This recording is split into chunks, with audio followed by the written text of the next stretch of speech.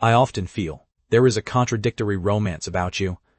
Like a flower blooming in the desert, a tree growing on the moon, a goldfish soaring through the sky, or a fairy tale book written for adults. In a world full of impossibilities, you can make anything possible. Charlie.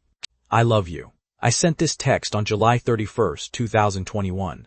I stood on the Century Tower in Midland, on the rooftop terrace of the 101st floor. I glanced down at the countless lights in the vast night, my expression completely calm. Then I leapt. There was no hesitation, and no fear of death, because to me, death was already something I was completely used to. My time was trapped, forever locked on July 31, 2021. As of today, I have relived it 299.69 times. This exact day, July 31st, through nearly 300,000 time loops, totaling 821.9 years. It has been far too long. So long that I became numb a long time ago. As I kept plummeting down, the phone in my hand suddenly vibrated. Where are you? This message caught me by surprise. In those hundreds of thousands of loops, I had already confessed to Charlie countless times. Her responses were usually playful banter, or just a joke. Except for this time. Charlie actually asked me where I was, but I still didn't pay it much mind, because I was already about to hit the ground. I let out a bitter smile. I'm in hell, and in a prison. The piercing sound of an alarm rang out, keeping my eyes closed. I instinctively reached toward the nightstand beside the bed to grab my phone and turn off the alarm, because I kept repeating the exact same day. I could never cancel the alarm in advance. Every single morning at exactly 6 o'clock, I was bound to be woken up. For a while, I even started questioning my life. Why on earth did my brain short-circuit on July 30th to set an alarm like this, ruining my chances of sleeping in every day? But today, as I reached out, I froze. Because I didn't feel the nightstand, let alone my phone. My hand met thin air. How could this be? Waking up to the alarm every morning, reaching out for the phone and turning it off. I had done this routine 2999999 times. It was impossible to mess up, even with my eyes closed. I snapped my eyes open and sat up in bed. But the scene before me shocked me even more. Stark white walls, clean white sheets, and the faint smell of bleach and medicine in the air. There were also several monitors hooked up to my body. Clearly, I was in a hospital room. I wasn't lying in my own home.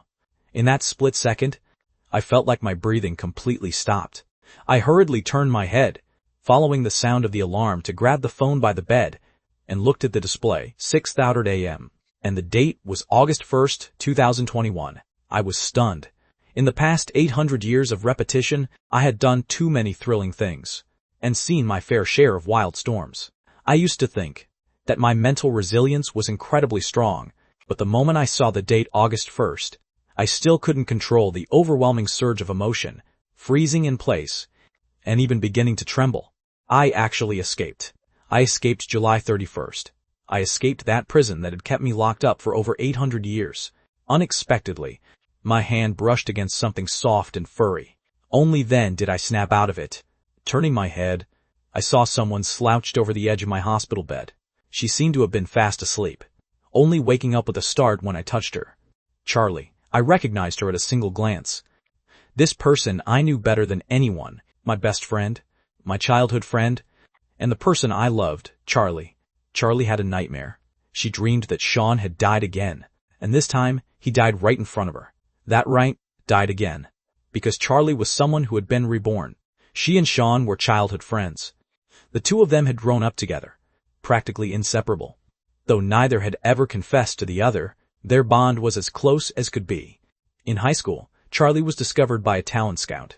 She acted in a few shows, and became the moderately famous rising star she was today. From then on, Charlie, busy filming all over the place, gradually lost the chance to see Sean.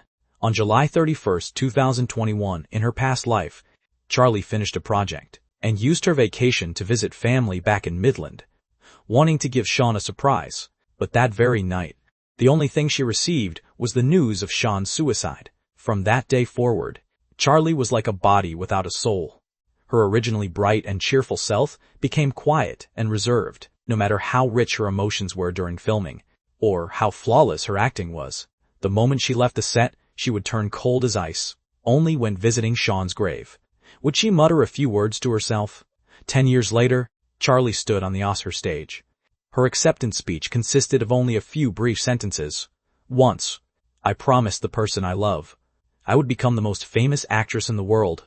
Now, I've finally done it, and I can finally go see him.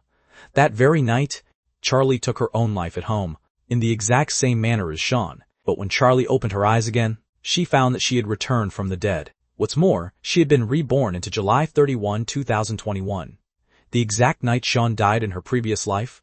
Just as Charlie was still trying to process her rebirth, she received a text message from Sean. Charlie, I love you. Charlie instantly sensed something was wrong. She hurriedly sent a message asking Sean where he was, but received no reply. Charlie panicked. She was terrified that Sean would leave her again. She rushed out of the Century Tower where she was staying, desperate to find Sean, only to find that right in front of the building's main entrance, a man was lying quietly on the ground. He was completely unharmed, looking as though he had simply fallen fast asleep. It was Sean. Charlie rushed the unconscious Sean to the hospital. After an examination, the doctor said Sean had merely fainted from low blood sugar. Still uneasy, she had the doctors hook Sean up to the best monitoring equipment for a thorough checkup, while she stayed by his bedside until she drifted off to sleep. And then she had that nightmare. In the dream, she still rushed out of the Century Tower. Except this time, in front of the main entrance, she saw Sean's mangled, bloody body from the fall. Suddenly, Charlie felt like someone had gently nudged her head. This jolted Charlie awake instantly. The very first thing Charlie saw upon waking was Sean, wide awake and sitting up in bed. In that exact moment, Charlie's eyes instantly welled with tears. He was alive. He was still alive, although she didn't know what had happened or what had changed. In this rebirth, Charlie didn't care about any of that. All she wanted was for Sean to be alive. She suddenly threw herself into Sean's arms, just like a child, bursting into loud, heavy tears. I froze. I had never seen the Charlie who always acted like a tomboy around me show such a deeply emotional and fragile side. Unaware that Charlie had been reborn, I assumed she was simply overwhelmed with worry for me. Suppressing the immense joy of seeing Charlie, I wrapped my arms back around the weeping girl, gently stroking her smooth, faintly scented hair. What are you crying for? I comforted her in a low voice. This isn't like my bro Charlie at all. Look, aren't I perfectly fine? Stop crying. There's a good girl.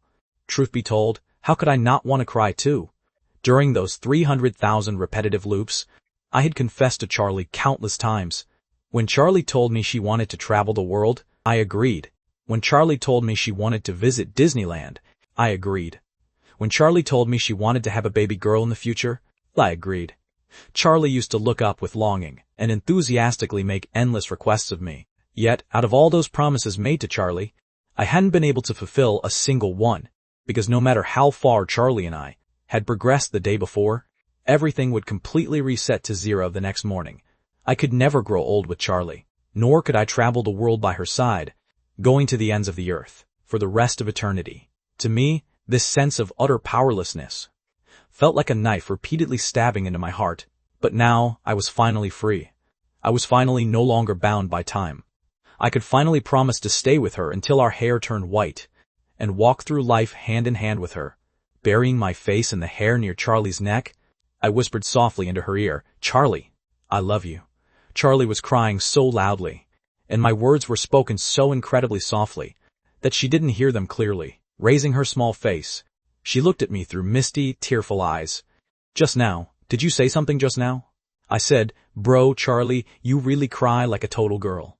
I wiped away Charlie's tears, and said with a smile, thanks to my playful teasing, Charlie's emotions finally calmed down a bit. After all, most of her intense feelings had already been released last night. The moment she first saw Sean, giving me a shove, she stared wide-eyed with her almond-shaped eyes. You're the one who cries like a girl. Your bro Charlie didn't cry at all. A brick just flew into my eye. Got it? All right, I chuckled affectionately, rubbing the top of Charlie's head. Charlie slapped my hand away. She felt like the Sean in front of her seemed off. In the memories of her past life, Sean was just a little tag-along who always followed her around. He had a calm, easygoing personality, completely honest and simple, and even suffered from a bit of low self-esteem. He completely relied on Charlie to look out for him. That was exactly why Charlie had earned the nickname Bro Charlie in the first place.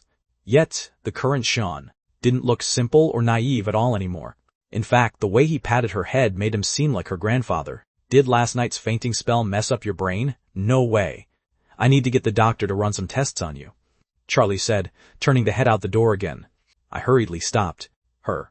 I know my own body perfectly well. I'm definitely completely fine right now. Your body might be fine, but I'm looking for someone to check your brain, Charlie countered. I don't think there's anything wrong with my brain either. Nothing wrong? Then what were you doing lying at the entrance of Century Tower last night? You looked so peaceful, exactly like a dead person. I don't buy for a second that you just happened to pass by and faint. Charlie's words made me raise an eyebrow. Lying at the entrance of Century Tower? I picked up my phone, checking our WeChat chat history. Charlie's last reply to me was still, "Where are you?" Those few words matched perfectly with my memory. But I had clearly jumped off the building last night. Why did I end up lying safely and soundly at the entrance of Century Tower? I thought about it, but found no answers. So I simply stopped dwelling on it. After all, the things that had happened to me before were already surreal enough, so this didn't make much of a difference. Still, in the end, I couldn't win against Charlie. I was forced to undergo a full-body checkup, and the results showed I was perfectly healthy. There was nothing wrong with my brain either. For some reason, I thought Charlie looked a bit disappointed. I asked with a smile, "There's nothing wrong with my brain, but you seem pretty disappointed." Charlie replied, "Yeah, I was hoping that fainting once might make your brain a little smarter." What a pity. Although I was speechless, a smile still remained on my face. Repeating the loop 300,000 times had once made my emotions completely numb, or even cold-hearted. Only when I was by Charlie's side did I feel like a normal human being, now that I had escaped the loop. Looking at Charlie, who seemed even more vibrant than before, I felt incredibly happy. Hey, look at her. Isn't that Charlie? It really looks like her. Who's that guy next to her? He's kind of handsome. Is he her boyfriend? I've never heard anything about her having a boyfriend. Wow. Did we just stumble upon some major gossip? Hurry up and take a picture. The hospital was crowded and full of prying eyes. Just as Charlie and I were getting ready to leave, we noticed several young people pointing and whispering in our direction. Only then did Charlie realize she had forgotten to put on her sunglasses and face mask. We were both in college right now, but back in high school, Charlie had already shot to fame after acting in a few shows. Over the past few years, Charlie could be considered a B-list celebrity, and within younger circles, she still had a fair amount of popularity. I noticed those people pointing at us as well. After a moment of thought, I planned to distance myself slightly from Charlie, pretending to be a stranger, or perhaps a cousin. I remembered that Charlie cared deeply about her status as a celebrity. She had even solemnly promised me before that she would become the most famous actress in the world. Charlie had been working tirelessly toward this goal, so her public reputation mattered a great deal to her. Every time she went out with me, Charlie would bundle herself up completely, to the point where, if she walked into a bank, she'd be flagged as a suspicious person, and kept under strict surveillance by security. Although I had already resolved to grow old with Charlie, the endless loops had taught me long ago that loving someone doesn't mean holding on to them tightly every single second. Instead, it means keeping them happy and letting them do whatever they want to do. So if Charlie just wanted to focus on being a celebrity right now, I was willing to be patient for a while. After all, I had already endured it for a very long time. But just as I was about to step away from Charlie, she took a step toward me first, tilting her head and asking softly, "Sean, let me ask you something. That text message you sent me last night, was it from the heart, or did something set you off?" I froze for a moment before realizing Charlie was talking about my message. "Charlie, I love you." After a brief hesitation, I said, "If you can accept it right now, then it's from the heart. But if you don't want to accept it, just treat it as me being prov." Before I could even finish my sentence, I choked on my words, because Charlie had already pulled me over in a totally aggressive manner, looping her arms around mine and hugging it tightly against her chest. Then, looking at the bystanders who were standing there, completely dumbfounded, she smiled broadly and announced loudly, "Here's a massive piece of gossip for you guys. Let me introduce you. This is my boyfriend." I was completely dumbstruck. Was this really the same Charlie who cared insanely much about her public image? and who acted like a thief sneaking around whenever she went out with me. Even across those 300,000 loops, I had never once seen her like this. What are you standing around dazed for? Are you waiting for them to take your picture? Who are? Grinning from ear to ear, Charlie suddenly gave me a yank, pulling me along as she bolted outside. Meanwhile, the onlookers who had been just as stupefied as me finally snapped back to reality. Having just uncovered a monumental piece of celebrity gossip, they all started screaming and frantically chased after us with their phones out. By the time they ran out of the hospital gates, they were stunned to find that we had already completely vanished from the street. Breaking news. Popular rising star, Charlie's romance allegedly exposed. Barred evidence. Charlie spotted entering and leaving hospital with a strange man. Charlie suspected of pregnancy and abortion. As we stood panting heavily, hiding inside a narrow alleyway, we pulled out our phones to check social media. Several trending topics had already skyrocketed into the top 50. Panting hard, Charlie gave my arm a playful slap, boasting proudly, "See that? Your bro Charlie's popularity is no joke." It hasn't even been 5 minutes, and there were already so many trending topics. I affectionately stroked her head. "Yes, my bro Charlie is the absolute best." Then I pointed at Charlie's phone. "But bro Charlie, don't you think you should answer your manager's call?" Only then did Charlie notice an incoming call flashing across her screen, saved under the contact name Manager Lin. Charlie's expression instantly froze. With a slightly trembling hand, she tapped to answer and put it on speakerphone, before offering a soft hell, followed immediately by "Hello my ass." "Charlie, what the hell kind of stunt are you pulling? Didn't you ask for time off to go back to Midland to visit family? Then what the hell is going on with these trending topics?" Watching Charlie's increasingly embarrassed expression, I couldn't help but chuckle again. This girl was still terrified of her manager. Charlie waited until the roaring on the other end died down, before saying meekly, "Lynn, visiting her husband counts as visiting family too, right?" Lynn shrieked. "Husband? What absolute nonsense are you spouting? When on earth did you get married?" Charlie fell silent for a moment. She glanced at me, and then spoke into the phone. "You might not believe it if I tell you, but I'm getting married in an hour." "All right, Lynn, we can talk about everything else later. I have things to take care of here, so I'm hanging up. Goodbye." Rushing through this final sentence without a single pause, Charlie said it all in one breath. Right after that, she immediately ended the call, and even blocked Lynn's number. Only then did she let out a long breath. Wiping the cold sweat from her forehead, she turned her head to look at me, giving me a little shove. "Is your household registration booklet at your place?" "What for?" "To get our marriage certificate and get hitched. Did you think I was just joking earlier?" Social media was absolutely boiling today. Photos of the popular rising star Charlie entering and leaving a hospital with a strange man had been leaked early in the morning, sending massive shockwaves through the public. It had to be admitted that Charlie's current popularity was indeed massive. She was gorgeous. Her acting skills were solid, and after filming several consecutive hit web dramas, although Charlie couldn't quite compete with those true top-tier megastars and A-list actresses, among B-list celebrities, she was already considered exceptionally popular. Moreover, Charlie had virtually no scandals to her name, making her a true breath of fresh air in the industry. So the moment this news broke today, almost everyone who followed the entertainment industry was shocked. Her rival actresses paid professional internet trolls to intentionally sway public opinion against her in every way possible. Those anti-fans who had always wanted to attack Charlie, but could never find any dirt on her, also took this opportunity to fiercely stir up trouble. Countless clickbait accounts were also muddying the waters. Although Charlie was no top-tier or A-list star, how could these clickbait channels ever pass up a perfect opportunity to piggyback on such trending drama? Meanwhile, right inside the Midland Civil Affairs Bureau, the two main subjects of these trending topics, Charlie and I, had just received our marriage certificate. Stepping out of the Civil Affairs Bureau, Charlie, wearing her mask and sunglasses, held the little red booklet high up in the air.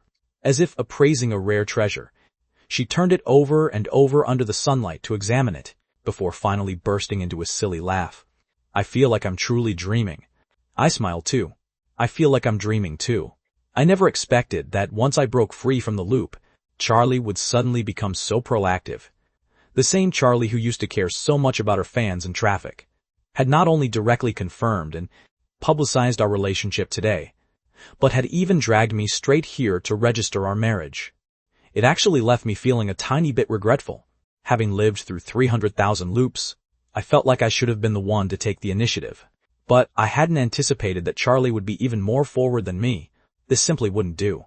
A thought striking me, I suddenly leaned close to Charlie and whispered in a low voice, "Bro, Charlie, now that we have our certificate, what are your plans?" I was planning to ask Charlie out on a proper date. Charlie was currently posting on social media. Hearing my question, she replied with a perfectly straight face, "My plan is to run for my life. Go check my page yourself." I pulled out my phone and opened Charlie's profile page. Right at the top, I immediately spotted her pinned post. "Charlie, I saw rumors online saying that I'm in a relationship. Let me clarify right now. Those aren't rumors. Posted 1 minute ago." Attached was a photo of the little red booklet in Charlie's hand. I suddenly began to wonder if Charlie had been triggered by something. She was being a little too bold today, wasn't she? Meanwhile, Charlie was currently muttering to herself. Listening closely, I realized she was actually counting down. 4, 3, 2, do. The exact instant her countdown ended, the phone in Charlie's hand began to ring. It was an unfamiliar number. Trembling, Charlie pressed the answer button. "Charlie, have you completely lost your mind? Explain yourself to me right this instant.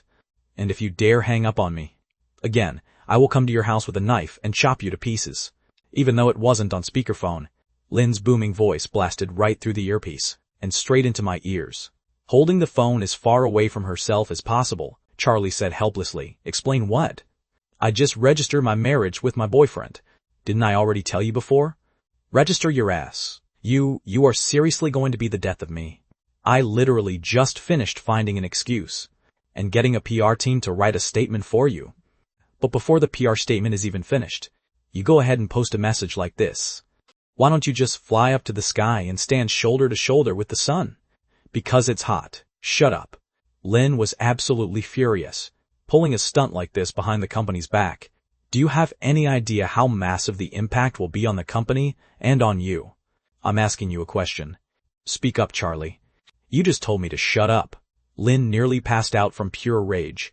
She took a deep breath to calm herself down before saying, "Charlie, do you know what everyone online is saying about you right now? They're saying you're a gold digger, saying you're being kept by a wealthy heir, and saying you're dating for money. In short, people are saying all kinds of things. Many of your rivals took the opportunity to send in online trolls. Right now, it's nothing but negative news about you. I originally had the entire PR strategy planned out. We were going to say you were just accompanying a friend to the hospital, and simply made a joke with your fans. But look at you. You went right ahead and posted a marriage certificate, completely blocking every single PR angle I had. Charlie, tell me the absolute truth. Who exactly is the guy you married? Is he some wealthy heir? Why on earth did you get a flash marriage?" Charlie glanced at me. After a brief hesitation, she said, "He's not really a wealthy heir, and it's not really a flash marriage either. I've considered this for a very long time." She had indeed considered it for a very long time. She had considered it for an entire lifetime. Considered it for a long time? Then why didn't you tell me? Lynn was starting to go crazy all over again. After a long pause, Lynn managed to compose herself once more. "Charlie, let me tell you this. As much as I want to stand by your side, don't forget the contract you signed with the company. Causing such a massive stir without the company's permission means that according to the contract, the company has every right to demand liquidation damages from you." As soon as she heard Lynn mention the liquidation damages, Charlie finally jolted awake. She was screwed. In her sudden rush of excitement earlier, she had only focused on registering her marriage with Sean and flaunting the marriage certificate to everyone. She completely forgot about her contract with the company and the liquidation damages. In her past life, she had gone quiet for a year after Sean's death, and then left the company to go independent. However, she still hired Lynn as her manager. Because she had been independent for nearly 10 years, she was used to doing whatever she wanted. So Charlie really forgot that she was still at the stage of working for someone else right now, causing a major, non-positive impact on public opinion. Without the company's knowledge, according to the contract, she definitely had to pay. She was finished. She was truly finished this time. She wasn't the Golden Globe award-winning best actress of her past life right now. With the meager savings she had on hand, it probably wouldn't even cover a fraction of the liquidation damages. Other people made a fortune when they were reborn. But was she about to become the first person after rebirth to completely bankrupt themselves? "Lynn, can you find a way so I don't have to pay?" Charlie said, looking pitiful. Lynn snorted. "Don't want to pay? If you don't want to pay, then find a way to suppress the current momentum. You know exactly what the higher-ups in the company are like, unless you find a way to suppress your scandal. Otherwise," Charlie slumped. Lynn's voice was very loud. So what Lynn said just now was heard by me standing right next to her. Seeing Charlie's expression, I knew this girl had been too swept up in the moment earlier and completely overlooked the company and breach of contract issues. Letting out a sigh, I suddenly snatched the phone from Charlie's hand and spoke to Lynn on the other end. "Hello, Lynn, I'm Charlie's husband. Actually, I have a way to help bail Charlie out a bit, but I'll need you to pitch it to the company." Sean had a way? Both Charlie and Lynn were stunned. Charlie knew that Sean was an absolute outsider to the industry. The kind who didn't understand a single thing about show business. A trouble that even Lynn couldn't solve right now. Sean actually had a way to handle? Charlie immediately perked up her ears.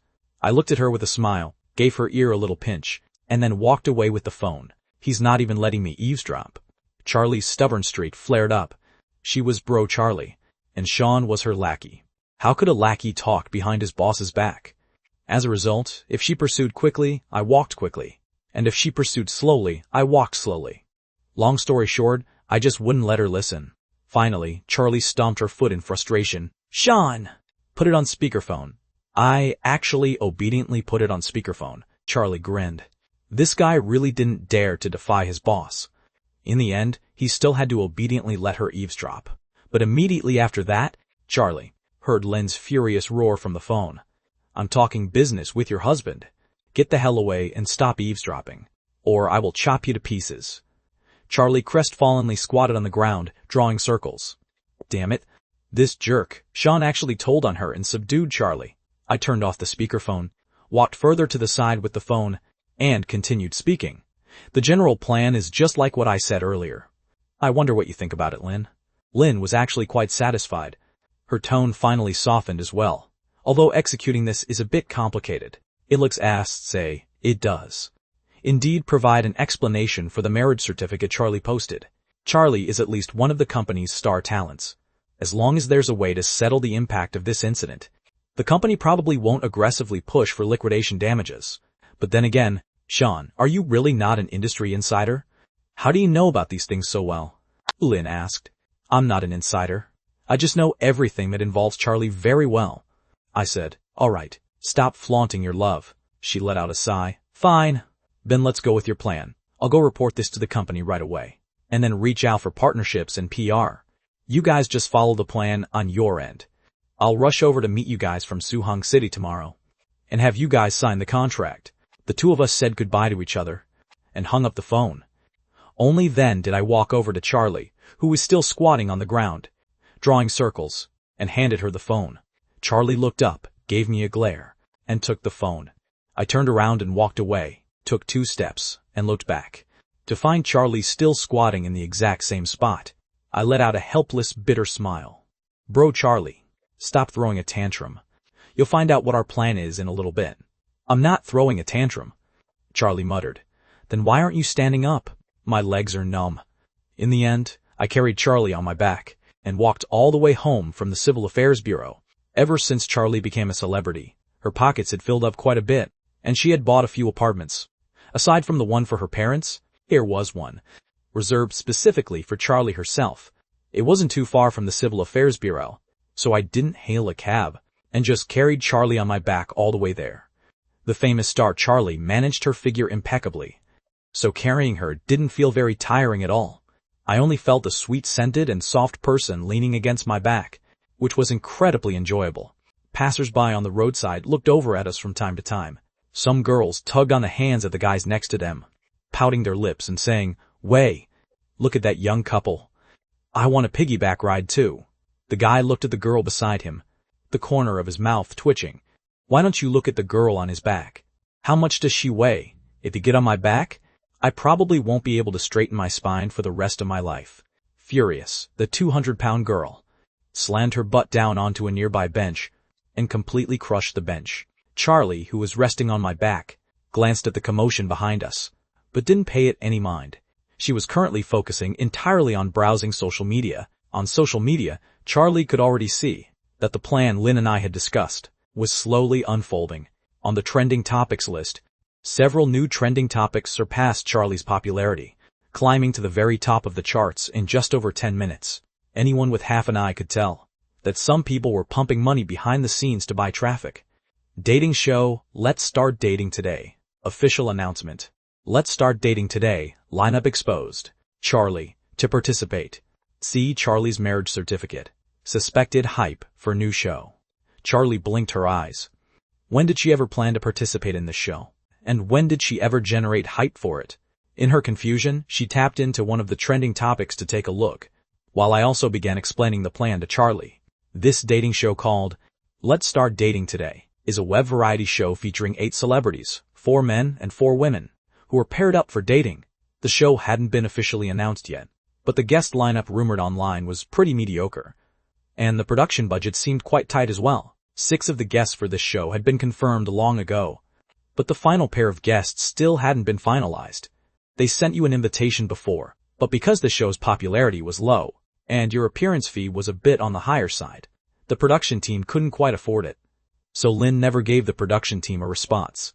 The plan Lynn and I came up with is for me to sign under Lynn's agency as a rookie artist, and then you and I will participate in this show together. You are a candidate the production team would die to have after all. As long as Lynn agrees to let you join the show, stuffing an extra person into the cast along with you is something the production team definitely won't object to. This way, the photos of us secretly taken this morning and the marriage certificate you posted can all be explained as a promotional stunt to build hype for the new show. There are countless marketing and promotional tactics nowadays, so the impact of your post won't be that massive anymore. I said, at least not massive enough for the company to hunt you down for liquidation damages. After all, marketing and promotion can be considered part of an artist's normal scope of work.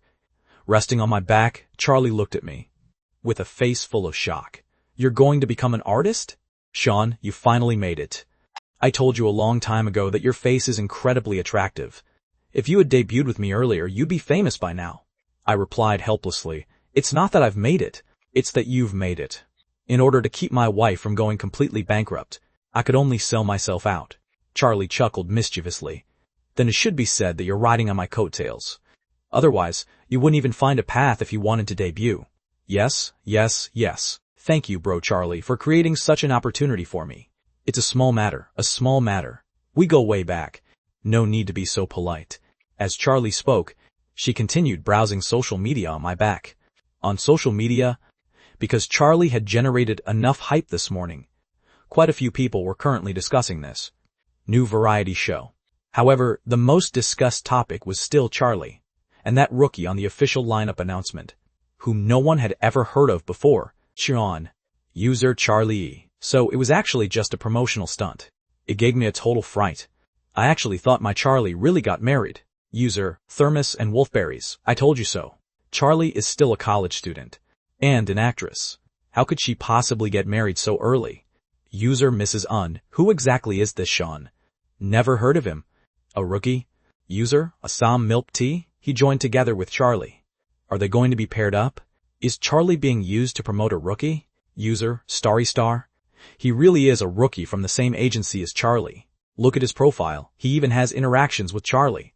Seeing this, Charlie also clicked into Sean's social media account, or rather, the new account Lynn had created on Sean's behalf. There were only 2 posts on the account. One was a share, and the other was just posted recently. Obviously, both were posted by Lynn on his behalf. The shared post was Charlie's pinned post, with the marriage certificate. Lanyu Entertainment, Sean. It indeed isn't a rumor.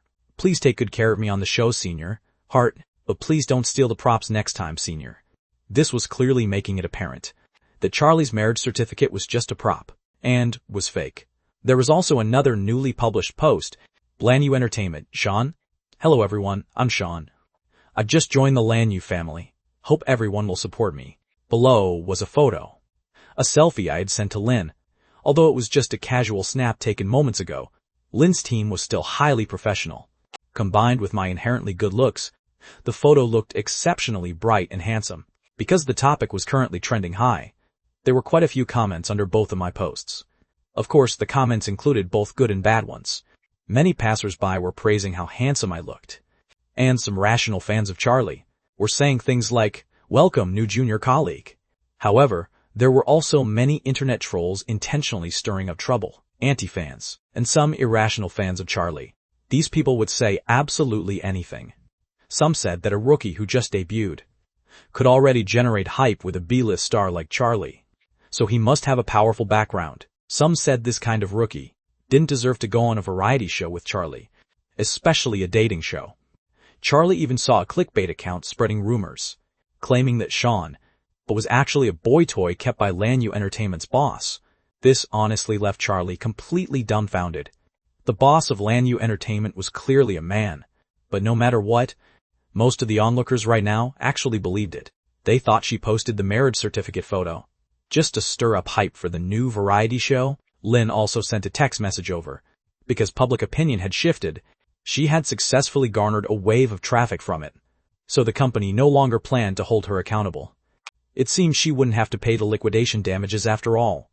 Charlie let out a long sigh of relief. She had made up her mind. She absolutely had to leave and go independent in the future. Working under someone else's company always brought too many restrictions. She couldn't even make an official relationship announcement if she wanted to.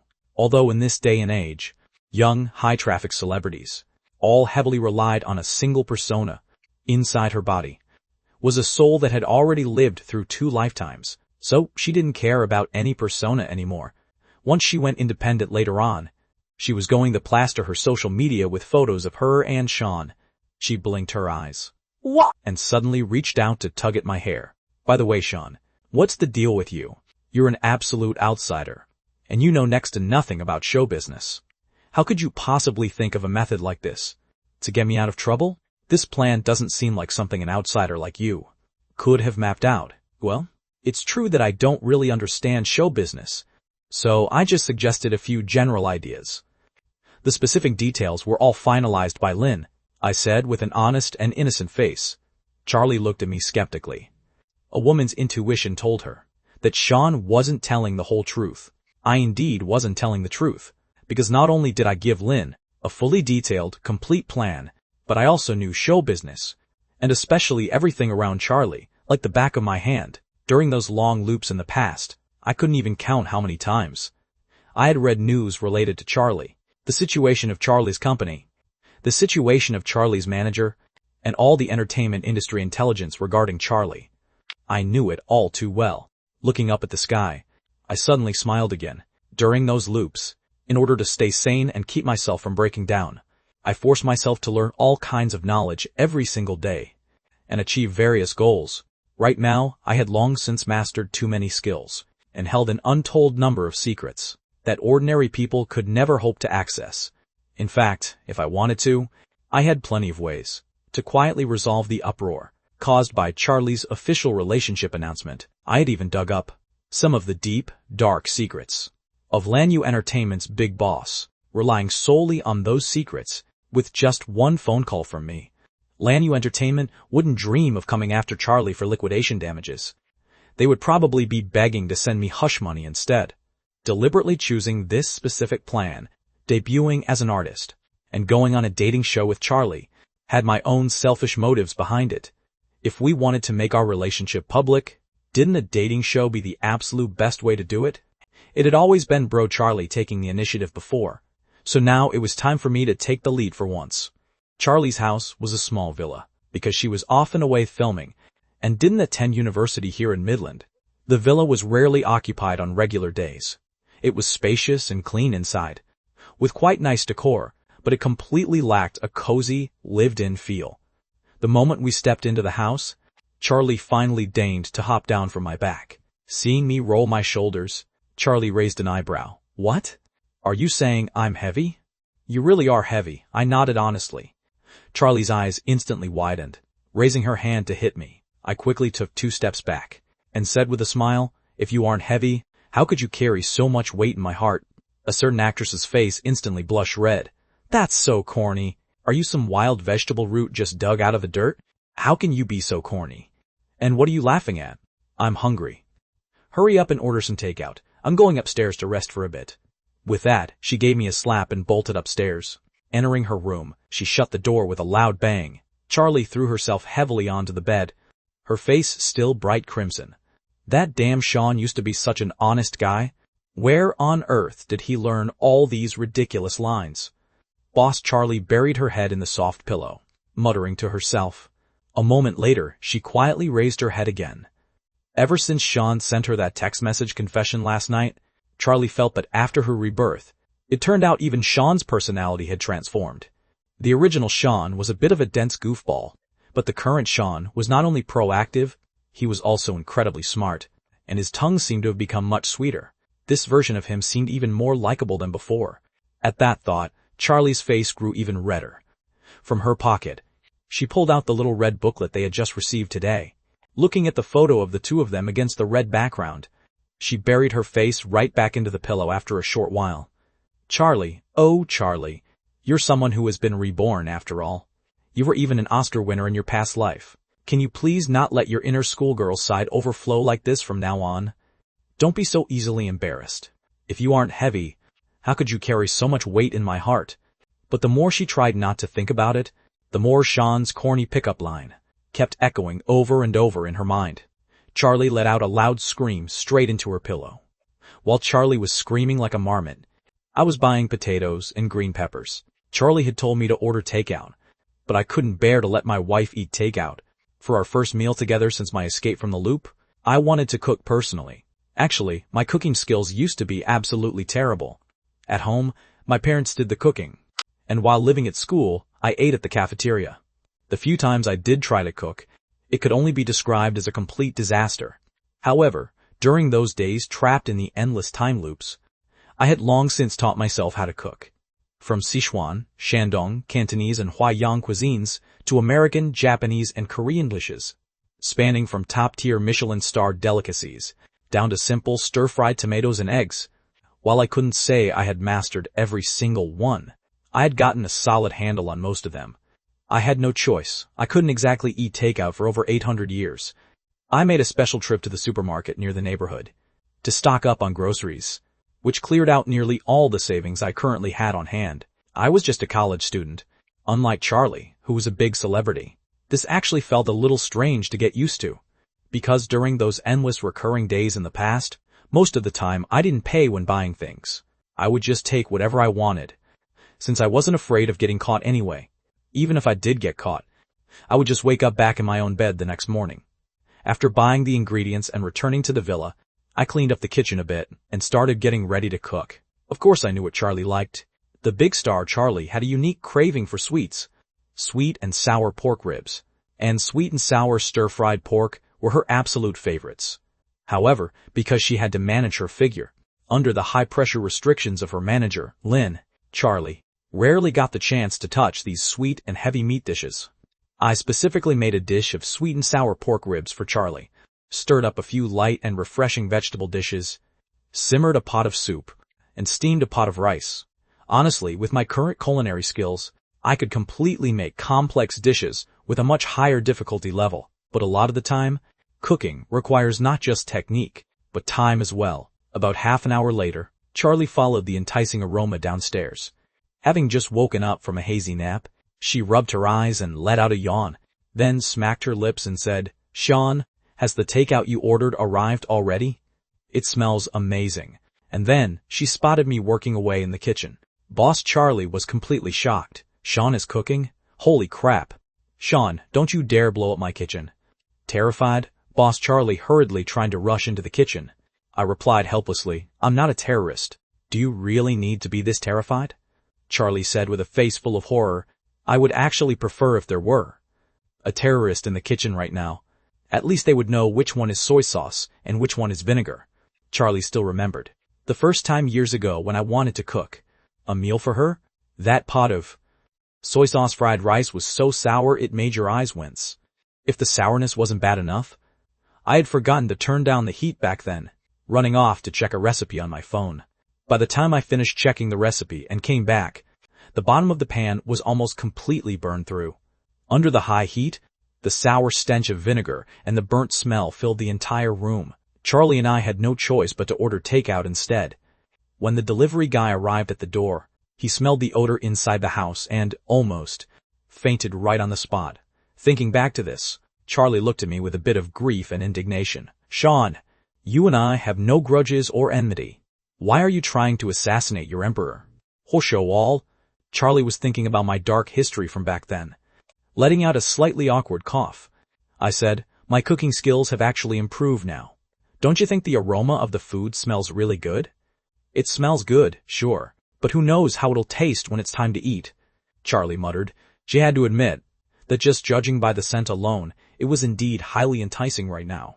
However, Sean's culinary skills absolutely could not be judged by normal standards. For the sake of her own life and safety, Charlie ultimately went ahead and ordered takeout herself anyway, since she was quite hungry after her nap. Therefore, Charlie specifically ordered from a nearby KFC for delivery. In less than 10 minutes, the takeout was delivered. Charlie munched on her burger and drank her cola. A few minutes later, when I brought over that plate of sweet and sour pork ribs, perfect in color, aroma, and taste, a plate of stir-fried bamboo shoots that looked incredibly crisp and refreshing, and a richly aromatic plate of stir-fried potatoes, eggplants, and peppers, and set them right in front of Charlie. The burger in Charlie's hand instantly lost all its appeal. She looked up at me in utter shock, as if she were looking at an alien. "Sean, did you really make this?" "Who else?" I handed over the chopsticks. "Try the ribs, they're really good. I also have some soup simmering in the kitchen. I'll go bring it over." Charlie blankly took the chopsticks. By the time I returned to the dining table carrying the hot soup, what I saw was a completely trembling, pork rib bone-sucking, completely cleaned out Charlie. "Sean, I really want to cry," Charlie whimpered with the bone still in her mouth, looking at me with tear-filled eyes. "What's wrong, bro, Charlie? Is my cooking that bad?" I'm totally baffled. It shouldn't be. My culinary skills have been honed over hundreds of years, and I've especially spent a massive amount of time mastering these sweet and sour pork ribs. I regret why on earth I ordered takeout. Way, your pork ribs are so delicious. I want to eat them so badly, but I'm so full right now, hiccup. Wah, she truly felt so incredibly wronged. Sweet and sour pork ribs, her absolute favorite dish. And Sean had made them so mouth-wateringly good, better than any sweet and sour pork rib she had ever tasted in her life. But she really couldn't force down another bite right now. I was entirely helpless as well. "Well, who told you not to believe me? Forget it. Just have some soup then. Didn't you say before that you really wanted to try the consommé Chinese cabbage you saw on TV? I made a batch for you." Though authentic consommé Chinese cabbage requires spending ages repeatedly simmering and clarifying the broth, there wasn't enough time today, so I just made a simplified, modified version of my own. I quickly processed some of the pork rib broth. The flavor turned out to be quite decent anyway. Once we have more time in the future, I'll make a truly authentic consommé Chinese cabbage for you. Saying that, I lifted the lid off the clay pot. A rich, aromatic scent wafted out immediately. Boss Charlie looked at that pot of bone broth that was as clear as pure water, nesting the delicate cabbage that looked just like green jade, and tears unhelpfully threatened to drool from the corners of her mouth. But very quickly, Boss Charlie turned her head with a look of utter despair, staring at that large glass of cola she had just chugged down, letting out a heavily carbonated burp, and then burst into tears. She couldn't drink any of it right now, so what was she supposed to do? In the end, Charlie still drank a little less than half a bowl of soup, and ate 3 small pork ribs, until her stomach was completely stuffed to the brim. Only then did she reluctantly set down her chopsticks, the expression on her face still highly sorrowful and aggrieved. I was wrong. I was truly wrong. Once, such a delicious feast was laid out right in front of me, yet I didn't cherish it. Only after stuffing myself did I realize my deep regret. If heaven could grant me another chance, I will absolutely never order takeout again. I couldn't help but chuckle as I rubbed her head. "All right, bro, Charlie. These ribs and soup can be reheated tonight to eat later. And from now on, if you want to eat anything, just tell me. I'm willing to cook for you every single day." "Cook for me every day?" Charlie's face suddenly blushed a bit. "Oh, right Right now Sean wasn't just her good buddy anymore. Her good friend and she were legally married. They were going to live their lives together in the future. Then do you know how to make braised pork belly? I want to eat braised pork belly tomorrow. Charlie started placing her order. Of course, no problem. I agreed without a second thought. Charlie smiled.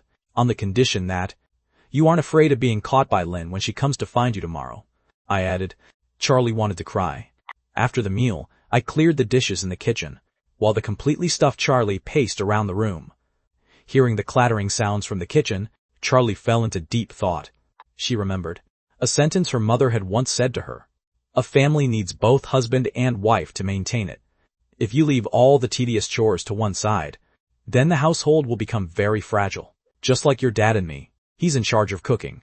So I'm in charge of washing the dishes. Right now, she and Sean were also a married couple. Since Sean did the cooking, shouldn't it be her turn to do the dishes? Thinking this, Charlie walked into the kitchen and said to me, "How about you let me do the dishes?" "No need, just go ahead and rest," I said with a smile. "Just leave all the housework to me from now on. You're my bro Charlie after all.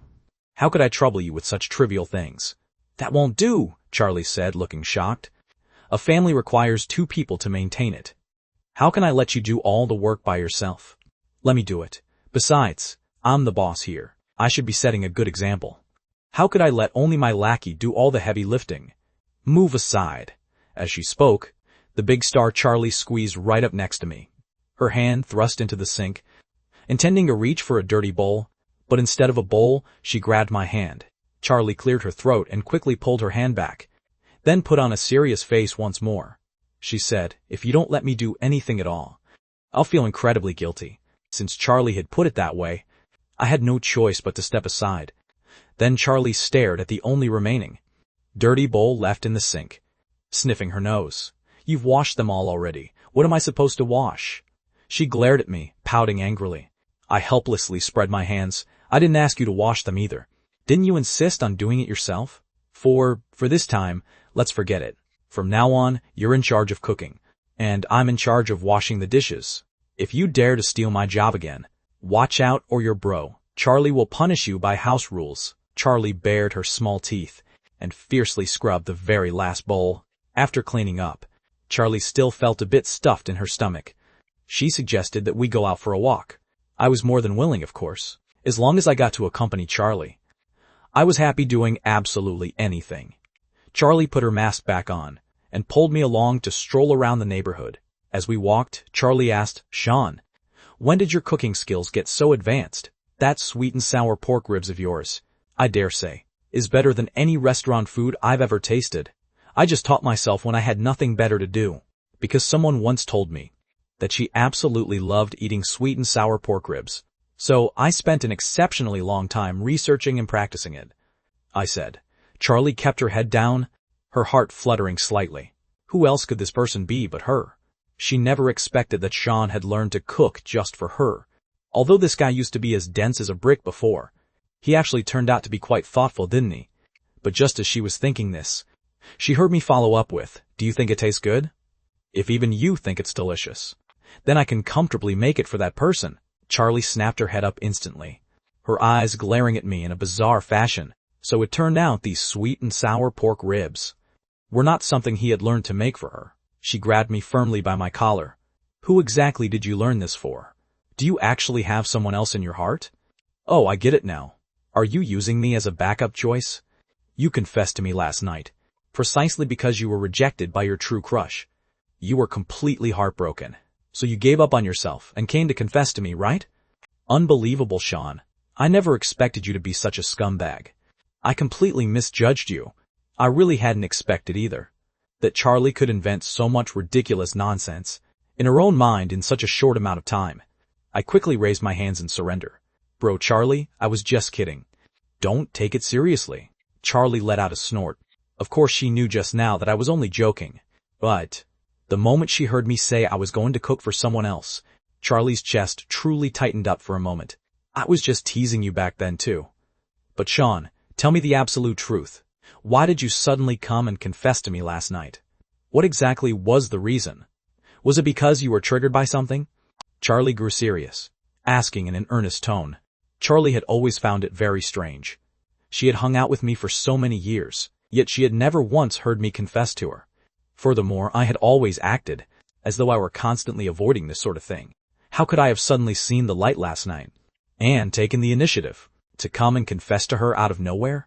Added to the fact that I was lying unconscious at the entrance of Century Tower last night, Charlie couldn't shake the feeling that I must have been triggered by something. It wasn't exactly that I was triggered by something. I just suddenly realized that my past self was truly ridiculous. I fell silent for a moment before replying to Charlie. The old me was indeed a bit dense, but I wasn't stupid. I've always known very clearly that I was in love with you. It's just that your parents have never really liked me. My own parents live in a county subordinate to Midland, where they run a small supermarket. Our life isn't overly wealthy, but it's decent enough. Charlie's parents, on the other hand, are prominent entrepreneurs in the county. Starting from over a decade ago, their financial situation became vastly superior to mine. Charlie's father and my father used to be classmates, so their relationship was actually quite good. However, Charlie's parents were always completely against Charlie hanging out with me. They felt that I was a bad influence on her, dragging her around everywhere to play so she wouldn't focus on her studies. In short, they had prejudged me from the start as a bad kid. In reality, it was actually Charlie who dragged me everywhere to play. Otherwise, she wouldn't have earned a nickname like Bro Charlie. By the time Charlie entered high school, got discovered by a talent scout, and became a celebrity after filming a few shows, the Charlie family became even wealthier, and the gap between our families grew wider and wider. By that point, I had completely figured things out. I wanted to spend the rest of my life living with Charlie, but the massive disparity in our backgrounds filled me with insecurity, particularly since Charlie's father had pulled me aside once and sternly warned me not to get any ideas about his daughter. From then on, I deliberately stopped mentioning my feelings for Charlie altogether, and thus never once confessed to her. It wasn't until I got trapped in those 300,000 loops and gradually matured bit by bit that I finally saw things clearly. I love Charlie. We must be together, and not even her parents can stop us. I'm sorry, Charlie. My confession to you is late by so many years. I turned my head to look into the distance, letting out a soft sigh. Looking at the suddenly melancholic Sean, Charlie thought for a moment, then suddenly murmured, "Sean, turn your head around and look at me." I looked back in confusion, only to see Charlie pulling down her face mask. She wrapped her arms around mine, stood up on her tiptoes, and, like a dragonfly skimming the water, planted a gentle, yet sweet kiss on my cheek. I froze in place, while Charlie had already pulled her mask back up with extreme embarrassment. Then, lowering her voice, she whispered softly, "I don't think your confession is late at all. I think it arrived at the perfect time." Charlie felt that she would never forget for the rest of her life the scene when she had just been reborn and saw that message pop up on her phone, "Charlie, I love you." It didn't come too early, nor did it come too late. It arrived at the perfect time. After making a lap around the neighborhood, the two of them planned to head back home. Ever since Charlie took the initiative to kiss me, this girl had become remarkably quiet.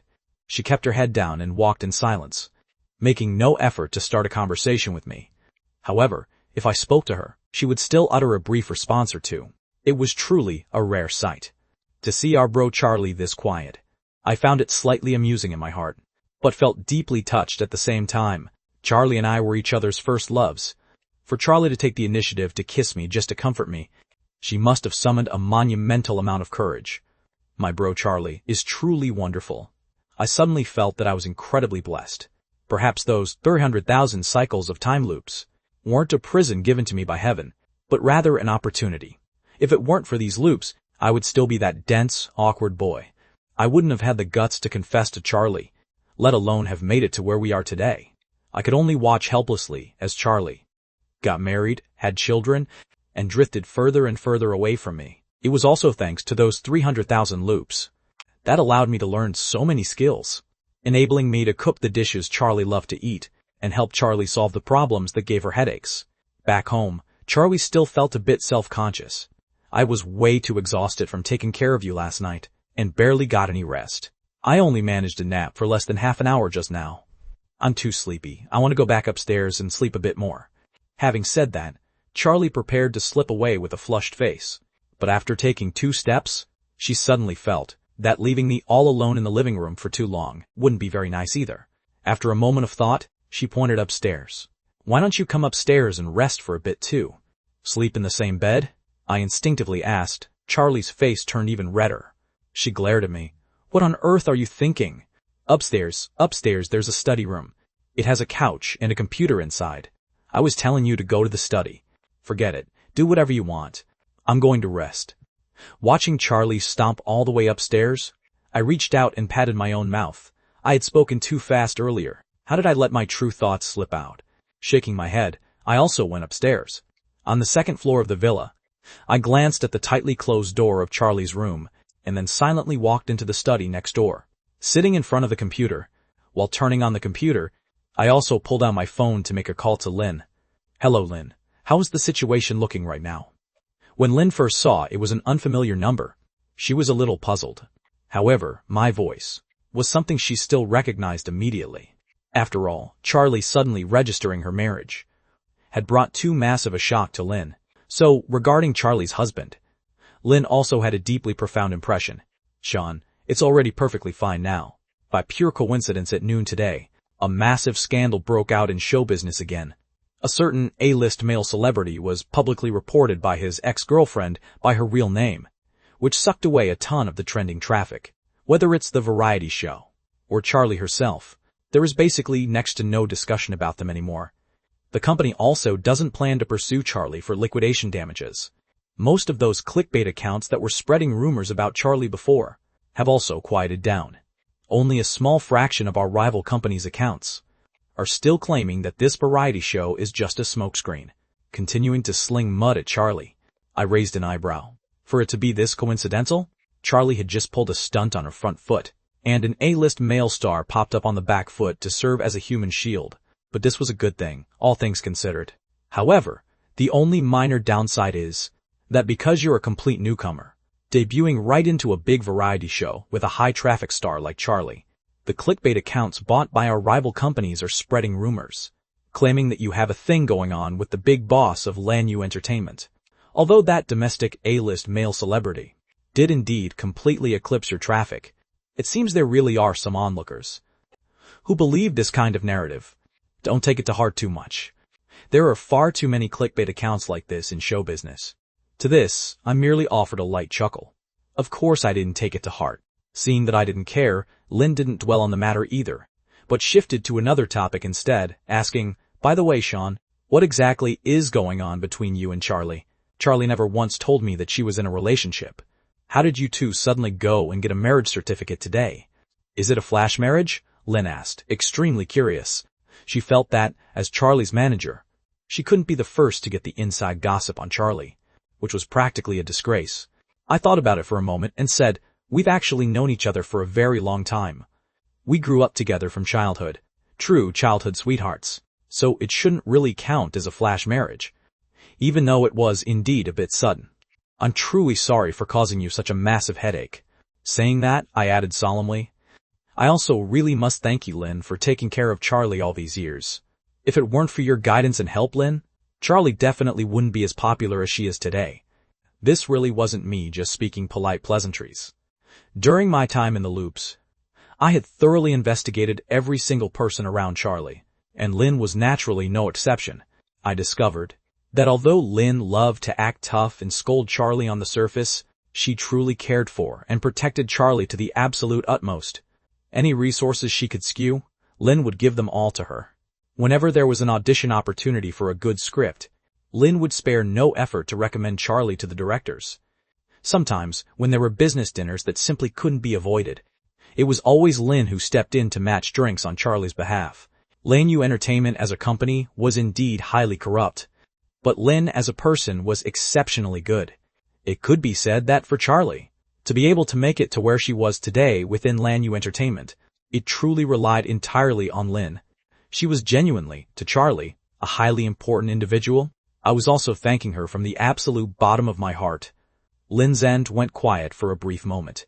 I thought I heard her sniffle slightly, and then I heard Lynn laugh out loud. No need to be so polite. This is all just part of my job as a manager. Speaking of which, you'll be my artist from now on too. Don't worry, I'll be looking out for you as well.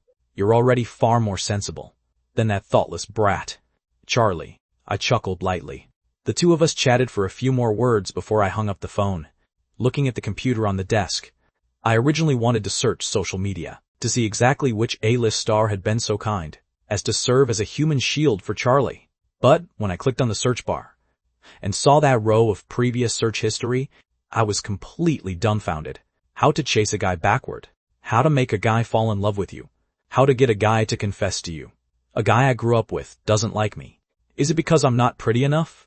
Looking through the whole list, I only spotted a single search record that wasn't related to these topics. Is Charlie pretty or not? Letting out a sigh, I rubbed my temples. It looked like my confession had still come too late.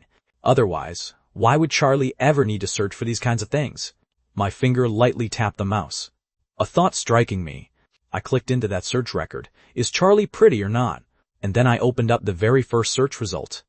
This was a question on a popular Q&A platform, and there were actually quite a number of answers below. I scrolled through them.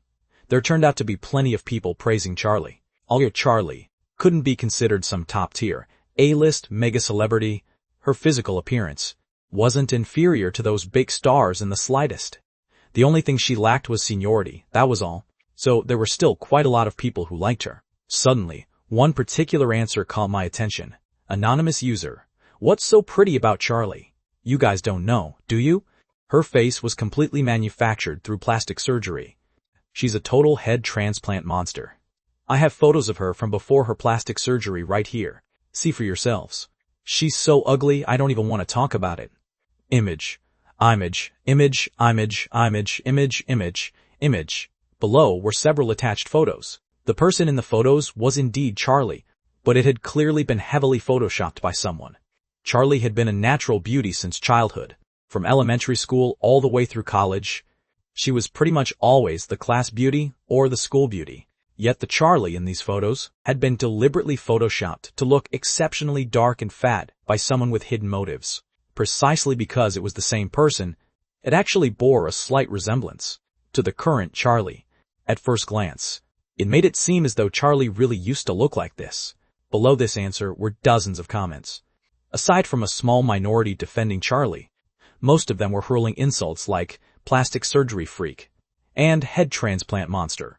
Furthermore, among these comments, there was also a comment from the original author himself. Anonymous user, author. I have even bigger dirt on Charlie right here. I have top secret photos of her entering and leaving hotels with a certain boss. This woman is just a green tea, gold-digging bitch. Once this answer hits 500 upvotes, I will drop the gossip immediately. I glanced at it. The post date of the answer was actually today. It looked like because Charlie's trending traffic was too high today, combined with the fact that public opinion wasn't in her favor at the start, Charlie's rivals had paid internet trolls to enter the fray, intending to fabricate scandalous dirt on her. I narrowed my eyes. The waters of show business were truly deep enough.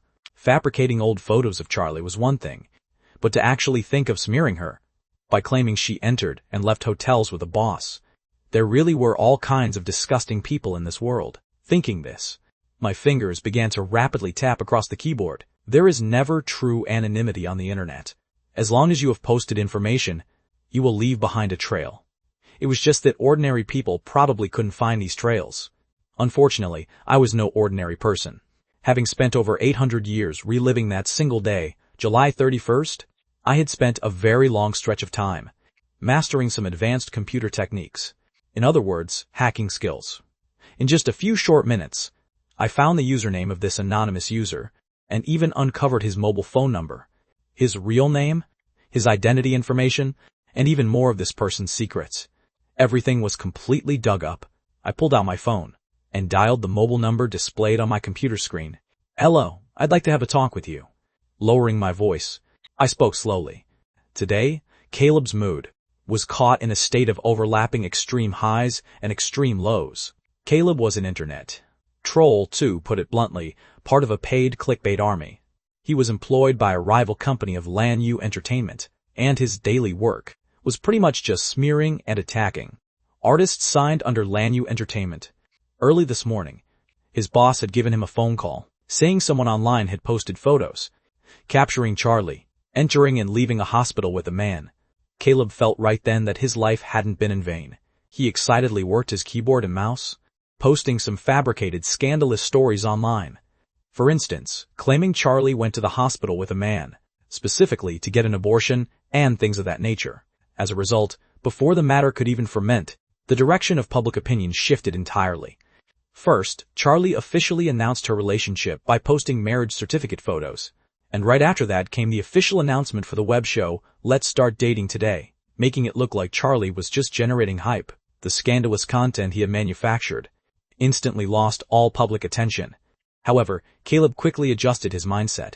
Anyway, he was hired to smear ManhWa Entertainment as a whole, not specifically dedicated to smearing Charlie alone, since there were rumors circulating right now, claiming that Charlie's partner Sean had a thing going on with ManhWa Entertainment's big boss.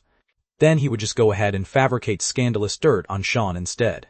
Consequently, just as he finished fabricating the scandalous content, the massive scandal involving that A-list male celebrity was suddenly leaked, whether it was Charlie, Sean, or ManhWa Entertainment. In terms of trending popularity and traffic, they didn't even amount to a fraction of that male celebrity's. Caleb's fabricated scandalous content sank like a stone into the ocean once more.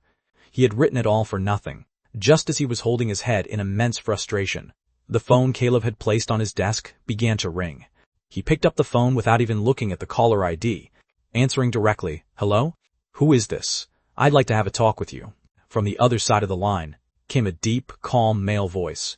Caleb knitted his brows, letting out an annoyed click of his tongue. "I asked who you are. You say you want to talk to me? Are you freaking crazy or something? If you have something to say it quickly. If not, get the hell out of here. I'm very busy on my end, all right?" The other side of the line seemed to emit a soft chuckle. Caleb, male, 28 years old, graduated from Sunrise University with an associate degree, currently residing in Pingcheng City, Haeyu Road, Prosperity Neighborhood, Building 3, Unit 2, Apartment 2003. Caleb's expression transformed instantly. "Who are you? Are you someone I know? Let me tell you, don't you dare mess with me. Hurry up and say who you are. Don't push me too far." People in their line of work found it easiest to offend others, and were also the most terrified of being tracked down. Hearing right now that the person on the other end actually knew his real name and his home address, Caleb panicked instantly. But the speaker on the other end wasn't finished yet. The voice on the phone continued to speak. "Your identification card number is 13110. GS. The how assets do you? To me K ultimate learning and that's DUS. D sections are CareCon and the next actions that the base play on the maker and the magical base. Ooh, XIX. You work for Black Rain Studio. As a professional internet troll, in 2016, which was 5 years ago, you had just entered the industry. 4 years ago, during your second year in the industry, because you were hired to smear a newly debuted actress, you fabricated a massive amount of scandalous dirt about her, causing the actress to be cyberbullied to the point of ultimately committing suicide. Although she was successfully resuscitated, she also developed severe clinical depression. Meanwhile, you showed absolutely no remorse whatsoever, and over the next few years, continued to engage in this line of work by fabricating facts to throw mud at celebrities and driving public opinion to make a living. Am I right? Caleb's face turned completely pale. Everything said on the other end of the phone was absolutely correct, especially that incident from 4 years ago. Clearly, so much time had already passed since then. Clearly that actress had next to no fame at all. Why did someone still remember it even now? The internet has a memory. The voice on the other end of Caleb's phone gradually grew cold. Caleb's voice trembled slightly. "You! Who on earth are you? What do you want? Are you trying to blackmail me with that incident from 4 years ago? I'm telling you, doxing me is illegal. Blackmail and extortion are also illegal. Then you fabricating facts to drive someone to suicide, isn't that illegal?" "Inside Charlie's villa," I said while looking at the extensive history of misdeeds searched up on the computer screen, the expression on my face becoming increasingly unfriendly. The incident from 4 years ago is just a more severe example. How many narratives have you driven over the years? Ruining how many people's reputations and destroying how many lives? Do you not know that yourself? Looking at your WeChat chat history, you always tell your parents that you're a teacher at an art studio, right? They are even proud of you. What do you think your parents would think? If I sent all these things you've done to both of them? Caleb completely lost his tough attitude. What exactly do you want? Do you want money, or what? I'm just an employee at the studio, that's all. I don't have much money either. Why did you target me specifically? What do you actually want to do? I narrowed my eyes. I don't want your money. My demand is very simple. Delete the fabricated dirt you posted about Charlie, and post a public apology on social media. Apologize publicly to Charlie, to the young girl from 4 years ago whom you almost drove to leave this world, to that little girl, as well as everyone you have slandered over these past 5 years. Make a public apology. Caleb fell silent for a long time. Only in the end did he say rather dryly, fine. You're on Charlie's side, aren't you? I can do as you say. But there are too many people in this line of work. There are plenty of people smearing Charlie. There are also plenty of people whose methods are filthier, and whose actions are far worse than mine. Why did you target me specifically? My fingers lightly tapped on my phone case, because I happen to be quite free right now, and I happened to spot you. I wasn't targeting Caleb as an individual. If, in a little bit, I see anyone else fabricating dirt on Charlie, I'll make him experience the exact same treatment as you. Caleb didn't speak again for quite a while. I didn't hang up the phone either, because I could hear that Caleb was currently operating his computer over there. Several minutes later, Caleb finally spoke. The fabricated dirt on the Q&A platform is deleted. The social media post has also been apologized for. Go look for yourself. Are you satisfied? I didn't go check social media, or merely glancing at the fabricated answer Caleb had written on the platform. It was indeed deleted. You're definitely not from our circle. Caleb suddenly threw out on the other end. Probably because he had deleted the dirt and apologized. Caleb's tone suddenly became a bit more relaxed, not as tense as before. My record in our line of work is considered relatively clean. If you check those major professional trolls, theirs are way filthier than mine. So what? Are you trying to make excuses? I said. Caleb shook his head, letting out a sigh. No, I just wanted to say that although you're quite impressive, and can force me to delete the dirt on Charlie, but you really think that you can also force everyone else in the entire circle? I'm just a nobody after all. Once Charlie hits it big, she'll have even more rivals, and even more anti-fans. Being in the entertainment industry, one is destined to become an object to be consumed and targeted, but I don't like her being consumed so filthily. You don't like it? Buddy, who do you think you are? You're probably just a hacker hired by her, that's all. Everyone is just doing a job for money. Don't think of yourself as so noble. Charlie isn't a princess. Nor are you a knight protecting a princess. I'm indeed not a knight, I said. I'm her husband. With that, I hung up the phone, leaving Caleb staring blankly at his phone all by himself. When Charlie woke up from a long, comfortable sleep, it was already 5 o'clock in the afternoon. She indeed hadn't rested well last night, constantly worrying about me, staying up until after 5 a.m. before finally being unable to resist drifting off. Yet I woke her up again at 6 o'clock, which basically meant she stayed up all night. This long nap in the afternoon finally managed to barely soothe the exhaustion in her body. Stretching her arms, Charlie pushed open her bedroom door and walked out. She originally wanted to head downstairs, but suddenly remembered that I seemed to be resting in the study next door. Her eyes darted around playfully, and she tiptoed over to the study door, gently placing her hand on the doorknob, quietly cracking open a slight gap. She wanted to see what I was doing, but when she peeked through the gap, she ran right into me, standing directly behind the door. Our eyes locked through the crack of the door. Charlie thought, uh-oh, my peeping got caught. Charlie originally wanted to explain that she hadn't meant to spy on me, but on second thought, wait a minute. Why should she be afraid of me? I was her lackey. This was her house.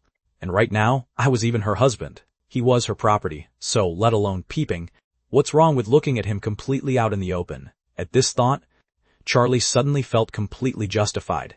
She raised an eyebrow, glaring at me behind the door and saying, "What are you looking at? What are you doing hiding sneakily behind the door? Are you trying to scare me?" Hearing the door to Charlie's room open, I had intended to step out and check on her, but before I could open the door, it was pushed open first, leaving me speechless. Seeing me unable to speak, Charlie felt rather proud of herself. This kid is still too green. How could he possibly compare to an old hand who has been reborn? She shoved the door open and walked into the study. Glancing at the running computer, a sudden thought struck her, and she swaggered over, looking at me. Hurry up! Confess honestly. What were you sneakily doing in the study? I've been asleep for so long. Did you use my computer? To watch something you shouldn't be watching. To relieve your loneliness? Charlie was a typical giant in words, but a dwarf in action. Don't be fooled by how she'd blush for ages just over giving me a quick kiss. When it came to talking trash, even a team of 9 oxen couldn't pull her back. Hearing Charlie say this, I actually put on an expression, as if I were ready to confess honestly, saying with a perfectly earnest face, I did indeed look at some things I shouldn't have. Charlie's eyes instantly widened into perfect circles, and her expression became rather strained. She really hadn't expected that Sean had actually watched that kind of stuff. And not only did he watch it, but he even dared to admit it so openly out loud. This kid is getting bolder and bolder. And here I was thinking you were a pretty honest guy before. Turns out all men are exactly the same, Charlie muttered under her breath. But her eyes darted toward the computer. She was suddenly a bit curious about what exactly I had watched. What type does he like? Western, Japanese, or Korean? As it turned out, my very next sentence left Charlie completely dumbfounded. I'm a grown man. Yet I spent ages reading how to chase a guy backwards and how to make a guy fall in love with you. I felt like my mind was taking a total beating. Of course, it's not like I looked at them on purpose. I just happened to see the history in the search bar and clicked right into it. Bro, Charlie, you wouldn't blame me, right? Charlie was completely dumbstruck. The kind of numbness that spreads from head to toe. Only then did she remember that back before our relationship was finalized, she had specifically searched for these things on the computer, and it seemed she hadn't deleted the history yet. A momentary oversight had allowed me to see absolutely all of it.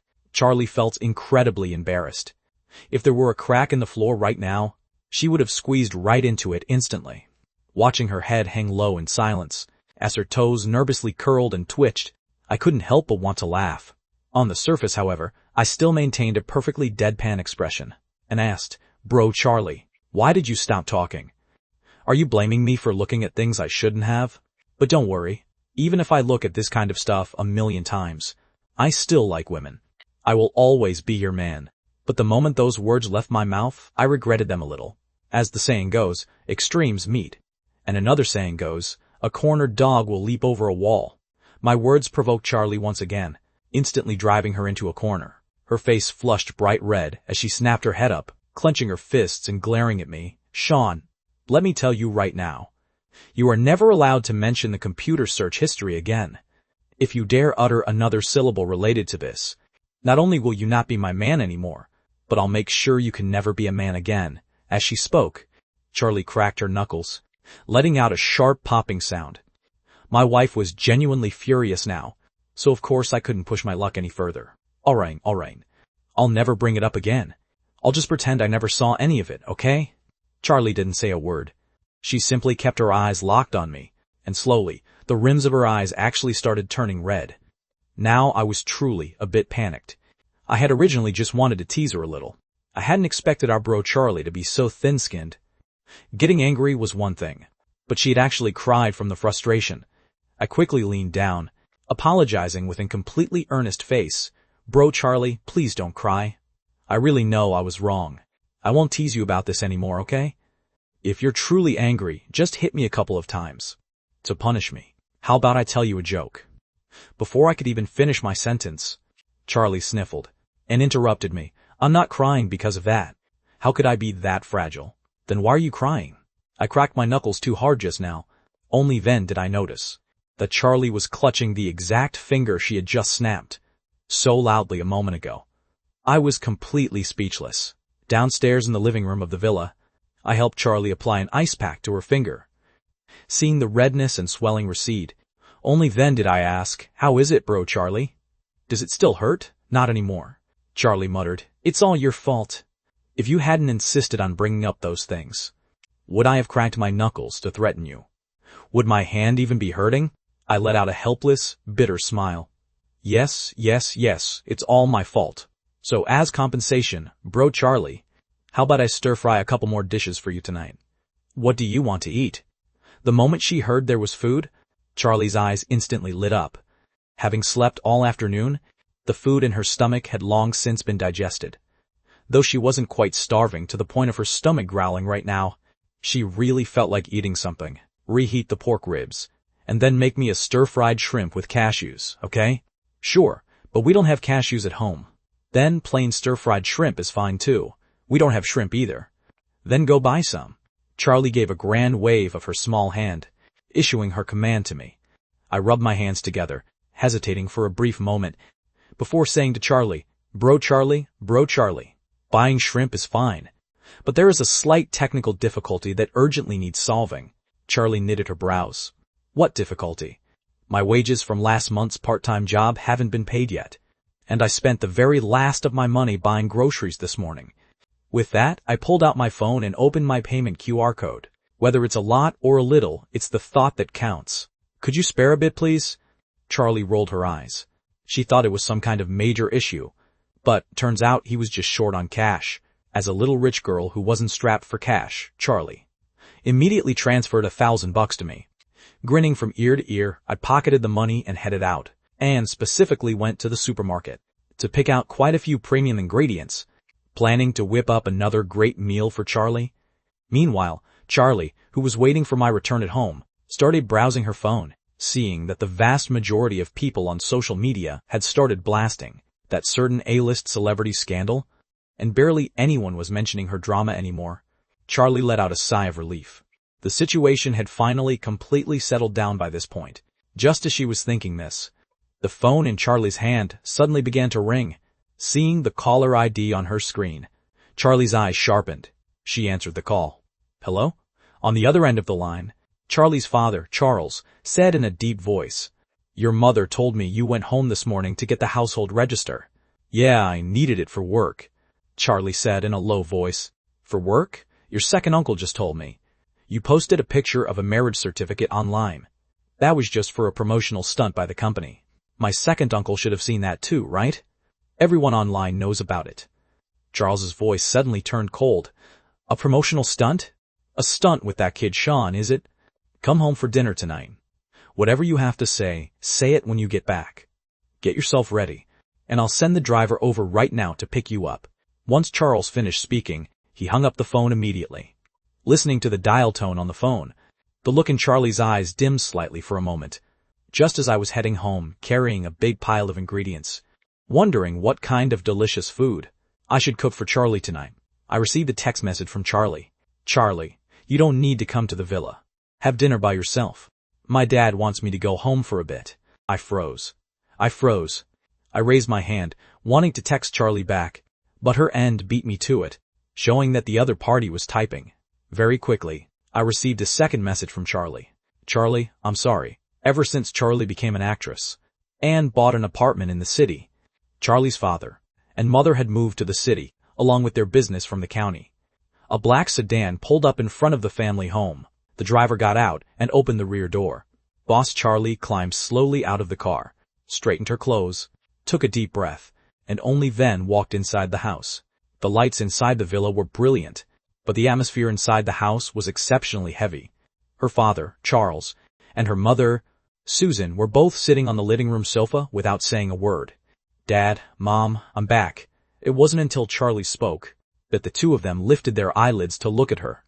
The two of them still didn't say anything, but simply stood up and walked into the dining room. Charlie followed them into the dining room as well, sitting down in the seat her parents had long prepared for her. She suddenly felt a bit aggrieved.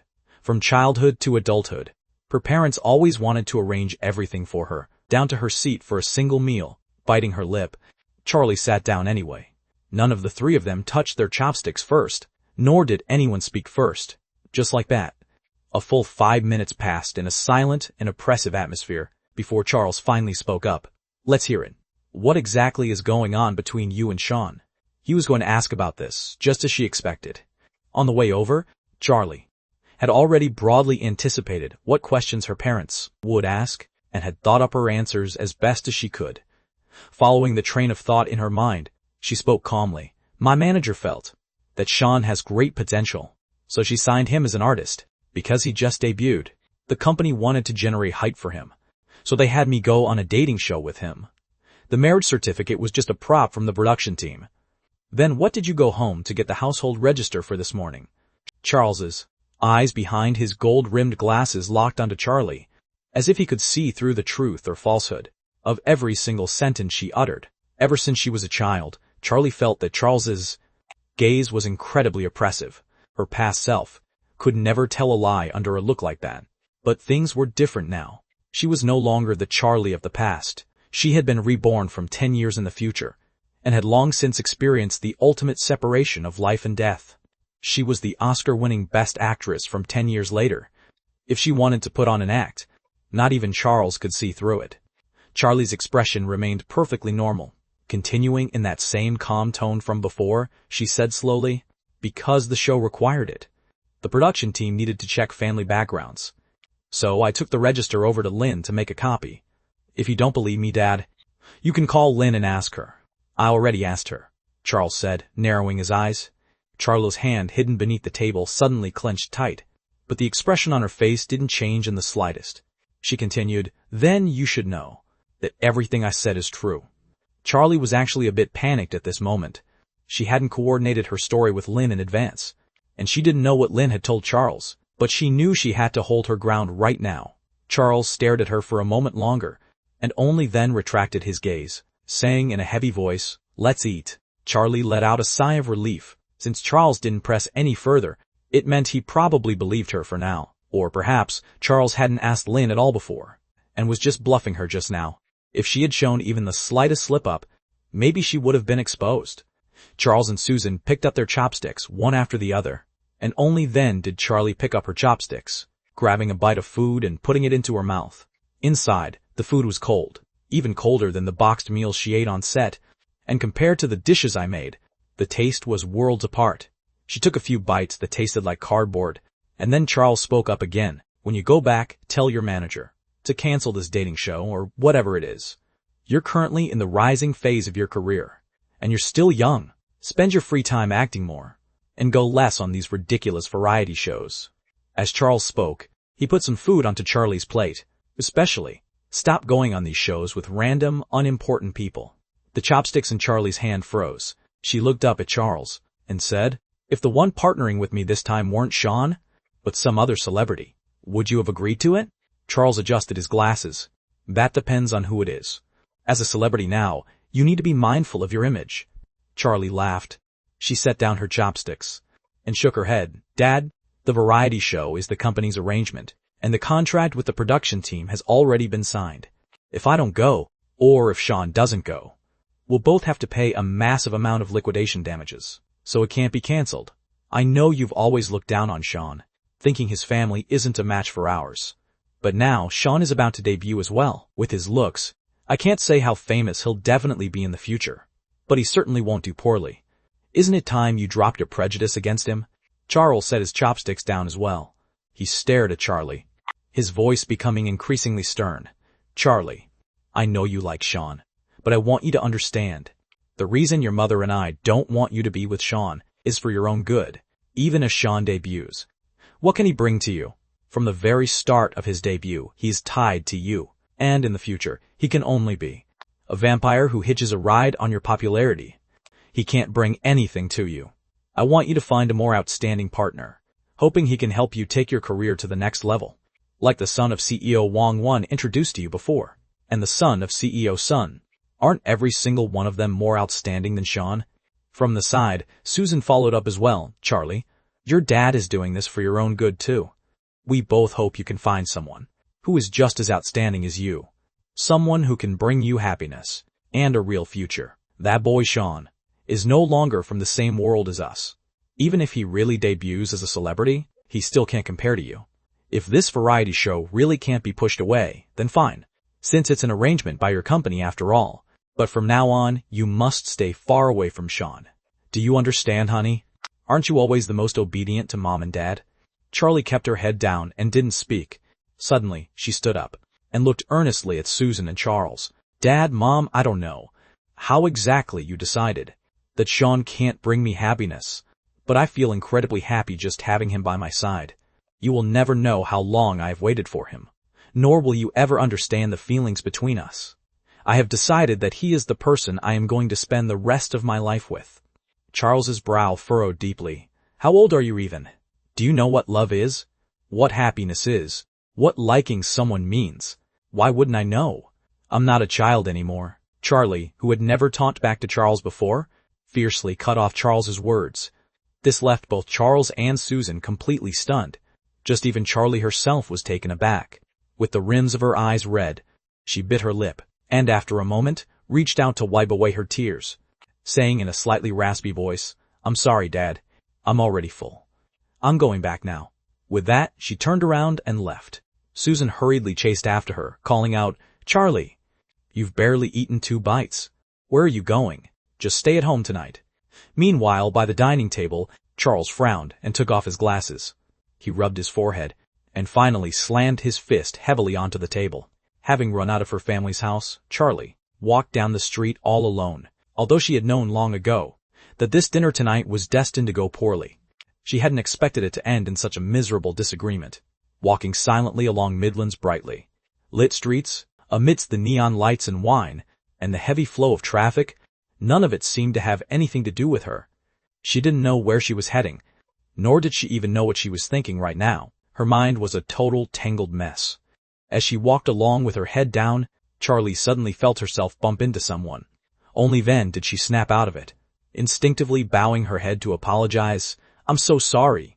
Consequently, she saw the other person reach out their hand, carrying a cup of milk tea and a bag of snacks in their grasp. Charlie looked up in utter surprise, only to find me standing right in front of her, saying softly, You didn't eat your fill tonight, right? I bought you some food. I was planning to walk over to your house and text you to come get it, but I didn't expect to run into you here. I was still saying something, but Charlie could no longer hear it clearly.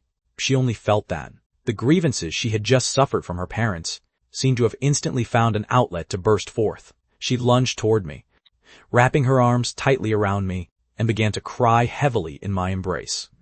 I pulled her close into my arms, gently patting her on the back.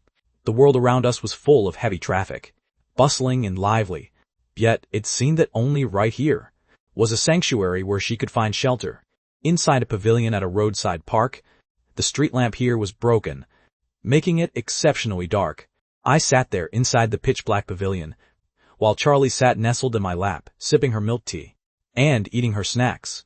I held up my phone to provide light for her, and Charlie didn't mention anything about what she had endured at home, nor did she say why she had been crying. In fact, Charlie was terrified that I would press for details, because she didn't know how to tell me that her parents were vehemently opposed to us being together. But thankfully, I didn't ask. In truth, the reason I didn't ask was because I had long known her family's attitude toward me. Charlie's father, Charles, had opposed my being with Charlie since a long time ago. But, to be perfectly honest, ever since I stepped into those 300,000 loops, I had completely come to terms with it. I didn't blame Charles, because I realized that if I were Charles, I would absolutely never agree to let my daughter be with the old Sean either. What kind of person was the old Sean back then? Cowardly and deeply insecure? Dull and terribly dense. The moment Charles pulled him aside for a talk, he completely chickened out and didn't dare to pursue Charlie anymore.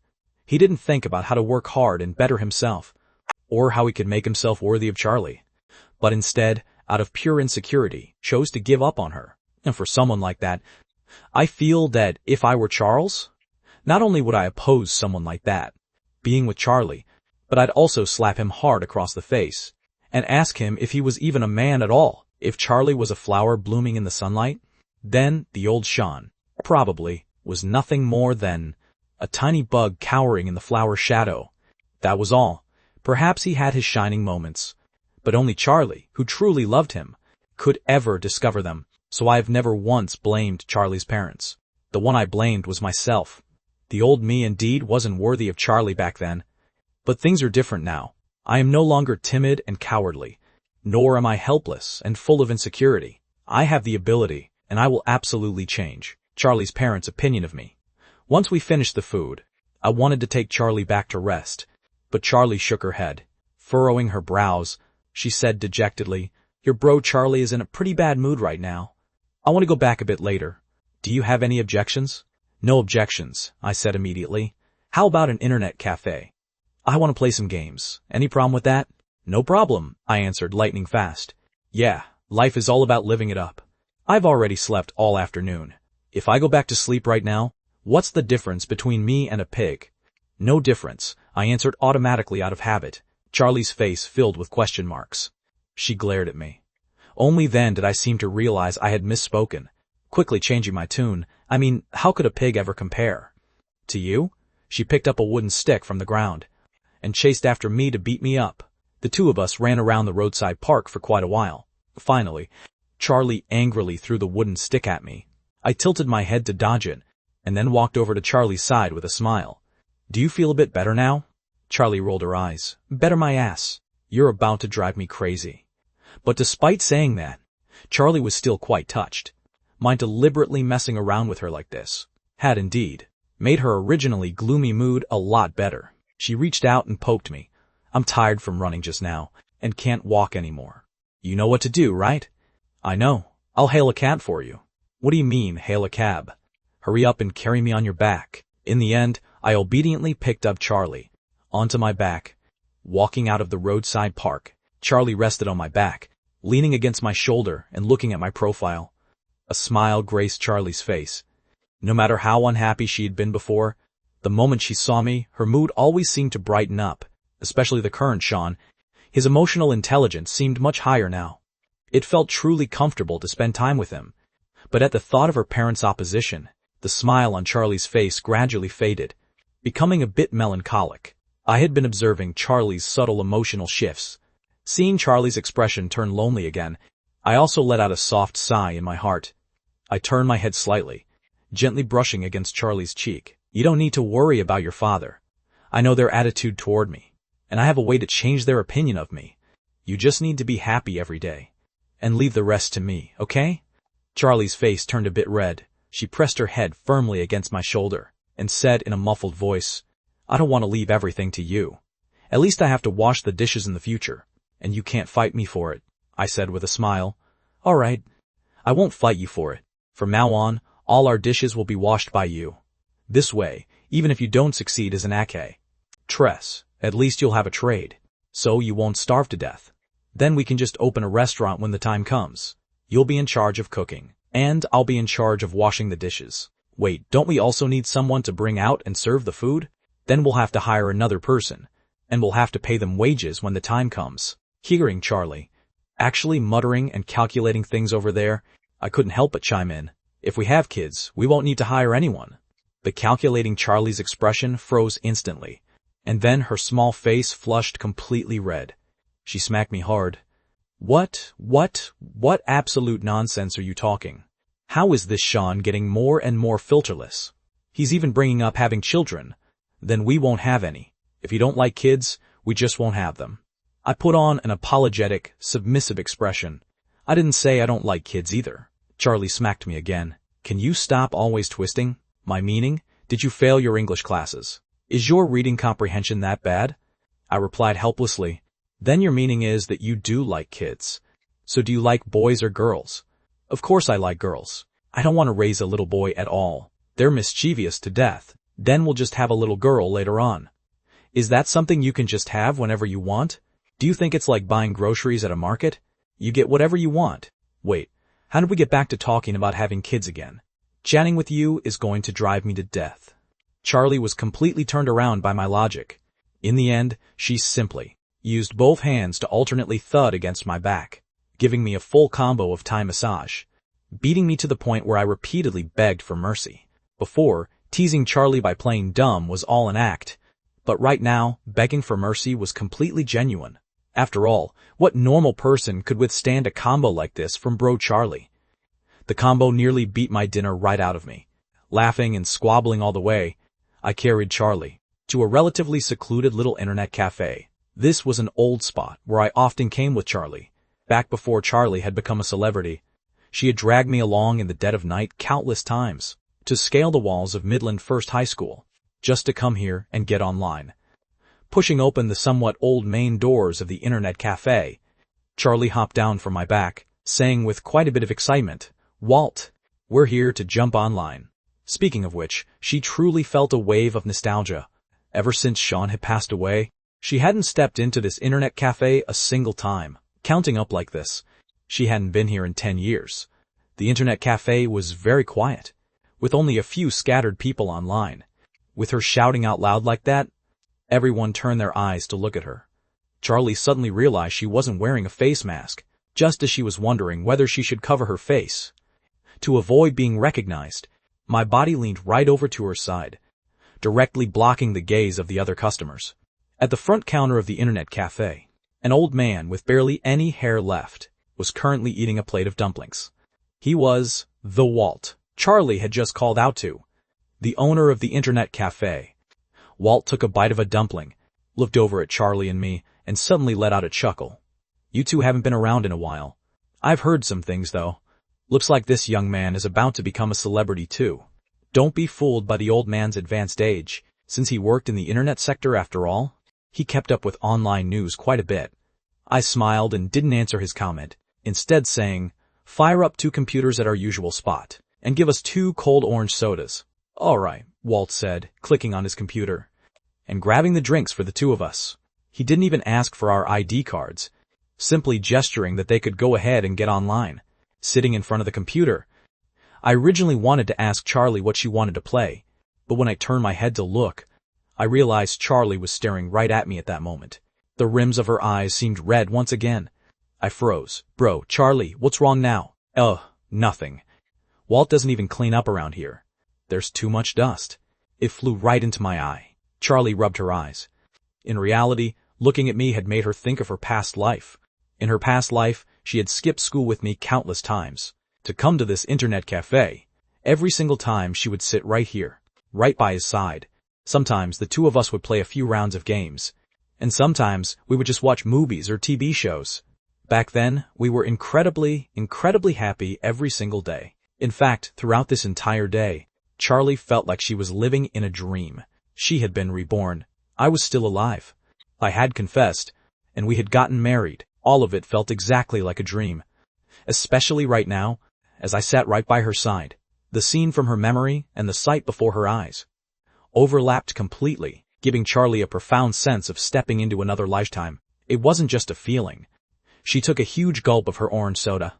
The icy carbonation mixed with the citrus tang traveled all the way down her throat, jolting Charlie completely awake. She rubbed her eyes and let out a chuckle. This was reality. She thanked heaven for granting her the chance at rebirth. In a corner of the internet cafe, the 2 of us queued up for a normal match of League of Legends. As luck would have it, no one wanted the ADC and support roles, so the 2 of us locked down the bottom lane duo. By nature, Charlie belonged to the type who was both terrible, yet loved to play anyway. Her skill was pretty mediocre. Plus the fact that, in reality, she hadn't played this game in 10 years. So after thinking it over back and forth, she ultimately selected a purely attachment-type support champion, Yumi, the magical cat. This champion's attachment ability allowed her to attach herself to another player, becoming an accessory that required absolutely no positioning. After a moment of thought, I selected Callista, the Spear of Vengeance. Right at the start of the match, Charlie attached herself to me, leisurely picked up her soda to take a sip, and leaned back comfortably in her gaming chair. Charlie gave a grand wave of her small hand, issuing her command to me, "Crush the other side." "All right, mission guaranteed to be accomplished," I said with a smile, because the opposing bot lane duo was quite aggressive, and Charlie was pretty much slacking off.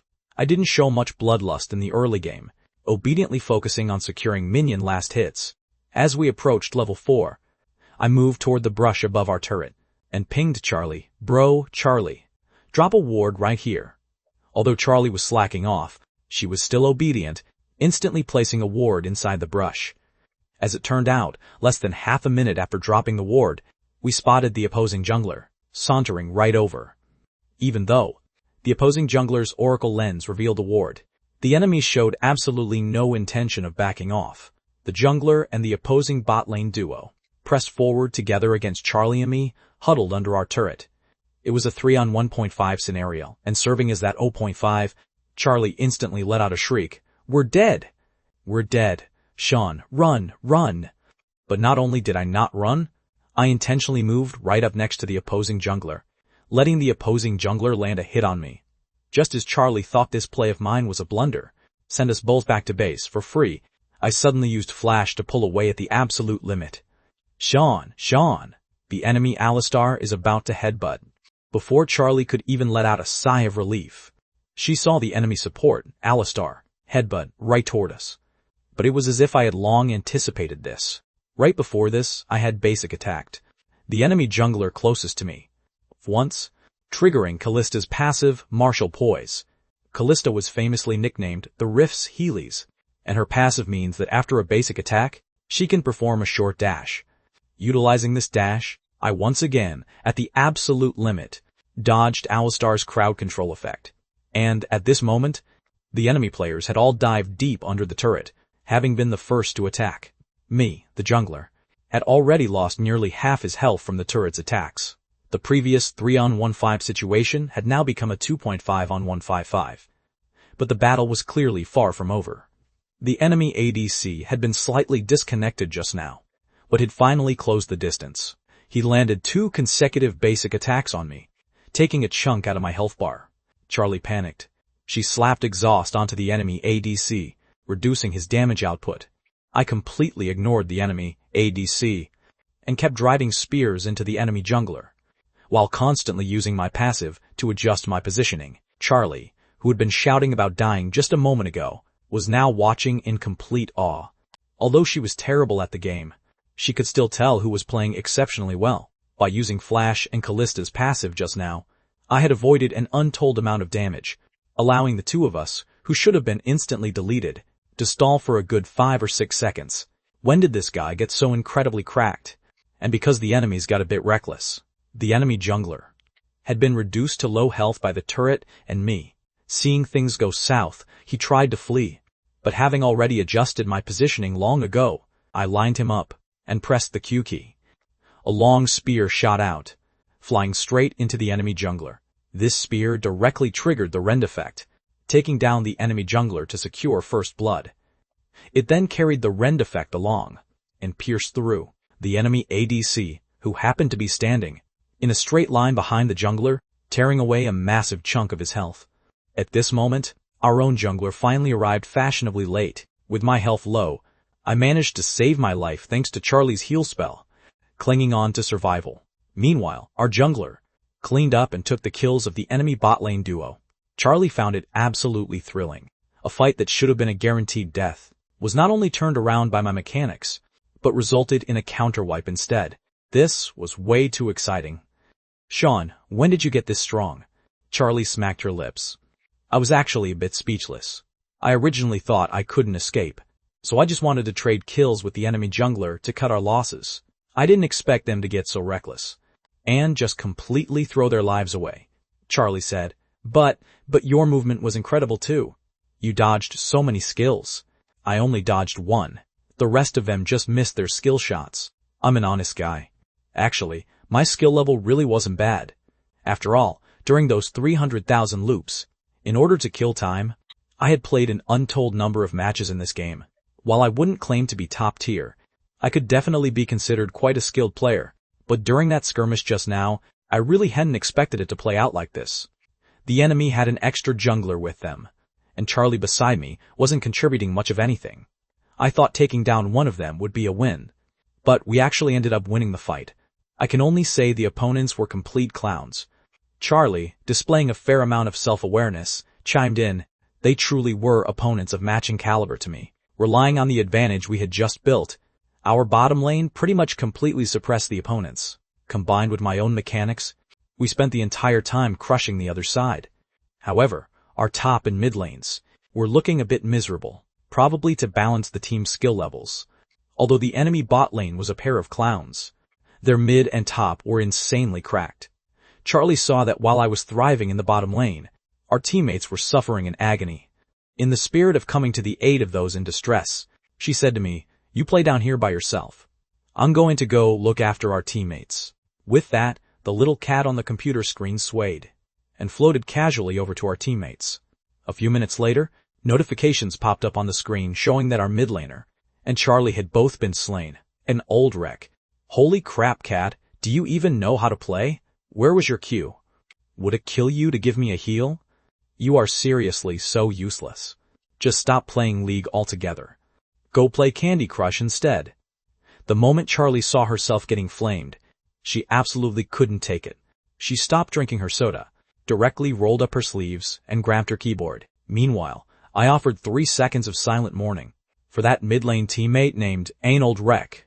My bro Charlie might not be great at the game, but when it came to flaming people, a frantic clattering erupted from Charlie's keyboard, and immediately following that, a massive wall of text popped up on the screen. Bro Charlie the Mighty, you have the nerve to blame me? If I scattered a handful of rice on the keyboard, a chicken would have better positioning than you. If you kept your mouth shut, I would have thought the system cued me with a bot, but the moment you opened your mouth, I realized the system actually cued me with a dumbass. Even trash can be recycled, but you don't even have any value to be used. Bro Charlie the Mighty. I seriously wonder if God thought my day was going a bit too well, so he specifically sent you here to disgust me. Well, I can only say you successfully disgusted me. There are only 2 differences between you and a minion. One is that you know how to type, and the other is that it's easier for the enemy to kill you than last hit a minion. Why did you stop talking? No way, no way. There's no way someone sucks at the game and can't even win a keyboard war, right? Is anyone really that pathetic? I feel like not only are your mechanics garbage, but your eyesight is probably garbage too. Can you not see the scoreboard? Otherwise, with a score of 0-8, how do you have the nerve to flame me when I'm 3-2-8? The mid laner, who had just been flamed by Charlie, to the point where he couldn't find a single opening to chime in, finally found an entry point. Rec, 3-2-8, you still have the nerve to brag? Isn't that entirely because you were carried by the bot lane? If you paired me with an ADC like that, my score would be better than yours even with my eyes closed. Rec, a useless support like you, should just obediently find a boyfriend to carry you. You shouldn't come here to ruin things for us. Wait, no. With a foul mouth like yours, do you even deserve a boyfriend? Who could be blind enough to like you? Callista God. Don't you agree? Seeing that I was already popping off, the mid laner felt that only if this expert spoke up personally could they completely shut down this terrible support. Then John is actually her boyfriend. Having had an argument with the mid laner, Charlie didn't even bother helping this mid laner anymore and directly floated off to the top lane instead. A few minutes later, the top laner, who had been killed and sent back to base, instinctively typed, "Loves caramel sweets. This cat of yours." Charlie glared at her screen. Bro Charlie the Mighty, think about your next words very carefully. The top laner glanced at the flame war Charlie had just unleashed against the mid laner and finally swallowed his saliva hard. He added a few more words. "Loves caramel sweets" is actually pretty cute. Only then was Charlie satisfied. Although the enemy mid and top lanes were strong, they were still a bit lacking compared to me. In less than 30 minutes, I led my teammates to flatten the enemy base and secured the victory. With the match over, Charlie looked at her decent scoreboard and felt completely refreshed. She gave me a slap on the arm next to her. "Not bad, Sean. I didn't expect you to be this good. You must play a lot usually, right?" I replied modestly. "I just play occasionally when I have time." Let's go. Let's play 2 more rounds while my hands are hot." "You mean your hands are hot from flaming people, right?" "What are you talking about?" Hurry up, start the queue." The 2 of us played a few more matches, all the way until midnight, and wrapped things up with a perfect win streak. Seeing that it was getting quite late, I wanted to take Charlie back home, but Charlie was still reluctant to leave, insisting on staying at the internet cafe. "What's the point of going home? I'm pulling an all-nighter today. Actually, there's a show I've always wanted to watch but never did." "Watch it with me." I had no choice but to stay with her, watching the TV drama together with Charlie. Because Walt's internet cafe was quite secluded, there weren't many customers, and even fewer people staying overnight. After midnight, there was no one left but Charlie and me. The 2 of us stayed in the cafe, and when Walt strolled over to where Charlie and I were sitting, wanting to ask when the 2 of us were planning to leave, he saw that Charlie, at some point, had already fallen fast asleep. I deliberately moved my chair closer to Charlie, letting her head rest gently against my shoulder. Looking at Walt, I made a shucking gesture. Walt nodded, lowering his voice, and whispering softly, "Are you guys still leaving later? Our night shift clerk didn't come to work today, and there are no other customers now, so I'm planning to head home." I let out a helpless glance at the soundly sleeping Charlie, and then offered an apologetic look to Walt, saying, "We probably won't leave just yet. It might be a bit later." Alright then, you guys just rest up here. I've left the padlock by the door. When you leave, just lock the door behind you. Charlie and I were both customers who knew him very well, so Walt felt perfectly at ease leaving the two of us in the shop. Before leaving, Walt switched off the internet cafe's lights. The cafe plunged into darkness instantly, and only Charlie's and my computer screens were still casting a glow. The light from the screen illuminated Charlie's face, shining on her sleeping features, which looked so incredibly peaceful and serene. A smile automatically appeared on my face. Sleeping sitting up with her head tilted was bound to be uncomfortable, so Charlie woke up after sleeping for a little over an hour. Muzzily wiping the drool from the corner of her mouth, she looked around the dimly lit internet cafe and asked, "What time is it now?" "It's past 2. Do you want to go back?" I replied. Charlie muttered under her breath, "But I still want to pull an all-nighter." "Well, it's already 6 o'clock now." Our all-nighter was a success. Should we head home to catch up on sleep? Really? Okay then. By this point, Charlie was completely dazed, so she just agreed with whatever I said. I chuckled and rubbed her head, helping her up as I turned off the computers. After locking up the internet cafe door, I pulled along the still half-asleep Charlie, walking along the streets at 2 o'clock in the morning. There wasn't a single pedestrian to be seen around us, with only the occasional car driving past. The night felt so incredibly quiet and still, as if it belonged solely to Charlie and me. I thoroughly enjoyed this feeling. During the previous time loops, I had desperately wanted to just be together with Charlie, walking along the quiet streets in the early hours of the morning, but I had never once succeeded, because every single time midnight struck, I would be looped straight back to 6:30 a.m. on the morning of July 31st. I simply didn't have an early morning at all. However, even though I was thoroughly enjoying this feeling, I still hailed a taxi. It was still quite a long way from here to Charlie's villa, and if we walked, it would probably take over an hour. Charlie was currently so sleepy she couldn't even walk straight, so I couldn't bear to let her wander outside for too long. We took the taxi back to the villa. I carried Charlie, who had already fallen asleep in the car, upstairs in the dead of night, and placed her onto the bed. I originally wanted to leave, but for some reason, Charlie grabbed my hand, and she held on quite tightly. I stood by the bedside, wrestling with myself for a long time, before making up my mind and taking a deep breath. We're already a legally married couple anyway. What's wrong with sleeping together? So I lay down on the bed as well, right next to Charlie, and reached out to gently hold her. Charlie gave a muddled groan. Squinting her eyes to glance at me, I said to her with a smile, "Go to sleep. Good night."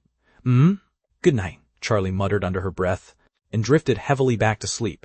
I held her gently, wanting to sleep too, but when Charlie wrapped herself around me like an octopus, draping all her limbs over my body, I found that I couldn't really sleep anymore. Early the next morning, I first UD accomplice. At exactly 6 o'clock, Charlie was jolted awake by my phone ringtone. She opened her eyes, only to see right in front of her, at point-blank range, me with massive dark circles under my eyes. Charlie and I stared at each other for a brief moment, and then Charlie suddenly let out a sharp shriek, followed immediately by a rabbit-style kick. That blasted me right off the bed. "Why you, Sean? Why are you sleeping in the same bed as me?" Charlie's face was flushed like a ripe apple. Clutching my stomach, I climbed up from the floor and let out a sigh. "I carried you to bed last night, and originally planned to sleep outside, but you grabbed me and wouldn't let me go." "Nonsense. How could I possibly be that kind of person? I mean, I shouldn't be, right?" As she spoke, Charlie suddenly started losing her confidence because she vaguely remembered having a dream last night, where she turned into Yumi from the game, clinging onto my leg as we battled through Summoner's Rift. Out of sheer terror of getting thrown off, she seemed to have held on incredibly tightly. I had no idea what this girl was thinking right now, but I felt like I was being deeply wronged. Ibukan didn't want to act like a proper gentleman, but it was clearly Char Lai who had dragged me into sleeping together. In the end, not only could I not sleep a wink all night, but I even had to take a flying kick this morning. Feeling thoroughly aggrieved, I silently left the room and headed downstairs. Watching my figure walk away into the distance, Charlie felt a bit embarrassed. Not only had she wrongfully accused me, but she had even kicked me. Sean couldn't really be angry, could he? Should I go down and apologize to him? With those thoughts, Charlie quietly crept downstairs, only to see me in the kitchen preparing breakfast. I was way too dazed from sleep last night, so maybe I accidentally grabbed onto you. I misunderstood you this morning. I'm sorry. I didn't even turn around to look at her. Merely saying, "It's fine, bro, Charlie. I'm not that petty of a person. How could I ever blame you?" Charlie let out a sigh of relief. Thank goodness my Sean is so magnanimous. And didn't hold a grudge. Very quickly, I walked out carrying the breakfast. Charlie looked at the single fried egg placed in front of her, along with a glass of milk, and then looked at the sweet and sour pork ribs sitting in front of me, and the expression on her face instantly collapsed. You were blaming me. You're totally holding a grudge. Like hell I'd believe you. I want to eat sweet and sour pork ribs too. Wah, Sean, I was wrong. I shouldn't have misunderstood you. And I shouldn't have kicked you. I had a gentle smile on my face. Do you really know you were wrong? Then repeat after me. Sean is a proper gentleman, Charlie. Sean is a proper gentleman. I wrongfully accused Sean, Charlie. I wrongfully accused Sean. Tonight, Sean can sleep with me again. Charlie, tonight, Sean can sleep your head, you dummy. Charlie's face turned red. This guy wasn't a proper gentleman by any stretch of the imagination. It looked like she hadn't kicked him hard enough. I picked up a piece of pork rib with my chopsticks and held it out right to Charlie's lips. The enticing aroma made Charlie instinctively swallow her saliva, and then she opened her mouth. As it turned out, I suddenly pulled the chopsticks back. I took a kick today, and was wrongfully accused by you. You have to show some appreciation, right? Charlie glared at me. Even so, we still can't sleep together. At least not yet. We only made our relationship official for a single day. How are you already thinking about crawling into my bed? Then think of a compensation yourself. If it satisfies me, I'll let you eat it. Charlie thought about it for a moment, and suddenly dashed into the kitchen. I actually thought this girl was going to cook a breakfast for me, to express her apologies. Instead, I saw Charlie wielding a kitchen knife. As she ran back out, how about I compensate you with an actual permanent disability? I silently pushed the sweet and sour pork ribs right in front of Charlie. Charlie finally put the knife down, and a smile bloomed on her face. But she didn't eat them immediately. Instead, she slipped around to my side and gave me a soft, quick peck on the cheek. Right after the kiss, Charlie immediately snatched the plate of ribs, burying her face in them and eating furiously. She didn't even dare to steal a single glance at me. Savoring the lingering, moist sensation on my cheek, I couldn't help but chuckle softly. After finishing breakfast, Charlie consciously ran off to wash the dishes. I didn't try to fight her for the chore either, just sitting in the living room browsing my phone. On social media, the news regarding "Let's Start Dating Today," me, and Charlie, had basically been entirely suppressed.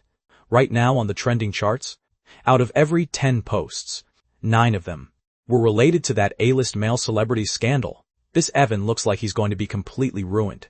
While scrolling through the news, I called out toward the kitchen. Boss Charlie called back from the kitchen. Yeah, and he's done quite a lot of bad things. He's definitely going to do prison time. He reaps what he sows. I shook my head and let out a slightly regretful sigh. What a pity. The money the company and production team spent to buy trending traffic was basically wasted for nothing. Charlie, who was washing dishes, also felt it was a complete waste, and even felt a tiny bit of regret. In reality, possessing the memories of her past life, she by rights should have known the news that this top-tier male star named Evan would completely crash and burn during these exact few days. However, during these few days in her past life, Sean had just passed away, and the completely heartbroken Charlie had absolutely no mind to pay attention to external news. So, regarding this whole matter with Evan, Charlie's impression really wasn't very deep. Just as I was browsing social media, a sudden knock on the door rang out. Glancing at Charlie, who was still cleaning up in the kitchen, I got up and went to answer the door. As it turned out, the moment I opened it, I heard a woman swearing and ranting. You brat. You are seriously going to be the death of me. Pulling off something this huge, without telling me in advance, is one thing. But you even dared to secretly post it on social media. You've really outdone yourself. I seriously want to chop you to pieces. Midway through her tirade, the woman finally noticed that the person who opened the door wasn't Charlie. And upon seeing my appearance, the woman's expression turned incredibly peculiar. Sean? Good morning, Lynn. I naturally recognized the woman in front of me as well. It was none other than Charlie's manager, Lynn. Lynn looked to be in her mid-30s, sporting short hair, and dressed in business attire. Her aura was highly efficient and straightforward. exactly like her explosive temper. I took the suitcase Lynn was dragging from her hands and said with a smile, "Come on in first. Charlie is washing the dishes." Lynn was ushered into the house, while looking at me with a bit of embarrassment. "I'm sorry, Sean. I thought it would be that brat Charlie, opening the door just now. I didn't expect it to be you." "It's fine," I smiled politely, sitting down on the sofa with Lynn and pouring a glass of water for her.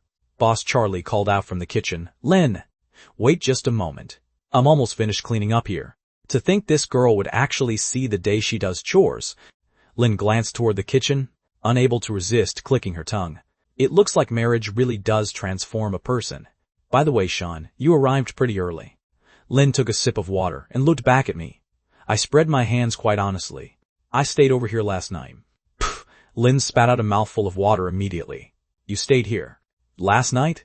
The ace manager of Lanyu Entertainment stared at me completely dumbfounded. Even though these two had gotten married, they were both still college students, right? Was it that youth nowadays were too open-minded? Or was her mindset simply too old-fashioned? I was out playing with Charlie for quite a while last night, and by the time I brought her back, it was already very late. So I just rested here. Hearing me phrase it like that, Lynn felt a bit more relieved. So it was just because it was too late, which was why he rested here. That was certainly understandable. After all, Charlie's place was a villa, so there were definitely a couple of guest rooms. They hadn't necessarily shared a single room. Wiping away the water she had just spat out, Lynn picked up her water glass to take another sip, asking casually, "So did you sleep well last night? You look like you have some dark circles under your eyes." "I slept okay, except Charlie gave me a hard kick when she woke up this morning. It still hurts a bit right now." Pff, Lynn spat out her water yet again. "Why, you guys shared a bed?" "Yeah." Lynn fell silent for a long moment, the expression on her face looking somewhat complicated. After a good long while, she finally spoke. "Right now in my heart, I sort of feel like I'm watching a premium cabbage get uprooted by a pig." Just then, Charlie stepped out of the kitchen. Hearing Lynn's words, she immediately grew displeased. "Lynn, while I might be your precious darling cabbage, Sean is definitely not a pig. How could you say that about him?" Lynn rolled her eyes at Charlie, and then said strictly, "The pig I'm talking about is you." Lynn let out a sigh, reaching out to place her hand on the back of mine. "Sean, I know this girl's temper all too well. You're such a fine, sensible, and handsome young man. How on earth did you fall into her clutches?" I smiled. "Charlie is wonderful. I like her a lot." "Her, wonderful. If she's wonderful, then there are no bad people left in the world." Charlie couldn't take it anymore. "Lynn, why are you putting me down so much? I'm not that bad. Besides, even if I really am terrible, I still managed to find a husband. How come you're still single even now?" The moment Lynn heard these words, she instantly bolted upright. She then stormed into the kitchen, brandishing a kitchen knife and pointing it at Charlie. "You little brat. What did you just say? Did my being single offend you somehow? Say another word and I'll chop you to pieces." Staring at the kitchen knife in Lynn's hand, only then did I realize that Charlie's threatening people with a kitchen knife actually had a lineage. Charlie had already ducked behind my back by this time, looking aggrievedly at Lynn's knife. "You were the one who insulted me first. Am I not even allowed to fight back?" Lynn brandished the knife. All right. I was wrong. I'm sorry, Lynn." Charlie chickened out instantly. Only then did Lynn lower the kitchen knife, letting out a snort as she sat back down on the sofa. Glancing at Charlie and me huddling close together, she suddenly let out another sigh. "It really is ridiculous. If even a brat like you can find a man, how on earth can't I find one?" Lynn was nearly 40 years old, and forget about marriage. She hadn't even successfully dated a single boyfriend. Charlie scampered over to fawn over Lynn, massaging her shoulders. "Lynn, as long as you get angry less from now on, and act a bit gentler, you'll definitely find your Prince Charming too." All right, stop rubbing. Sit down properly. It's time for business." Charlie sat right back down on the sofa obediently. Watching this made me feel a bit emotional. This Charlie, when in front of Lynn, was countless times more obedient than she was in front of me. The only one who could suppress bro Charlie into little sister Charlie was probably Lynn. Lynn pulled 2 stacks of contracts out of her suitcase and handed them to Sean and Charlie respectively. "This is Sean's talent contract with the company, as well as the contract for the two of you. with the dating show's production team. Charlie and I looked at the contracts in our hands, while Lynn explained some of the details to us. We didn't ask for a very high price for the contract with the show. After all, we joined the cast to settle the scandal, not to make money. As for Sean's contract with our company, because I signed it entirely on my own authority, without going through the higher-ups, we could only settle for a cheap 6-month contract. Lynn looked over at me as she spoke. Sean, once you finish this web variety show, you can just vanish from the public eye. The company won't arrange any other tasks for you.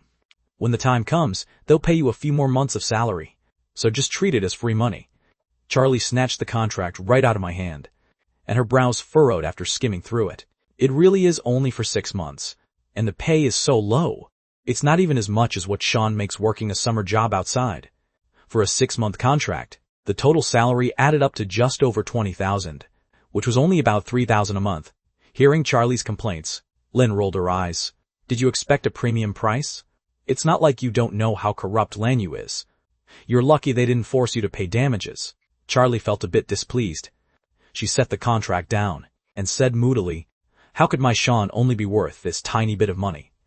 Once I get the chance, I am definitely going independent. And then I'll sign Sean as my own artist and give him the highest paying contract. Then when he comes home, I'll make him hand all his wages over to me. Lynn added, I actually support you going independent. Lanyu is indeed no longer suitable for your career development. When this kind of thing happens to artists at other companies, the first thing they think of is a PR strategy. But Lanyu is just great. They immediately focus on how to squeeze liquidation damages out of you. A textbook case of killing the goose that lays the golden eggs. Thankfully, Sean found a way to help you cover it up and shut the mouths of those higher-ups. Otherwise, you'd still be stressing over how to scrape the money together. Your contract expires at the end of the year. Once you endure until then, go switch to a different company or go independent. Charlie nodded. In reality, in her past life, her going independent had also been recommended by Lynn. Even though Lynn was still an employee of Lanyu Entertainment right now, she had always genuinely looked out for her best interests. I took the contract and gave it a general read-through. After confirming there were no traps or any major issues, I signed my name and handed the contract back to Lynn. Then I added, Lynn, I have a small request, though I don't know if it can be granted. Go ahead. As long as it's reasonable, I can pitch it for you. I'd like to get an advance on my entire 6-month salary. Would that be all right? The moment I said this, Lynn looked at me with an exceptionally puzzled expression. Sean, are you in an urgent need for money right now? Boss Charlie also looked at me and asked, if you need money, I can totally lend it to you. Though I can't afford liquidation damages, lending you some cash is certainly no problem, right? I chuckled and shook my head at Charlie. Then I said to Lynn, Lynn, I do indeed need some money. I wonder if it's convenient for the company. Lynn thought it over for a brief moment, pulled out her phone and sent a message out. In just a short bit, she received a reply from the company. It's approved. My salary was incredibly low to begin with. No matter how corrupt Lanyu Entertainment was, they wouldn't refuse to advance a measly $20,000. With the contract fully signed, Lynn briefed the two of us about the variety show again. Because the production team was rather broke, out of the few celebrities they signed, none had much fame except for Charlie, and their schedules were completely open. So the production team said that as long as Charlie was free, they could start filming at any time. Furthermore, they hoped to do it as soon as possible. So we settled on August 5th, which means joining the cast in 3 days. Sean, you should be free, right? I nodded. Great. The show's format is a mix of recording and live streaming. Live streaming web variety shows right now have massive popularity because they allow for real-time interaction and feel more authentic, so the trending traffic is incredibly high. The filming location is in the ancient capital of Xi'an. I'll stay over here for the next couple of days. Then on the 4th, we'll catch a flight and fly to Xi'an together. Lynn was highly competent as a manager, after all, having mapped out the entire schedule well in advance. I had no objections, but Charlie suddenly looked a bit hesitant. Lynn, are you going to stay here for both days? Lynn stared at Charlie. What? Don't tell me with so many guest rooms in your house. I can't even stay in one? Besides, didn't I stay here every single time I visited before? Charlie's expression grew deeply conflicted. I'm screwed. I'm completely screwed. If Lynn stays here, how is she supposed to eat her sweet and sour pork ribs?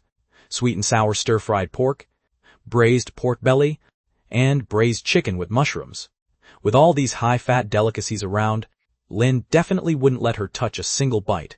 Was she doomed to return to a miserable daily life of nothing but hard-boiled eggs and green vegetables? Lin had absolutely no idea Charlie was dwelling on this. She glanced at the conflicted Charlie, and then glanced at me, as if jumping to a conclusion. The expression on her face instantly turned highly amused. She let out a cold chuckle. "Charlie, I know exactly what you're getting at." Charlie's heart gave a sudden leap. Did she accidentally blurt out the names of the dishes she wanted to eat just now? Charlie, let me tell you right now, you young people absolutely must learn some restraint. You shouldn't be too indulgent. Charlie's face dropped completely. I wasn't being too indulgent. It was used literally just for one single day yesterday. That's exactly because you've only cohabited with Sean for a single day. If he lives with you every single day, won't you be completely indulgent every single day? Lin said with a perfectly straight face. Charlie thought about Sean's supreme culinary skills. If Sean cooked mouth-watering food for her every day, then it seemed she really would be completely indulgent, stuffing her face daily. She lowered her head self-consciously. Being indulgent every day isn't totally out of the question either. Charlie, hearing this, Lin immediately let out a loud roar. What absolute nonsense are you spouting? How can a young girl like you be thinking about these kinds of things? Have you no shame at all? What's there to be ashamed of? Charlie felt a bit aggrieved. Isn't this just natural human desire? If you tried it yourself, you'd definitely find it completely irresistible too. She was absolutely certain that if Lin tasted the dishes Sean cooked, she would undoubtedly get completely addicted just like her. The flavor was simply out of this world. As a result, Lin's face suddenly flushed red with anger, slamming her hand onto the table. Charlie, what on earth are you talking about? Can you please stop being so utterly shameless and filterless? Review it later. Forget it. I seriously can't be bothered to deal with you. But I do have to give you a warning. Indulgent as you may be, you absolutely must make sure to use protection. Got it? Protection? Charlie was thoroughly baffled. What kind of protection do you even need for eating a meal? Eating a meal? What do you mean? Lin was equally confused. What the hell are you talking about? Charlie blinked, staring blankly at Lin. Aren't we talking about the food Sean cooks? I was a bit indulgent yesterday, eating a burger and then right after that, gorging on a bunch of sweet and sour pork ribs. Of course, I ate them this morning too. But you can't blame me for that. Sean's culinary skills are truly just too incredible. Seriously, Lin, you absolutely have to try his sweet and sour pork ribs. Could it be that you weren't talking about this just now? Charlie could also see the utter strangeness of Lin's expression by this point, sensing that something seemed highly amiss. The two of us stared at each other for a few seconds, and then both of them finally clued in, realizing exactly what Lin had meant a moment ago. Charlie's face turned completely crimson in an instant, while Lin snatched up the kitchen knife once again, her eyes widening as she roared furiously at Boss Charlie. You ate a burger yesterday, and you even gorged on sweet and sour pork ribs, so that means the photo of the plain stir-fried bamboo shoots you sent me yesterday was a complete lie? I didn't lie to you.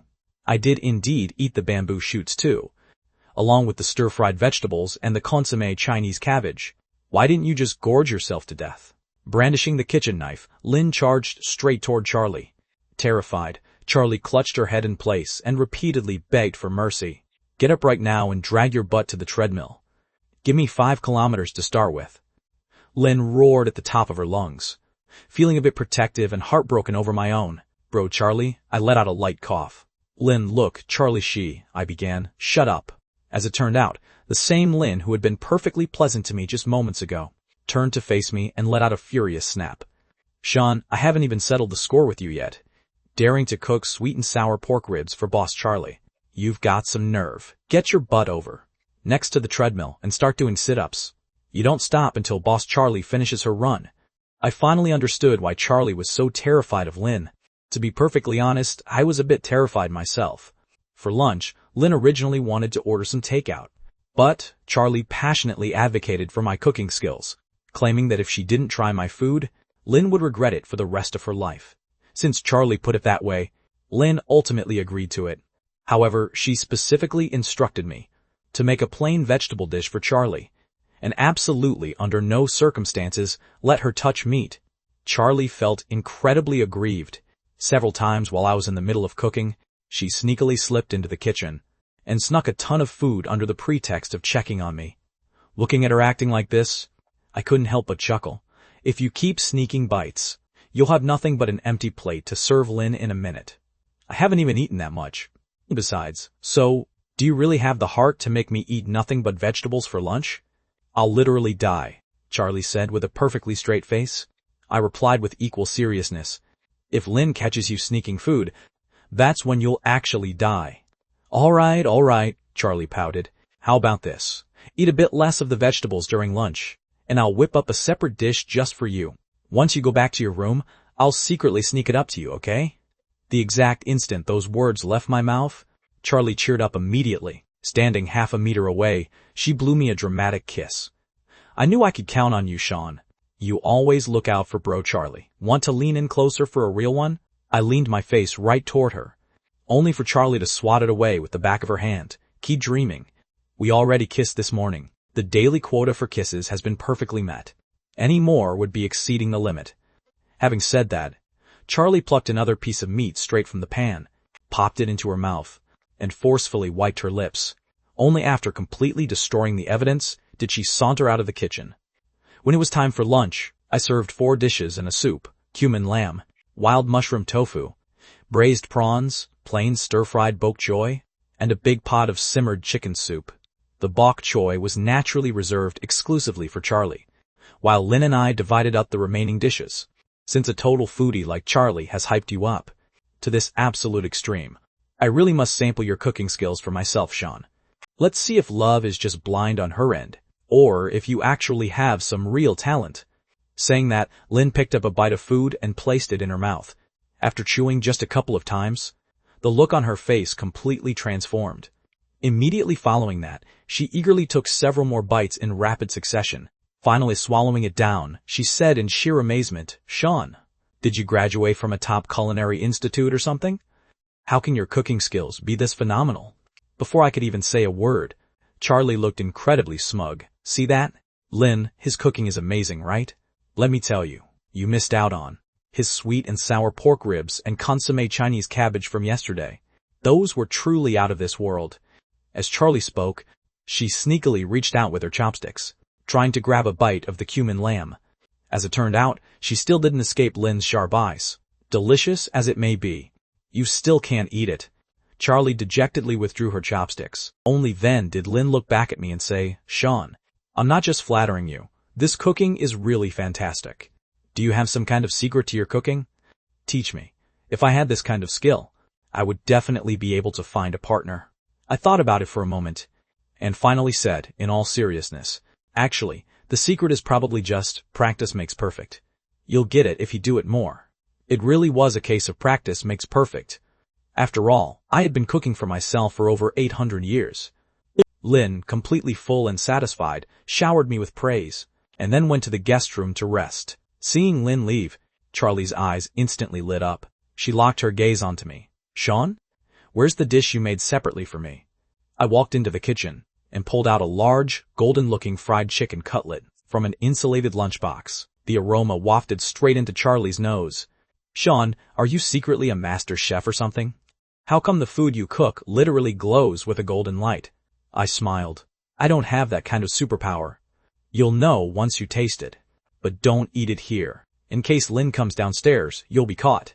Go eat it in your room.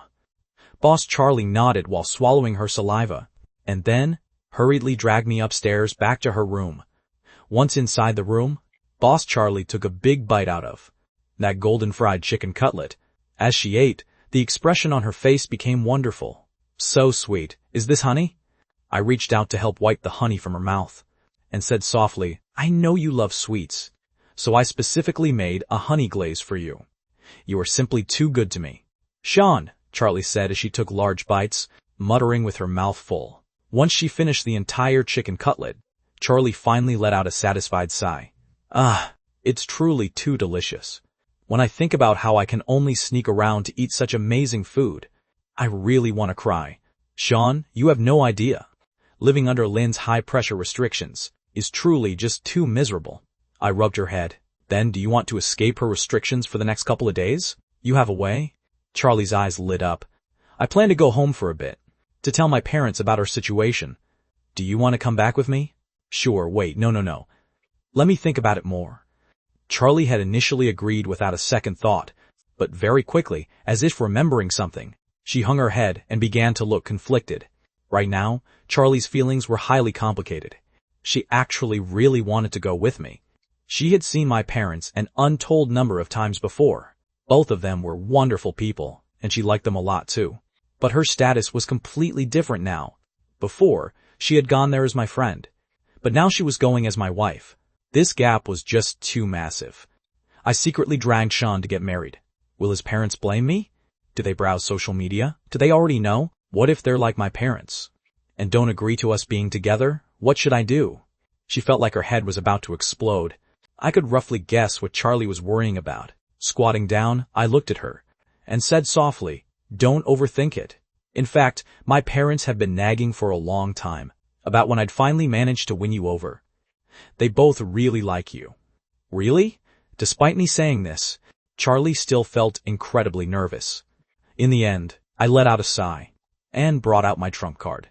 Anyway, I definitely have to go home. I might not even be able to come back before tomorrow night. If you don't come with me, you can only eat whatever Lynn feeds you. I won't be able to secretly cook separate meals for you either. I'll go. When are we leaving? Charlie said immediately. When Lynn woke up from her afternoon nap, she discovered there was no one left in the villa. She originally wanted to pull out her phone to ask Charlie where on earth she had gone, but the moment she opened WeChat, she saw a message Charlie had left for her earlier. "Bad brat, Lynn. I have something to take care of these next 2 days, so I'm heading out. I'll be back on the 4th. Don't miss me too much. Bye-bye." That Charlie actually ran away. Lynn immediately dialed her number. "You little brat. You're supposed to be the owner of this house. Now you, the owner, leave your guest behind and run away yourself? What kind of stunt is this? And don't think I don't know what you're up to. You just want to sneak off to eat good food behind my back, right? Let me tell you, not a chance. Get your butt back here right now." On the other end of the line, Charlie said meekly, "Lynn, you've completely misunderstood me. I truly have official business to attend to. Since Sean and I registered our marriage, we haven't even told his parents yet. As the new daughter-in-law, I have to meet my in-laws, right? I'm already on a long-distance bus, heading to Sean's house right now. Oh, it seems like the signal is getting bad. I'll hang up first." With that, Charlie hung up the call, leaving Lynn gnashing her teeth in pure rage.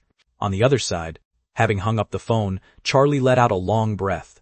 She looked at me and asked, "Sean, are you almost done packing?" In reality, she and I hadn't taken a long-distance bus at all. At this moment, the two of us were staying in the dorm room from my part-time job, helping me pack up my belongings. My summer job was working as an instructor at an after-school training institution for elementary schoolers. Although I hadn't graduated from college myself yet, tutoring elementary students wasn't an issue. The place provided housing. As for food, there was a dorm, kitchen where I could cook for myself. There were days off on weekends. I had already been working here for a month. When I told the boss I wanted to resign, the boss readily agreed. He even asked me for an autograph. As it turned out, the boss had also browsed social media and seen my news. Knowing that I was about to debut as an artist, I packed up my residential items into various bags, big and small, feeling somewhat melancholic as I looked at this dorm room. On the surface, I had only lived here for a month, but in reality, I had lived here for over 800 years. Every single morning, on this simple, hard wooden bed, I would be woken up by the alarm clock, because July 31st was a Saturday and a day off. I could do whatever I wanted on this day. Inside this tiny dorm room, I had experienced too much, learned too much, remembered too much, and forgotten too much as well. Charlie stood beside me. For some unknown reason, she felt that I seemed a little down. Charlie wasn't very good at comforting people. Not knowing what to say, she could only step to my side and gently take my hand in hers. The warmth from Charlie's hand snapped me back to reality. I looked at her with a smile and said, "It's nothing. Let's go." This place has already become the past. The person standing right beside me was my today and my future. Having packed up everything and left the dorm, Charlie and I went to the station to catch a ride, heading toward Clear Creek County under Midland City. There happened to be 2 empty seats on the bus, So the two of us sat side by side. Charlie sat by the window, watching the scenery pass by along the way. I sat right next to Charlie, watching her the entire way. Clear Creek County wasn't too far from the urban area, taking about a little over an hour. Very quickly, the two of us stepped off the bus, looking at this city that felt both familiar and strange. Both of them were filled with deep emotion. Charlie felt emotional, because in her past life, after Sean's death, she rarely came back to this county town, because she was afraid that the surroundings would trigger painful memories of him. Only every year when it was time to pay respects to Sean would she come, and also to visit Sean's parents. I felt emotional because during those 300,000 loops, even though I had returned here quite a few times, only this specific return to Clear Creek County truly brought me a sense of reality, a feeling that I had truly come back. The two of us traded a look and smiled at each other. The county town wasn't large, and my home wasn't far from the station. The two of us strolled shoulder to shoulder along the street. Sean, that's our elementary school. It looks like it's been renovated. See that big tree over there? We climbed it together once. You even fell down from it. Do you remember? This convenience store is actually still here. It seems like the owner is still the original one too. Except he's become an old man now. Charlie talked non-stop along the way. Although in her past life she had returned here many times as well, she never had the heart to look at the sights here, because everywhere she looked, the place was entirely filled with memories of me. Her past self hadn't wanted to remember any of it, but right now she wished she could recall absolutely everything, to share our past with me. I just listened with a smile, accompanying Charlie, as we reminisced about our childhood together. It's so nice. A lot has changed here, but a lot remains completely unchanged too. Charlie suddenly sighed. At least it can still hold our memories. After walking for over 20 minutes, the two of us arrived in front of a somewhat old residential building. In the small courtyard before the building, several elderly men and women were waving palm leaf fans, chatting idly in the shade. Seeing Charlie and me approach, an old woman suddenly said, "Isn't that the boy Sean from their family? You're back?" "Yeah, Grandma Wendy, I'm back." I nodded politely. Grandma Wendy acknowledged, and then looked over at Charlie beside me. "Oh my, did you bring back a girlfriend?" "Wait, no. How come this young girl looks so familiar?" Charlie pulled off her face mask and smiled at Grandma Wendy. "Grandma, you still remember me?" "Ah, Charlie, I was just saying how you looked so familiar." "So it really is you, little girl. I've actually seen the TV dramas you acted in on television. They say you're a big celebrity now." "No, I've just acted in a few shows, that's all. How could I count as a big celebrity?" "Grandma Wendy, how has your health been lately?" Grandma Wendy said with a chuckle. "Very good, very good. Oh right, our family is having dumplings tonight. Come over and eat together when the time comes." "No need to trouble yourself, Grandma Wendy. Thank you so much." After chatting for a few words with Grandma Wendy, the two of us walked into the residential building. Stepping into the stairwell, Charlie said with a smile, "Grandma Wendy looks like she hasn't aged at all. She's exactly the same as several years ago. When I was a kid, I often ate the dumplings made by Grandma Wendy's family. They were way more delicious than the ones from my house." I held her hand, and as we walked upstairs, I said, "If you want to eat dumplings, how about I make some for you tonight?" "Really? Great. I want pork and celery filling." Reaching the 4th floor, I knocked on the door of apartment 402. While Charlie looked toward the door of apartment 401, she instinctively reached out her hand to touch the doorknob of 401. A layer of dust had already settled on top of it. A long, long time ago, a little girl used to live here. She often went to school with the little boy from across the hall, came home from school together, went out to play together, grew up together, and fell in love together. The little girl I registered my marriage with was her. This used to be her home. "Sean, why are you back?" The voice from behind snapped Charlie out of her thoughts. She turned her head to look, only to find that the door to apartment 402 was already open. My mother, Penny, was standing at the doorway, talking to me. She felt a bit nervous, but still summoned up her courage to step forward. Greeting Penny. "Hello, Auntie." Just moments ago, Charlie had been standing behind me. So Penny hadn't even noticed there was another person in the hallway. Taking a closer look now, Penny's face instantly lit up with a massive smile. "Oh, isn't this Charlie? George, look who's here." Saying that, Penny ignored me completely, pulling Charlie straight into the apartment and almost locking me out of the door. Watching this, I rubbed my nose. beginning to think Charlie was Penny's biological child instead. Inside the apartment, George, who was sitting on the sofa watching TV, heard the noise and quickly walked out. Seeing Charlie, he immediately greeted her with a warm smile. "Charlie, what brings you here? Did you come all by yourself? Come, sit down, sit down. You haven't visited in such a long time." Hearing this, I helplessly complained, "Comrade George, what do you mean she came all by herself? Am I invisible to you? Oh, Sean, if you hadn't spoken up, I really wouldn't have noticed you." All right, stop joking around. Hurry up and get a drink from the fridge for Charlie." I suddenly felt a wave of sadness. Even though we both just walked through the door, Charlie was receiving the royal treatment, while I, Sean, the only child of the family, had to busy myself serving drinks and water to others. Walking into the kitchen, I grabbed a few bottles of drinks from the fridge. Staring at the familiar setup in the kitchen, I was once again filled with deep emotion. "I'm home," I muttered to myself. Carrying the drinks, I returned to the living room. In the living room, Penny and George were hovering around Charlie, asking her all sorts of questions. Asking Charlie how she was doing, asking Charlie if she had been filming any shows lately, and asking Charlie how things were at home. The same Charlie who was usually so bossy and dramatic around me seemed to have turned into a perfect angel right now, obediently answering all of their questions.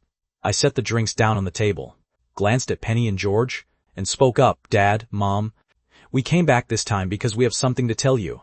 I originally intended to bring up that Charlie and I had gotten married, but Penny glared at me.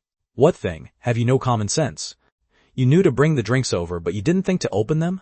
Helplessly, I opened the bottles, and then said again, "We came back this time because we have something we want to." Consequently, George glared at me again. "Get a glass for Charlie." Do you expect Charlie to chug from such a massive bottle? I had no choice but to grab a glass from under the coffee table, and then said once more, "We have something we want to tell you now that we're back." Actually, before I could finish, Penny reached out and smacked me. "You got the glass but didn't even think to pour it for Charlie? How can you be so oblivious, child?" I let out a sigh. I obediently poured a glass of drink for Charlie, and respectfully handed it over to her. Only then were Penny and George satisfied. Penny looked at me and asked, "Sean, what were you trying to say just now?" I had originally wanted to slowly ease into the mood and gently break the news to Penny and George about Charlie and me getting married, but having been interrupted several times in a row, I couldn't really build up any sort of atmosphere anymore.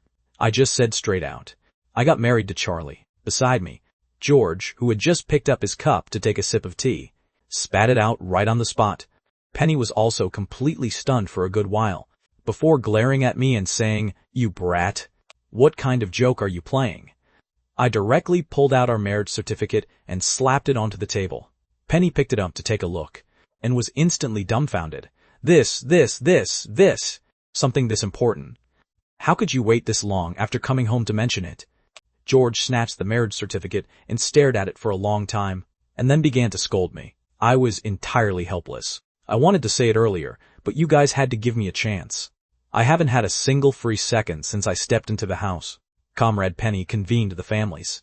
43rd Sofa Conference. Comrade George sat aside, while Comrade Sean was the subject on trial, and Comrade Charlie was auditing. Penny stared with wide, furious eyes, suddenly slamming her hand onto the table. "Sean, a matter as massive as getting married and registering your marriage. Why didn't you tell us about it in advance? Getting a certificate with Charlie all of a sudden? Did you force Charlie into this? Speak up." George followed up by slamming the table. "Speak up."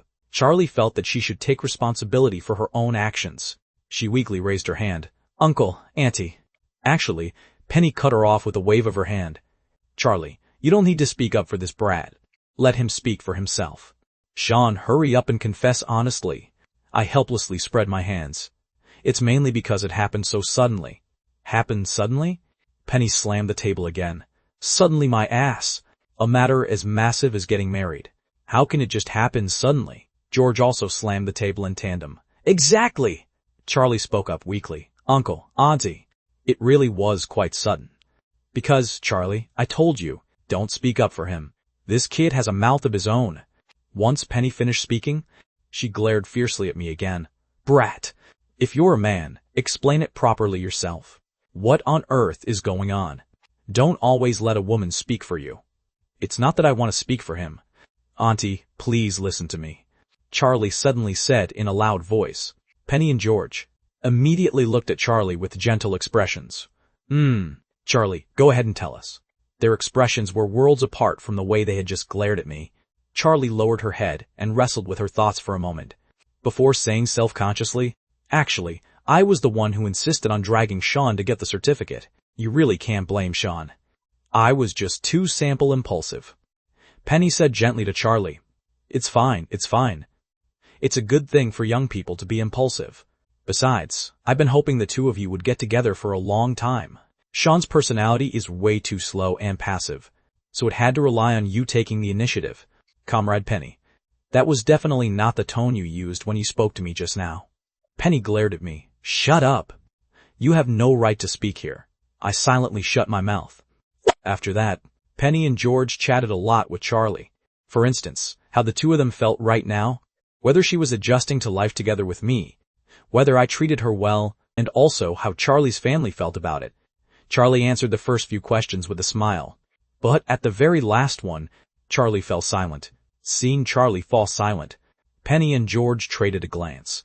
The two of us had lived for 40 or 50 years after all. What Charlie's reaction meant? How could they possibly not understand? I suddenly said to Penny, Mom, come over here. I want to say a few words to you. Penny knew I was likely planning to talk about Charlie's family situation, so she nodded her head. The two of us walked out onto the balcony. I said, Mom, you know exactly what kind of temper Charles and his family have. There are no bad people in their family. But they indeed don't really look up to ordinary working-class citizens like us. That's why Charles has always been against me dating Charlie, and even specifically came to find me for a talk because of it. The expression on Penny's face turned a bit complicated. Then, Sean, what are your thoughts on this? Charles is Charlie's father, after all. If Charlie's parents don't agree to let them be together, then the path ahead for the two of them will probably be very difficult to walk. I smiled slightly. I only know that I love her, Mom. Don't worry too much either. I've already mapped out my future plans.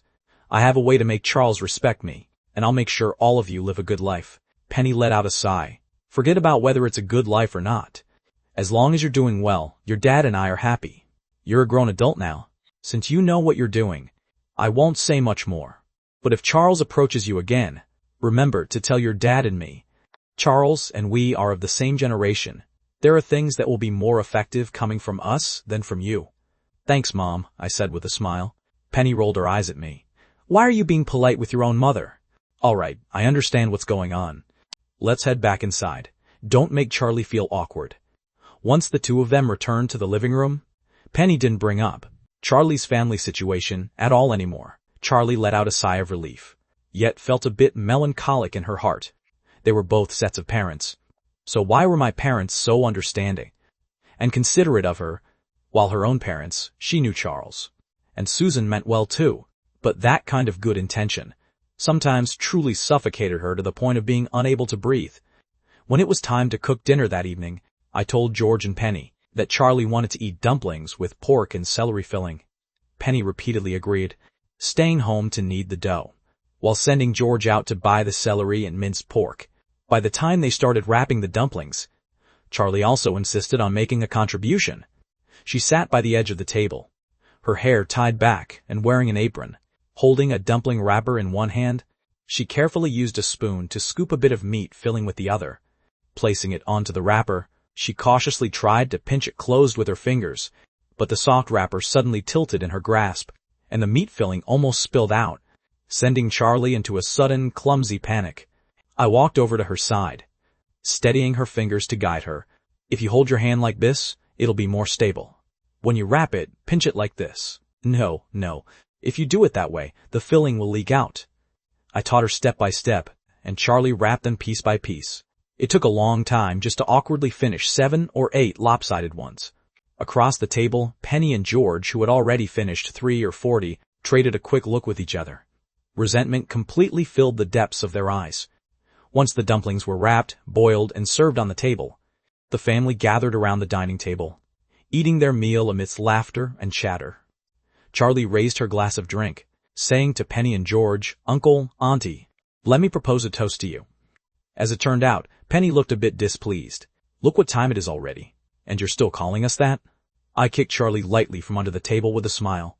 Charlie naturally understood what they meant. Just, she was still a little shy after all. Hanging her head to build up her courage for a moment, Charlie finally whispered with a flushed face.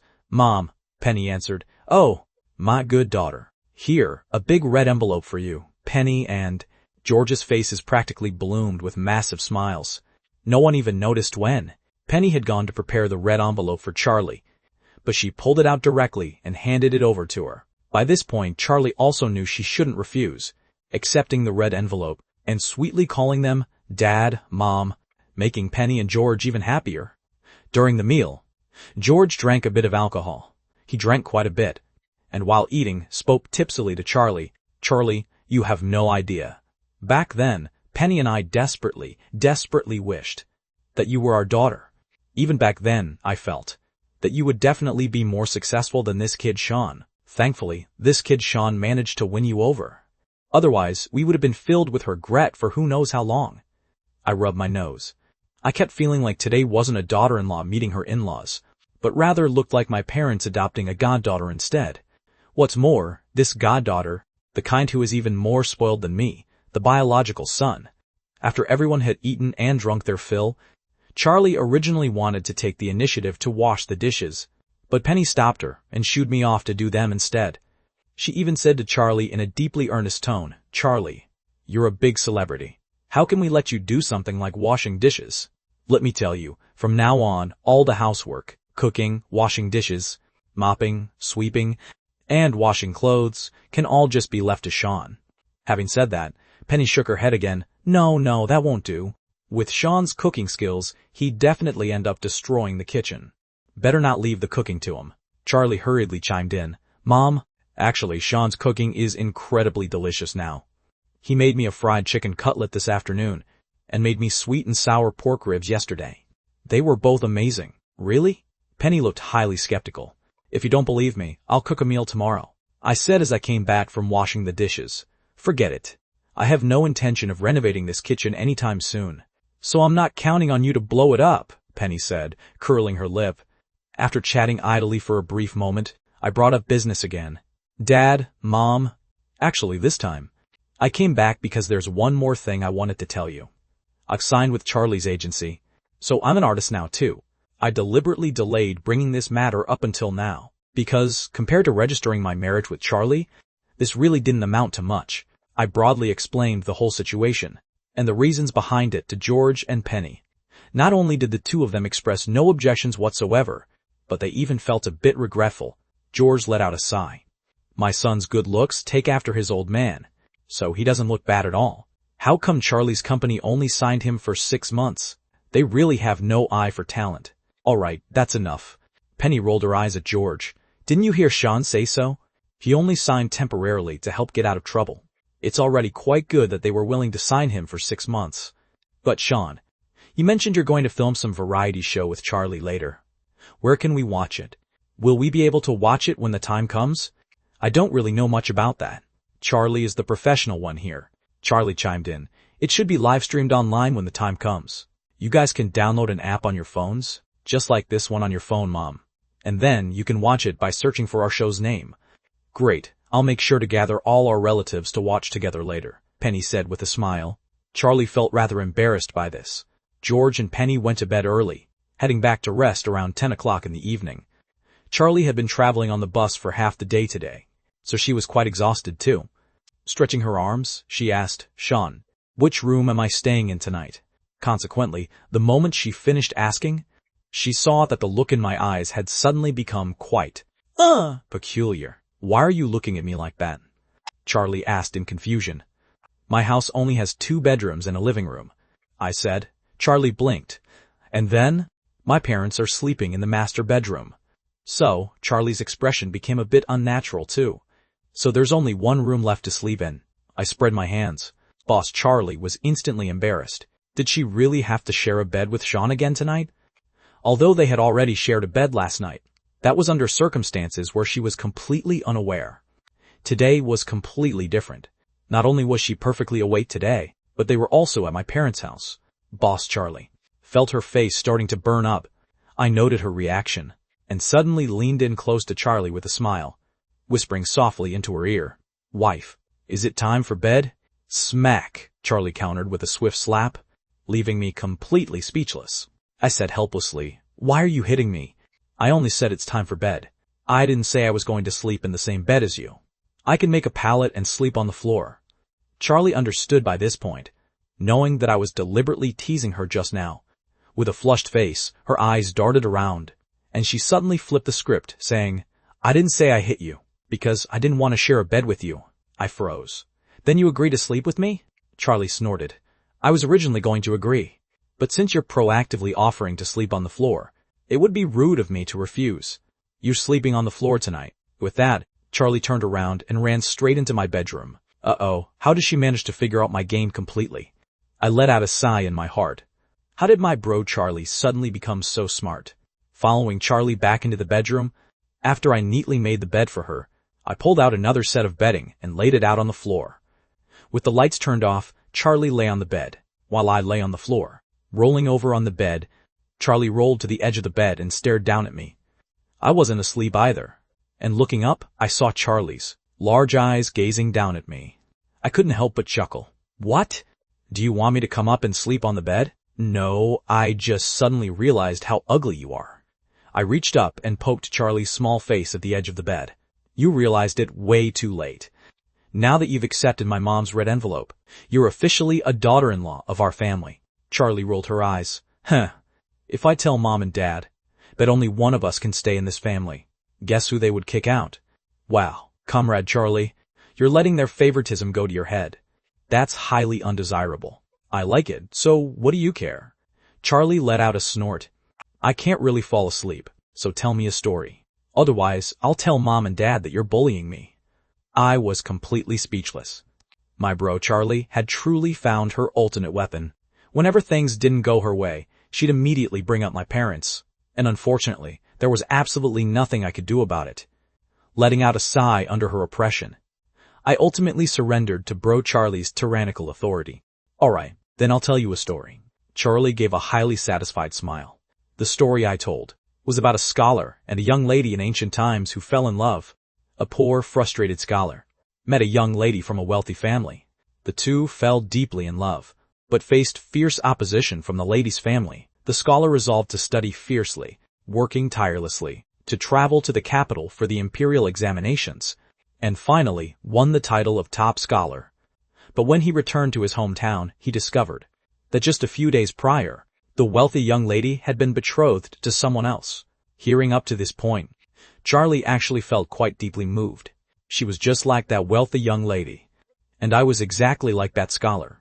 But thankfully, at least she was together with me right now. What happened next? Did the scholar bring people to crash the wedding and steal the bride? Charlie asked. I shook my head. No. The lady had always been deeply in love with the scholar. So on the night she was to marry the other man, she dressed herself in a red gown and hanged herself. The day the scholar returned happened to be the very day of the lady's funeral. His bright red scholar's robe brushed right past the plain white mourning cloth on her coffin. Charlie listened, feeling quite touched. Wow. They were clearly only a few days apart from being able to live happily ever after. But fate is always so cruel and full of tricks. Charlie rubbed her eyes. That scholar must have been absolutely devastated, right? Did he die for love too? I merely offered a mysterious smile and slowly shook my head. He didn't die for love, and he wasn't even sad, because having grown accustomed to the high life in the capital, the scholar actually didn't care for that lady anymore. He had long been living a life of indulgence in the capital, and had even betrothed himself to a young lady from a prominent family there. The scholar had actually been a bit worried about how he was going to break things off with the lady. The moment he heard the lady was dead, he even laughed out loud with pure joy, exclaiming that heaven was truly helping him. All of Charlie's prior sorrow instantly transformed into pure rage. She let out a furious roar. And then, what was that scumbag's ending? He definitely met a horrible demise, right?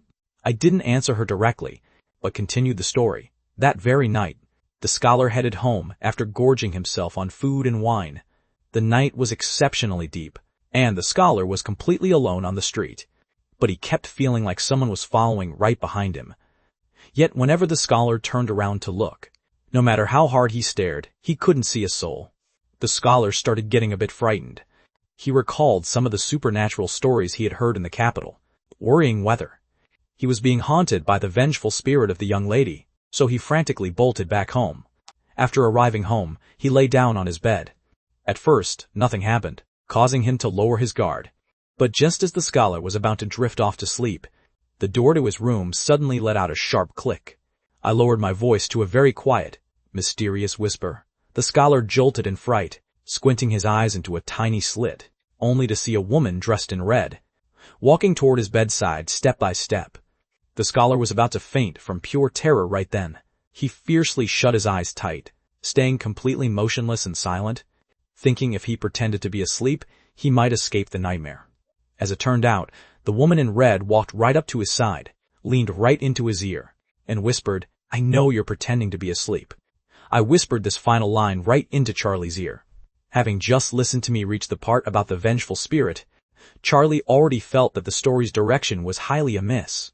She hurriedly wrapped herself tightly in the comforter and squeezed her eyes shut. This sudden whisper of mine right next to her ear terrified her so much that she let out a sharp shriek. Both her hands began to beat down relentlessly on my body. "You jerk, you absolute jerk. Who told you to tell a scary story? How am I supposed to sleep tonight because of you?" Aside from being terrified of Lynn, the thing Charlie was probably second most afraid of was ghost stories. I quickly chimed in, "Bro Charlie, calm down, calm down. Didn't you ask me to give this scumbag a horrible demise?" Charlie gnashed her teeth in pure frustration. "I didn't tell you to turn it into a ghost story either. You definitely did it on purpose. You're totally getting back at me." She hurled a pillow down from the bed, pelting it right onto me. Right after that, she buried her head completely inside the comforter and bundled herself up so tightly that she didn't dare show her face. Holding the pillow, I looked at Charlie shivering and shaking inside the bundle of blankets and said, "Bro Charlie, I was wrong. I shouldn't have told that kind of story to scare you." Charlie completely ignored me. I let out a sigh. I had originally just wanted to play a little joke, but it looked like I had taken it a bit too far. I got up and sat down by the edge of the bed, gently lifting the comforter Charlie had wrapped around herself.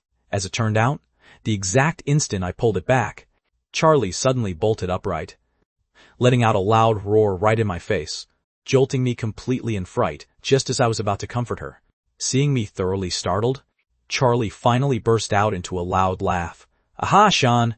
Let's see if you ever dared to scare your bro Charlie again." I was faced with a forehead full of dark lines. Silently, I threw the comforter right back over Charlie's head and returned to my pallet on the floor to sleep. Charlie let out a smug little snort and settled down to go to sleep. However, for half an hour after lying down, she couldn't fall asleep at all. The moment she closed her eyes, her mind would constantly replay someone right next to her ear, whispering to her, "I know you're pretending to be asleep." Chills repeatedly ran down her spine. Charlie felt thoroughly miserable. She was incredibly sleepy, yet she just couldn't drift off.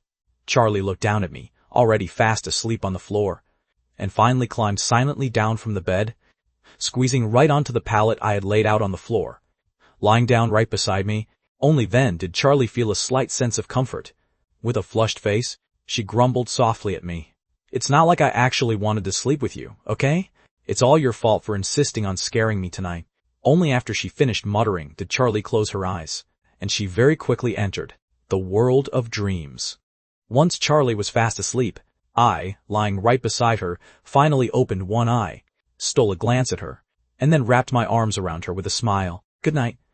Early the next morning, after sleeping on the floor for the entire night, Charlie woke up feeling completely sore all over. In the morning, while watching TV in the living room, she was massaging her sore back and legs.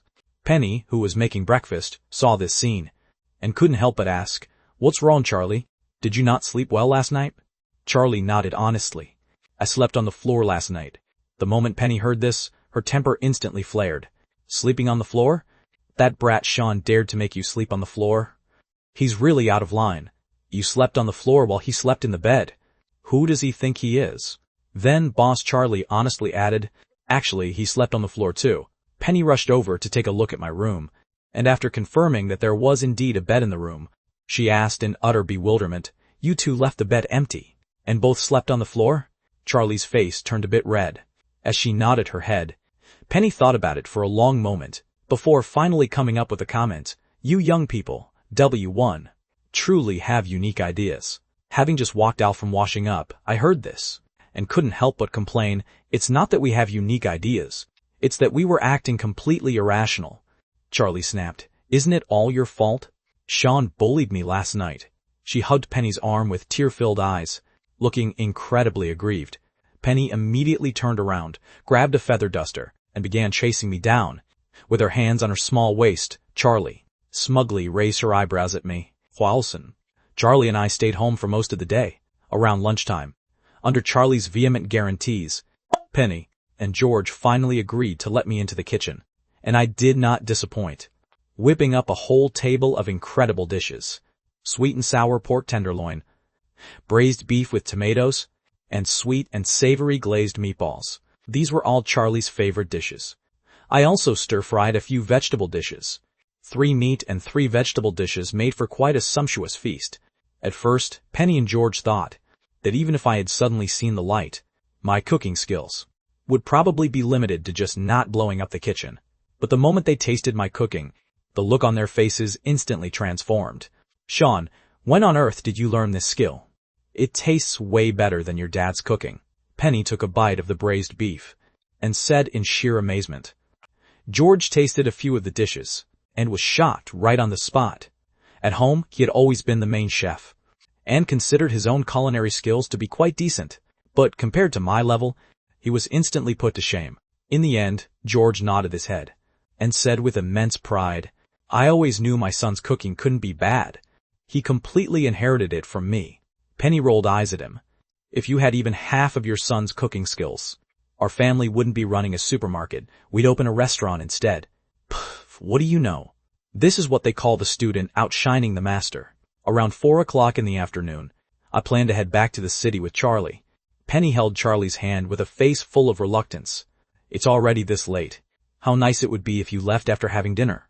If it's any later, there won't be any buses left at the station, I said. What's there to be afraid of if there are no buses? Have your dad drive you guys back to the city. It's not that far anyway. Charlie hurriedly replied, There's really no need to trouble yourselves, Dad, Mom. Once Sean and I finish filming this variety show, I'll come back to visit you guys again. Sigh. All right then. Penny looked over at me again. Sean, take good care of Charlie out there. If you dare to bully her, I won't let you off. With a face full of sorrow, I said, Mom, how about we go get a DNA test done? Am I actually adopted? And Charlie is your real biological daughter? All right. Stop being smart with me. Be safe on your way back, okay? Goodbye, Dad, Mom. The two left the neighborhood and walked toward the station. Halfway there, Charlie suddenly felt a bit thirsty. Just as she was looking for a place to buy some water, she turned her head, looked, and grinned. Hey, Sean, isn't that your family's supermarket? My family ran a supermarket. At the very beginning, it was just a small convenience store, resembling a corner shop, but it gradually expanded over time into the largest supermarket in this entire area. Ever since it grew big, my parents hired people to manage the supermarket, while the two of them stayed home every day to enjoy retirement. Charlie tugged on my arm and asked, Sean, do you think the employees in the shop know that you're the young master of their family's business? I gave Charlie's face a gentle pinch. If I'm the young master, does that make you the young mistress? Oh, stop it. Your tongue is getting way too sweet. I'm thirsty. Let's go buy a bottle of water. Charlie adjusted her face mask, dragging me inside the supermarket. The two female clerks at the checkout counter were originally chatting, but seeing someone walk in, they instinctively muttered, Welcome. Right after saying that, one of the female clerks suddenly stole a glance at me and froze in place.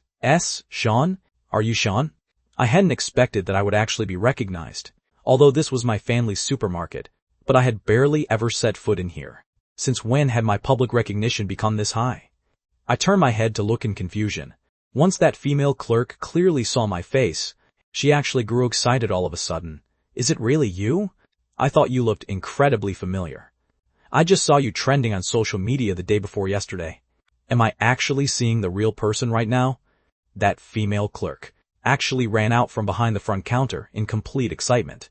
I thanked heaven for finally cluing in that this female clerk had recognized me from the previous trending posts. Did this count as a fan? I hesitated for a brief moment. To be perfectly honest, although to some extent, I could be considered someone who had lived for a very long time, meeting a fan was probably still a first for me. Letting out a light cough, I finally nodded my head. Yes, it's me. Hearing this, Charlie beside me hurriedly gave me a hard tug, whispering under her breath, "Are you stupid?" At a time like this, you're supposed to say, "No. No, it's not," I immediately corrected myself, but it was clearly already too late. That female clerk had already excitedly scurried up right next to me, pulling out her phone and opening the camera app. While standing right beside me, she asked, "Can I take a photo with you?" However, by the time she finished asking this question, a selfie had already snapped with a sharp click, capturing both her and me inside the frame. Wow, how passionate, I thought to myself. I really hadn't expected that just by posting a single photo, I would already have such a passionate fan. Table elements showed my physical appearance was still highly recognized. By this time, that female clerk had finished taking the photo, and then excitedly asked me, can I ask you a question?" "Go ahead." Facing a passionate young fan, I felt that I should still extend a sufficient amount of goodwill. I had made up my mind, no matter what this fan wanted to ask, I would answer it. "How come, right after your debut, you can already go on a show with Charlie? Are you actually a boy toy kept by the big boss of Lanyu Entertainment? Are you a nepotism baby?" the female clerk asked. When I clearly heard the question from my supposed passionate young fan, I was completely dumbfounded. Asking someone straight to their face if they're a boy toy and a nepotism baby. Did this count as a fan? Could this freaking be a fan? Are fans seriously all like this? I felt that my fragile little heart had been severely traumatized. How could you ask a question like that? "So, you're actually not my fan?" Hearing these words, that female clerk was also taken aback for a moment, before finally cluing in, and saying with a perfectly deadpan, matter-of-fact look, "Of course I'm not.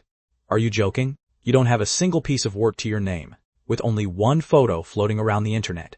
How many fans do you honestly think you could have?" She let out a snort. "Don't look at me as just a clerk right now. This is actually just a part-time gig. My main career is running an independent media channel, specializing in posting entertainment industry gossip. I have over 100,000 followers on social media. Only got excited because I saw a massive piece of live gossip walking right in front of me. What, did you actually think I was your fan? But looking at you, you're actually quite handsome. If you seriously did proper acting, you probably hit it big. Why did your brain short-circuit that you insisted on choosing a path like this?" the female clerk said. "What path did I choose?" I was thoroughly speechless. "Stop acting. Those who know. There's plenty of gossip about you online. Ever since you and Charlie officially announced you'd be on the show together, heaps of people have been saying that you have a thing going on with the boss of Lanyu Entertainment. It's only because this thing with Evan broke out and completely overshadowed you. Otherwise, the discussion around you these past few days would definitely be insanely high."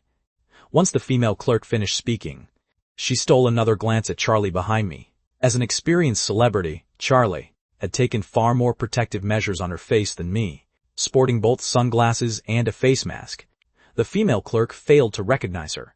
Instead, she opened her mouth with a chuckle, offering a warning to Boss Charlie. "Hey girl, is this guy your boyfriend? Do you know about the scandalous dirt on your boyfriend online? He's being kept by some corporate boss. Hurry up and stop hanging around with him. Who knows how filthy he actually is." Ever since this female clerk started asking me questions earlier, Boss Charlie had actually already been getting a bit heated. Now that this female clerk was spouting absolute nonsense right in front of her, Boss Charlie's explosive temper instantly could not be contained anymore. Giving me a sharp yank, she pulled me straight behind her, and then snapped fiercely at that female clerk. "I think you're the one who looks like she's being kept. I think you're the filthy one. Hey, do you have any manners at all?" The clerk's face dropped. "Who brought up being kept first? Who's the one with no manners here?" Boss Charlie glared at that female clerk. "If you have nothing better to do than follow gossip online, that's perfectly fine. If you make a living with gossip as your main job, that's also fine. But treating so-called gossip and so-called scandalous dirt as absolute gospel means there is something seriously wrong with your brain. Bringing that gossip and dirt straight to the actual person's face and interrogating them completely without restraint means not only is your brain broken, but your manners are even worse. Let me tell you right now, I know exactly what kind of person my boyfriend is. I don't need you to point fingers and micromanage us. And, as a final, absolute warning, watch your mouth when you speak from now on. I happen to dislike resorting to physical violence nowadays, but if you dared to talk about my man like this, back when I still had a fiery temper, I would have absolutely given you a brutal reality check. Having said that, Charlie dragged me along as she walked away, leaving that female clerk holding her phone, completely stunned for ages. Only in the end did she curl her lip in pure irritation. "Psycho," she muttered, before lifting her phone up high to snap a photo of Charlie dragging me away. Right after that, she posted a social media update. "Industry crossover. Hurry up and come catch the drama." A candid shot of the walking live gossip. Sean came to our supermarket to buy things with his girlfriend. His girlfriend has terrible manners and even swore at me, and Sean acted like a total diva too. He truly lives up to being someone with a powerful background. Tisk key image. She dragged me all the way out of the supermarket, and only then did Charlie let go of me with a face full of rage. She gnashed her teeth, angrily waving her small fist. What kind of person is that? Do they have any upbringing at all? My wonderful mood for the entire day was completely ruined by her. Looking at the exceptionally furious Charlie, I said in a low voice, "Don't be angry anymore. Technically speaking, I'm the actual victim here." Even I didn't really get upset. Why was Charlie being so incredibly explosive?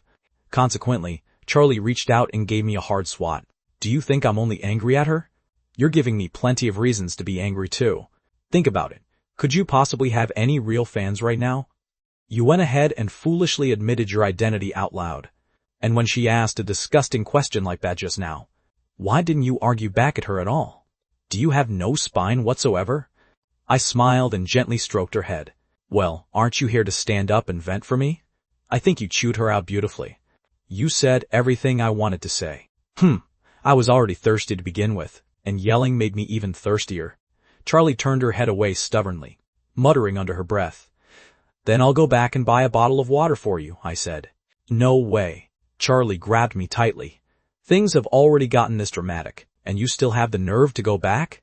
I smiled bitterly. "That's my family's supermarket. Why on earth should I be embarrassed to go back?"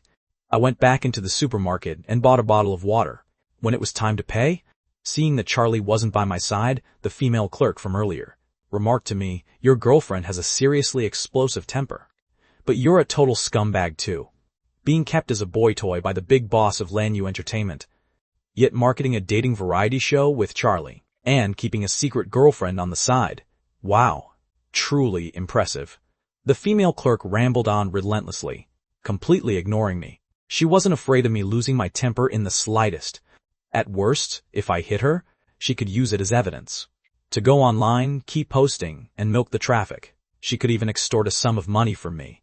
This was exactly how she made her money, so she actually wished she could blow things out of proportion. Anyway, she also knew I was just a rookie who recently debuted, and aside from a rumored sugar daddy, I didn't have much power or influence. She could easily afford to offend a minor celebrity of this caliber. As it turned out, I didn't hit her, nor did I curse at her. I just silently took the water and paid for it. Once I finished paying and was about to leave, only then did I suddenly speak up. I didn't even look at the clerk, speaking as if I were talking to myself. "Honestly, no matter what you say about me, I don't really care all that much. But just now, you went and made the lady of my house angry, so that makes me a little upset too.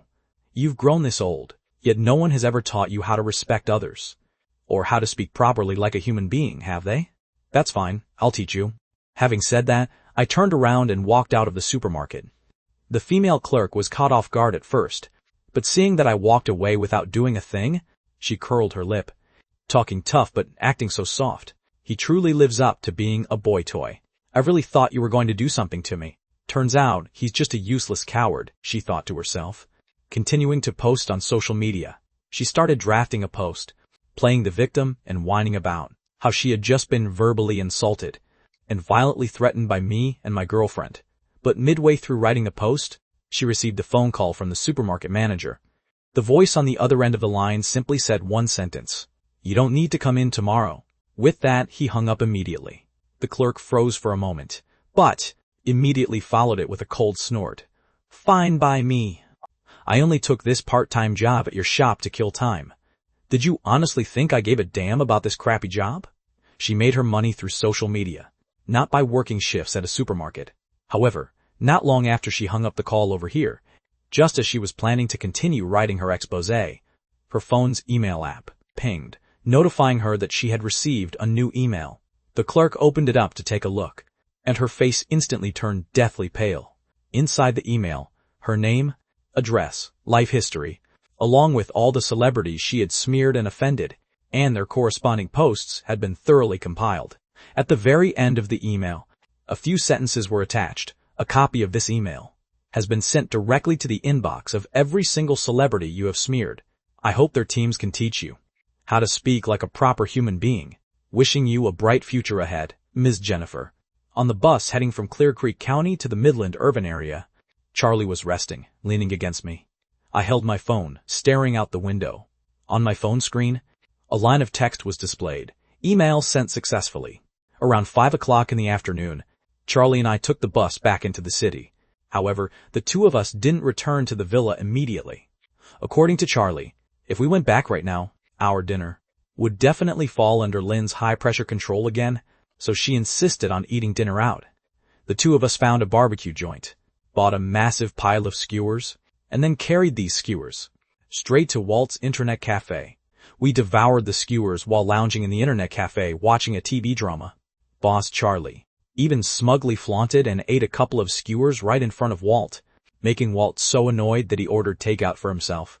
But because Boss Charlie had stuffed herself with my cooking at lunch, she really couldn't eat too much of this greasy food. At night, consequently, a large portion of the barbecue skewers was left over. Adhering to the principle of not letting things go to waste, Charlie had no choice but to take these skewers back home. Of course, Charlie had absolutely no intention of sharing these skewers with Lynn. She knew all too well that if Lynn caught sight of them, it would be equivalent to handing Lynn the ultimate evidence of her eating barbecue at night, meaning she would be dead meat. So Charlie planned to sneak back into the house, sneak the skewers back to her room, and eat them as a late-night snack. She stealthily unlocked the main doors of the villa, pulling me with one hand and holding the skewers in the other, cautiously stepping inside. Seeing that the house appeared empty, Charlie let out a long sigh of relief and was about to sprint back to her room with the skewers. But right after she took 2 steps, a cold voice called out from inside the kitchen, "Charlie." Charlie's entire body froze. She immediately whipped her hands behind her back, hiding the skewers behind her. At the same time, she shot me a look, gesturing for me to quickly take the skewers away. Charlie and I shared a bond forged from climbing school walls together, having coordinated with each other for untold years. I immediately took the skewers Charlie had hidden behind her back, intending to slip away. Meanwhile, Charlie also stepped up to cover for me. Greeting Lynn with a brilliant smile, she said, "Lynn, I'm back. Did you miss me?" While Charlie was busy talking, I tried to stealthily make my way upstairs, but an old hand is always more experienced. Despite the flawless coordination between Charlie and me, we still couldn't escape Lynn's sharp eyes. Lynn didn't give Charlie a single glance, looking up directly at me as I was about to go upstairs. "Sean, come over here," Lynn said in a gentle tone. I cleared my throat. "Lynn, I'm just gonna go put something away and come right back." Lynn let out a sharp bark. I had no choice but to walk over silently with my hands behind my back. "Show me your hands." I obediently held out both hands. They were completely empty. Lynn raised an eyebrow, turning her gaze onto Charlie, and found that Charlie currently had her hands behind her back, looking around as if admiring the indoor scenery. "Charlie, show me your hands." Only after I put my hands behind my back did Charlie finally extend her hands. Both of her hands were empty as well. Lynn rolled her eyes. "Do you two take me for an idiot? Both of you, show me your hands together." Charlie and I traded a quick glance and held out our hands together. They were completely empty. Then, Lynn walked behind the two of us and picked up the bag of skewers I had just dropped. Holding the skewers, she stared at Charlie and me. "You two coordinated pretty well, huh? What great teamwork," she remarked sarcastically. Charlie let out a smug chuckle. "Of course. Back when Sean and I snuck snacks at school, and the teacher came to run inspections. You two coordinate pretty well. What great teamwork," Lynn said sarcastically. Charlie gave a smug little laugh. "Of course. Back when Sean and I used to sneak food at school, and the teacher came around for inspections." This was exactly how we got away with it. Then Lin smacked her, quick as lightning, right on top of Charlie's head. Give you an inch and you take a mile. You're actually proud of that, aren't you? Charlie's expression immediately wilted again. Lin examined the skewers in her hand for a moment. Then she suddenly smiled and said, "They're just barbecue skewers. Was there really any need to hide them? Did you think I would punish you just because you ate skewers outside?" Charlie's eyes suddenly lit up. "You won't?" Lin's smile instantly disappeared. "Of course I will." Get on the treadmill. Seeing Charlie leave, I let out a sigh too. I was about to quietly head over and do sit-ups beside the treadmill. But Lin stopped me. "Sean, wait a second. I still have something to ask you." As she spoke, Lin sat down on the sofa, stuffed a meat skewer into her mouth, and only then said to me across from her, "Sean, I need to ask you something. You have to answer me honestly. Something happened in the industry this afternoon. The managers of several celebrities all received the same email. It exposed the real identity behind a certain social media gossip account. That account wasn't especially big, but it often posted celebrity dirt to chase attention. So, in truth, a lot of celebrities hated it. But there are far too many small gossip accounts like that. If celebrities chased down every single one, they wouldn't have time for any other work. So, very few celebrities ever pursue them seriously. This time, the email they received not only exposed the identity behind that gossip account, it also organized all the fabricated dirt he had posted, along with some slanderous and defamatory posts, including many posts he had deleted. Everything had been compiled.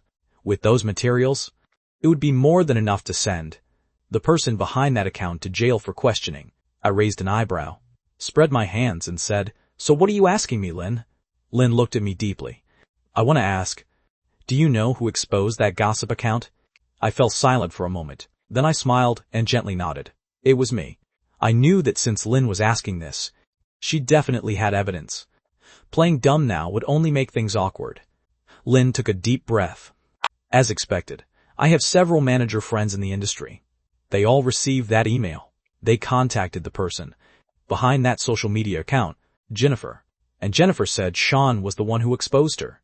I nodded, then roughly told her what had happened that afternoon, from Jennifer insulting me and enraging Charlie, to how unrestrained Jennifer was. When I went back later to buy water, I spoke very calmly. I personally didn't care much about her, but since Charlie was angry, giving her a little punishment didn't hurt. After hearing this, Lin suddenly rubbed her forehead and gave a bitter laugh. "A little punishment? Your punishment is way too ruthless. If even one of those celebrities decides to sue her, she'll have to pay at least tens of thousands in damages, especially since you dug up so many Weibo records she had already deleted. Those didn't just include rumors about celebrities, but also plenty of misinformation about major public events, and posts meant to steer public opinion. Slandering celebrities only means paying damages and apologizing at most, but spreading rumors that cause panic is enough to get her detained." I shrugged. "That has nothing to do with me. I'm just the person who sent the emails. The records in the email are all real. Not a single one was made up by me. Since she posted all of it herself, then she has to take responsibility for her own words." Lin ate another skewer, took a sip of water, and only then said again, "Forget it. I didn't mean to blame you. If anything, I think what you did was pretty satisfying. And a few managers seemed quite grateful to you too. You've more or less gained some connections in the industry. But the thing I want to remind you of is this. You'd better do less of this kind of thing in the future. Doxing someone is also an invasion of privacy. If Jennifer turns around and exposes you, it will damage your reputation too." I knew Lin was saying this for my own good, so I smiled and nodded in agreement. But I'm still a little curious. Where did you learn that technical skill? I looked into it a bit before. It's not really much of a skill. It definitely can't compare with the professionals. Lin didn't suspect anything. She ate 2 more skewers, chatted with me for a little while, and only then waved her hand at me. "All right, nothing else. Go on." I nodded. I lifted my feet and started heading upstairs to rest. At that moment, I was secretly relieved. Looks like Lin wasn't planning to make me do sit-ups. I had escaped disaster. But just as I reached the stairs, I heard Lin say, "I told you to go do sit-ups." "Who told you to go rest?" Fine. I had still imagined Lin as far too kind. Early the next morning, on August 4, after breakfast, Lin took Charlie and me to the airport. Generally speaking, Officially joining the cast on the 5th didn't necessarily mean filming would start on the 5th. Even if we took a flight on the morning of the 5th and arrived that evening, it wouldn't count as being late. But Lin said I was a newcomer who had never worked on dramas or variety shows before. Joining the group early would let me get familiar with the environment and adapt a little. Charlie and I had no objections. Midland and Chang'an City weren't exactly close, but planes are still fast. In under 3 hours, the three of us had already arrived in Chang'an City. Lin had contacted the production team long ago and told the crew when our flight would land. So as soon as we left the airport, we got into the production team's car and headed straight toward the filming location. On the road, Charlie asked the staff and learned that the recording location wasn't in Chang'an City's urban area, but in Blue Jade County under Chang'an City. What format is our variety show this time? Is it just a normal dating show, where we show affection and live daily life? Charlie asked again. The director said that, although this is a dating show, the format is very special. The staff member said, special? How exactly is it special? That, I can't say. The director said nothing can be revealed before filming officially starts. That made Charlie frown. We're all going to be part of the show. How does telling us count as leaking secrets? I also asked with some confusion, doesn't the internet say variety shows all have scripts? So does that mean our show doesn't have one? This time, Lin answered for the staff member. Variety shows with scripts are usually pre-recorded. This show is mainly based on live streaming. If everything followed a script, it would look fake and deliberate. I nodded. Meanwhile, Charlie kept asking over and over, what exactly was special about the show's format? The staff member was surprisingly strong-willed, even though Charlie pestered him the whole ride, pushing and pushing non-stop. Almost to the point of throwing a tantrum, the staff member still kept his mouth shut and didn't reveal a single word. In the end, Charlie resorted to her ultimate move. She pulled her wallet out of her pocket. Seeing this, the staff member quickly said, "Don't bribe me. Even if you give me money, I won't talk." Charlie pulled out $10. The staff member said, "Although I won't accept your bribe, could you at least take out a little more? At least show some sincerity." Charlie pulled out another 10. Then Charlie pulled out 5 more. The staff member looked speechless. "Can you at least take out $100 bill?" Charlie gritted her teeth and slapped down 100. Then she took back the $25 she had just pulled out. Although Charlie wasn't exactly short on money, she still felt that spending that much money on information she would find out sooner or later wasn't worth it. Of course, in the end, Charlie still failed to buy the information from the staff member. It wasn't that the staff member had unbreakable willpower. It was that money was like dirt to him, and Charlie simply hadn't offered enough. The production team's car drove for an hour and a half before finally entering a tourist town in Blue Jade County and stopping in front of a fairly large homestay. The staff member led me, Charlie, and Lin out of the car and into the homestay. In the courtyard of the homestay, the director, assistant director, and crew members were gathered together discussing filming arrangements. Seeing Lin and Charlie arrive, they immediately came over to greet us. "Hey Charlie, Lin, you're here." The director walked over with a smile and shook Lin's hand. "Director Chen, it's been 2 years. You've gotten heavier again." Lin also greeted the director familiarly. The director's name was Marcus Chen. He was chubby, and his face always carried a smiling expression. He looked like a laughing Buddha. He had switched careers into directing in middle age, and the few variety shows he had made had been neither hits nor flops. Charlie also called out, "Hello, Director Chen." Then Marcus Chen looked at me, standing at the very edge. As the director, how could Marcus not know that I was the new artist who had joined the cast, while being bundled together with Charlie? But he still pretended not to know me, asking, "And this is?" This was him leaving Lin a chance to introduce me. Lin smiled and introduced me. "This here is the new artist I just signed, Sean. Sean, this is Director Marcus Chen. You two should get to know each other." "Hello, Director Chen," I greeted Marcus. Director Chen was very warm and shook my hand. As for me, Director Chen's understanding was limited to the rumors spread by online gossip accounts. Even he himself felt that a newcomer like me, being able to get help from a B-list celebrity who had debuted years ago like Charlie, must mean I had someone backing me. Director Chen was a shrewd person. He had no desire to offend someone like me, someone who had backing behind him. After chatting for a few moments, Director Chen took Charlie and me around to get familiar with the location, and even explained many things to keep in mind during filming. He gave me a lot of help. I was genuinely grateful to him for that. For the next day and a half, I basically spent my time getting familiar with the filming equipment, the location, and the environment, while also accompanying Charlie. As we wandered around the tourist town, the other guests also arrived one after another.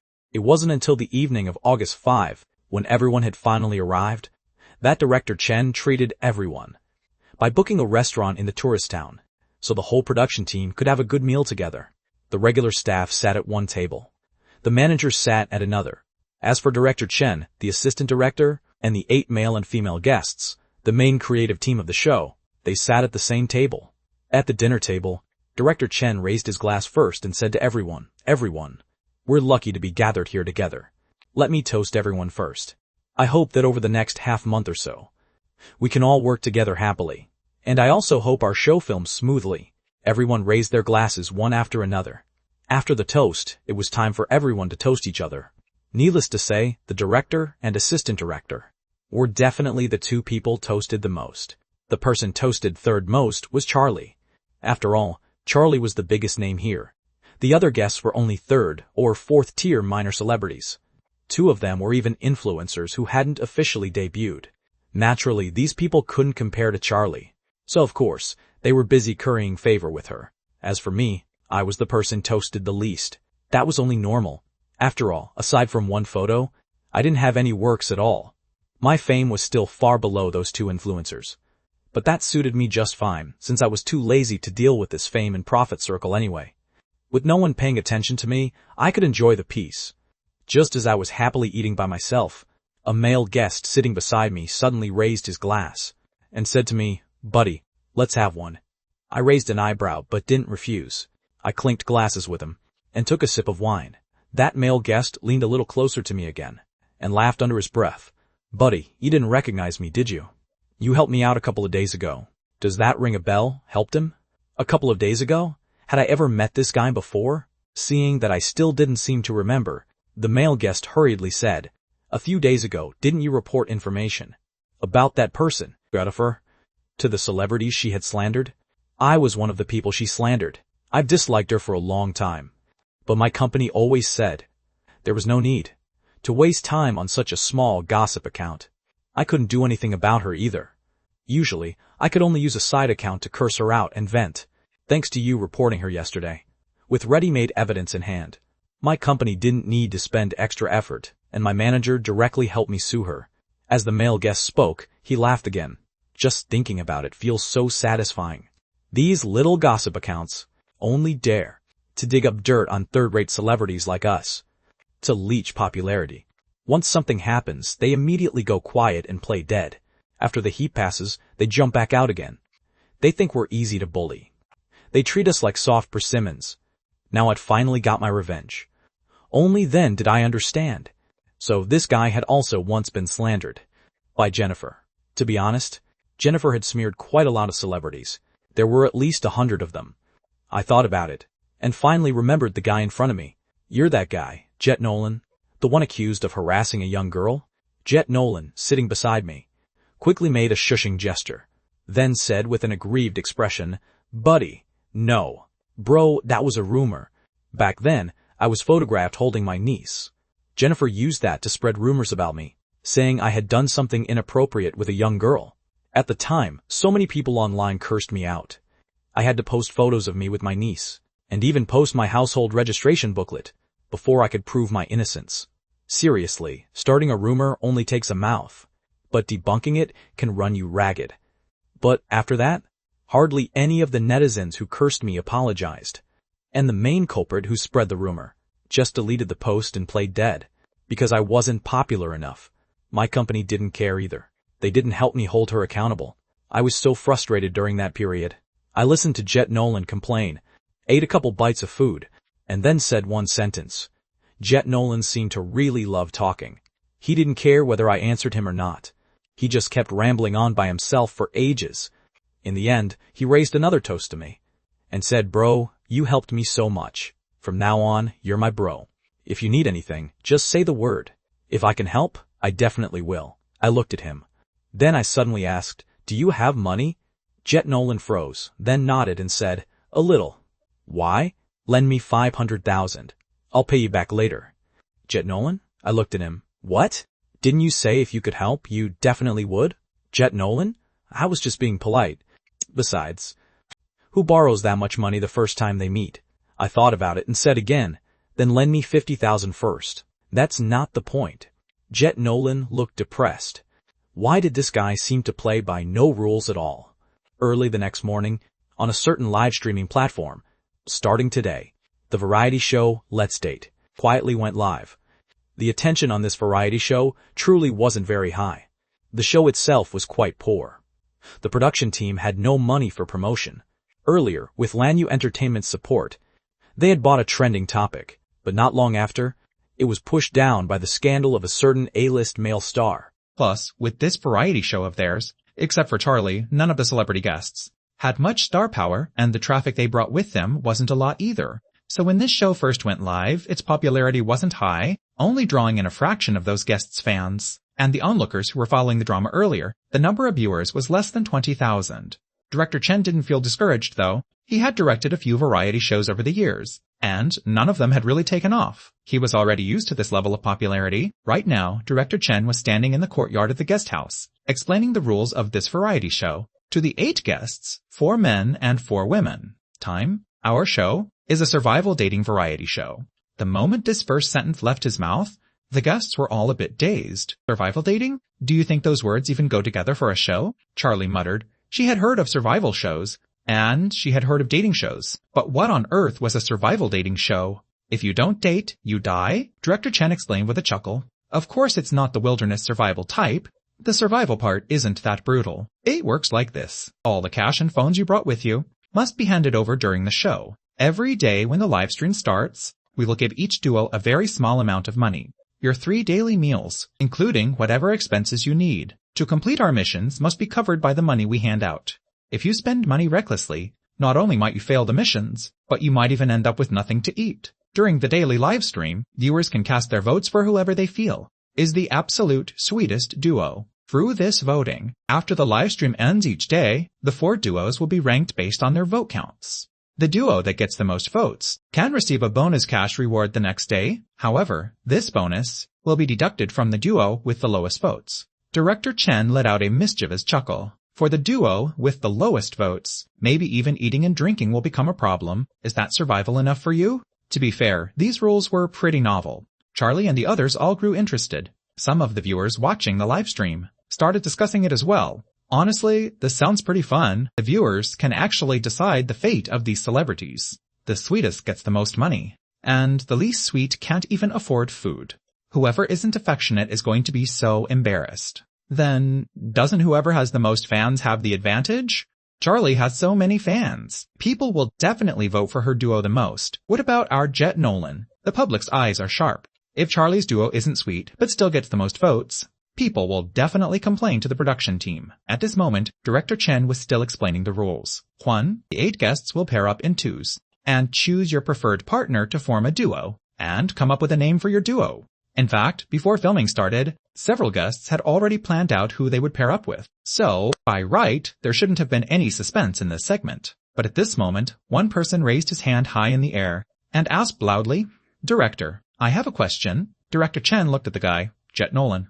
"What's your question?" Jet Nolan looked at Director Chen with a perfectly serious face. "Can we pair up with absolutely anyone we want?" Director Chen nodded. "As long as both parties are mutually willing, yes." Jet Nolan grew excited. He trotted right up to me, clinging to my arm and saying, "Sean, let's be a duo." I silently pulled my arm back. Jet Nolan put on a heartbroken expression. "Sean, do you not like men? I can go to Thailand for you." I shook my head in all seriousness. "It's not that I can't do men. I just don't like you."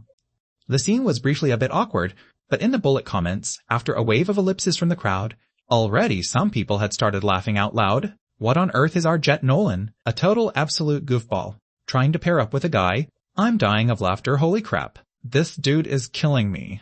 It's not that I can't do men. I just don't like you. Ha ha ha. Can you please be a bit more tactful with our Jet Nolan? Bullying our Jet Nolan like this makes us fans unable to stop laughing. Ha ha ha. Top tier entertainment value. But I know this Jet Nolan. Who is this Sean guy though? Is he an influencer? How come I've never seen him before? Can someone introduce him?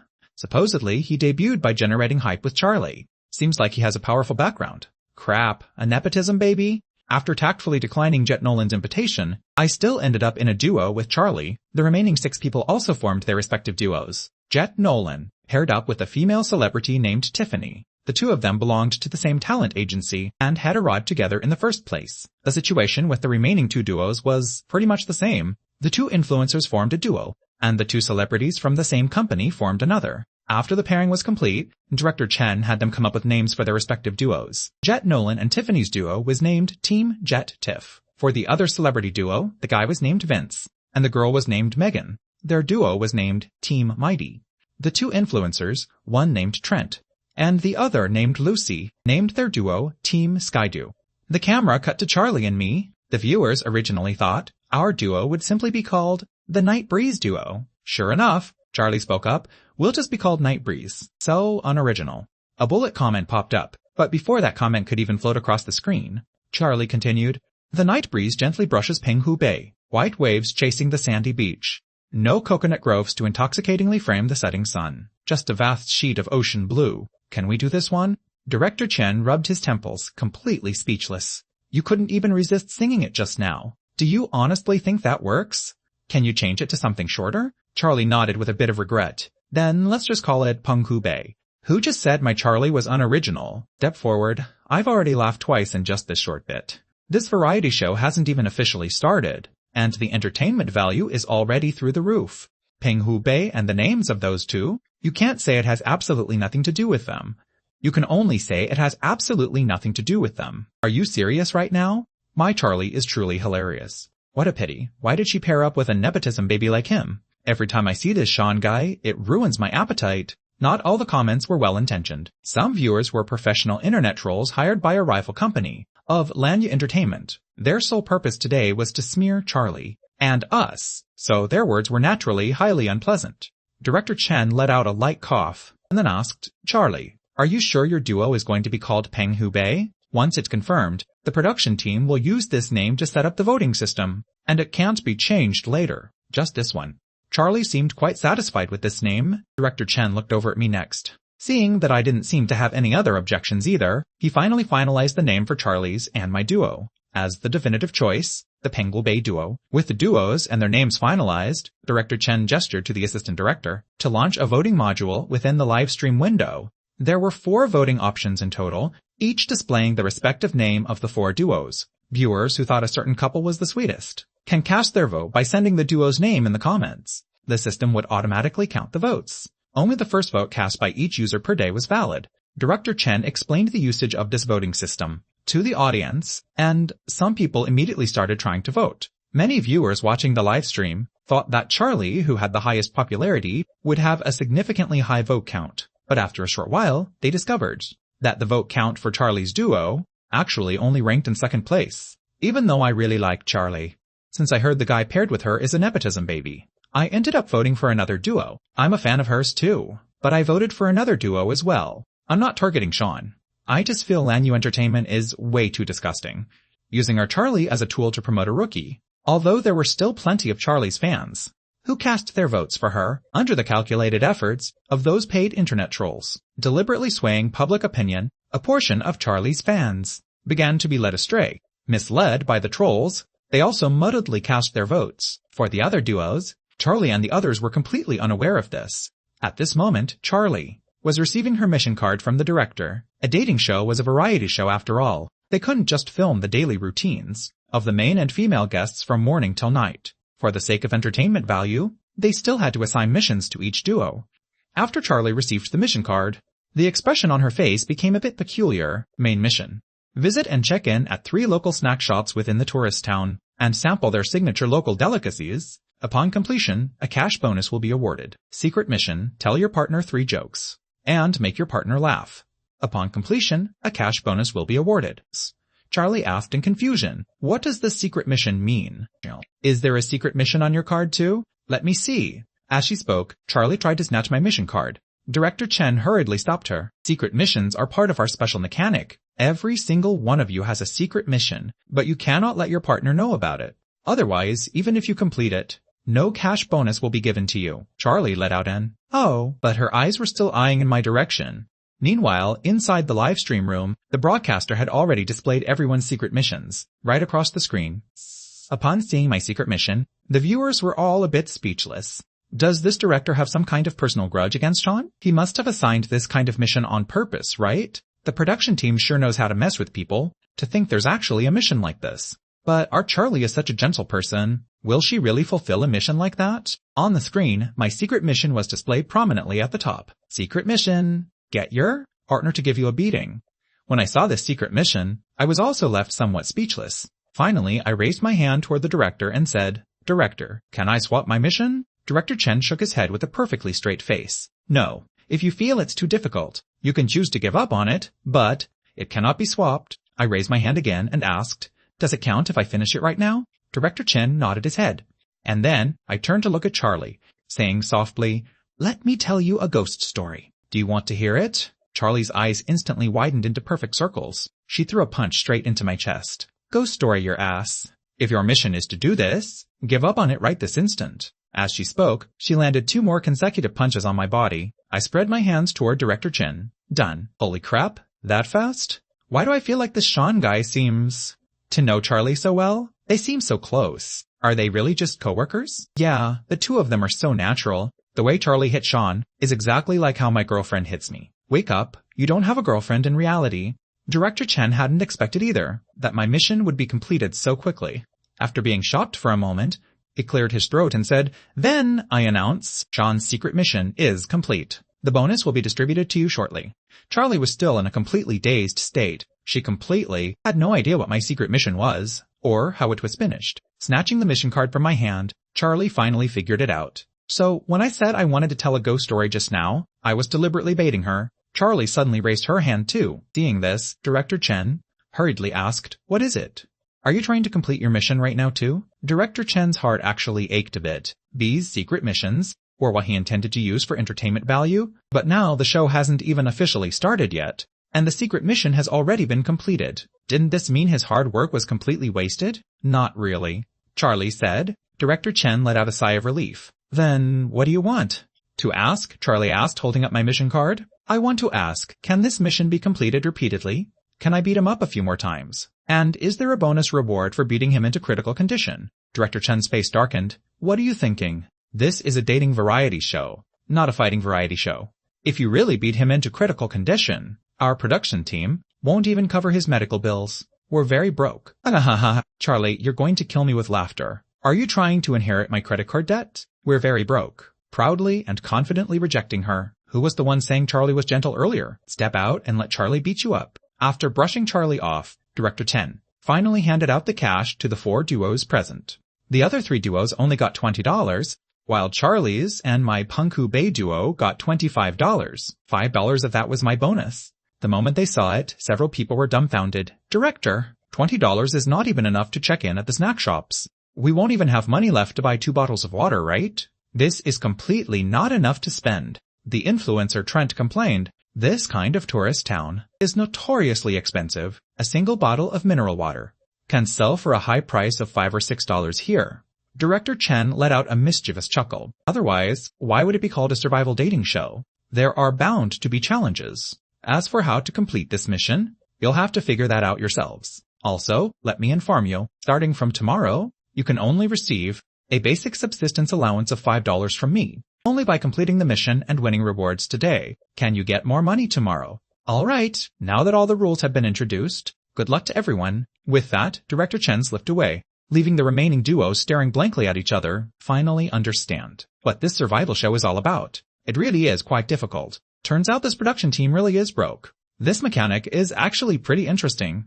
I'm going to grab my friends to watch this. At this moment, inside the livestream room, the number of viewers had risen from less than 20,000 at the start to 30,000. Everyone has seen ordinary variety shows, and they've watched plenty of dating shows too, but a survival dating show this unique was truly a first for many viewers. Finding it highly novel, many people shared the livestream link with their friends, bringing in a batch of new viewers. While these viewers were discussing the format of the show, the 4 duos had already left the guest house courtyard to search for their respective mission targets. I was in charge of gesturing while Charlie was in charge of guessing. Once both of us signaled that we were ready, the staff member revealed the prompt board. First prompt, exquisite beauty. I pointed at Charlie. Garley blinked, and immediately blurted out, drop-dead gorgeous, stunningly beautiful, world-class beauty. Gorgeous facial features, peerless elegance, fresh as a lotus, a feast for the eyes, and exquisite beauty, correct? I clapped my hands. Next question. Second prompt, drop-dead gorgeous. I pointed at Charlie again. Charlie immediately said, drop-dead gorgeous. Stunning, correct. Next prompt. What kind of playstyle was this? No, wait a second. This is way too fast. Guessing 2 idioms in less than 5 seconds? Are they even human? Is this really testing their chemistry? Isn't this just testing how narcissistic Charlie is? I'm really curious. Just how many adjectives describing herself did she memorize? Did the production team leak the prompts in advance? A bullet comment popped up, already beginning to question the fairness of the production team. The internet trolls and anti-fans, who were equally shocked by the speed of their guessing, also snapped back to reality at this time, hurriedly grabbing their keyboards again to start swaying public opinion. I think the prompts were leaked too. There must be a script, right? Lanyu Entertainment definitely pumped money in, wanting to force a romantic ship between Charlie and Sean. Seeing the comments, Director Chen felt he was being completely wrongfully accused. He truly hadn't taken any money from Lanyu, and he truly hadn't leaked any prompts, although this staff member was arranged by him in advance, and the prompts were created by the production team, but he hadn't told anyone else either. What's more, just now, among that massive pile of adjectives Charlie rattled off, barely any of them were even in the prompt pool. It was a total pure coincidence. With this in mind, Director Chen quickly contacted the staff off-camera, instructing the staff member not to display any more prompts related to physical appearance from then on, and the next prompt was indeed not related to appearance. Prompt 3, waiting by the tree for a rabbit. There's no way she'll guess it in a second this time, right?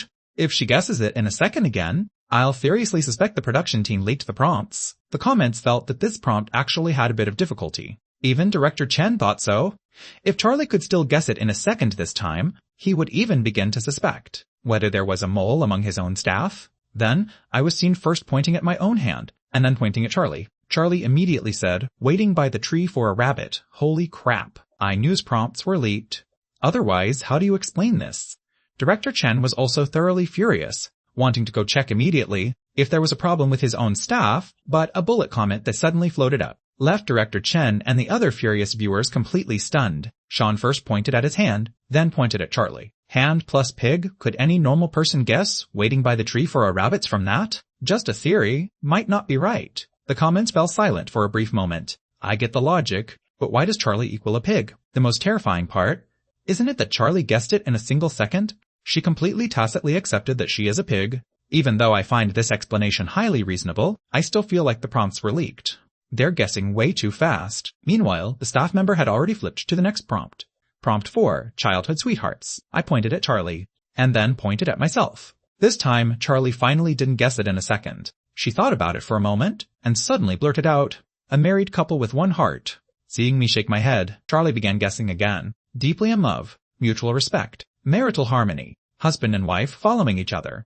None of them are right? Could it be deep brotherly bond, sworn brotherhood, or deep father-son bond, fathers and sons fighting together in battle? Wait a minute, married couple brothers? How did even father and son come into play? Is their relationship a bit too chaotic? After a few more seconds, Charlie finally clued in. Childhood sweethearts. Only then did I nod. Wait, no. Putting aside the married couple, brothers, and father and son, all those bizarre descriptions. Why do Charlie and Sean equal childhood sweethearts? Aren't they just co-workers? A viewer asked in confusion, could it be another relationship forced by the company? It's possible. After all, isn't he a boy toy kept by Lanyu's big boss? The paid trolls and anti-fans took the opportunity to sway public opinion again. Hey, I know Sean and Charlie. The two of them were my elementary school classmates. They actually grew up together from the start. Can you guys stop blindly smearing them if you don't know the facts? I don't buy that for a second. I could claim I'm Charlie's father too. Fabricating rumors really requires zero cost, huh? At this moment, inside Midland, Charles, who was watching the live stream, saw this bullet comment. His brows furrowed deeply. He reached out and typed a line of text. I'm her actual father. Who the hell do you think you are? Followed immediately by, you have been muted by the moderator. Staring at the notification flashing across his screen, Charles slammed his fist onto the table in pure rage. Prompt 5, heavy traffic. For this prompt, I finally stopped pointing at myself or Charlie. I first mimed a driving motion, and then mimed playing ping pong. Charlie followed my gestures for a moment, and then immediately guessed, heavy traffic. Correct. Next prompt. The dragon teammates felt offended. Haha. This, Sean's gesturing is so good even with gestures like this. One could guess it without any leaked prompts. If the prompts weren't leaked, the two of them truly have incredible chemistry. If it were me, I'd probably have to think for ages. Then maybe your brain just isn't sharp enough. Prompt 6, Heaven's Destruction. Before I even started gesturing, the comments started guessing. I bet Sean will point to the sky first, and then point at Charlie. 1, 1, plus 1. Sure enough, I was seen first pointing to the sky, and then pointing at Charlie. Heaven's Destruction. Charlie blurted out instantly. Damn it. I've truly figured out their pattern. I feel like they might really not have had the prompts leaked in advance. I get the logic, but the question remains, why does Charlie equal a pig? Charlie, how could you just accept that you're a pig? Can't you at least put up a fight? Next, prompt 7, prompt 8, and prompt 9. The progress of Charlie's and my duo was so fast that it made the production team's scalps go numb. My gestures were perfectly precise and concise, while Charlie's comprehension was even faster. For some of the movements I gestured, the audience at first glance wouldn't necessarily connect them with the words to be guessed. Take prompt 10 for instance, the idiom, stop at the right time. The viewers felt it was already difficult to guess to the absolute extreme, yet I only performed 2 actions. First, I raised both arms in the same direction, tilting my head to the side, a textbook skier pose. Then, I made a stopping gesture. The viewers were completely stunned, but after Charlie muttered for a moment, she shouted aloud, "Screw at the right time! Hey! Stop at the right time! Correct. Next prompt." Holy crap, this is insane. One is truly a master at gesturing, and the other truly dares to guess. To be perfectly honest, even my brother and I, who have lived together for over a decade, wouldn't necessarily have this kind of chemistry and comprehension. Could these two really be childhood sweethearts? I thought they looked so close earlier. Don't talk nonsense. Let me clarify right now. My childhood sweetheart and I don't have this kind of chemistry at all. Soon, half of the 2 minutes had passed, and Charlie and I had already guessed 13 prompts within a minute.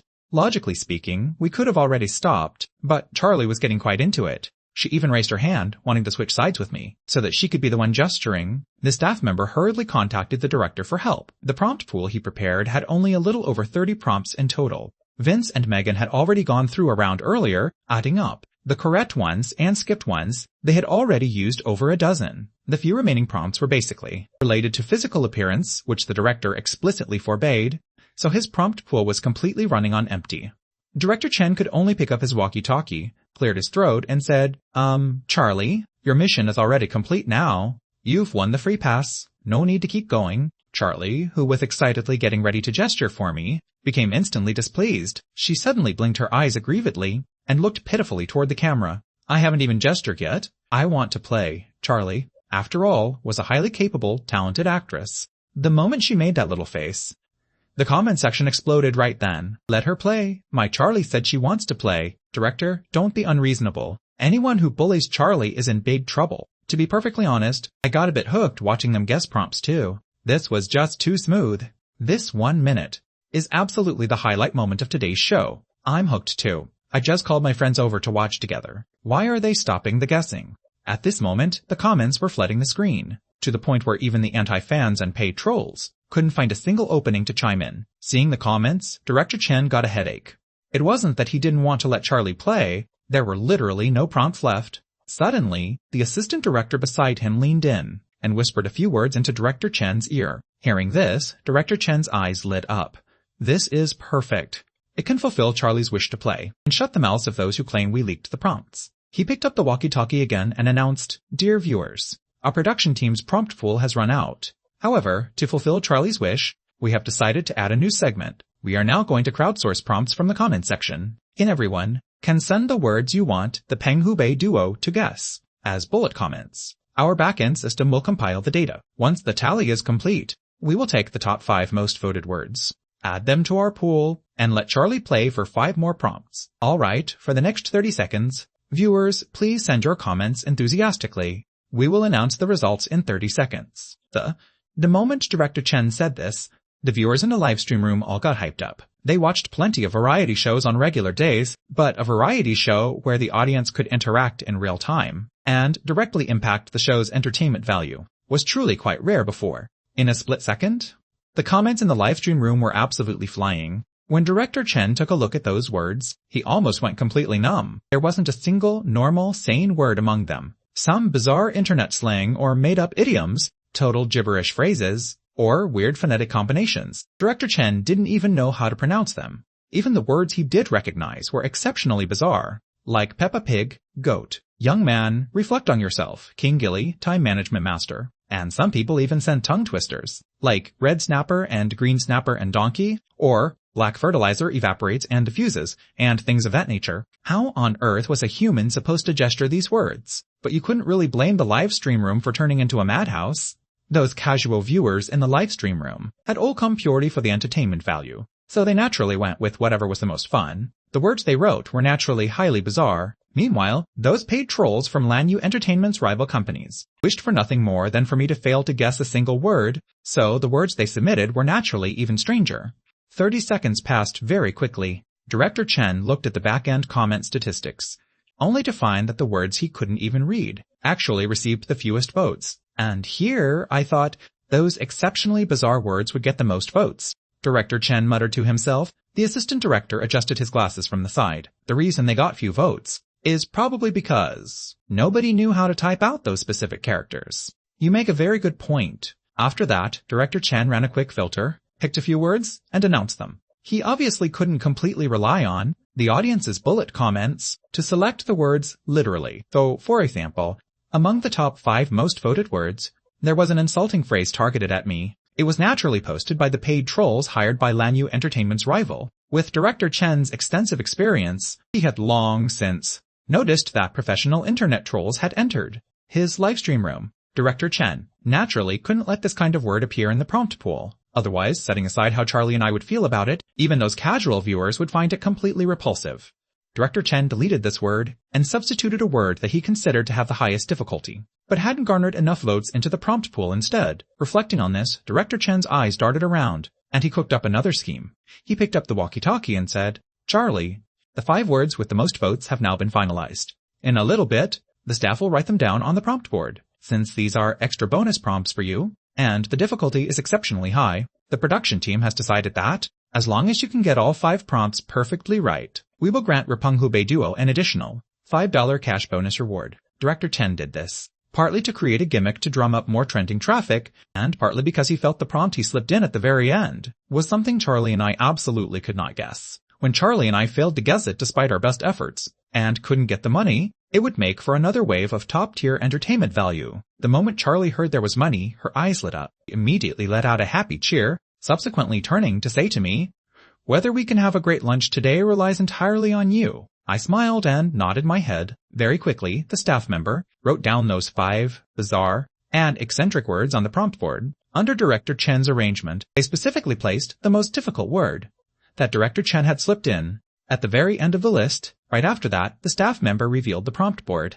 Seeing the first prompt, Charlie was completely dumbfounded. Jet Nolan. It was probably because Jet Nolan's duo had interacted quite a bit with Charlie and me today, making the audience deeply remember this duo, but it left Charlie thoroughly stumped. How on earth was she supposed to gesture a person's name? She suddenly started looking all around, wanting to see if that unlucky fellow Jet Nolan happened to be nearby. Unfortunately for her, he wasn't. In the end, Charlie cooked up an idea. She first mimed holding a cup and using a straw to drink something. Right after that, she flashed a 1 with her left hand toward me and a 1 with her right hand. Then she flashed a 2 with her left hand and a 1 with her right hand. Then she flashed a 3 with her left hand, a 5 with her right hand, and finally waved her hands around. And then that was it. Is there a sign language master who can decode this? I've studied sign language, and I just want to say I'm also waiting for someone to decode it. I don't understand it at all, but I am deeply awestruck. What the hell does this even mean? Forget about not being able to see the word Jet Nolan right now. Even if I could see the prompt, it would still be exceptionally hard for me to connect Charlie's movements with Jet Nolan. If he can actually guess this, not only will I admit there is no inside fix, but I'll also cast a vote for them right away. A viewer remarked in the comments, and then I was heard saying, Jet Nolan. Holy crap, an inside fix. It's absolutely an inside fix. How on earth could anyone guess that? Forget about the audience. Even Director Chen was completely dumbfounded by this point. He picked up his walkie-talkie and said to me with a trembling voice, "Sean, can you please explain how on earth you guessed that?" "It's very simple," I said nonchalantly. Charlie first mimed a drinking motion, but the key focus was using a straw, so I began connecting it to straws. Milk tea and the soy milk we drank this morning. As for the gestures Charlie flashed, I didn't understand what they meant at first. But once she flashed those few numbers, I clued in. You clued into what? Is there some kind of hidden meaning to those numbers? Director Chen was completely in the dark. I could only break it down for him. Lifting a 1 with the left hand and a 1 with the right hand refers to the very first straw I sold to Jet Nolan, for which I charged him $1. Lifting a 2 with the left hand and a 1 with the right hand refers to when Jet Nolan approached me again to buy a second straw, and I charged him another $1. As for that 3 and 5, it refers to me selling him a third straw, telling him I'd only charge him 50 cents. Director Chen stared with wide eyes. Then what did Charlie waving her hands at the very end mean? It meant that Jet Nolan ultimately didn't buy that 50-cent straw, and at the end she spread her hands. Isn't it exceptionally easy to guess Jet Nolan from that? Director, viewers, fetch my imperial sword. Slice an apple for this absolute genius. Easy your ass. This is pure humble bragging, right? Before, I only questioned the relationship between the two of them. But now I'm starting to question their species. Are these two actually humans from Earth? Where are those people who claimed the prompts were leaked earlier? Feeling slapped in the face yet? I give up. Fine, I admit there is absolutely no inside fix. Just judging by their reading comprehension skills, why on earth would they ever need an inside fix? The key is the chemistry. Chemistry. If their chemistry wasn't deeply profound, they could rack their brains all day and still wouldn't know what the other was trying to express. I am truly stunned. If my ex-boyfriend had understood me like this, we wouldn't have broken up either.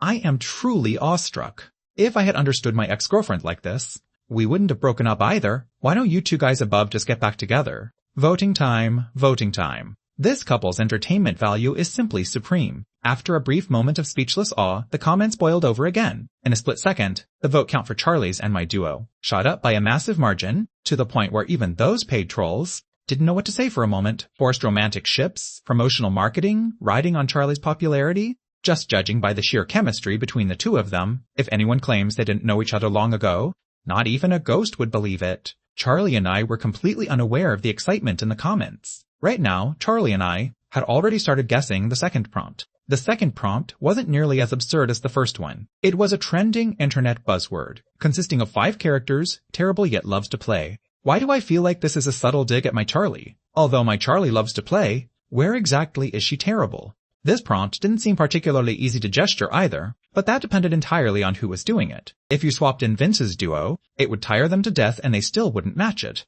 But with Charlie and me, I felt everything was entirely possible. The moment Charlie saw this prompt, she suddenly let out a sigh of relief. She gestured a 5 toward me, indicating that it consisted of 5 characters. Right after that, she put on an expression, mining sitting in front of a computer playing games, and then she pointed at herself again. I immediately guessed, terrible yet loves to play. Charlie clapped her hands excitedly. Although I just said anything was possible, isn't this a bit too fast? Holy crap, he guessed it before I could even finish typing. Why do I feel like Charlie shouldn't be celebrating right now? Have I played games with Charlie before? Why did I know it was terrible yet loves to plays? Just from Charlie making that motion? Even Charlie herself gestured it that way, proving she really is terrible at games. However, prompts 3 and 4 didn't go as smoothly. When Charlie and I tried to guess them, the prompt for the third question was just 2 words. Silence. Charlie stood in silence for a long time, and in the end, I guessed dementia. Charlie was speechless. Is this damn Sean looking for a beating? But she also knew that if she stayed completely still, it would be hard for me to guess. In the end, Charlie had a sudden stroke of genius, remembering a video she had recently scrolled past on TikTok about a high-quality human specimen. Suddenly, she spread her legs wide, miming holding a phone with one hand and putting her other hand in her pants pocket, and began to sway around. My Charlie is finally cutting loose too. Another one driven completely insane. What on earth is she trying to do? What does this have to do with silence? I raised an eyebrow. On the way to Blue Jade County, Charlie had shown me this video several times, saying it was painful to watch, but she'd cringe if she didn't watch it for a day, and she couldn't let herself suffer this pain alone. Dancing, I guessed, but Charlie shook her head, and mimed opening her mouth to sing. I instantly understood Charlie's meaning, and directly started singing the song from that video. I've dried out the silence. Okay, you don't need to sing anymore. Correct. Charlie gave a happy peace sign. What a genius. He actually sang pretty well just now. What a pity he didn't finish the song. I never thought charades could be played like this. I haven't seen that video. I just went to look it up. Now my mind is completely full of, I've dried out the silence. The fourth prompt was equally bizarre, and it also took Charlie and me some time. This charades game of course had a time limit. The production team gave us 5 minutes. Earlier, guessing Jet Nolan, and Terrible Yet Loves to Play, went quite smoothly, only taking up 1 minute. But the third prompt and the fourth prompt consumed more time. Now there was only 1.5 minutes left. Likewise, there was only one final prompt left. As long as we got this one right, we could get the $5 bonus. Charlie's eyes gleamed, just like a hungry wolf about to catch its prey. She stared intently at the prompt board, waiting for the staff member to flip to the next prompt. Wringing her hands in anticipation, Charlie saw the next word, and her expression froze instantly. Ha ha ha! I voted for this word too. The person who came up with this first is a true genius. There's no way this word can be gestured even on pain of death. This is absolutely hilarious, killing me. My Charlie is completely stupefied. No matter how good their chemistry is, they can't guess this word, because this was truly impossible to guess. Director Chen also looked proudly at Charlie's expression, unable to stop snickering in his heart. This question was personally selected by him, so its weight was bound to be premium. He refused to believe these two could actually guess this one. Charlie was indeed stupefied, because the final prompt turned out to be impossible to guess. It wasn't that Charlie couldn't guess it. The 4 characters of this prompt were literally impossible to guess. How on earth could she gesture this? Charlie was going crazy. First, she shook her head, then she waved her hands. But no matter how good my chemistry with her was, I couldn't connect it to the phrase impossible to guess. I guessed several times in a row, but they were all wrong. 30 seconds had already passed, leaving only 1 minute. Just as Charlie was having a headache, Megan and Vince nearby were planning to leave. They hadn't won the free pass, feeling bitter about it, and just wanted to watch Charlie and me make fools of ourselves. Although Charlie and I had ultimately won the free pass, seeing that we also had prompts we couldn't guess. Made Vince and Megan feel a bit better in their hearts, so they planned to leave and continue doing their missions. But they suddenly gave Charlie an inspiration. Charlie pointed a finger at Megan and Vince, gesturing with her eyes for me to look over. I glanced over in that direction, and then said, Team Mighty. Charlie shook her head. Fake couple? Charlie shook her head. Strangers in the same bed? Shook her head. Turning into enemies? Shook her head again. Hypocritical. Severing ties? Like fire and water? Murderers of each other's fathers? Seeing my guesses get more and more exaggerated, many people in the comments had already laughed themselves silly. Team Mighty, do you have any manners? Vince and Megan, are you serious right now? Can I ask how on earth the phrase murderers of each other's fathers was guessed? It's a good thing Team Mighty walked far away. Otherwise, they definitely have to come have a heart-to-heart with him right now. Killing me with laughter. Some viewers also noticed that there were only 30 seconds left. They won't be able to guess it this time, right? Ah, looks like Charlie won't be getting the money this time, but the chemistry between them is still very impressive. Yeah, it's mainly because this prompt is too bizarre. Even if their hearts beat as one, unless they have mind-reading powers, it's simply impossible to guess, right? Certain paid trolls and anti-fans started stirring up trouble again. This prompt isn't that hard either. If it were someone else, maybe they would have guessed it. Exactly. Even I could guess it. To put it bluntly, it's just that this nepotism baby lacks ability. Right then, someone stood up to refute these anti-fans. Can you guys please shut up? From the very start of the show, it's been you guys spamming here. Even a blind person can tell you're anti-fans. If you don't want to watch, get the hell out. Babbling here for ages just makes you look desperate to talk. We're here to watch the variety show just for entertainment value. We don't know if the rumors about him being a boy toy are true or false. We just know we are thoroughly enjoying watching this. On the contrary, you group of people are a total eyesore. It's perfectly normal not to guess this prompt, Charlie, and his chemistry has been plain for all of us to see. You group of anti-fans, can you please give your keyboards a rest and stop spouting complete nonsense over there? Before, when the paid trolls and anti-fans were stirring up trouble, very few casual viewers came forward to speak up. After all, everyone was just a casual bystander, not fans of Charlie or me, so there was no need to invite trouble for our sake. But after watching the show for this long, the casual viewer's opinion of Charlie and me had completely transformed. At least in their eyes, the relationship between the two of us was genuinely close. Our interactions were exceptionally natural, and our entertainment value was far better than the other duos. That's exactly how variety shows work.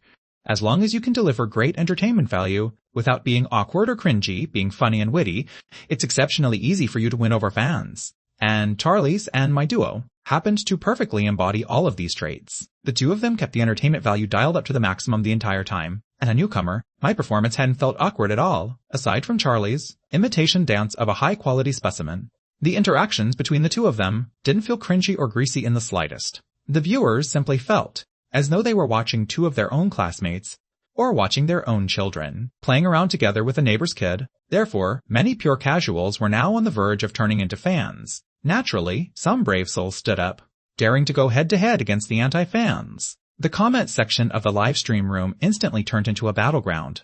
Meanwhile, Charlie felt like she was about to start smoking too.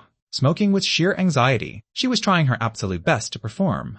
The exact state Vince and Megan were in when they couldn't guess their prompt. Back then, Megan had repeatedly blurted out several times, "I have no idea, I can't guess this." By this time, I had nearly run through every single idiom describing a broken relationship that existed, yet I just wasn't turning my train of thought toward the literal phrase, impossible to guess. Meanwhile, the director had already picked up his walkie-talkie and started counting down. 10, 9, 8, we're screwed, we're totally screwed. The bonus is completely down the drain. With $5, 1/3 of a meat burger, poof, gone. Charlie was heartbroken. She felt miserable. Seeing Charlie's dejected, drooping little expression, I couldn't help but chuckle out loud. In fact, combining Charlie's initial actions of shaking her head and waving her hands, plus her subsequent performance depicting Vince and Megan's state. When they couldn't guess their word, I had already guessed in my heart that the word was precisely what Megan had just said several times, impossible to guess. How could Charlie and I possibly lack even this tiny bit of chemistry? I had just been holding it back without saying it. Seeing Charlie's deeply aggrieved look, only then did I casually raise my hand, right before Director Chen was about to announce the 4 words, "The game is over." I opened my mouth and said, "The word is impossible to guess." Charlie, who looked completely aggrieved just a second ago, instantly widened her eyes into perfect circles, looking at me in absolute pleasant surprise. Meanwhile, Director Chen, who was happily holding his walkie-talkie and preparing to utter the words, "The game is over," dropped his walkie-talkie with a sharp clatter onto the floor, while the expression on his face froze little by little, as if watching a $5 bill sprout wings and fly right out of his pocket. Inside the comments section of the livestream room, seeing that I had actually managed to guess the word, those casual fans who had spoken up for me were thoroughly re-energized and had even more confidence when tearing into the anti-fans. Come on, anti-fans, keep the hate coming. Before, you said he was a nepotism baby riding on Charlie's popularity, and that he and Charlie were just coworkers. Yet they guessed over a dozen words perfectly right in a single minute. Then you claimed the production team leaked the prompts. Now, with all these bizarre, eccentric words made out by the viewers, they still managed to guess every single one perfectly right. I'd love to see what else you bunch of anti-fans have to say. This couple's interaction is clearly way more fun than the other duos. Yet their vote count is still this low. Is the production team fixing things behind the scenes? Or is it you anti-fans who are fixing the votes? Damn it. Just judging by their performance today, I am officially standing this duo. Anyone who wants to keep hating on them will have to step over the cold dead body of my keyboard first. These accounts are definitely a paid clickbait army. I've been hanging around fandom circles for ages. These few accounts that have been relentlessly smearing him were absolutely hired by someone pumping money into it. The anti-fans and paid trolls who had finally managed to scrape up a reason to start hating on me earlier were now mostly left entirely speechless. A few who were driven into a corner and started swearing were also, swiftly, muted by the livestream room's sharp-eyed moderators. In an instant, the atmosphere in the comments section improved significantly. Meanwhile, Director Chen had already instructed a staff member to deliver the glorious $5 bill to Charlie and me. Receiving the $5, Charlie let out a joyful cheer. With that, she gave a triumphant wave of her hand. She raised her hand toward me. "Sean, you're absolutely amazing." I raised my hand almost instantly as well, high-fiving Charlie. It's all because Bro Charlie gestured so well, hey. That's right, Sean and Bro Charlie, their nicknames for each other are so cool. What exactly is their relationship? Charlie and I had already been with the production team for several days, so Director Chen naturally knew that our relationship was out of the ordinary. Right now, seeing that the viewers in the livestream room seemed highly interested in the relationship between the two of us, Director Chen decided to dig a little deeper. His $5 couldn't be spent in vain. Picking up the walkie-talkie, Director Chen spoke to Charlie and me, who were still celebrating. "Sean and Charlie, your performance in the guessing challenge just now showed incredible chemistry. First of all, congratulations to you both for winning free admission into the Love Museum. Secondly, congratulations on winning the extra $5 cash bonus. However, right here, I must ask a question on behalf of the audience. And that is, before participating in the show, what was the relationship between the two of you? Why do you share such flawless chemistry? Just as I was pondering how to give a perfect answer, Charlie suddenly gave a wink toward the camera, saying playfully, "Take a guess." With that, she dragged me along and ran into the Love Museum. This wink left the cameraman completely starstruck on the spot. Only after we had both entered the museum did he snap out of it, hurriedly hoisting his camera and chasing in after us. And equally left starstruck were the viewers in the livestream room. Did she just wink at me? Does she like me? Bullshit. She was clearly looking at me. That's my wife Charlie, hee hee hee. Charlie was acting so goofy earlier. I almost forgot she's a girl, and a beautiful one at that. So cute. She flirted with me first. She has to take responsibility for me. Mom, I'm in love. No, wait a second. Although she was indeed adorable just now. Did you guys completely overlook a problem? What did she mean by take a guesses just now? That's way too perfunctory. Yeah.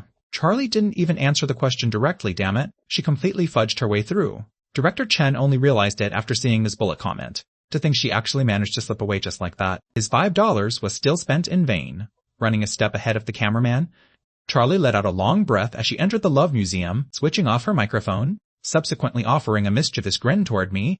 Isn't your bro Charlie exceptionally witty? I switched off my microphone as well, rubbing her head. Extremely witty. Exceptionally witty. Was my wink cute or what? Cute. Incredibly cute, I said. Seeing that the cameraman hadn't caught up yet, I suddenly whispered, except I didn't see it clearly just now. Why don't you do it one more time? Charlie gave me a wink. Close your other eye too. Charlie didn't know what I was up to, but she obediently closed both of her eyes anyway. The very next second, she felt a sudden moisture on her lips. Startled, Charlie snapped her eyes open, and her eyes instantly widened into perfect circles. I was leaning down, gently planting a kiss on her lips. A flush of crimson bloomed across Charlie's face, yet she didn't pull away. On the contrary, she looped her arms around my neck, deepening this kiss even further. By the time the cameraman came bursting inside, this was the exact scene he ran into. Charlie was acting like a total bro, slinging her arm around my shoulder like a buddy, pointing and gesturing toward those bright pink and tender decorations. Inside the Love Museum, the cameraman wiped away his sweat. Thank goodness, it looked like he hadn't missed any footage. Bro Charlie, your reflexes are quite fast, huh? I whispered softly right next to her ear, feeling a tickle in her ear, across her face where the blush hadn't even faded yet. Her expression became even more unnatural. She grumbled softly, your bro Charlie is a talented actress after all. On the other hand, you actually dared to do that while filming. We were almost caught red-handed. You've got some serious nerve. Having said that, Charlie gave me a sharp pinch with her fingernails. I winced from the pain, saying aggrievedly, I originally just intended a light butterfly kiss. But you just had to press my head down. Shut up. Charlie gave me another fierce pinch. I let out a painful twitch. The relationship between those two is genuinely amazing. They're even slinging arms around each other's shoulders. Are they secretly sharing some kind of inside joke? Look, he's literally twitching with joy. These two don't look like a couple. They look more like bros. The viewers naturally had no idea what kind of torture I was enduring in reality. Through the cameraman's lens, staring at Charlie's and my retreating figures, they simply felt the relationship between the two of us was truly fantastic. Could they really be childhood sweethearts? Right then, a highly conspicuous bullet comment suddenly jumped out. I told you guys long ago that I was classmates with them. They've been ironclad best friends since elementary school. After that, they attended junior high and high school together too. On my personal profile page, I've uploaded their old photos. Go check it out if you don't believe me. To be perfectly honest, I didn't expect Sean to join a variety show either, but his close bond with Charlie is absolutely not a promotional marketing stunt. They are true buddies. The ultimate real best friends. The kind of best friends who scaled school walls together, blew up septic tanks together, and flashed teachers' car tires together. Immediately, people clicked into this user's profile page to check it out, and sure enough, they saw several photos. Many of the people in the photos were elementary or middle school students, looking like group photos from school events. There were also red circles drawn over the photos. Taking a close look, the two kids inside the red circles were indeed dead ringers for Charlie and Sean. In the photos, the two children, a boy and a girl, noting playing and messing around together. Although it was a bit blurry, one could still clearly tell that the smiles on their faces were exceptionally bright. There was also another photo showing Sean and Charlie standing against a wall as punishment. The person who posted the photos even left a caption below, "This was when they were little," and jammed up the keyhole of their teacher's bicycle lock. This is a photo of them caught by the teacher and forced to stand as punishment. The teacher took it. The two of them swore to the entire class back then that they would never jam up the teacher's bicycle lock keyhole again. The viewers were completely dumbfounded. What total brats! Then they saw another note right below it. As it turned out, the very next day, 6 more padlocks appeared on the teacher's bicycle. The viewers were left even more speechless. You guys indeed didn't jam the teacher's lock keyhole again. But you two were probably trying to give the teacher a heart attack instead. After browsing through a few more photos in rapid succession, the viewers who finally returned to the livestream room saw Charlie and Sean strolling shoulder to shoulder, exploring the Love Museum together, and their minds couldn't stay calm for a long time. Now, every time I see Charlie smile, I just want to go check if a few extra padlocks have magically appeared on my bicycle. Not all the viewers went to check the photos on that user's profile page. Some people who saw these comments felt entirely left in the dark. What bicycle locks? What are you guys talking about? Go check out that dude's profile page for yourselves. So Charlie and Sean really are childhood sweethearts. Consequently, even more people rushed to dig through the profile of the person claiming to be Charlie and Sean's former classmate. And then, I give up. You call this childhood sweethearts? I feel like you're completely defiling the pure and beautiful term childhood sweethearts. The pure means beating each other black and blue, and the sweetheart means setting off firecrackers together. No wonder that guy used the term buddies to describe them. You couldn't pull stunts like this unless you were thick as thieves. Before this, I even suspected whether they were secretly a couple in private. Now I am kneeling on the floor in deep repentance. If these two are a couple, then the 3 sworn brothers from history were in a total love triangle. No wonder when I looked at Charlie before, such a beautiful girl, I didn't feel any romantic vibe. Turns out this girl used to be exceptionally fierce. Does this count as scandalous dirt on Charlie and Sean? Suddenly, a bullet comment offered a bizarre thought. Scandalous dirt my ass. Does wetting your bed as a kid count as your scandalous dirt now? That actually makes sense. In short, the way quite a few viewers looked at Sean, and Charlie completely transformed now.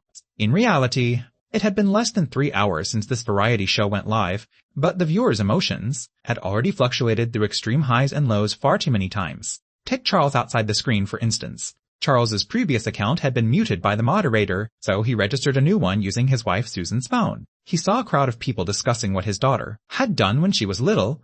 He hurriedly began typing again. Charlie was actually highly obedient when she was a child. It was entirely that rascal Sean who led her astray. Another one of Sean's anti-fans, huh? Shifting absolutely every single piece of blame onto Sean. Judging by those few photos, how come I feel Charlie was way more mischievous than Sean? Charles let out a cold snort. What do you mean I'm shifting blame? What kind of character that kid Sean has? Could any of you possibly know better than me? He is just a little punk.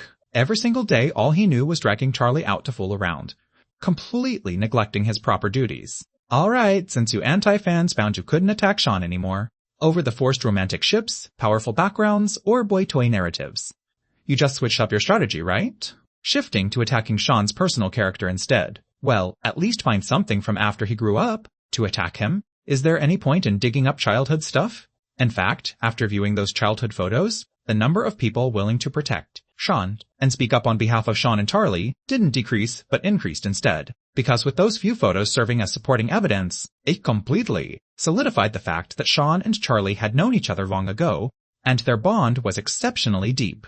A ride-or-die best friends persona was indeed highly interesting, so the approval rating for Sean and Charlie's Penghubei duo grew higher and higher. Naturally, an increasing number of people were willing to step up and speak on Sean's behalf, leaving Charles so thoroughly crowded out by this crowd that he could barely even type his characters anymore. Fuming, he took a sip of water, intending to keep battling the crowd, only to discover that a private message had popped up within the livestream platform. Charles clicked into it to take a look, finding that a user with an ID named Charlie's fan group had sent it to him. Charlie's fan group. Hey sister, are you also one of Sean's anti-fans? Do you have an organization?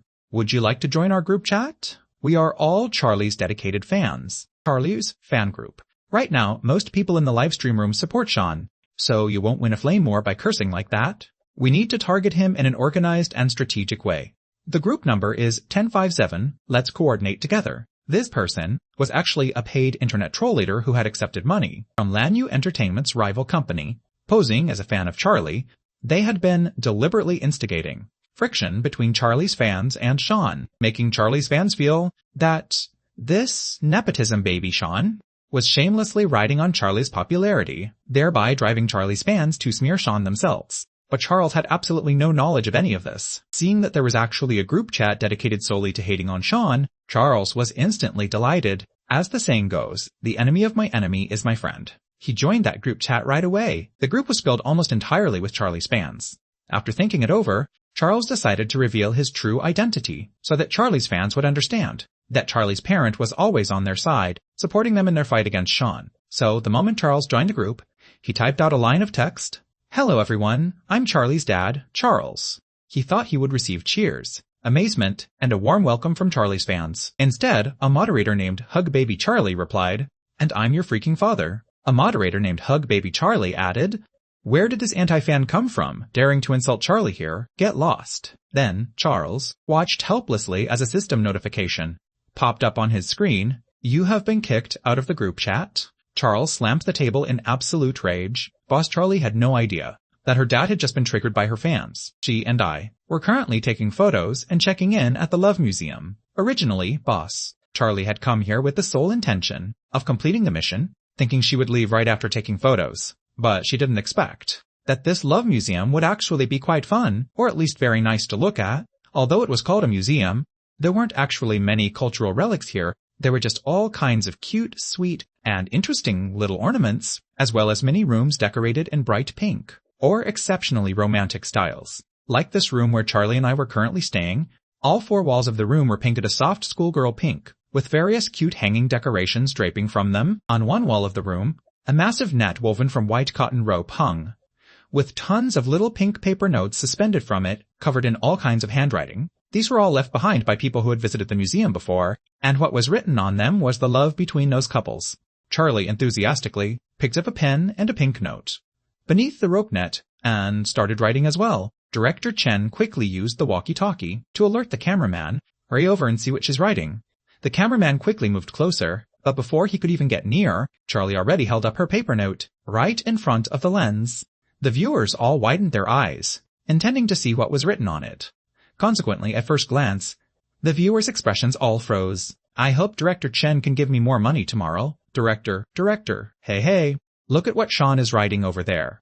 Discovering that I was unexpectedly writing too, he quickly shifted focus and alerted the cameraman again. Just like Charlie, before the cameraman could get close, I held up my paper note right in front of the lens. The viewers widened their eyes once more. "I hope Director Chen can give Charlie more money tomorrow." Director Chen, ha ha ha. Are these two in a duo just because they're money grubbers? What on earth was I expecting? To think I actually expected them to write some sweet romantic words. It's a good thing they didn't write, "We don't ask to be born on the same day, but we ask to die on the same day." I feel like what Sean wrote is actually a bit doting though. "You actually dare to ship them and eat their candy, huh? Watch out, or 6 more padlocks will magically appear on your bike tomorrow." Ever since those photos surfaced, 6 padlocks had become an inside joke in the livestream room. Alright, I'm done writing. Let's go check out the next room. Charlie and I hung our paper notes onto the rope net, and then Charlie gave a wave of her hand, preparing to head toward the next room. The cameraman was the closest to the door, so he naturally had to step out first. Once the cameraman stepped outside, Charlie and I traded a quick glance, and turned the 2 hanging paper notes over to their other side simultaneously. Only then did we look at each other with a smile and walk out of the room. On the pure white rope net, the 2 small paper notes hung exceptionally close together. "I hope to be with him forever. I hope to be with her forever. The person I love. While Charlie and I were still exploring the Love Museum, some of the other duos were also in the middle of doing their missions. Director Chen had the broadcaster cut the main livestream's camera feed over to the other duos. Upon seeing this, many viewers in the main livestream grew instantly displeased. "I want to watch Peng Hu Bei. Don't cut away from them. My friend dragged me here precisely to watch Charlie and Sean's duo. Cut back. Director, if you don't cut back right now, I'm going to make 6 padlocks appear on your bicycle tomorrow." Some short-tempered viewers had already started shouting. Thankfully, there were still calm people in a livestream room. Actually, this show is split into a mainstream and substreams. You guys can just go to the Peng Hu Bei substream. The Peng Hu Bei duo's livestream is running there non-stop. Consequently, the viewers from the main livestream staged a mass migration. Director Chen watched helplessly as the number of viewers in the main livestream, which had with great difficulty reached 40,000 during charades, dropped to 30,000, then down to 20,000, and finally to 15,000 until only 1/8 of the audience remained in the main livestream. Director Chen's heart felt completely chilled, although he knew that the livestream viewers were mostly drawn in by the flawless chemistry between Charlie and me during charades, that had drawn them in the first place. And these people were not only drawn in by the Penghubei duo, but were completely won over as fans by the duo, and ultimately ended up running off with the Penghubei duo, which was entirely beyond reproach. But could they at least leave him a little dignity, and not walk away so completely out of nowhere? Clearly, the other duos were also quite interesting. Director Chen silently looked over at the split screens of the other duos. He looked at the slightly greasy and artificial influencer duo, looked at the Team Mighty duo who were still in a Cold War, and looked at Jet Nolan, who was short on cash from being tricked out of his money by Sean this morning, leaving him unable to afford admission tickets. Jet Nolan, who was currently squatting on the ground, together with Tiffany, trying to figure out a solution. That duo? Fine then. It looks like our duo really is a bit more interesting. Despite this being the case, Director Chen couldn't keep the camera solely on Charlie and me. From beginning to end, this was a variety show featuring 8 people after all, even though Charlie's and my duo weren't actively pursuing the missions assigned by the production team. Our entertainment value was completely dialed up to the maximum anyway. For instance, right now, Charlie and I were in the Love Museum's corny pickup line showroom. Inside the picture frames on the wall, all kinds of corny pickup lines were framed. Charlie's playful streak flared up, making me read the first half of a corny pickup line to her, so she could guess the second half. I agreed with a smile. I read aloud a corny pickup line from the wall. Do you know what my flaw is? Charlie, a flaw in your brain. Holy crap, I just spat a mouthful of water all over my screen. Charlie, pay for my screen. Charlie's train of thought is so bizarre, you only just noticed? Your reaction time is pretty slow too. Killing me with laughter, these two are way too witty, I can't take it anymore. My stomach hurts from laughing, ha ha ha. I let out a helpless sigh. It's that I'm flawed. Without you. Charlie was left completely speechless. So I'm the one lacking a brain? Among the viewers, another wall of dying of laughter comments floated across the screen. Under Charlie's urging, I read out the second corny pickup line. Me, do you like drinking water? Charlie, no. There was no way to follow up on this, absolutely no way. I let out a helpless sigh. You're supposed to say yes. Charlie stared wide-eyed in sheer puzzlement. But I don't. Can you change it to cola instead? No. Fine then. I like drinking water. Only then did I say, then you already love 70% of me. Charlie fell silent for a brief moment after hearing this, and finally remarked, that's so cringy. Ha ha ha, how could it not be cringy? You completely ruined the entire atmosphere. I heavily suspect that the reason Charlie doesn't like drinking water is because her head is already entirely filled with water. Don't blindly hate, Charlie might just not have a brain at all. Stop hating on my Charlie, wah-uh. She's already this dense, can't you give her a little love? I can't take it, I'm going to die of laughter. I didn't even laugh this hard during the charades earlier. I'm going to share the livestream link with my best bud. Me too, I can't be the only one suffering from this toxic exposure. Right now, I really didn't want to read out the third corny pickup line. Judging by my understanding of Charlie, I could already guess what Charlie was about to say next. But Charlie's enthusiasm was sky high, insisting that I keep going. Helplessly, I had no choice but to obediently read out the third corny pickup line. Me, the box meant to hold a ring is called a ring box. Do you know what the box meant to hold you and me is called? Charlie replied with a perfectly straight face, an urn box. Sure enough, I let out a long sigh to the heavens. I knew Charlie would say exactly that. It's called a match made in heaven. I patted Charlie's head and said, I can hear the sheer exhaustion in Sean's voice. Forget about him. Even this emperor is exhausted. Exhausted from laughing. I laughed so hard my face mask is about to crack. To be able to think of the word urn in the corny pickup lines showroom of the Love Museum, Charlie must be the absolute first person ever. I was just dragged here by a friend. And the moment I stepped in, I laughed myself silly. What a true genius. Then I can only say you arrived late. The previous flaw in your brain line was even more classic. You completely missed out on it. Someone else let out a sigh of deep emotion in the comments. I finally understand why Sean and Charlie are just ironclad best friends. If he had her as a girlfriend, Sean would probably be so furious that his funeral ceremony would be over by now. Forget about the funeral ceremony. The grass on his grave would already be waist high. Meanwhile, Charlie had already dragged me over to read the fourth corny pickup line. By this point, I was completely numb and had entirely given up on salvation. Reading it out directly, I want to take something from you. Charlie looked at me in pure horror. Take my miserable life? I meant take you home as my wife. Right after that came the fifth corny pickup line. I want to buy a plot of land from you. The look in Charlie's eyes turned even more horrified. Watch my severed head fall to the ground? I meant buy into your undivided devotion. The sixth line, the seventh line, and the eighth line. By the time we finished running through over a dozen corny pickup lines, I can't say I didn't let out a long breath. Originally, I had a little hidden motive. feeling that these corny pickup lines served as a perfect opportunity to use the excuse of reading romantic lines to publicly confess my feelings to Charlie. As it turned out, with her god-tier reading comprehension, Charlie obstinately turned the corny pickup line segment into a double-act comedy show. Just as I let out a sigh of relief, viewers finally managed to breathe a sigh of relief as well. It's finally over. I seriously can't take it anymore. I literally have no energy left to laugh. Are these two trying to kill me with laughter and then inherit my credit card bills? This is the first time I've ever watched a dating show that made my face hurt from laughing. Charlie is the absolute GOAT.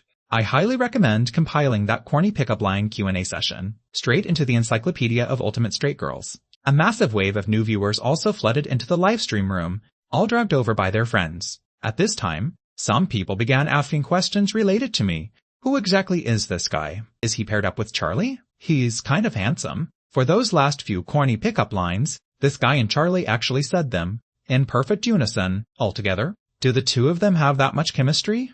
For this guy to keep up with Charlie's bizarre train of thought, he definitely can't be ordinary, right? Could they really be a couple? Seeing the new viewers' bullet comments, some enthusiastic old viewers came forward to answer the questions. For their chemistry, I suggest waiting for an edited replay of the charades challenge. It'll show you what god-tier teamwork looks like. As for those saying they're a couple, please respect yourselves. They're ironclad best friends. If you don't believe it, go check out Sean's childhood friends page. This person's personal profile has photos as proof. They have a ride-or-die bond. Finally, let me introduce him to all the new viewers. Charlie's partner is named Sean, and their duo is called Penghu Bei. Outside the screen, Director Chen watched the viewer count of the Penghu Bei duo's livestream room break past 60,000, and the expression on his face was as complicated as could be. If he had freaking known earlier that Charlie and I could pull off a stunt like this, no matter what anyone said, he would never have cut the camera feed away from the main live stream. Wow, the number of people in their main live stream was barely enough to match a fraction of the Penghu Bei duo's numbers. So frustrating. While Director Chen was feeling depressed, Charlie and I had already left the Love Museum. Our check-in at the first destination was complete, and the two of us were just about to head toward our second destination. When we arrived at the second destination, which was another attraction in the tourist town, the Little Garden, we unexpectedly saw the pair of Jet Nolan and Tiffany singing right at the main entrance of the Little Garden, except their singing voices were truly nothing to write home about. And at this moment, a bowl was placed right in front of them, with a few scattered loose dollars inside. The moment Jet Nolan saw me walking over, he immediately trotted over eagerly to greet us. While singing his song, he held out the bowl and looked at me with a pleading gaze. A distinct meaning was clearly written in his sorrowful little eyes. "Boss, spare some change, please." Listening to his singing voice that sounded like a dying pig, I gave him a bizarre look. Then I let out a sigh and asked, "How much money do I have to give you? So you'll stop singing?" "Just $1 is fine," Jet Nolan said hurriedly. I took the few straws I had stuffed into my pocket this morning and tossed them into Jet Nolan's bowl. "Keep the change." Jet Nolan informed me that the admission fee for the Little Garden was $50. There was no way on earth they could afford it. So, the production team had set up a mission here at the Little Garden, well in advance. They had to perform a talent show at the entrance to find passers-by, and earn tips. Each passerby could give Jet Nolan $1 at most, and once they scraped together $10, Jet Nolan and Tiffany's duo could enter the Little Garden. Of course, these passers-by were all arranged by the production team. Jet Nolan was a celebrity after all, so when recording a show, it was absolutely impossible to just let complete strangers get close to him at random. Moreover, Director Chen told these passers-by that as long as Jet Nolan's singing was halfway decent, they could give him the money. There was no need to be too harsh, otherwise it would waste too much of Jet Nolan's duo's time and impact the show's entertainment value. Unfortunately, however, Jet Nolan and Tiffany, this team, Jet Tiff, really lived up to their name a bit too much. Their singing was so horribly bad that it reached an almost unfathomable level, to the point that even though the passers-by were arranged by the production team, barely anyone went to give money to Jet Nolan's duo. They couldn't ignore their own consciences, nor could they wrong their own ears. Director Chen had originally even forced a few people to go give Jet Nolan money, but some viewers immediately grew dissatisfied. These people were hired by the production team, right? It sounds this terrible and they can still give money? I dare say this person is either Jet Nolan's fan or a deaf person. Jet Nolan's fans aren't taking the blame for this. Deaf people aren't taking the blame either. Too fake, too fake. I'm a fan of Jet Nolan, and even I can't stand to watch this. Jet Nolan's singing is universally recognized as terrible in the industry. Have him swap to another mission. This made it so Director Chen didn't dare to use any underhanded tricks. and could only wait for Jet Nolan to give up on his own and do another mission. As it turned out, this young fellow Jet Nolan was quite persistent, stubbornly singing from past 10 o'clock all the way until 11. Some of the passers-by were actually moved by his persistence, covering their ears while tossing $1 to him. Even the viewers were moved, one after another calling over their friends and relatives, stating that a song this terrible shouldn't just torture one person alone. In an instant, the viewer count for Team Jet Tiff's livestream room also shot up by quite a bit. It could only be said that Jet Nolan's talent wasn't up to much, but when it came to milking entertainment value, he was truly a genius. Right now, Jet Nolan had scraped together $9. If I were willing to give him $1, then Jet Nolan could reach $10 and complete the mission. Subtly, for this $1 he was missing, no one had been willing to give it to him for ages. So, the moment Jet Nolan saw me, it was exactly like seeing a savior. Hearing Jet Nolan put it this way, I thought about it for a moment, and in the end actually pulled out $1. Jet Nolan smiled as bright as the sun, repeatedly thanking me, and reached out his hand to take that $1. Consequently, he heard me say, I can give you this $1, but you have to give me $5. Hey, why? Jet Nolan was completely dumbfounded. The mission given to you by the production team is to have you perform a talent to scrape together $10. In other words, this $10 you need to scrape together right now has absolutely nothing to do with the money we originally have on us. It's merely a condition for us to complete the mission, that's all. I flashed the single $1 in my hand. By giving you this $1, I am helping you complete your mission and resolving your urgent crisis. To express your gratitude to me, is it unreasonable to pay me $5 out of your own pocket? Jet Nolan looked aggrievedly at me. It's unreasonable. It's highly unreasonable. We only have $10 left. I pulled the single $1 back. Jet Nolan, bro. My bro, can we negotiate? $5 is way too much. How about I give you $1? So you don't lose any capital, okay? I shook my head. $4 minimum. Jet Nolan said reluctantly. $2, okay? Just as I was about to speak, Jet Nolan lightning fast blurted out, I know what you're about to say. $3, right? Fine. You give me $1 to help us complete the mission, and I'll give you $3 back, leaving you with a net profit of $2. Will this do? I nodded my head, patting Jet Nolan on the shoulder. Not bad. You've learned to anticipate the answer. In the end, Jet Nolan obtained $1 from me, completed the mission for the production team, and I made a net profit of $2. The total assets of Charlie's and my duo reached $42. Compared to the other duos, we were practically rich enough to rival nations. This Sean guy is truly a scammer. From morning until now, how much money has Jet Nolan been swindled out of by him? Look at the money Charlie is counting in her hands. Half of it is the blood, sweat, and tears of our Jet Nolan. Wow. Killing me with laughter. Can someone clip the parts where Jet Nolan gets tricked? I feel it can be used for anti-fraud promotion. Jet Nolan carried his bowl and walked back to Tiffany's side. Tiffany gave him a hard nudge. Are you stupid? Losing $2 for nothing. We really won't be able to afford lunch at noon. Jet Nolan snorted. Don't worry. This money won't be lost for nothing. Look, Sean and his duo are also coming to the small garden. They can't afford the admission tickets either. They'll definitely have to do a mission too. When the time comes and they can't scrape together enough money, we'll just copy Sean's previous strategy, pull the exact same stunt on them, and claw our money right back. Tiffany felt like that actually made a bit of sense, but also felt like something was highly amiss. It wasn't until she saw Charlie and me linking hands to sing, and heard our rock-solid vocals, that Tiffany finally realized exactly what was amiss, and that was not every single duo sang, as horribly as she and Jet Nolan did. This is a simple little love song, singing the twists and turns of people's hearts. Charlie and I were singing Suda Green's Little Love Song. This song was crisp and melodious, highly suited for Charlie's vocal range. Meanwhile, I was mostly responsible for the harmonies. Although the two of us were singing a cappella without accompaniment under Charlie's brisk vocal lines, and my flawlessly synchronized perfect harmony, the listening effect turned out exceptionally well. Forget about Tiffany. And Jet Nolan, the two tone-deaf singers, even the audience and director Chen were thoroughly startled upon listening. Holy crap, are these two professional grade? Even though it's a cappella, how come I can hear a full instrumental backing vibe? The harmony. Sean's harmony blends flawlessly with Charlie's. This is without reverb. With a reverb effect, it would sound even better. These two have definitely practiced this before. They truly live up to being best friends. I was just dragged here by a friend to listen to Jet Nolan sing, and felt like I was going deaf. Now listening to this song, my ears have finally recovered. But this was just our singing the intro, right? Once the intro was finished, Charlie, who was originally responsible for the main vocals, suddenly cut her voice. Just as the audience and the director were left in confusion, I, who had been responsible for the harmony before, opened my mouth again. You know, Even if heavy rain turns this city upside down, I will give you an embrace. A vocal profile completely distinct from Charlie's female vocals.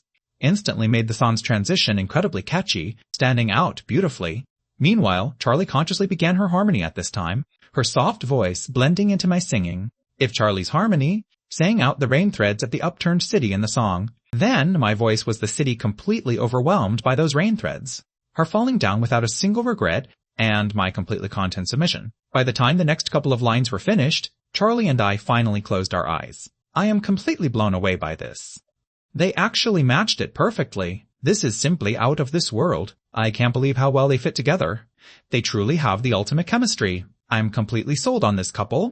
They are just magnificent together. The performance value is through the roof. I'm standing them from now on. They completely outshone everyone else. This is the absolute peak of the show. I'm hooked. The comments were flooding the screen. Even the paid trolls and anti-fans couldn't find any opening to speak up. Director Chen was thoroughly amazed too. They really have incredible chemistry. This is out of this world. This couple's performance is simply supreme. They're just fantastic together. The entertainment value is through the roof. I'm thoroughly impressed.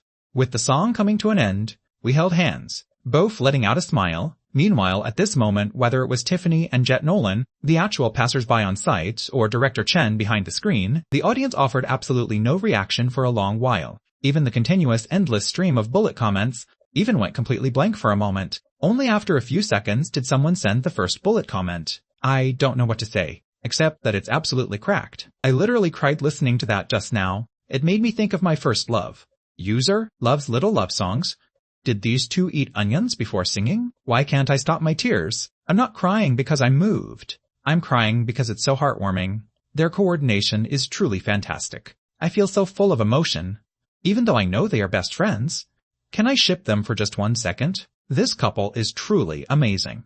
This is the first time I've listened to a song and felt such complex emotions. They sang so well. Without professional audio equipment, without reverb, and without an instrumental backing, there were only 2 people and 2 voices. Perhaps our techniques weren't professional grade, and our vocal conditions weren't top tier either, but the emotions we sang out and the harmony we delivered could still move people's hearts. Director Chen also took off his glasses, wiped his moist eyes, and subsequently began to clap silently. The passers-by at the recording site were also just snapping back to reality. Some couldn't help but applaud, while others hurriedly stepped forward to toss their money to me. Tiffany also cried from listening. She tugged on Jet Nolan's arm and sniffled, "Can you lend me $1? I want to vote for them too." Charlie and I ultimately scraped together $20, mainly because the production team had only arranged 20 passers-by. Unfortunately, however, the production team required that no matter how much money was scraped together, all of it had to be handed over, with no secret hoarding allowed, so our total assets didn't increase in the end. Having completed the mission, Charlie and I planned to head inside the little garden to check in. Jet Nolan and Tiffany's duo quickly blocked the way in front of Charlie and me. "What are you doing? Trying to rob your money back?" Charlie glared at Jet Nolan vigilantly, covering her pockets with both hands. Jet Nolan rubbed his hands together and gave a fawning smile. "No, it's not that. I want to become your disciple. Sean, can you teach me how to sing?" Tiffany also stepped forward and said to Charlie, "Charlie, I want to learn how to sing too." I looked at the fawning Jet Nolan and shook my head after a moment. "I don't want to teach you." "Why?" Jet Nolan clutched my arm. "People with true talent don't need anyone to teach them." Jet Nolan's eyes lit up. "Are you saying I have talent?" As it turned out, I shook my head again. "I just purely don't want to teach you." Jet Nolan sighed. "Then what did you mean by that sentence?" I said earnestly. "I was talking about myself. I taught myself how to sing." Jet Nolan looked at me, still refusing to give up, and pressed on. "Then, Sean, do you think it's still possible for me to sing well?" "Yes," I nodded very seriously. Jet Nolan's eyes lit up again. "How do I do it?" "Reroll your life. Maybe you can sing well in your next lifetime." I very seriously offered my suggestion. "Ha ha ha. Reroll your life. Maybe you can sing well in your next lifetime." How brutal. Even though our Jet Nolan singing is indeed terrible, couldn't you put it a bit more tactfully, Sean? Aha. I feel like this is already very tactful. At least it can be counted as giving a little hope, right? Shot down by Sean, Jet Nolan didn't speak for a long time. Meanwhile, on the other side, Charlie and Tiffany were actually getting along quite harmoniously. Tiffany came to ask Charlie for singing tips, and Charlie also gave her attentive guidance. Seeing this, Jet Nolan decided to abandon Sean and defect to Charlie. He went to complain to Charlie. "Charlie, Sean said I can only sing well in my next lifetime. He's so out of line." Can you teach me? Charlie sidestepped Jet Nolan for a moment and said, sing a couple more lines for me. All right, shut up. Charlie hurriedly cut him off. Jet Nolan stared at Charlie. What do you think I can do to sing well, Your Highness? Charlie said with a perfectly straight face. I think Sean is right. Jet Nolan, go squat in the corner and draw circles. I think Sean is right too. Ha ha ha. Jet Nolan, just give up. I can't take it. My tears just came out from crying. And now they're coming out from laughing. It's way too fun when these two duos bump into each other. Every single one of them is a comedy genius. Where did the production team find these absolute clowns? In the end, the Peng Hubei duo and Team Jet Tiff entered the little garden together. Inside the little garden were just some mock ancient architecture and landscapes, so there weren't many things to play with. The only novel thing was a costume room inside the little garden, which was filled with tons of ancient clothes for tourists to try on. Boss Charlie dragged me straight over there. She had filmed period dramas and worn period costumes before, so she didn't have much interest in them for herself, but she desperately wanted to see what I would look like wearing these ancient costumes. She picked through them for a bit, finding a moon-white robe for me, paired with a long black cloak, and then left me inside to change clothes on my own. She, the cameraman, along with Tiffany and Jet Nolan, waited outside. Before long, when the door creaked open, and the man in the white robe and black cloak stepped out, even Charlie was left completely starstruck. Clothes make the man. I am highly attractive, and have always been highly attractive, but usually I dress casually, and rarely groom or dress myself up. Yet right now, changing into a classic-style long robe, and draping a long cloak over it, it felt as if I instantly transformed into a noble young master from ancient times, even though I've always thought Sean was kinda handsome. I didn't expect Sean in ancient costume to be this handsome. This is way better looking than those A-list celebrities, right? The most important thing is, he isn't effeminate at all. Looking both tall and handsome, this is a true handsome guy. Crap, I was drawn in by Sean, and Charlie's corny pickup lines. But now I feel like I'm becoming a face fan of Sean's. Charlie ran forward and circled around me several times, finally looking at me and saying, Handsome Sean, how does it feel to wear this? Do you feel like you've completely transformed into another person? I let out a bitter smile. I don't feel like a transformed person, but I do feel like I'm about to become a dead person. It's August right now, wearing a long robe and draping a thick cloak. Are you trying to bake me to death? Charlie nodded seriously. That actually makes sense. Then take off the long robe inside. Tiffany saw how handsome I looked after dressing up, and suddenly felt inspired as well, dragging Jet Nolan along as they also ran into the costume room. Before long, Jet Nolan was dragged out with a completely reluctant face.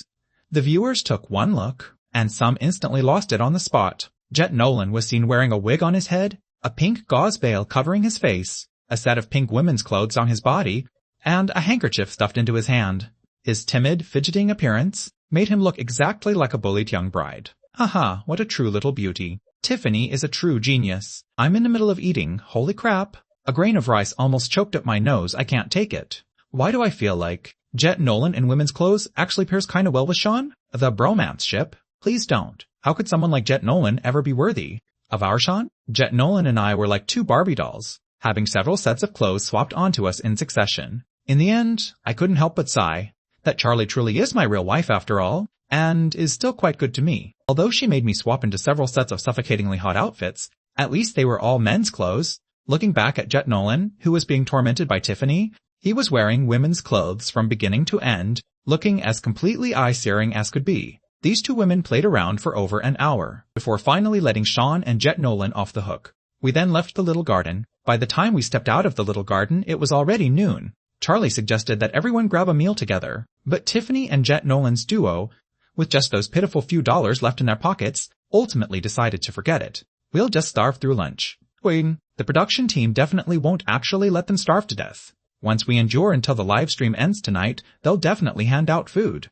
However, Charlie absolutely couldn't hold out that long. Seeing that Tiffany and Jet Nolan didn't want to go, she didn't force them, dragging me along to find a nearby restaurant.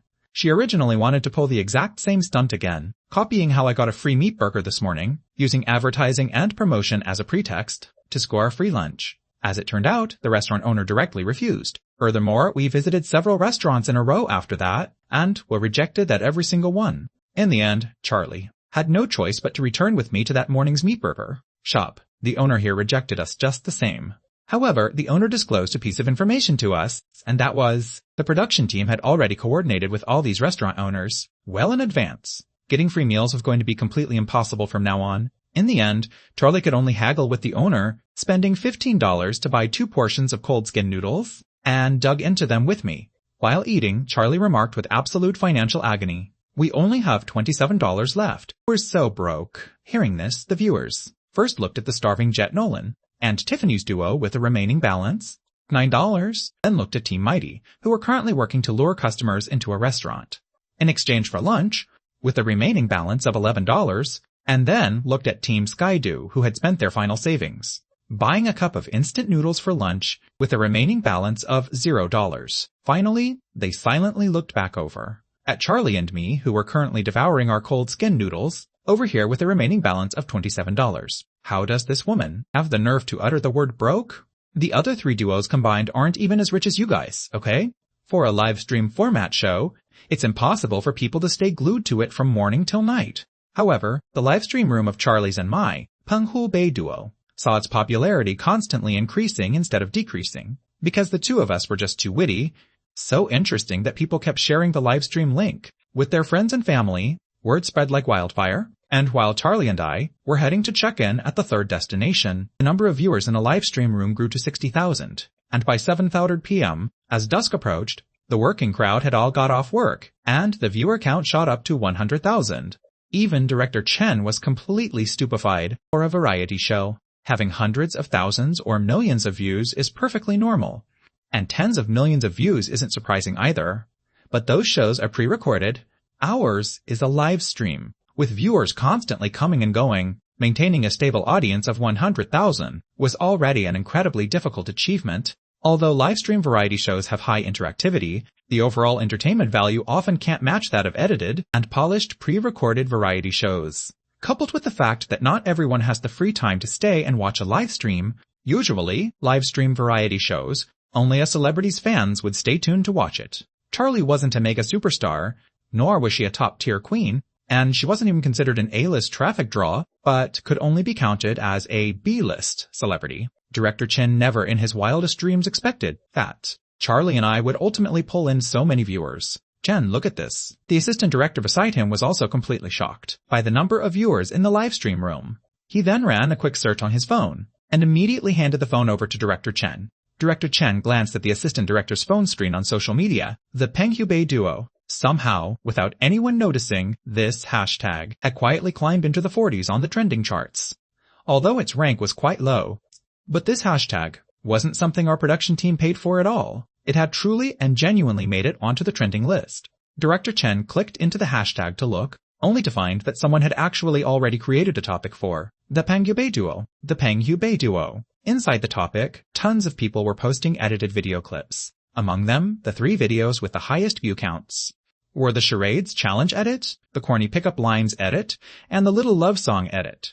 The view count for the Little Love Song was the highest, breaking 700,000, and this was clearly the true source of the trending traffic. Inside the comment section below the Little Love Song video, plenty of curious onlookers were asking, "What show is this? Who is this guy singing? What is the Manhwa duo?" Some paid trolls and anti-fans discovered that they couldn't smear me in the live stream room anymore.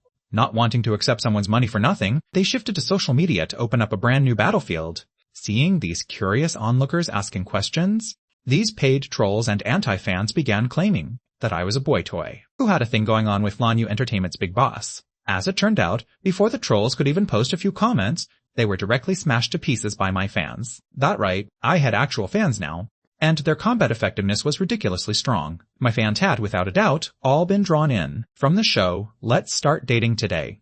They had all just stand me today, making them genuine, 100% real active fans. Furthermore, my performance on the show was practically flawless, so these fans naturally wouldn't tolerate those anti-fans uttering a single bad word about me. They shut down every single troll they caught.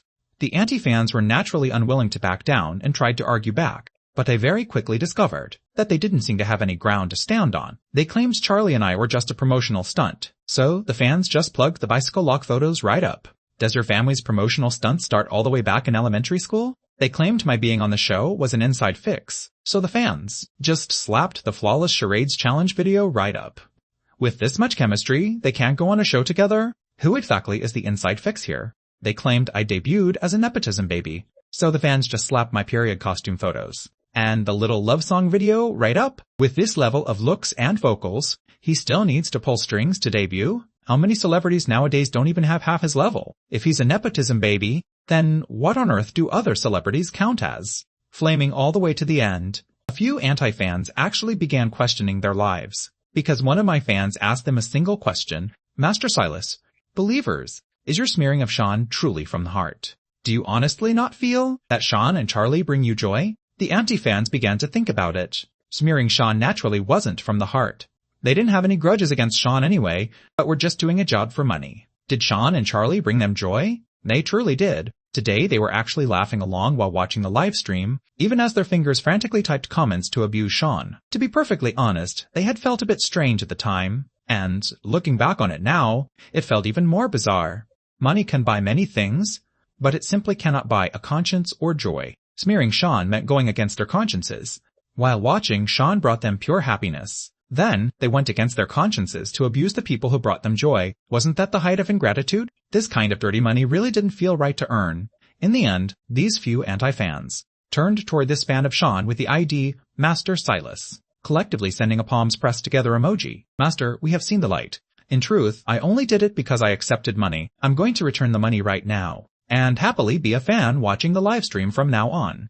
Master Silas, Amitabha, bless you, it is wonderful that you have seen the light. This monk shall return to watching the live stream as well. Director Chen put on a perfect face of an old man squinting at his phone, staring at this recruitment scene unfolding inside the comment section. Finally, the corners of his mouth couldn't help but twitch. Sean's fans were way too brutal, weren't they? Other celebrities' fans would engage in keyboard wars at most, but his fans straight up started converting the anti-fans. What was most ridiculous of all, why on earth did he have an actual high monk as a fan? Director Chen clicked into that Master Silas's profile page, only to discover this person was actually a verified, official, genuinely prominent monk. The assistant director adjusted his glasses. Sean's fan demographics are way too mixed, mainly because a dating variety show like ours isn't like a talent search, or a music variety show that picks its audience. Absolutely anyone can watch it, and anyone can find it interesting, coupled with the fact that the interactions between Sean and Charlie are genuinely hilarious, so it can pull in anyone from an 8-year-old. To an 80-year-old viewer, Director Chen's mouth twitched yet again. Allow me to ask a bold question. How on earth do you know statistics, like from 8 years old to 80 years old? I made it up, the assistant director said with a perfectly straight face. I'm an exceptionally rigorous person, and everything I say is backed by evidence. I shared the livestream link with my mom and my little nephew, and both of them are currently watching. Director Chen also knew the assistant director was right. Charlie and I had an incredibly strong sense for variety shows, being highly witty and sharp. Most importantly, the two of us were childhood sweethearts. Our interactions were completely natural. Forget about the audience. Even Director Chen himself, as the director, found watching the two of us to be highly entertaining and relaxing. Watching a live stream like this, if he were a regular viewer, he would be more than willing to share it with the people around him too.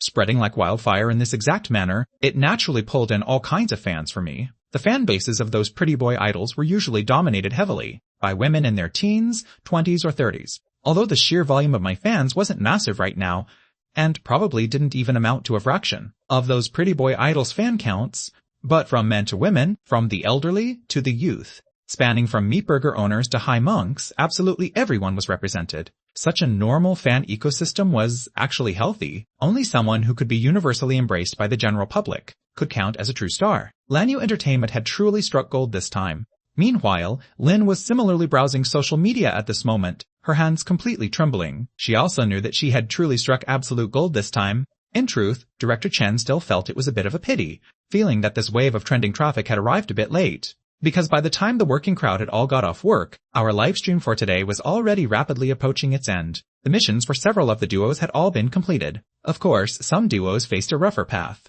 while some duos had it smoother, especially for Charlie and me. Having checked in at all 3 attractions exceptionally early, we spent nearly the entire afternoon just messing around. Although the two of us delivered great entertainment value even without doing any missions, our entertainment value was completely dialed up to the maximum anyway. But Director Chen still felt like it was a bit of a waste. When it was time for dinner in the evening, Director Chen announced to everyone over the walkie-talkie that any duo with no money left for dinner can return to the guest house to collect boxed meals. This was a display of mercy from the production team. Aside from Charlie and me, the other 3 duos ran back in complete excitement, each holding a boxed meal in their hands, devouring it with sheer, tearful gratitude. They never felt a boxed meal could taste this heavenly. Hey, hurry up and go look at Sean's duo. Hurry, hurry, hurry. Because 3 of the duos had returned to the guest house courtyard, the camera feed for the main livestream was naturally cut right over to the guest house. As a result, a bullet comment suddenly popped up in the main livestream room. Meanwhile, Director Chen, who was in the middle of grabbing his boxed meal, also heard the assistant director, who had returned to the monitor equipment after grabbing his meal, shouting out, "Chen, hurry over and look at Sean and his partner." Director Chen frantically bolted over. The moment Jet Nolan and Tiffany's duo heard that something seemed to be going on with Sean's duo, they also rushed over to stand before the monitors. The remaining 2 duos stole glances at each other, and ultimately carried their boxed meals over to crowd around the monitors, spectating the scene altogether. Then, the chopsticks in Jet Nolan's hand dropped straight onto the floor. Inside the Peng Hubei duo's livestream room, I was currently standing in front of the stove wearing an apron, a spatula in my right hand, and a wok in my left. Lifting the wok with a sharp toss, I gave the spatula a swift flip, only to see a brilliant burst of flame suddenly erupting from the wok, looking exceptionally spectacular. This pan catching fire. I've seen professional chefs do it on TV when cooking. Is it really not dangerous at all? The flame is so huge. How did it catch fire all of a sudden? So cool. This is a flash fry technique used when tossing a wok over open flame. Sean's wok tossing is so incredibly practiced. Looks like he's a veteran chef. The viewers in the live stream room were completely starstruck. Director Chen and the others were left even more dumbfounded. In the mere span of time it took them to grab a boxed meal, how on earth had I already started stir-frying dishes? And doing it with such incredible flair? Director Chen hurriedly contacted the cameraman on site. The cameraman informed Director Chen that Charlie and I had returned to that morning's meat burger shop, used our remaining cash to purchase some raw ingredients from the shop, and borrowed the owner's kitchen to start preparing our meal. By this time, I had already switched off the flame, dishing up that beautifully stir-fried lamb with scallions onto a plate. Staring at that small plate of perfectly glossy, richly colored stir-fried lamb with scallions, the viewers instinctively felt as though they could almost smell the mouth-watering aroma of the lamb themselves. I gave the wok a quick rinse, and after wiping it dry, fired up the stove once more. Before long, I completed another dish of sweet and sour crispy pork, and a plate of plain stir-fried shredded potatoes. Carrying the 3 plates of food, I walked out to the dining area and set them right in front of Charlie. The cameraman gave the 3 dishes a prominent close-up. All 3 dishes were served on small plates, and the portions were quite small, too, because Charlie and I had less than $30, meaning we could only buy a tiny bit of each. Yet, despite being just 3 small plates of food, far from giving the audience a cheap or pitiful impression, they looked exceptionally exquisite instead, resembling 3 fine works of art that made anyone looking at them salivate. At the very least, the cameraman had already swallowed his saliva. Several times by now, I used the last remaining bit of our cash to purchase 2 bowls of rice from the owner, and subsequently dug into the meal together with Charlie. Here, try some. I picked up a piece of meat with my chopsticks and held it out before Charlie. Boss Charlie took a large bite, pulling the meat straight from my chopsticks, the expression on her face being a picture of absolute pure bliss. Who would have thought joining a variety show would let me eat Sean's cooking? I'm seriously way too happy. Charlie sighed with total satisfaction. Is it good? I'm not very used to the wok here, so I'm not sure if I controlled the heat well, I asked, and Charlie quickly nodded. Then she picked up some shredded potatoes with her chopsticks. Here, try it. It's really good. I smiled and ate it. Feeding each other food? So we're eating dog food for dinner, huh? Is there anything wrong with best friends feeding each other? No problem at all. I don't care. Even if 6 padlocks get hung on my dog head tomorrow, I'm still eating their dog food. Feed him another bite. One more bite, let me screenshot it.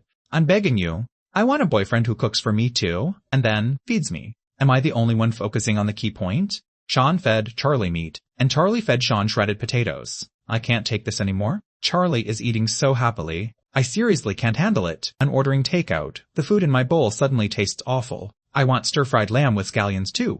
Director Chen and the others in front of the monitors saw this comment and felt exactly the same way. They also felt the boxed meals in their hands no longer smelled appetizing.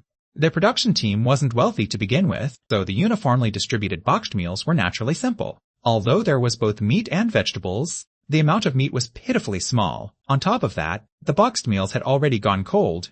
Then they looked at Charlie and me, eating freshly cooked meat dishes straight from the wok. The difference was truly painful. Jet Nolan was so upset he nearly cried. Seeing this, Director Chen quickly comforted him. It's fine.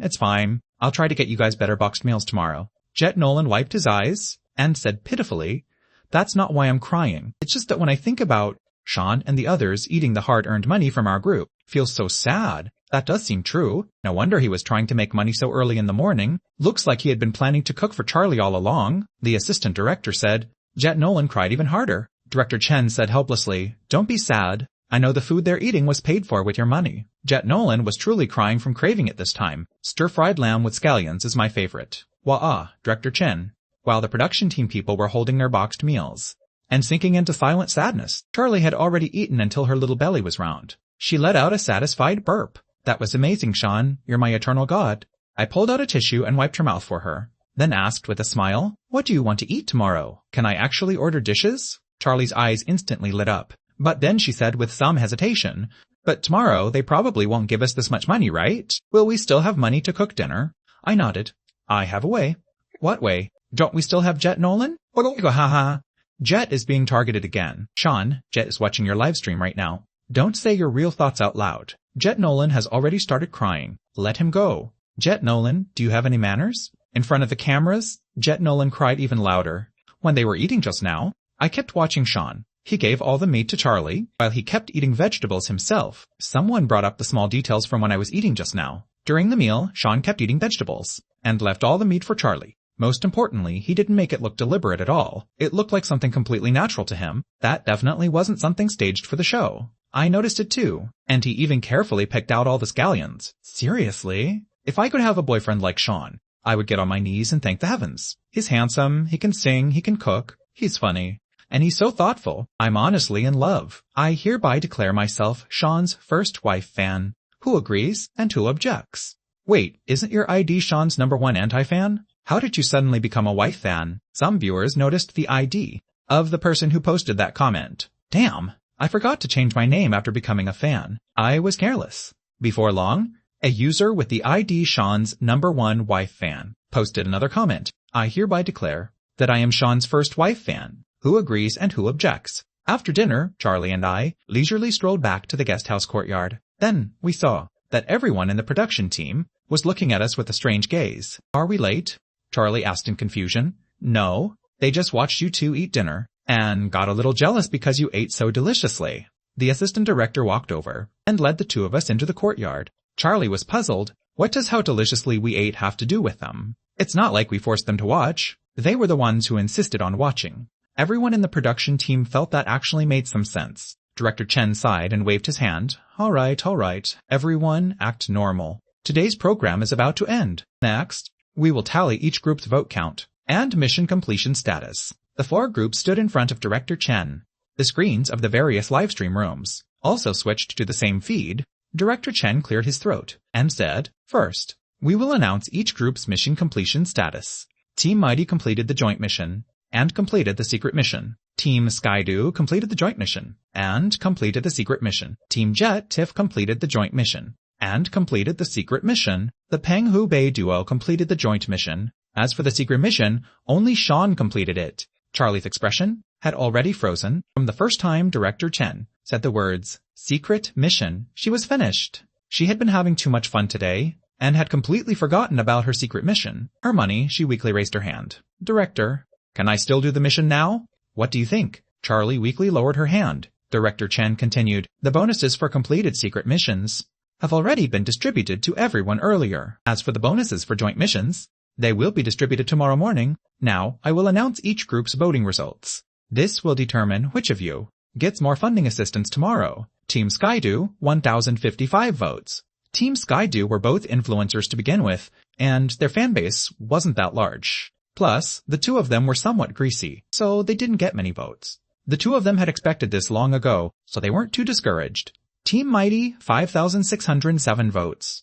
Team Mighty had the highest support rate at the beginning. However, after the two of them had a cold war during the charades challenge, very few people voted for them anymore. Team Jet Tiff, 15,357 votes. This group was quite entertaining in itself, and after interacting with Charlie and me quite a lot, many people became fans of them by following Charlie and me. And finally, the Peng Hu Bei duo. Director Chen once again looked at Charlie and me with a strange gaze. The other 3 groups also looked toward us. Judging by Director Chen's order of announcing votes, the Peng Hu Bei duo being announced last. should logically mean we were in first place. Then they heard Director Chen slowly say, due to a voting system malfunction, the Penghubei duo's votes cannot be counted. They will be recorded as 0 votes. Charlie shouted, "This is rigged." Seeing Charlie shout that it was rigged, the viewers all laughed. What goes around comes around. When I watched the live stream this morning, it was still the viewers saying Charlie, and Sean's group was rigged. But by tonight, it had become Charlie herself shouting, "It's rigged." I'm dying of laughter. The director is so mischievous. For those who don't know, let me explain. The director is Sean's #1 anti-fan. The secret mission he gave Sean this morning was to get beaten up by his partner. I support the director's rigging. Don't give Boss Charlie's group any money. Tomorrow, I want to watch them scam money again. Ha ha ha. Director Chen was only joking. Seeing Boss Charlie shouting about rigging, Director Chen snorted. I've been called rigged so many times this morning already. One more from you won't make a difference. Alright, I'm done messing with you. I will now officially announce the Penghubei duo's vote count. The Penghubei duo, 21,981 votes. 120,000 votes, crushing second place.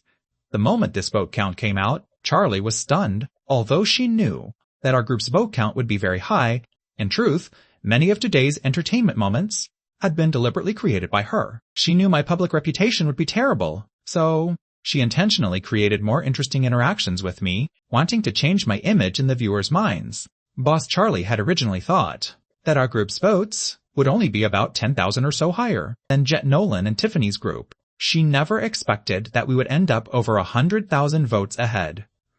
There are really that many viewers watching this show? Director, you're not really rigging this, are you?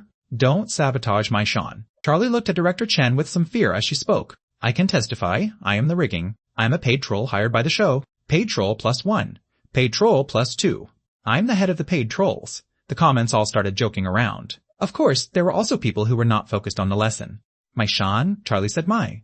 Did you guys hear that? Bullshit. It's clearly my Sean. This is my husband. Bullshit. He belongs to Charlie. Bullshit. Charlie belongs to me. Bullshit. I'm the one who belongs to you. Director Chen stared at Charlie sternly. In your heart, am I the kind of person who rigs things? Oh, yes. Charlie nodded sincerely. Director Chen, I can't be bothered with you. All right, now that all your vote counts have been announced, there is no doubt that the Penghubei duo has achieved first place. Meanwhile, Team Skydu unfortunately came in fourth. Tomorrow, the Penghubei duo will receive $10 in funding assistance. As for Team Skydu, unfortunately, you will receive no allowance tomorrow. After Director Chen finished speaking, he waved his hand. I officially announced that the first day of Let's Start Dating Today has now come to an end.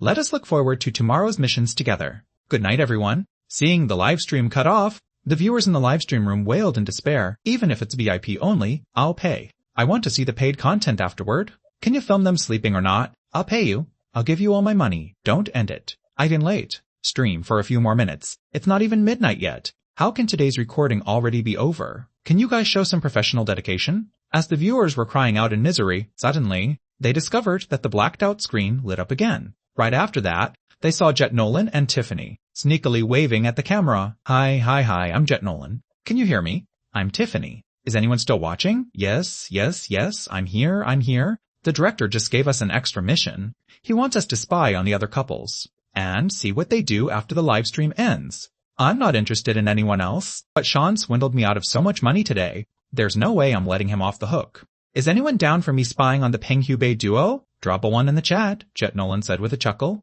Director Chen also couldn't bear to let today's massive popularity go to waste, so he reached out to Tiffany and Jet Nolan, who were on pretty good terms with Charlie and me, forming a team to pull off this stunt. Team Jet, Tiff, is the absolute GOAT. Go. Carrying the camera, Jet Nolan and Tiffany stealthily made their way toward Charlie's and my room. Meanwhile, inside the room, the live stream had ended, so Charlie and I naturally got our respective phones back. The first thing Charlie did upon returning to the room was open up the livestream app. I want to see if there really are that many people watching the stream. Consequently, when she opened the app, she saw Jet Nolan's and Tiffany's giant faces pop up on the screen and babbled a bunch of nonsense. The core message being that they were coming to spy on her and me. Charlie hurriedly gave me a tug. Sean, look, Jet Nolan and his partner are coming over to spy on us. I glanced at the phone screen and suddenly asked, Charlie, what do you want to eat tomorrow? Why are you suddenly asking that? Charlie asked in confusion. If you just want a standard meal tomorrow, I'll find a way to scam Jet Nolan and his partner. What if I want to eat something premium? I spread my hands. Then I'll scam the director instead, Golly said. Then I want a premium meal. I leaned close to Charlie and whispered a few words into her ear. Charlie's expression grew more and more magnificent. And finally she nodded her head heavily. I didn't expect you to be even more wicked than me. Well, it's all thanks to your excellent guidance, bro Charlie. With our plan fully settled, we subsequently switched off the room lights stealthily. Jet Nolan and Tiffany crept sneakily right up to Charlie's and my bedroom door. Tiffany walked in front, cracking the door open to leave a slight gap. Jet Nolan poked the camera lens right into the crack. It's so pitch black, Tiffany whispered. Yeah, did they not turn on the lights? Could they be doing something scandalous? I'm an adult. Let me see what happens next. Go inside. Go inside. Tiffany and Jet Nolan traded a glance, and then Tiffany pushed the door wide open. With lightning speed, Jet Nolan reached out and flicked on the bedroom lights. But taking a closer look, the room turned out to be completely empty. In their utter confusion, they stepped inside, but the moment they entered, they heard the door behind them shut with a sharp slam. Even more horrifyingly, the bedroom lights instantly plunged back into darkness. Forget about Tiffany and Jet Nolan. Even the viewers were startled. Holy crap! What's going on? Is it haunted? Isn't this a dating show? Why did it suddenly turn into a horror movie? Bro Charlie, save me. Jet Nolan and Tiffany, the two main subjects, were naturally terrified out of their wits as well. Jet Nolan said with a violent shiver, Tiffany, why did you suddenly turn off the lights? Tiffany replied with an equally trembling voice, I didn't turn off the lights. Hey, D, don't touch me. Jet Nolan froze. Both of my hands are holding the camera. How could I touch you? H, hey, don't grab my arm, Tiffany. I didn't even touch you at all. The two of them seemed to realize something, falling into an instant dead silence. Meanwhile, through their microphones, the audience caught a voice. That absolutely did not belong to either of them. You two, turn around and take a look. While Jet Nolan and Tiffany were screaming in pure terror and snapping their heads around, Charlie and I standing behind them had already switched the lights back on. Seeing that it was the two of us, Jet Nolan and Tiffany were barely kept from fainting right on the spot. WWW, what do you guys want to do? Jet Nolan stammered out, shivering. Charlie glared at him. It's not what I want to do. It's what you guys want to do. Instead of sleeping in the dead of night, you brought a camera over here to spy on us, right? Tiffany whimpered. It wasn't our idea. The director made us do it. I stepped forward and looked at the two of them. The director made you do it? Jet Nolan and Tiffany nodded their heads frantically. I let out a light chuckle. I accidentally opened our live stream room just now and heard a certain someone say, this was an extra mission given to you by the director, right? Jet Nolan nodded his head once more. I followed up. Then for an extra mission, he must have given you an extra cash bonus, right? Jet Nolan nodded again, but very quickly clued into the trap, hurriedly shaking his head. No bonus. There really isn't any. Charlie, standing aside, let out a cold snort, stepped right up next to Jet Nolan and said, Jet Nolan, hand over the bonus money, and we'll let you guys leave today. If you don't, neither of you can dream of walking out. Shivering and shaking, Jet Nolan stared at her. WW, we are currently streaming live right now. I'm warning you guys. Don't you dare do anything reckless to us.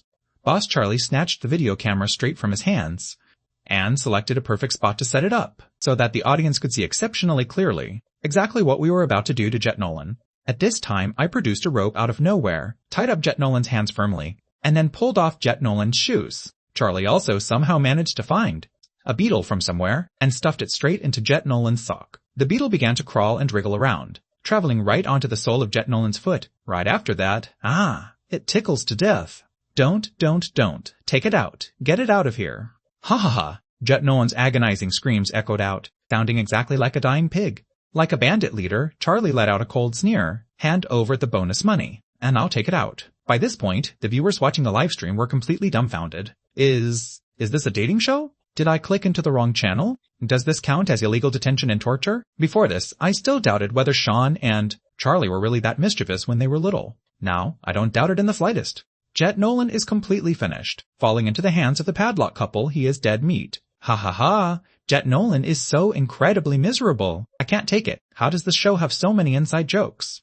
Does anyone have a screen recording of today's episode? I need to catch up on what I missed earlier. Jet Nolan was currently laughing so hard he could barely speak, gasping out between chuckles, ha ha ha.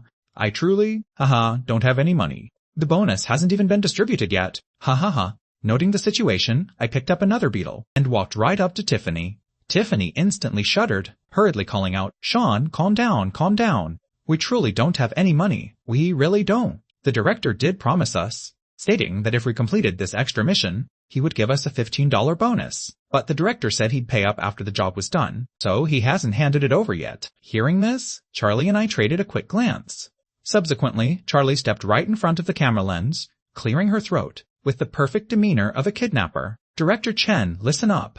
Jet Nolan and Tiffany have already fallen into our hands. If you want to ransom them, deliver that $15 bonus money right into our grasp.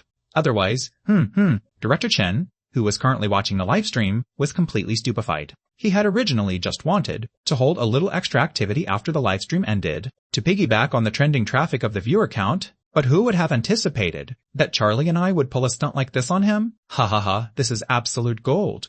A variety show where guests are held hostage to extort the director is something I've truly never seen before. Another legendary scene. This show has way too many legendary scenes today. This show is guaranteed to hit it big. I can't take it anymore. The way Charlie plays a kidnapper with a perfectly straight face is going to kill me with laughter. Thank goodness Charlie became an actress. Otherwise, judging by her style, she'd make for a textbook female bandit. The viewers watched, thoroughly entertained and amused. But Director Chen could only silently pocket the $15 and lead his crew over to Charlie's and my room. Cash in one hand, hostages in the other. Having collected the cash, Charlie and I were quite straightforward, releasing the hostages immediately. Director Chen let out a sigh of relief, thinking that the two of us still had a sense of restraint. Convinced that the two of us were fairly sensible, Director Chen gestured for his crew to also retrieve the camera from the room. Consequently, before the staff member could even step close, the video camera was blocked by me. I said nonchalantly, that $15 just now was the ransom money for the hostages. This gear counts as our war trophy. If you want to take the camera back, it'll cost extra money. How much extra? Director Chen asked. I just ran a quick check on this model. The ESC 5D Mark III goes for $98,000. I patted the camera. Considering you are my director, I'll give you a friendly discount, $97,000. Director Chen wished he could entirely retract his prior assessment. These two had absolutely zero sense of restraint. They were just a pair of literal robbers. Robbers? No way. Our production team is exceptionally broke, so don't dream of taking that much money from us. Director Chen said, gnashing his teeth. Charlie's eyes started around, and she suddenly asked, then director, what's the maximum amount of money we can take from you? $5 at most. Wait, no? You shouldn't dream of taking a single penny. Director Chen glared. Then, as for this gear, we'll just list it online and sell it as second-hand equipment.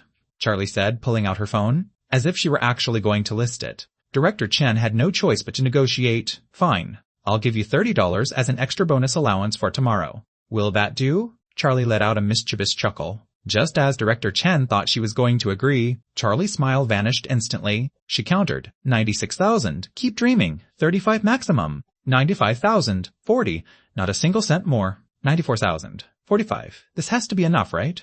Sean, let's just sell it second-hand. Director, 50. I'll give you 50, okay? There really can't be a single penny more. Otherwise, we won't even be able to film our show anymore. Charlie thought about it for a moment, and then asked me, can $50 make a feast? Pretty much. It should be enough for just the two of us to eat. Only then did Charlie nod her head, smiling broadly as she snatched the $50 bill, straight from the financially agonized Director Chen's hands. I handed the video camera back to Director Chen. Without a single second word, Director Chen clutched the machine and bolted, as if terrified that if he were a step too slow, even he would be locked inside by the two of us to serve as a hostage. These two individuals were complete demons. Inside the comments section of the livestream room, for a full dozen minutes after Director Chen had with a dark face cut off the livestream, the bullet comments were still flooding relentlessly. The viewers simply couldn't stop spamming the screen. There was absolutely no helping it. This final segment was simply just too hilarious. I've lived for over half my life and watched an untold number of variety shows. This is the first time I'd ever seen a variety show where they extort the director. Charlie and Sean are truly two geniuses. Are they taking revenge on the director for tricking them into thinking their votes dropped to 0 earlier? I think they just wanted to scam some money, so they could cook some food tomorrow, that's all. Did anyone record this clip? I need to watch it again. The entertainment value is through the roof. I worked all day today and was almost annoyed to death by my boss. But after coming home and scrolling past this variety show, I've already completely laughed my head off. Heading off to watch the replay right now, the Penghu duo is the absolute GOAT. I'm going to look for clips of the two of them. They're so interesting. Hurry up and look for them. We want to watch it. Charlie excitedly scrolled through the livestream comments for a long time. I didn't expect our reviews to be so great. Sean, looks like we did pretty well today. Charlie was actually quite worried that after today's broadcast, whether there would still be many people hating on Sean, but looking at it now, her worries were completely unnecessary. I, on the other hand, wasn't scrolling through the live stream room, because at this moment, my phone was chiming and pinging non-stop. Charlie curiously leaned over and asked, Sean, what's wrong? I let out a helpless, bitter laugh.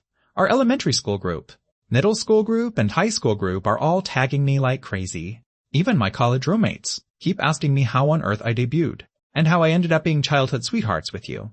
Charlie opened her QQ group chat in surprise, wondering aloud, I'm in the elementary and middle school groups too. How come no one tagged me? Because everyone frequently sees you on TV, so it doesn't feel novel to them anymore. Charlie felt that made sense too. Subsequently, she asked again, then how do you plan to reply to them? It feels like they're going to ask non-stop. I thought about it for a moment, and finally sent out a $100 password red envelope. The password was Lucky King Relay. A string of Lucky King Relays floated across the screen, and someone immediately shouted, Who's the Lucky King? Step forward. The Lucky King silently sent out a second red envelope. Very quickly, the group chats were completely flooded with red envelopes. I muted the group notifications, seeing that a single red envelope of mine had completely subdued the gossip mongers in the group. Charlie couldn't help but say, Brilliant. I smiled and gave her nose a gentle pinch. Where did this little kitten come from? Charlie bit down on my hand in response. Mercy, mercy. You're a tiger. A fierce tigress, all right? Charlie bit down even harder, and only after I called her Bro Charlie several times did she finally let go. Subsequently, she tugged on me and said, Come here, come here. Sean, look at the live stream comments with me. Heaps of people are praising us. I obligingly sat down right next to Charlie, leaning against the headboard together with her. Charlie held her phone out right in front of me, her body also tilting over toward my side. Naturally, I reached out my arm and wrapped it around her, saying with a smile, All right, let's look at them together. Charlie's face turned a bit red, but she still acted as if she noticed nothing, reading aloud the amusing comments from the live stream room to me. While staring at Charlie, I just hummed along to show I was listening. Charlie's face grew redder and redder, until finally she slapped the phone right onto my face. Humming your ass. You aren't looking at the phone at all. You've been staring at me the entire time. I helplessly caught the phone. It's not that I kept staring at you. It's purely because you... Charlie's face flushed crimson. And before I could even finish, she cut in, Don't you dare say cheesy lines like you look better than the phone. I've heard more than enough corny pickup lines today. I said, It's honestly because your head is too big. And it's blocking my view. She grabbed a pillow from the bed in one swift motion and smashed it right onto my head. The two of us messed around for a while before finally settling down. Charlie was panting heavily from exhaustion, snatching the phone from my hand. I'm done fooling around with you. Let me check social media. With so many people watching the live stream today, there should be a bit of discussion on Weibo, right? As Charlie spoke, she opened Weibo to take a look, and consequently saw the hashtag, Duo, as a trending hashtag, was unexpectedly hanging within the top 20 positions of the trending charts. We're actually trending, and the rank is so high. Did Lynn buy this? Charlie clicked into it in confusion, and then she was thoroughly shocked. The activity level inside this trending topic was far beyond her imagination. Originally, Charlie only thought that Lynn had bought this trending topic, but once she went inside to look, she realized that it was entirely filled with real users. Various edited video clips of her and me from the show, and all kinds of discussions about the two of us, came one after another. Every single time she refreshed, there was new content. Even the video of us extorting the director a dozen minutes ago had already been swiftly clipped by someone and posted under the topic. In a mere dozen minutes, the view count had already broken past 20,000. You should know that even if Charlie posted a video herself, it might not necessarily garner this much heat. Charlie's eyes lit up completely. Sean!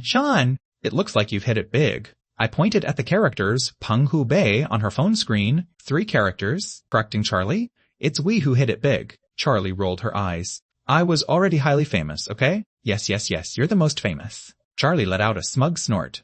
After browsing around Weibo for a turn, finding that it appeared no one was smearing Sean anymore, and the romantic ship fans of the Penghu Bei duo were in full swing, Charlie prepared to exit in deep satisfaction. Consequently, before she could even back out, a certain person's user ID caught her eye. Padlock couple eyes to goat. Padlock couple? What on earth is that?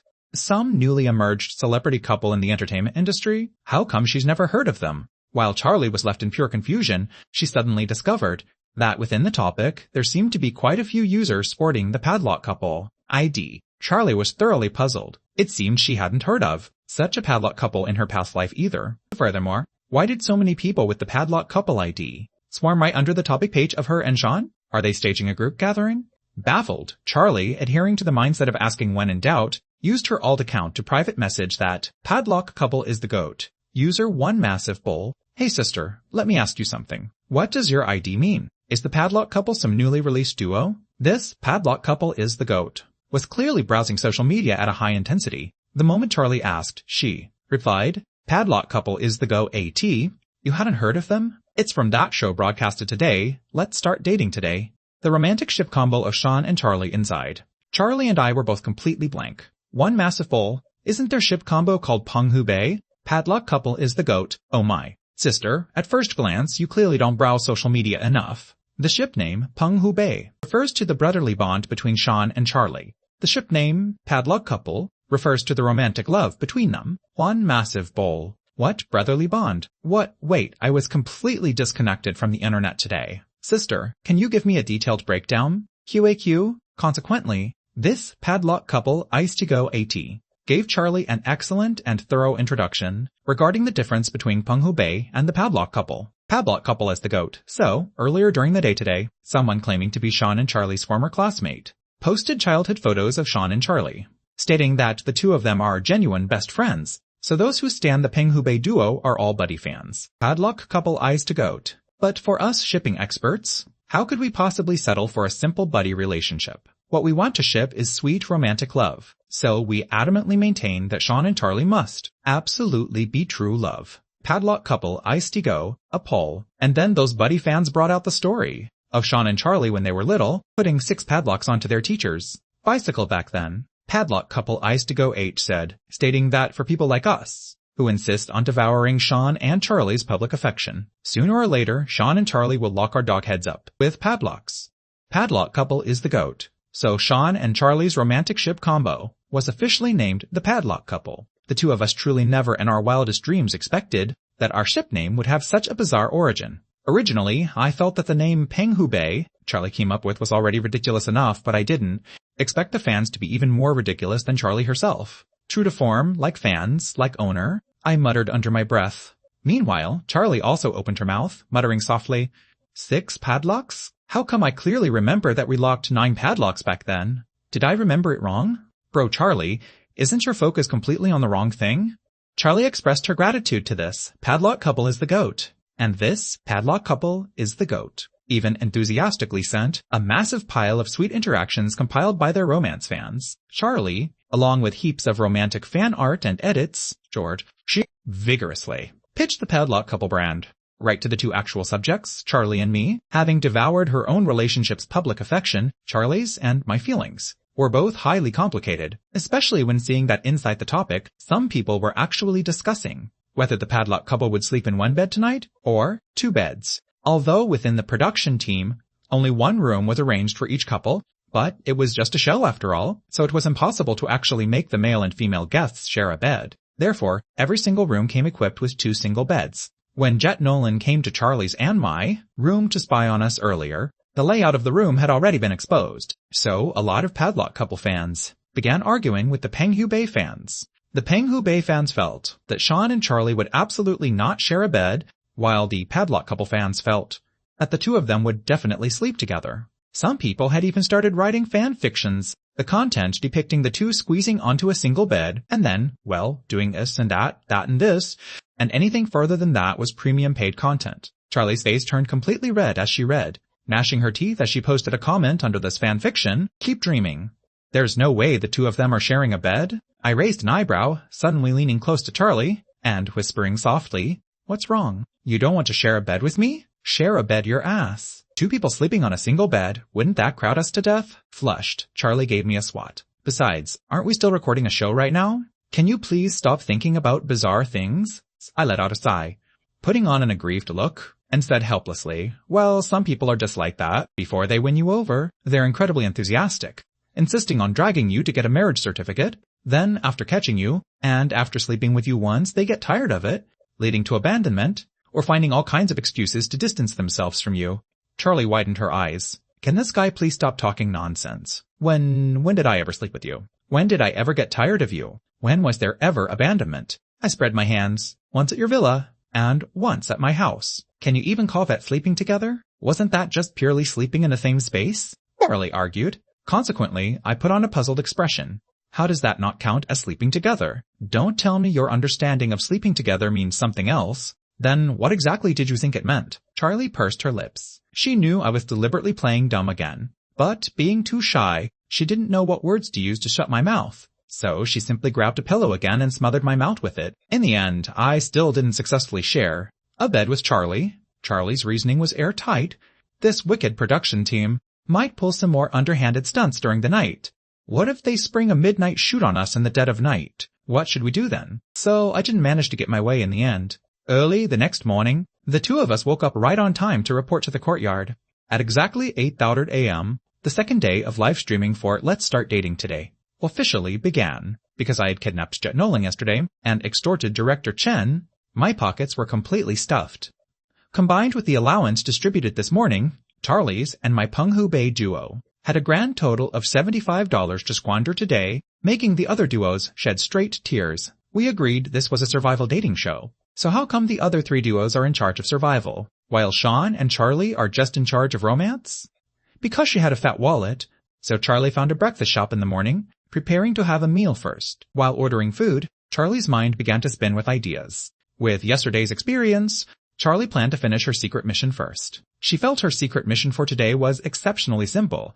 Enrage your partner once. Ordering food seemed like a perfect opportunity, right? As Charlie thought about this, she suddenly handed the menu over to me. Sean, I don't know what to eat. You order. I raised an eyebrow.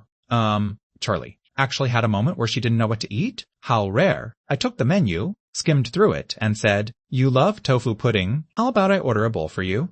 Charlie swallowed her saliva longingly. Tofu pudding was one of her absolute favorite breakfasts. But thinking about the secret mission, Boss Charlie immediately suppressed the urge in her heart, saying in a deeply awkward and forced tone, Tofu pudding is all soft and soupy. How could that ever fill me up? Then, let's add a baked flatbread. What's so good about flatbread? Can't you pick something better? How about a meat burger? How does that sound? Good, wait, no way. We just ate that yesterday and now we're eating it again today? I'm totally sick of it. I flipped to the next page of the menu. Then, let's get a basket of their signature shumai. Boss Charlie swallowed her saliva yet again, and then muttered softly, I don't like shumai. I helplessly handed the menu back to Charlie. Then how about you look through it yourself to see what you want? Charlie let out a snort. I already said whatever. Why is it so much work just to have you pick out a breakfast? Are you even a man with all this indecision? Gahaha. Sean is completely speechless. This is the textbook conversation between me and my girlfriend, killing me with laughter. Every time I ask her what she wants to eat, she says, whatever.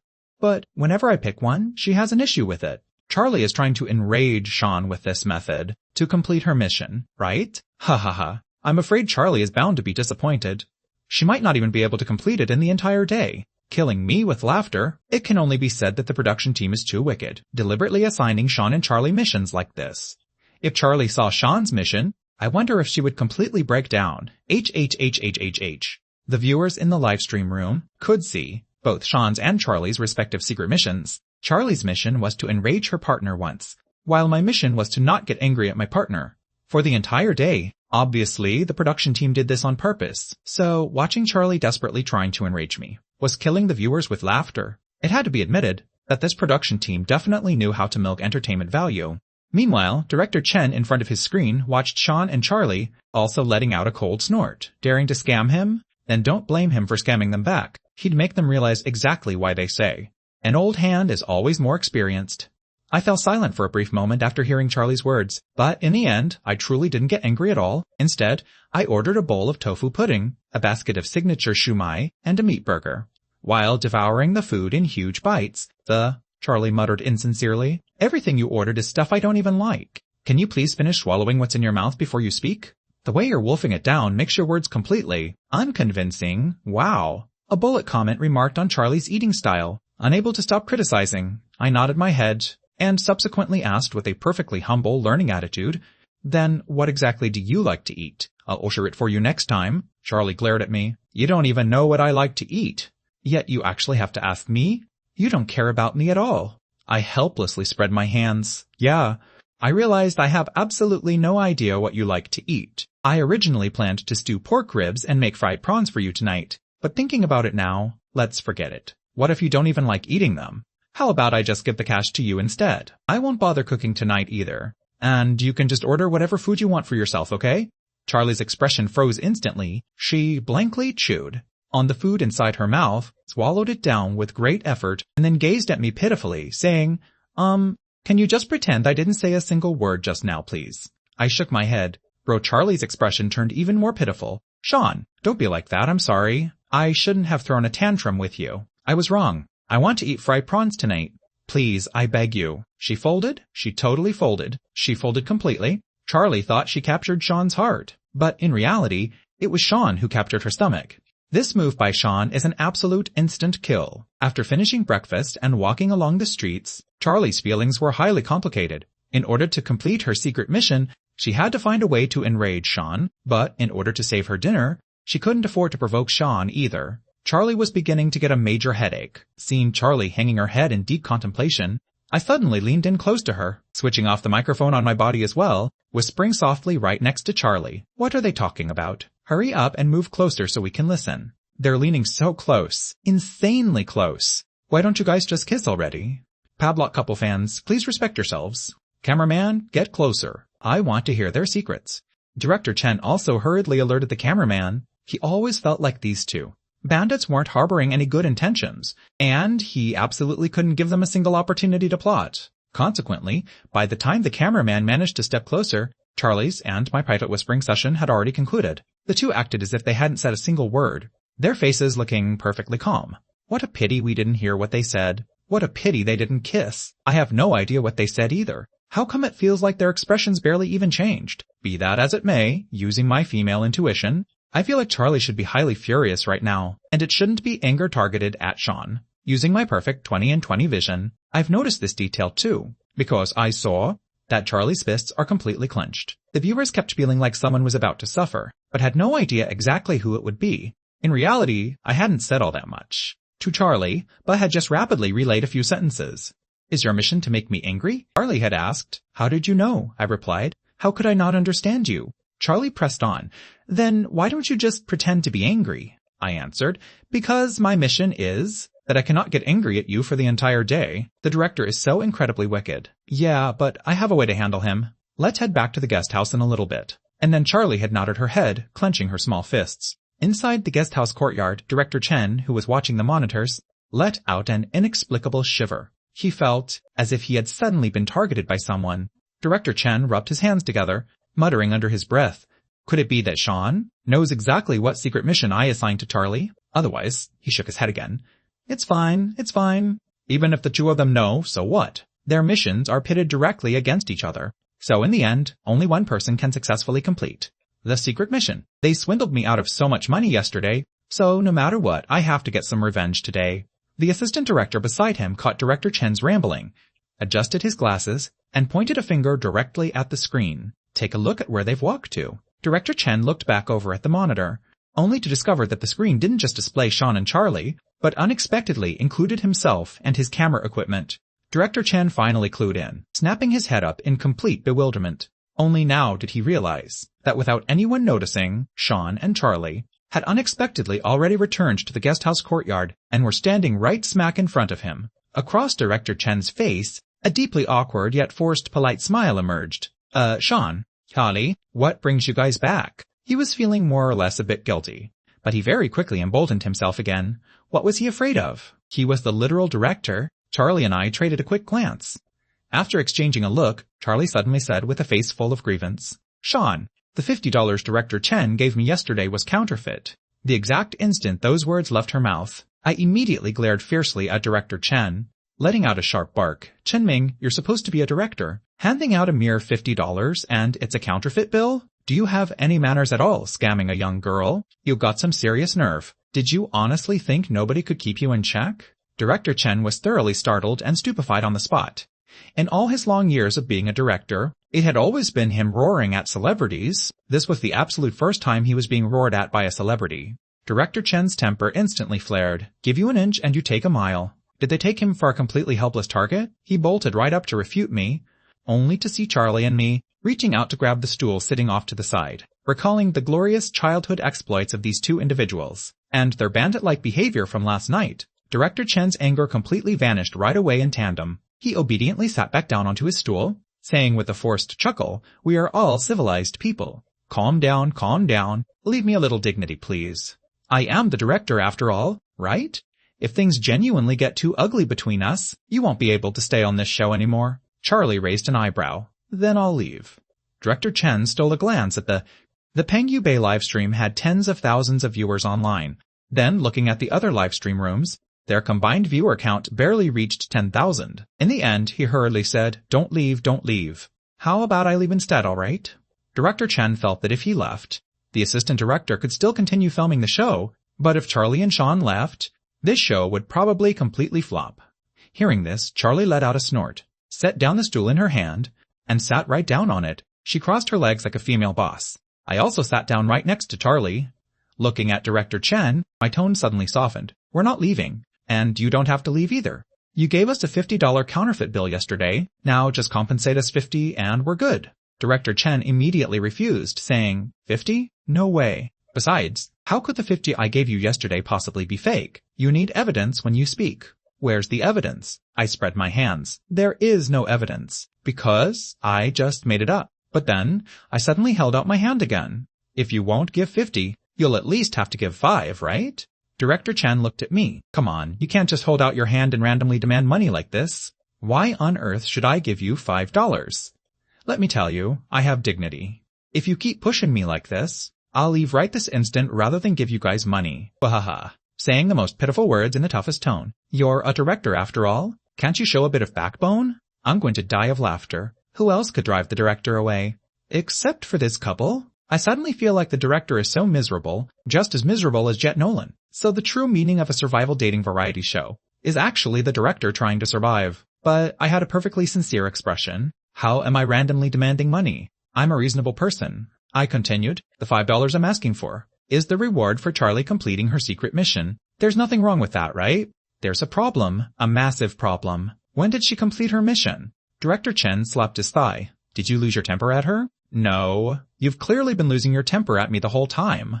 I took Charlie's mission card and waved it in front of Director Chen. "Director Chen, you wrote this mission yourself. Take a clear look. Charlie's secret mission is to enrage her partner once. It didn't say that I, her partner, have to direct my rage at her. I still maintained my perfectly reasonable demeanor. Just now, Charlie indeed enraged me. There's nothing wrong with that interpretation, right? It's just that my rage was targeted at you instead. So, $5, please." "Thank you. Oh, by the way, get another $5 ready to give to me once my mission is completed tonight." Director Chen looked with a complex expression at the mission card. In my hand, his lips trembling. Too careless, too reckless. This is just too much. Brilliant. I didn't expect him to play this card. I really thought Sean was actually angry just now, and it even gave me quite a scare. I didn't expect it to be on purpose. Daring to play tricks on the padlock couple. The director probably has no idea what the two of them used to do when they were kids. What a miserable director. Sean is so ruthless, I love it, standing him. Feeling sorry for the director for a second, and then ha ha ha ha. In the end, Director Chen could only silently pull out a $5 bill and hand it over to me. But after I took the money, Director Chen stubbornly refused to let go, reluctantly gripping a corner of the bill instead. After a brief standoff, Director Chen suddenly snapped out of it. He stared wide-eyed at me, as if he had suddenly caught me red-handed. "Wait a minute. Sean, Charlie, I've caught your flaw. Don't dream of taking this $5 away. Ha ha ha. For today's secret missions, neither of you can dream of completing them." Director Chen, who had been feeling aggrieved for ages, finally had the courage to straighten his spine. He felt that right now he was about to transform into a god of war, sweeping through the battlefield. Charlie and I were both briefly stunned. Why did this Director Chen suddenly act like a completely different person? Could there really be some oversight? That he managed to catch us on? Oh, the director is getting cocky. The director is acting tough. The director is going on a rampage. The director is going to show his power. Then they heard Director Chen say with a sneer, "Sean, Charlie, if I remember correctly, yesterday morning, right when recording began, I explicitly stated that secret missions must be kept strictly confidential. You cannot let your partner know, otherwise it doesn't count. When you two turned off your mics to whisper secrets just now, you definitely shared your secret missions with each other. Am I right?" Director Chen was highly smug. "So not only can I not give you this $5, but Sean won't get his hands on the other $5 tonight either." Charlie felt more or less a bit guilty, because we indeed had stealthily discussed our respective secret missions just now. She hadn't expected Director Chen to actually catch them on this. We're screwed. Not only can we not get back at Director Chen, but we're going to be totally manipulated by him instead. Charlie looked over at me, only to find that I was exceptionally calm. Do you have evidence? You need evidence when you speak. Those were Director Chen's exact words just now. Director Chen countered. You two made it so incredibly obvious. Do you even still need evidence? Maintaining my perfectly reasonable speaking expression, I looked intently at Director Chen and said, actually, I've only ever had a rough guess as to what Charlie's mission was. I never confirmed it at all. For instance, if I randomly buy a lottery ticket and happen to win 5 million, does that mean I knew the winning numbers in advance? If I successfully predict every single question on the college entrance exam and get a perfect score, does that mean I cheated? No, that's just called pure good luck. Coincidentally hitting the mark, that's all. Same here. In fact, I wasn't entirely sure what Charlie's mission was either, so I just took a wild guess. I didn't expect to actually guess it right. Director Chen choked on his words for a long moment, and finally said through gnashed teeth, I don't buy it. Don't you dare try to squirm out of it. You definitely discussed your secret missions with Charlie when you were whispering. Where's the evidence? If you guys didn't have a guilty conscience, why turn off your mics? I looked at Director Chen with a puzzled expression. Director Chen, when you confessed your love to your wife, do you like to broadcast it to the entire world with a megaphone? Director Chen stared in complete bewilderment at Charlie and me. So, were you two confessing your love just now? No. Then what the hell are you talking about? Director Chen roared in fury. I was simply using an analogy to refute you. You can also bring up an example to refute me. I shrugged my shoulders. Anyway, unless you have solid proof that Charlie and I disclosed mission-related information during that brief private whisper, then hand over the $5. Director Chen felt deeply uncomfortable, exceptionally uncomfortable. He knew perfectly well that there was a problem with Charlie and me. There was definitely a trick going on, but unfortunately he just couldn't outsmart the two of us, leaving him incredibly frustrated and aggrieved. In the end, Director Chen simply gnashed his teeth, glared at me, and said, No, I said I'm not giving it, so I'm not giving it. Even if there's no evidence, I'm absolutely certain you broke the rules. No matter what, I will not give you this money. Then I'm out. Saying that, I prepared to take off the equipment on my body, my movements looking incredibly swift. Bloody hell. You're the boss, all right? Here, take it happy now. I took the $5 from Director Chen's hand with deep satisfaction, and then walked away hand in hand with Charlie. Director Chen sat there trembling with pure rage, unable to utter a single word for a long time. A crowd of people in the comments expressed their sympathy. The assistant director also patted Director Chen on the shoulder. It's just $5, why stress yourself over it? Director Chen said out of his reluctance, This isn't merely about $5. This is about dignity. The dignity of a director. The assistant director thought about it for a moment. Comforting him, I'm not very good at comforting people, but I feel like this minor matter isn't enough to make you lose your dignity. Honestly, Director Chen blinked. Oh, because you already lost all of your dignity last night. If you don't know how to comfort someone, you can just stay quiet. Otherwise, it's hard for me not to see you as an accomplice of Sean's. The assistant director let out a sigh. He thought about it, and offered comfort again. Actually, Sean and his partner probably just did it for the sake of entertainment value. You're an elder and the director. How could they possibly intentionally try to upset you? Right? Director Chen felt like these words actually carried some truth. True, it was just recording a show after all. A joke. Just entertainment value. Why should he get so worked up over it? He took a deep breath, planning to adjust his state of mind. Consequently, he caught this dialogue coming from Sean and Charlie's livestream room. A dialogue like this came through. So, how does it feel to get back at the director? Amazing. Entertainment value my ass. Those two absolutely did it on purpose. The production team's filming in the tourist town lasted for a grand total of 3 days. Of course, that didn't mean the show was ending after 3 days, but rather that the production team was moving to a new location for filming. Before the third day's livestream concluded, Director Chen announced to the 4 duos of guests the decision to change the filming location. Director Chen said, starting from tomorrow, our filming location will shift over to the urban area of Blue Jade County. Inside Blue Jade County, a new Chianda shopping plaza has been newly built in the city, and it is about to officially open for business. We will conduct our upcoming recordings there during its pre-opening trial operation period. The moment they heard they were changing locations, everyone let out a burst of cheers. It wasn't that this tourist town was bad.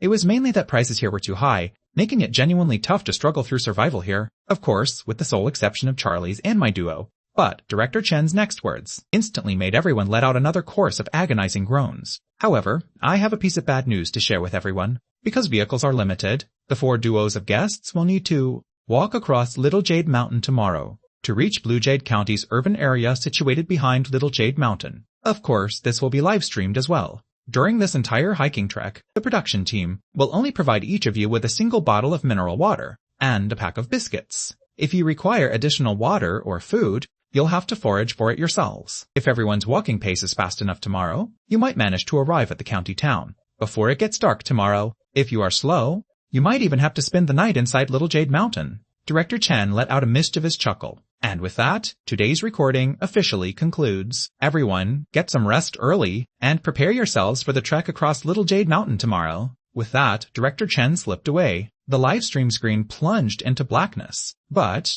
the viewers in the livestream room Autumn got highly excited. Holy crap, this is so intense. This is what real survival looks like, right? I didn't expect that watching a dating show would let me witness something like this. Let tomorrow come quickly. I can't wait for tomorrow to ship Sean and Charlie's public affection inside a mountain forest. Little Jade Mountain doesn't exactly count as a primeval forest, right?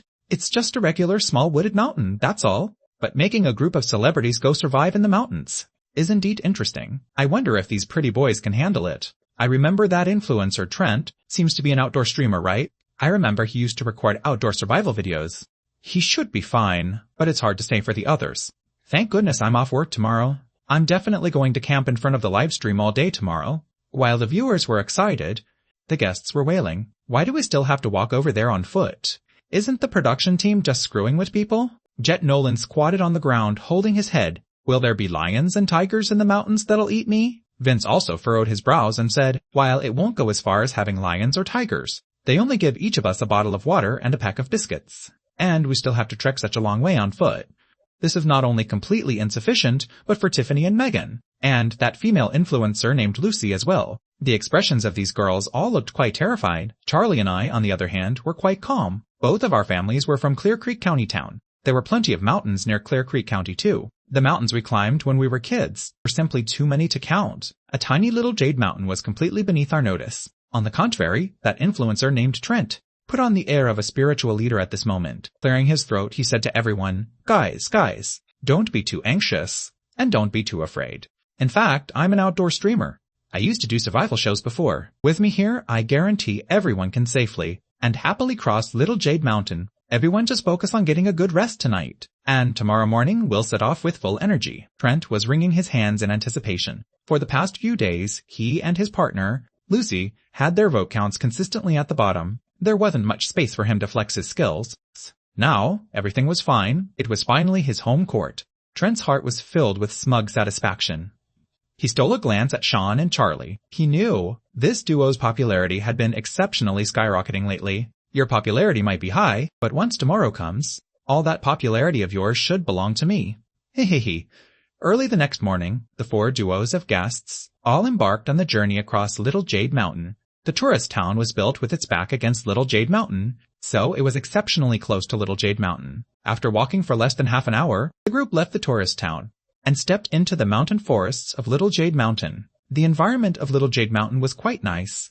It was currently summer, and the trees in the mountain forest were lush and verdant, providing a canopy of green shade. Speckles of morning light filtered through the gaps in the leaves, spilling down bright but not blinding. The beautiful scenery actually made Jet Nolan, Vince, and the others feel a bit better. As a corporate drone traveling a fixed route between 2 points every day, seeing this kind of scenery makes me want to cry. This feeling of morning sunlight piercing through the leaves is genuinely beautiful. Love this production team. Love it. Once I get some time off, I want to travel too. I feel like just standing in this kind of environment for a bit can make a person's mood better. Jet Nolan, Vince, and the others thought so too. But after walking on the mountain road for an hour, they no longer thought that way. Although the path on Little Jade Mountain wasn't exceptionally steep, it could absolutely not be called flat either.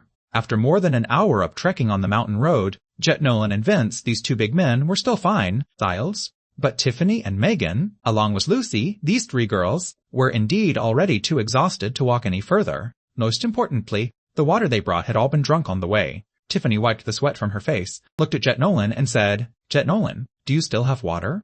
Jet Nolan handed his own water to Tiffany. Megan also looked over at Vince. As a result, Vince pretended not to notice Megan's gaze, unscrewing his bottle cap and gulping it down in huge mouthfuls himself. Vince did that on purpose, right? So selfish. Not necessarily, right? He didn't seem to see Megan's expression. Besides, if Megan wants to drink water, can't she just say it directly like Tiffany did? What's she pretending to be quiet for? Trent is still more of a man. He gave his water to Lucy himself. Hey, where are my Charlie and Sean? Suddenly, some viewers noticed that Sean and Charlie had unexpectedly vanished from the camera frame. Because the four duos were moving as a group today, plus the mountain path was difficult to walk, so there was only one team of cameramen following them. The livestream room wasn't split into main and substreams either, so when Charlie and Sean went missing, the viewers couldn't find them even if they wanted to. Meanwhile, the cameraman and the others didn't seem to notice that two people were missing, because right now, they were busy listening to Trent talk eloquently. Trent said to everyone, "I know everyone's water is almost gone, but please don't worry at all. I specifically looked into it last night. There's a small river inside this little jade mountain. It shouldn't be far from our current location either, deducing from the growth of the vegetation here and the condition of the soil. I feel that this water source should be right to our exact north. You guys just rest here for a bit in a moment, while I go find the water source for everyone. Don't worry, with me here, I'll absolutely make sure everyone leaves Little Jade Mountain safely." Consequently, right after Trent finished speaking, Charlie's voice drifted over from not far away. "Do any of you still want to look for water to drink?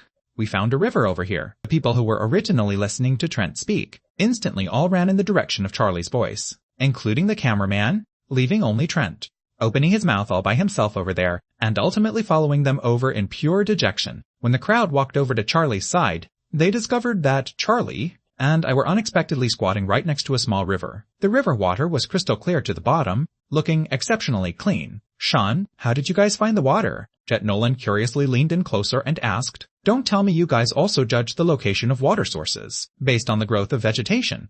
Before I could even speak, Charlie looked at Jet Nolan in utter confusion. "How could we possibly know how to do that?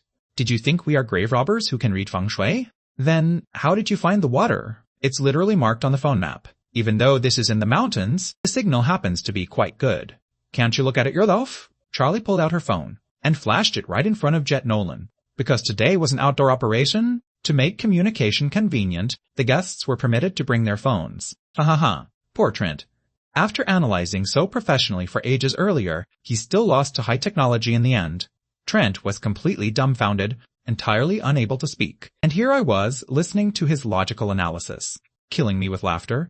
Trent indeed felt a bit embarrassed at this moment. He let out a cough, furrowed his brows, and said sternly to Charlie and me, "You two are not allowed to leave the team without permission anymore, and sneak off by yourselves. Do you hear me? Getting separated in the mountains is exceptionally dangerous. In case something happens, there's no way to contact anyone. There is a way to contact people." Charlie flashed her phone again. "Didn't I say there's a signal here?"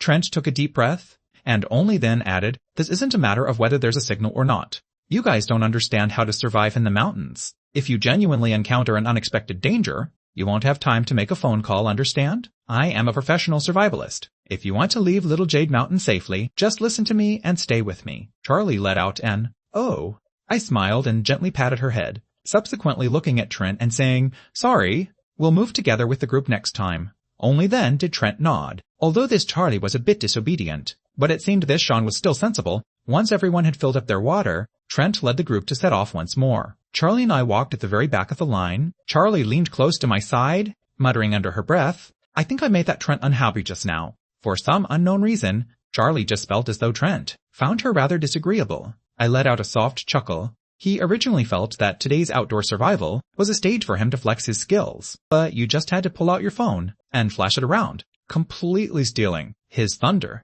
It'd be a miracle if he were happy. Charlie still felt quite aggrieved. I didn't steal his thunder either. It really is right there on the phone. Then what should I do? Should I go find him to apologize? No need for that. The two were right in the middle of whispering secrets. But at this moment, inside the livestream room, heaps of people frantically started spamming bullet comments.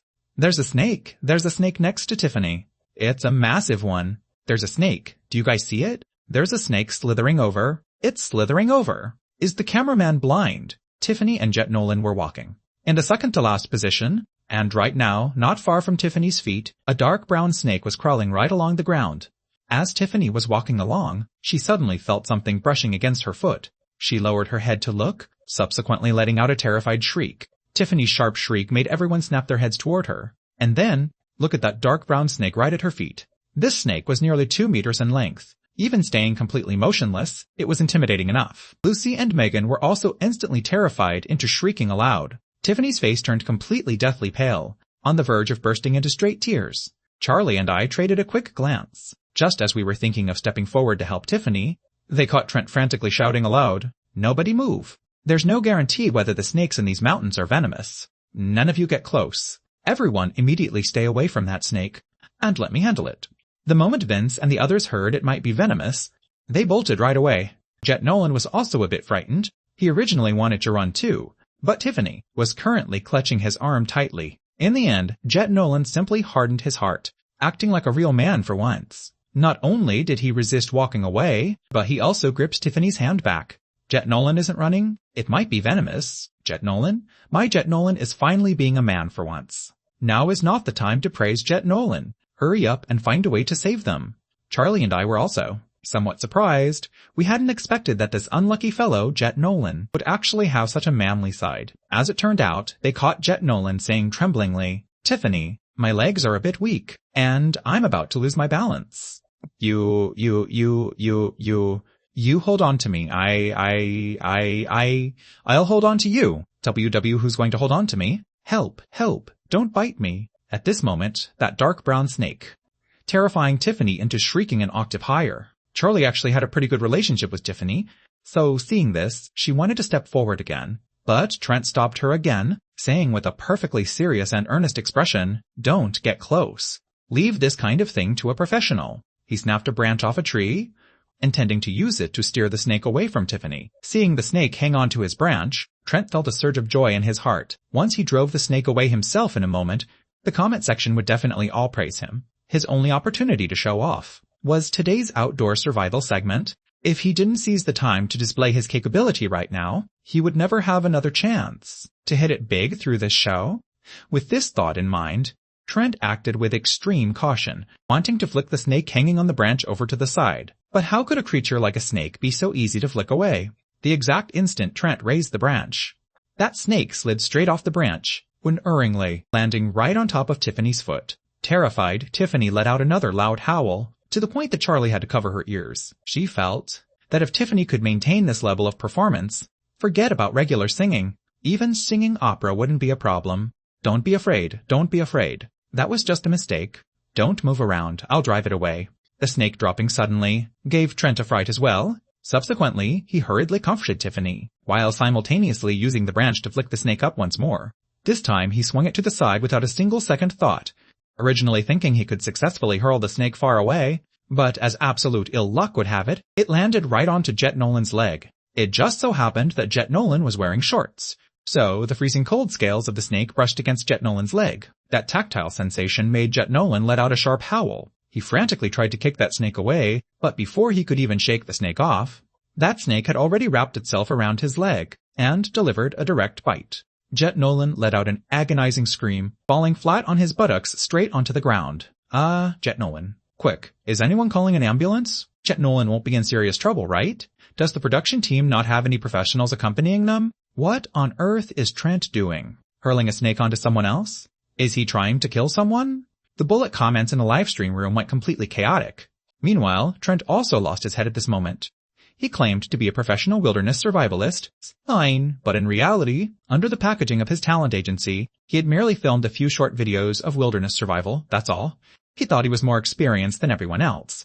But running into an actual situation like this, he was ultimately still terrified. What if this snake really was venomous? What if something happened to Jet Nolan?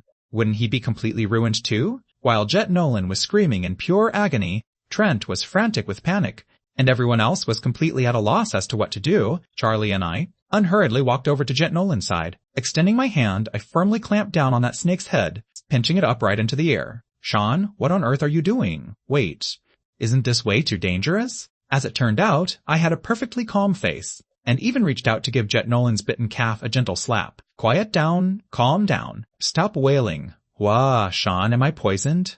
Am I about to die?" Jet Nolan was crying his eyes out by this point. I stared at him for a couple of seconds, and subsequently nodded my head. "Yes, you're about to die. So what's the PIN code for your bank card?" Tell me right now. The pin is 105. Wait, no, Sean. What kind of time is this? Let's stop joking around. Then just shut up for a bit. Wah, how can I possibly calm down?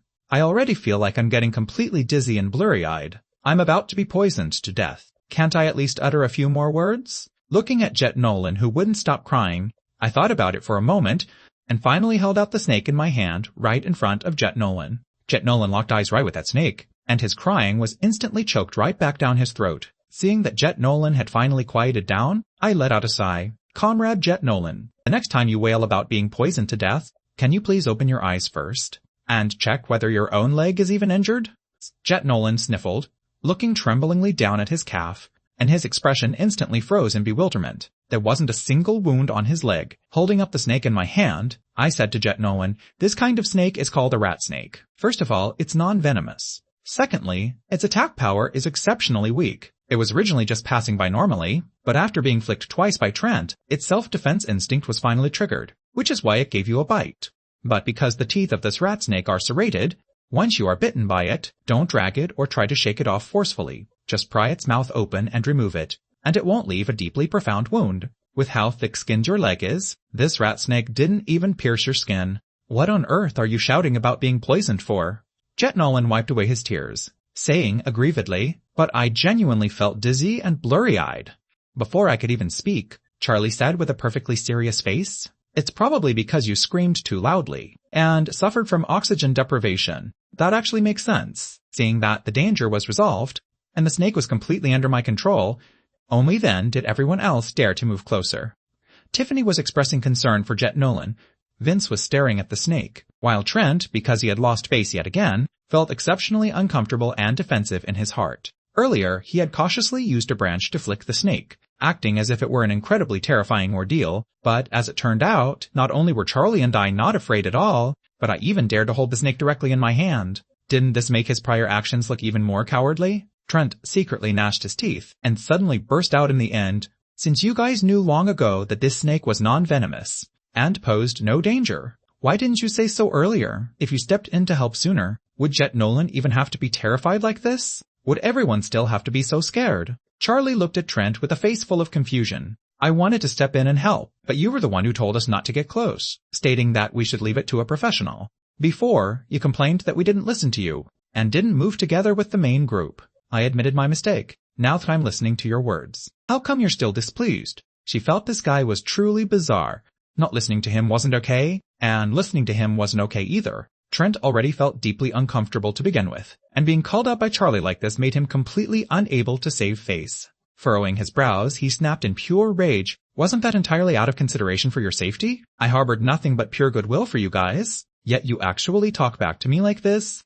Charlie looked perfectly innocent. How am I talking back to you? Aren't I just telling the honest truth? The honest truth? I think the honest truth is that you both just wanted to watch me make a fool of myself. Trent pointed straight at Charlie's nose and shouted loudly. He felt that Charlie and Sean just wanted to treat him as a joke, and had deliberately delayed stepping in to help. Consequently, the exact split second he extended his hand, his finger was firmly gripped by Sean standing aside. Just as he was about to unleash an insult at Sean, he saw that I was currently staring back at him. I said in a slow, measured tone, first of all, you are the one who was overly ambitious and desperately wanted to show off your own capability. This has absolutely nothing to do with Charlie. Don't you dare try to shift the blame onto our heads. Secondly, pointing your finger straight at someone's nose is an exceptionally impolite thing to do. If you didn't know that before, I'm teaching you right now. Thirdly, if you genuinely believe that we wanted to watch you make a fool of yourself earlier, then you have truly wrongfully accused us. With one hand firmly gripping Trent's finger, and the other hand dangling that rat snake, subsequently, I calmly draped the snake right onto Trent's arm.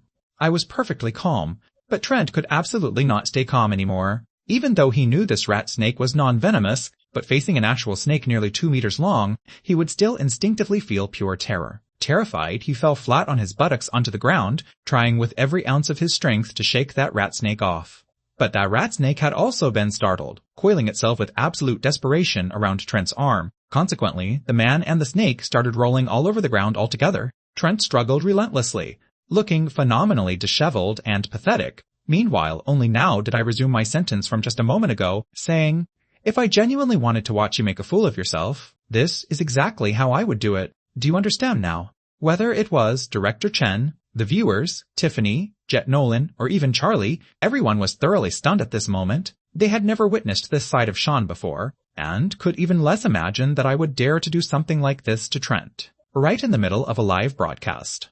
Isn't this action a bit uncalled for? After the livestream room fell into a brief moment of dead silence, someone suddenly sent out a bullet comment. Uncalled for? How come I feel like he did exactly the right thing? Yeah, it was clearly entirely Trent's fault to begin with. Yet Trent actually had the nerve to turn around and blame Charlie. He completely deserves it. A grown man pointing his finger straight at a girl's nose and yelling at her is just completely devoid of manners. He completely deserved to be handled like this. Although it might be a bit inappropriate to say this right now, but I feel like I'm totally shipping them. Beautifully done. I found this Trent guy disagreeable for ages, constantly bragging about being a professional over there, but as it turned out, he almost caused Jet Nolan serious injury. Exactly. It's a good thing this snake was non-venomous.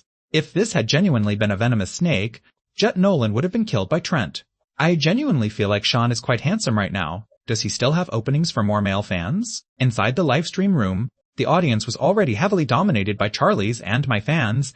Plus, Trent was indeed entirely in the wrong first, and Trent's actions of pointing at her nose to scold Charlie were indeed completely unacceptable. Therefore, the vast majority of people were speaking up on my behalf. In fact, Director Chen, who was actively watching the live stream, also found my retaliation to be exceptionally satisfying. He also harbored quite an issue with Trent's overambitious and show-off behavior. In reality, the production team had deployed a wilderness survival expert to follow right behind the group. Originally, seeing that snake, the expert was already about to take action, but Trent insisted on posturing as a professional and taking complete charge of the entire situation. Convinced that he genuinely had capability, the expert refrained from stepping in. Who would have thought Trent was just a useless showpiece with a flashy exterior, possessing barely any actual capability, and even causing Jet Nolan to get bitten in the process? Although Jet Nolan wasn't injured, but seeing a massive wave of bullet comments blasting the production team for failing to implement proper safety measures, Director Chen also felt exceptionally frustrated and defensive in his heart. This surge of anger was naturally directed entirely onto Trent. Therefore, witnessing Trent suffer this blow, Director Chen also experienced a satisfying sense of retaliation. The assistant director was still a bit more clear-headed, patting Director Chen on the shoulder and saying, "Hurry up and rein Sean in a bit. This level of retaliation is already more than enough.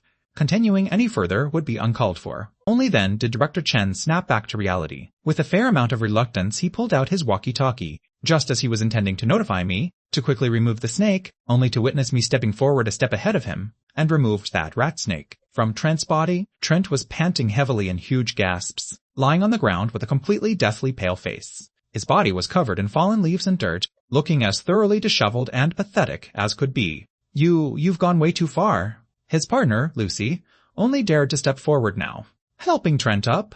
While glaring at me, I thrust the snake forward. "Then let me show you something even more uncalled for." Lucy instantly shut her mouth, only able to silently pull Trent up. Trent stared at me through gnashed teeth. He was originally a short-tempered person, so how could he possibly swallow this insult? He said to me in a deep voice, "We're all part of the same production team, and we're currently streaming live right now. Your trending traffic might be high right now, but don't forget that I have fans too. Is it appropriate for you to push things to such a complete extreme?" I thrust the snake forward once more.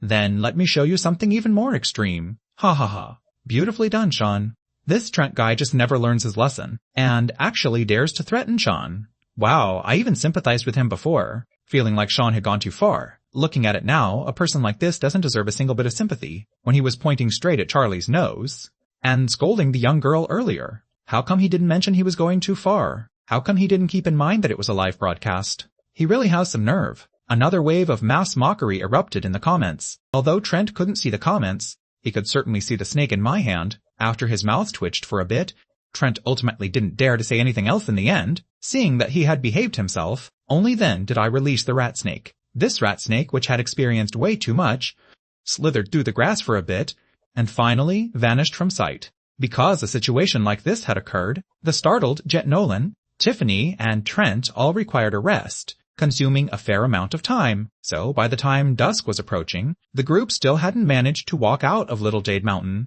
If we traveled the path in the dead of night, visibility would be poor, making it even more dangerous instead. Therefore, Director Chen notified everyone that they would be spending the night inside Little Jade Mountain tonight. In fact, Director Chen had already anticipated this long ago, knowing this group very likely couldn't walk out of Little Jade Mountain in a single day. For this reason, he had long since had people pitch several tents inside Little Jade Mountain, setting up a tiny campsite. He informed everyone of the tent's location, and before long, they settled down at the campsite. Charlie, Jet Nolan, and the others, the very first thing they did upon arriving at the campsite was turn the tents completely upside down. Consequently, the expressions on their faces all turned, thoroughly disappointed. How come there's no food? Since the director went through the trouble of preparing tents, couldn't he have prepared a bit of food too? Having trekked for an entire day today, everyone's physical energy was heavily depleted. Although there was an abundant water supply, the problem of food was highly difficult to resolve. They had long since finished the biscuits distributed by the production team, and right now every single one of them was starving. They originally thought there would be food once they reached the campsite, but they hadn't expected there would still be absolutely nothing. Jet Nolan whimpered, "I'm so hungry." "I'm genuinely so hungry," Charlie whimpered as well, munching on a wild fruit while saying, "I'm so hungry too." Jet Nolan stared at the fruit in Charlie's hand, and his eyes instantly widened into perfect circles. Why? Where on earth did you get that fruit?" Charlie took a sharp bite of the fruit, chewed for a bit, and said, "Sean just picked it. Do you want some? Is there more?" Jet Nolan's eyes instantly lit up. Nope, all gone. Just as Jet Nolan was on the verge of crying helpless tears, he suddenly caught my voice coming from right above his head. "Jet Nolan, catch." Looking up, Jet Nolan saw I had unexpectedly climbed up a tree without anyone noticing, currently picking fruit from the branches. Jet Nolan hurriedly held out his hands, calling out in pure excitement, "Sean, throw it." "I'm ready." "Don't move an inch," I said.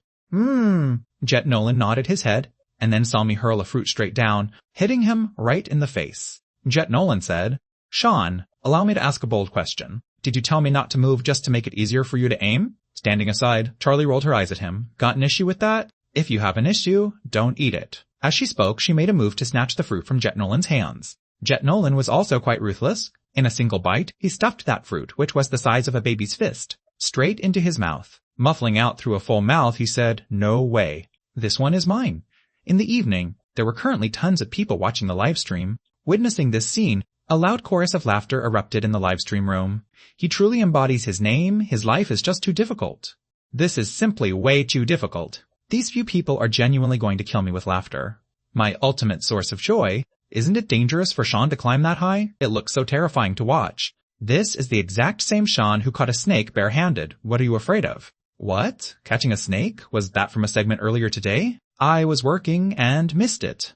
Then you missed out big time. Sean was absolutely legendary earlier today.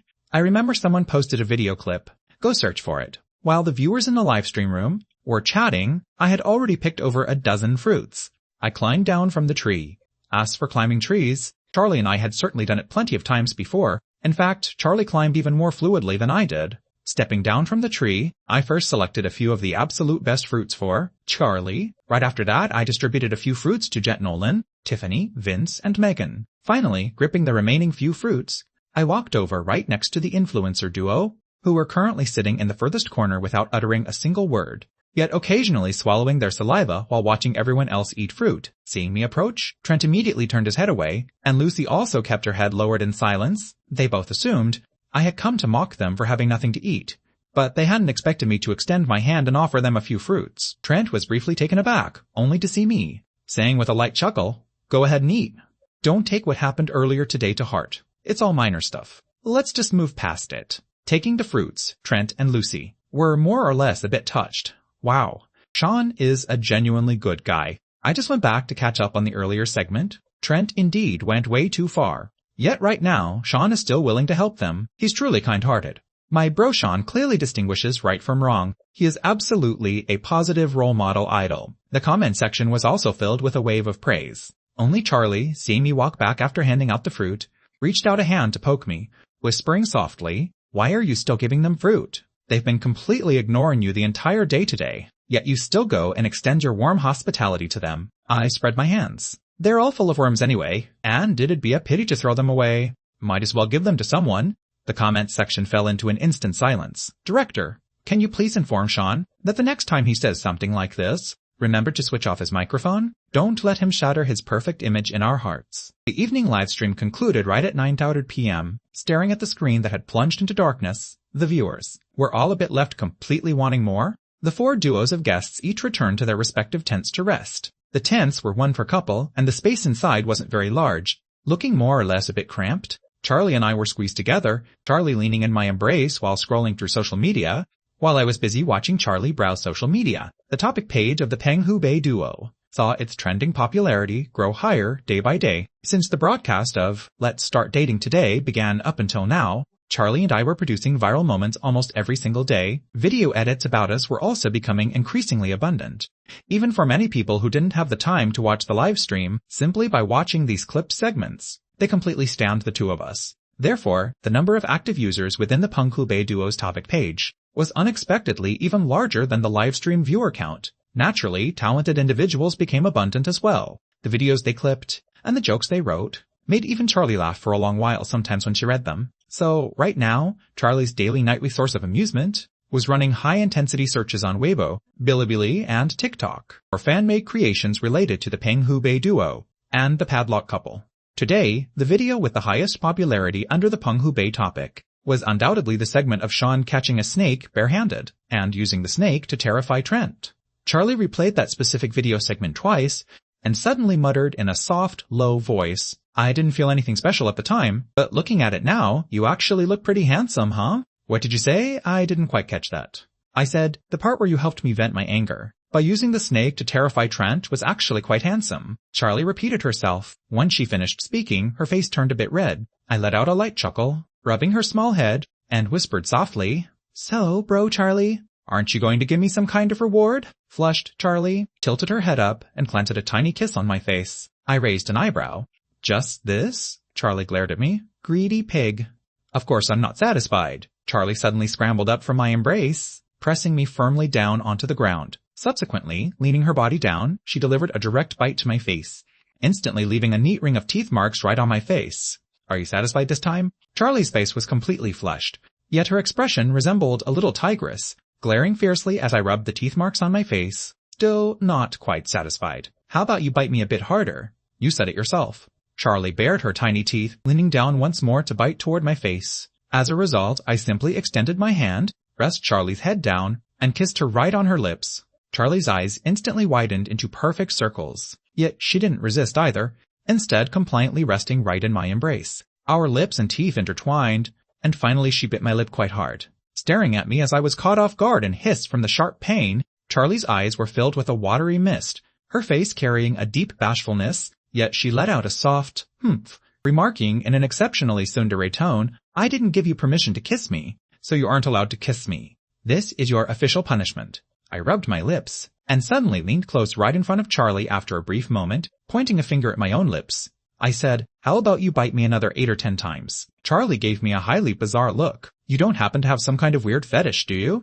To actually enjoy this specific treatment?" I spread my hands. "If getting bitten once can be exchanged for a kiss from you, then I feel it's still a pretty good deal." Flushed, Charlie stared intently at me for a long moment, and suddenly made a move to unzip the tent and walk outside. Thinking she was just way too embarrassed, I hurriedly pulled her back. Bro Charlie, I was just joking. Don't go outside." I'm going to look for Jet Nolan," Charlie said. "What are you looking for him for?" "The truth is, I can't bear to bite you too hard myself." Charlie blinked her eyes and stared at me. "So, I'm going to go find Jet Nolan, and have him come bite you instead." Because we had walked on the mountain path for an entire day during the day, so after fooling around for a bit in the evening, Charlie grew thoroughly exhausted. Resting right on my arm, she let out a massive yawn, and drifted off to sleep very quickly. Unfortunately, no matter whether it was indoors or outdoors, no matter whether it was on a bed or on the ground, Charlie's sleeping posture was always so unique. Once she fell asleep, she latched onto me like an octopus once again. Breathing in Charlie's scent as she lay in my arms, a bitter smile appeared on my face. I really didn't know whether to call this a blessing or torture. Early the next morning, the livestream started up again, and the group once more embarked on the journey across Little Jade Mountain to head toward the county town. Today, Trent and Lucy's attitude toward me was visibly much better. Today, the two of them were completely tight-lipped the whole way, without saying a single word. Early this morning, Trent even proactively came over to greet me. The viewers who tuned in early and saw this scene all felt a bit bad for Trent. If he ever found out that the fruits Sean gave them yesterday were all riddled with wormholes, I wonder if he would be deeply upset. Because they had already trekked for an entire day yesterday, after walking for just a short half day today, the group finally made their way out of Little Jade Mountain. The production team's vehicles had long been waiting at the exit, and the moment everyone stepped out, they got in, and headed to Blue Jade County's urban area with the vehicles. This time, Director Chen actually splurged for once, renting the largest hotel in the Blue Jade County urban area for everyone to stay in. Hearing this news, Charlie and the others all showed total astonishment. How did that stingy director suddenly become so generous? The staff member driving the car revealed that the director hadn't willingly splurged. It was mainly because the hotel owner had approached Director Chen, saying he felt Director Chen's show had great trending traffic, and was willing to provide rooms to the production team, just to piggyback on the show's popularity. Only then did Charlie and the others realize the truth. Sure enough, Director Chen was still the same, Director Chen, without a single bit of change. Upon arriving at the hotel, everyone originally wanted to go back to their rooms to get a good rest, since they had slept in tents last night, and their sleep quality was thoroughly terrible. As it turned out, they saw Director Chen waiting early in the hotel lobby, holding a ring of keys in his hand. With a completely sinister smile on his face, he said to the 4 duos of guests, "Want to go rest? You must complete today's mission first. Do you see these keys in my hand? Among them is a ring of keys. For the hotel's presidential suite, whoever completes the mission first gets to have this ring of keys and enjoy the best treatment." Saying that, Director Chen pulled out a mission card. None of you have secret missions today, nor is there an audience voting segment. The main mission for your 4 duos is also exactly the same single one. In a little bit, we will have staff members. Take 1 person from each of your duos, blindfold their eyes, and bring them into a random room in the hotel. Meanwhile, the remaining person must find a way to locate their partner. There are also some puzzles inside the room. Once the locked-up person solves the puzzles, they can obtain some clues regarding their current location. Both sides can use walkie-talkies to communicate freely. Hint: whoever is the first to find their partner wins the key to the presidential suite. Director Chen is playing a new gimmick again. Wow. Although this production team is a bit broke, but their creative ideas have always been pretty good. One side has to solve puzzles, and the other side has to look for people. One role tests brain power, and the other tests physical energy. Interesting. I blindly guess the padlock couple takes first place. Their chemistry is unrivaled. This doesn't just test chemistry though, or rather, it has nothing to do with chemistry. Hearing Director Chen announce a new mission, the viewers in the live stream room grew lively once more. At the same time, Director Chen also had each duo of guests decide who would be locked in the room to solve puzzles, and who would go searching for them. For Trent and Lucy's duo, Trent was in charge of searching, while Lucy was in charge of solving puzzles in the room. For Vince and Megan's duo, Vince was in charge of searching while Megan solved puzzles in the room. For Jet Nolan and Tiffany's duo, Jet Nolan would do the searching, while Tiffany solved the puzzles. The viewers also felt there was absolutely nothing wrong with this arrangement. Girls are usually a bit more attentive, and their physical strength is also a bit weaker than guys. Having the girl handle solving puzzles in the room, while the guy searches for her based on the clues, indeed seems to be the best setup. Just when everyone assumed that Charlie's and my duo would follow the exact same arrangement, I, after whispering with Charlie for a moment, suddenly raised my hand. "Lock me up." And let Charlie look for me? Sean wants to be locked up? Is Sean trying to slack off? Ahaha, then they're finished. Girls have weaker stamina. By the time the other duos finish searching 2 floors, Charlie might not even finish searching a single floor. Don't look down on our bro Charlie, alright? I bet Sean definitely has his own plan. This guy has way too many tricks up his sleeve. The comments were discussing the choice made by the Penghu Bei duo. Director Chen was clearly also a bit surprised by my decision, because in Director Chen's original plan, he felt that for every single duo, the female guest should be the one locked up, and the male guest should go look for her. He had even named this challenge, "The Hero Rescues the Princess." As it turned out, Sean unexpectedly became the princess in the end. However, since this was a mutual choice made by our duo, Director Chen had no choice but to accept it. Clearing his throat, he pulled out a few blindfolds and earplugs, and subsequently said, "Come on, all you princesses who are about to be locked up, put your blindfolds on properly. The staff will lead you to your respective rooms. In a little bit, please cooperate with the heroes rescuing you to escape the cage together." Having said that, he handed the blindfolds and earplugs to them. The few of them all put on the blindfolds and earplugs, and were led into the elevator by the staff. Meanwhile, Vince, Trent, Jet Nolan, and Charlie, these 4 heroes responsible for saving people, were arranged to take a temporary rest. At this moment, the viewers watching from the livestream perspective unexpectedly discovered that the staff members leading the people into the elevator were stealthily conducting a highly complex series of maneuvers. Take Tiffany's situation, for example. After leading Tiffany into the elevator, the staff member first pressed the button for the 10th floor. But upon arriving at the 10th floor, the staff member pressed the button for the 8th floor again. Subsequently, after arriving at the 8th floor, they pressed the 9th floor button. Finally, the elevator stopped on the 9th floor, and only then did the staff member lead Tiffany out. Moreover, after arriving at the 9th floor, the staff member didn't immediately lead Tiffany into a specific room, but instead walked Tiffany around in circles a few times first. Once Tiffany was spun into feeling a bit dizzy, only then did they usher her into room 9C7. The other duos were subjected to pretty much the exact same process. The viewers were all highly perplexed. What on earth are they doing? Deliberately stalling for time? Could it be to prevent the guests from guessing which floor they are locked on? That's quite possible. But surely no one could actually guess it, right? Maybe some originally could have, but after all this messing around, probably no one has any idea which floor they are locked on anymore. After being locked inside the rooms, the several guests were all permitted to remove their blindfolds. The curtains inside the rooms were drawn closed. Although the curtains weren't too thick and let light filter through, trying to peer outside through them was practically impossible. Furthermore, the production team explicitly stated that opening the curtains was forbidden. The lights inside the rooms were switched on though, making it very bright.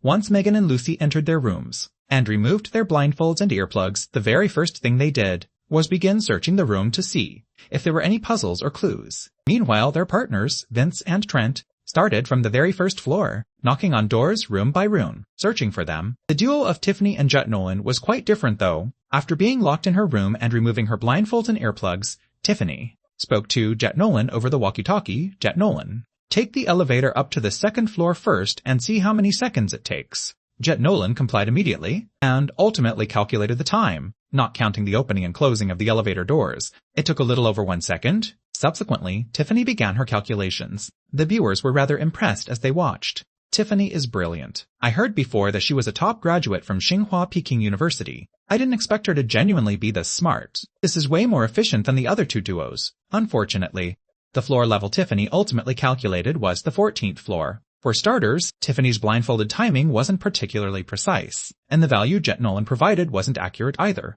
On top of that, the hotel elevator was high-end. It ran exceptionally smoothly, and there was practically zero vibration when it came to a halt. Wearing earplugs, Tiffany couldn't hear the indicator pings when the elevator stopped either, so she had no idea how many times the elevator had stopped in between, and similarly had no clue that the elevator had changed its direction of travel midway through. Under the accumulation of all these errors, the floor level Tiffany calculated ended up higher than the actual one. This left the viewers feeling a bit disappointed. But it also made the audience understand exactly why the production team had performed those complex maneuvers. However, Tiffany also knew that her guess might be faulty, so she instructed Jet Nolan to start searching from around the 12th floor up and down. This approach, compared to searching floor by floor, from the bottom up like Trent and Lucy, was far more satisfying, just as the viewers felt that Tiffany, this straight-A student, had already done an excellent job, having been deliberately arranged by Director Chen to only just step out of the elevator now, was finally locked into a room. Ever since Director Chen had been scammed by me, he had constantly wanted to mess with me, so this time he specifically instructed the staff to stall me inside the elevator for a good while longer. The staff delivered beautifully, stubbornly keeping me inside the elevator for over a full minute. After being locked inside the room, I unhurriedly removed my blindfold and earplugs, just as the viewers assumed that after being messed with for so long, I definitely wouldn't be like Tiffany and have many clues to provide to Charlie. I first glanced toward the curtains, and subsequently switched on my walkie-talkie. Speaking to Charlie, I gave a range, floors 10 to 14. I should be within these 5 floors. Exclude the odd-numbered rooms, and search the even-numbered ones directly. Charlie didn't even ask why, instantly replying with an okay, and immediately sprang into action. But the viewers were all completely dumbfounded, because I really was on the 14th floor, and specifically inside the even-numbered room 1410. Wait, how on earth did he calculate that? Just now, Tiffany first had Jet Nolan run an experiment, and then ran the math herself, yet still came up with a completely incorrect conclusion in the end. How did Sean calculate it perfectly in a single instant? And it's a pinpoint accurate result. He was trapped inside the elevator for over a minute, during which the elevator went up and down, and after stepping out, he was even walked around in circles a dozen times. He can still calculate exactly which floor he is locked on. It's been a long time since I last uttered that phrase. The production team definitely has an inside fix, right? Even Director Chen cursed under his breath, having absolutely never anticipated this. The drunken, disheveled me ended up being the first to figure out the correct answer. Seeing someone in the comments questioning me, He hurriedly grabbed the walkie-talkie and asked, "Sean, how did you arrive at that conclusion?" "Want to know?" I replied with a chuckle. "I said it was intuition, do you believe me?" "Believe your ass." "I'd rather believe that there's an inside fix you're selling me," Director Chen said. I sat back down on the bed comfortably and said, "You tried all sorts of things, from blindfolding to using earplugs, and had me dragged up and down in the elevator. But how come you never thought of considering swapping for a thicker, non-translucent curtain instead?" I pointed toward the curtains.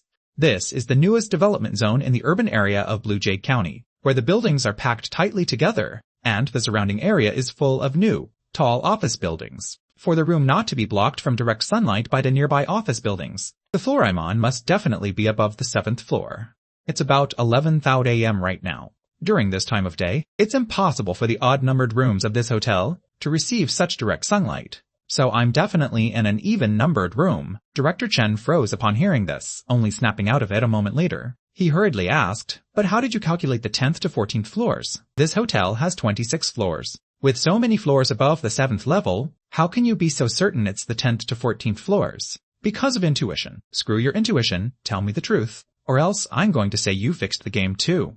Director Chen roared. He was genuinely incredibly curious right now. I spread my hands. This time, it really was intuition. Or rather, I guessed that the production team would pull a stunt. This hotel floor is indeed very high. The amount of time I stayed in the elevator was indeed enough for me to go straight to the top floor.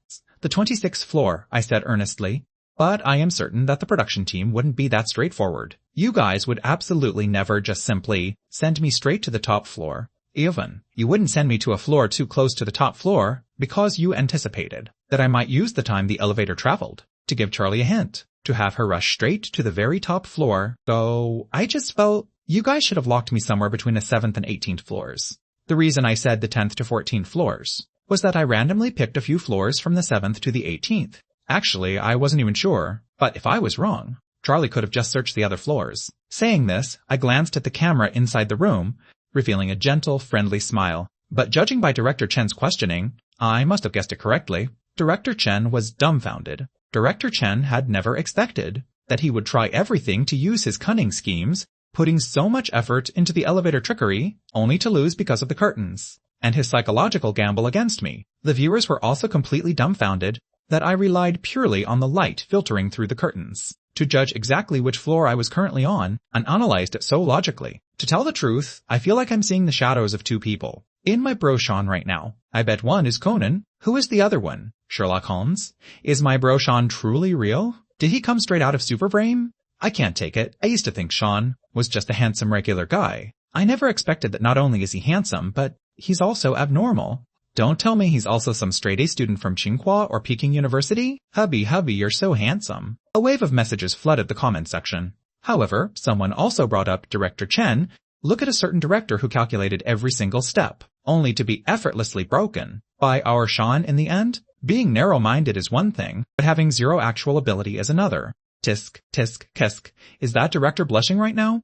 Director Chen was originally just feeling a bit humiliated, but seeing the bullet comments, he felt exceptionally embarrassed. In the end, he snatched up his walkie-talkie in a fit of rage, shouting at me, "Sean, there are 3 puzzles set up by people I hired in this room. Only after you solve all of them will I let you leave. Otherwise, even if Charlie finds you, it won't count." The moment this came out, the viewers were completely outraged. "He's flustered. Look, he's flustered. This is an actual inside fix. This is an inside fix indeed. Forget about calling it an inside fix.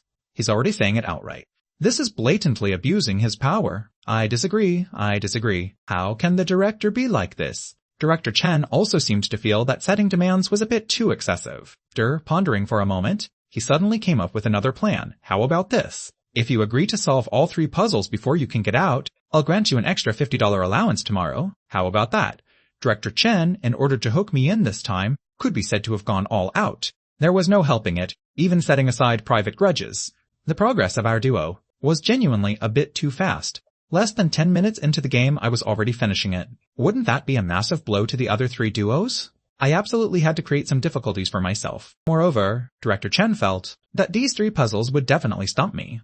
The first 2 were just simple brain teasers and simple riddles, but this third one, he specifically had someone copy it. An exceptionally complex advanced calculus competition problem. The kind of problem where he couldn't even understand the text. He refused to believe I could solve it. The walkie-talkies for me and Charlie were linked. Before I even said anything, Charlie hurriedly said, agreed. Sean, go for it for the sake of $50. Actually, I wanted to say, Director Chen offering a high price of $50 definitely meant he was up to no good. Those 3 puzzles were absolutely not easy. But with no other choice, since my own wife had spoken, I said, all right, I agree. Director Chen let out a dark chuckle. Just like an old fox, those 3 puzzles are hidden inside the room, linked together in a chain. You have to solve one to solve the next one. Go find them yourself. Director Chen intended to say, go find the first puzzle yourself. But before the words even left his mouth, I had already pulled out the first puzzle from under the pillow. The first 2 puzzles were indeed quite simple. I spent less than 5 minutes solving them both. At the same time, I also located the third puzzle. The viewers had been incredibly supportive of me initially, feeling that with my speed and this brain of mine, no puzzle could possibly stand in my way. Then the viewers caught sight of that advanced calculus competition problem. The viewers were all left completely stupefied. Damn it, is there something wrong with the production team? They're actually playing for real, huh? Calculus? Just looking at it makes my eyes hurt. Is this a competition problem? It's not just a regular problem. Even most university students who have taken advanced calculus couldn't do this, right?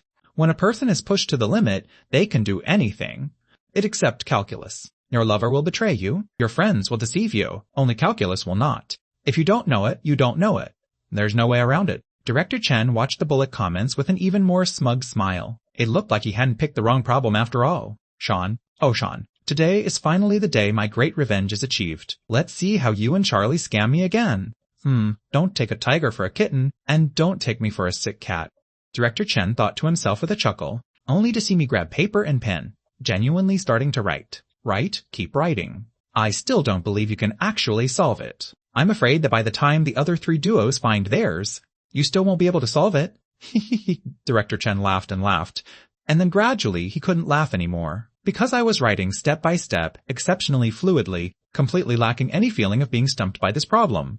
Especially when a viewer in the comment section said, I found the original problem in a competition from a few years ago. The answer matches the steps Sean is writing right now. Director Chen hurriedly went to search for the answer to this problem. Sure enough, the steps for the answer were essentially identical to the steps I was currently writing. Crap. Does Sean actually know how to do this problem? Director Chen's hands were trembling. The assistant director beside him adjusted his glasses. I feel like this is no longer a question of whether he knows how to do it or not. The way he writes is way too fluid. Unfortunately, I'm afraid your $50 won't be kept safe. Director Chen was still being stubborn. I don't believe it. He hasn't finished solving it yet. What if the final result is wrong? Then, Director Chen's stubbornness was shattered by the answer I wrote down. Staring at the standard answer I had written, the comment section burst into a wave of cheers. It's identical to the answer. He solved it right. Sean is the GOAT.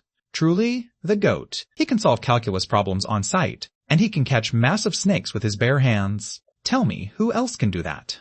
What do you call an idol? This is what you call a true idol, compared to those traffic-driven stars who didn't attend much school, and relied purely on their looks to gain fans and make money. Sean is way too superior. I genuinely can't hate on him this time. Sean is the absolute GOAT. Yet I put on an exceptionally humble expression, with an expression on my face that was even a bit embarrassed. I spoke toward the cameraman's direction, Director Chen. Actually, I won a bit unfairly. To be honest, I just took a wild guess on the first 2 puzzles.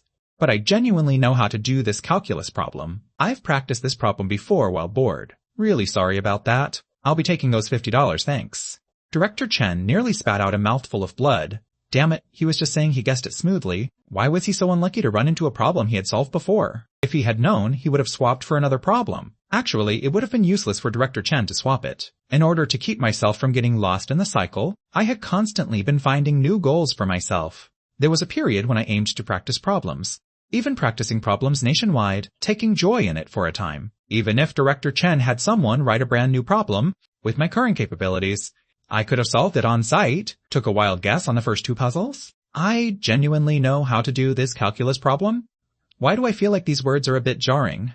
Listen closely, is that even human speech? Practice this problem while bored? Look at Sean. His version of being bored is to practice calculus problems. Yet you all are just here watching a live stream. Don't you feel ashamed? I don't feel ashamed. Even if I wasn't watching the live stream, I wouldn't be able to do problems like that either. Add 1. While the comment section was still debating, Director Chen had already reluctantly climbed upstairs and handed the key to the presidential suite to Charlie and me. Then he turned around, intending to leave, only for me to call out to him with a chuckle.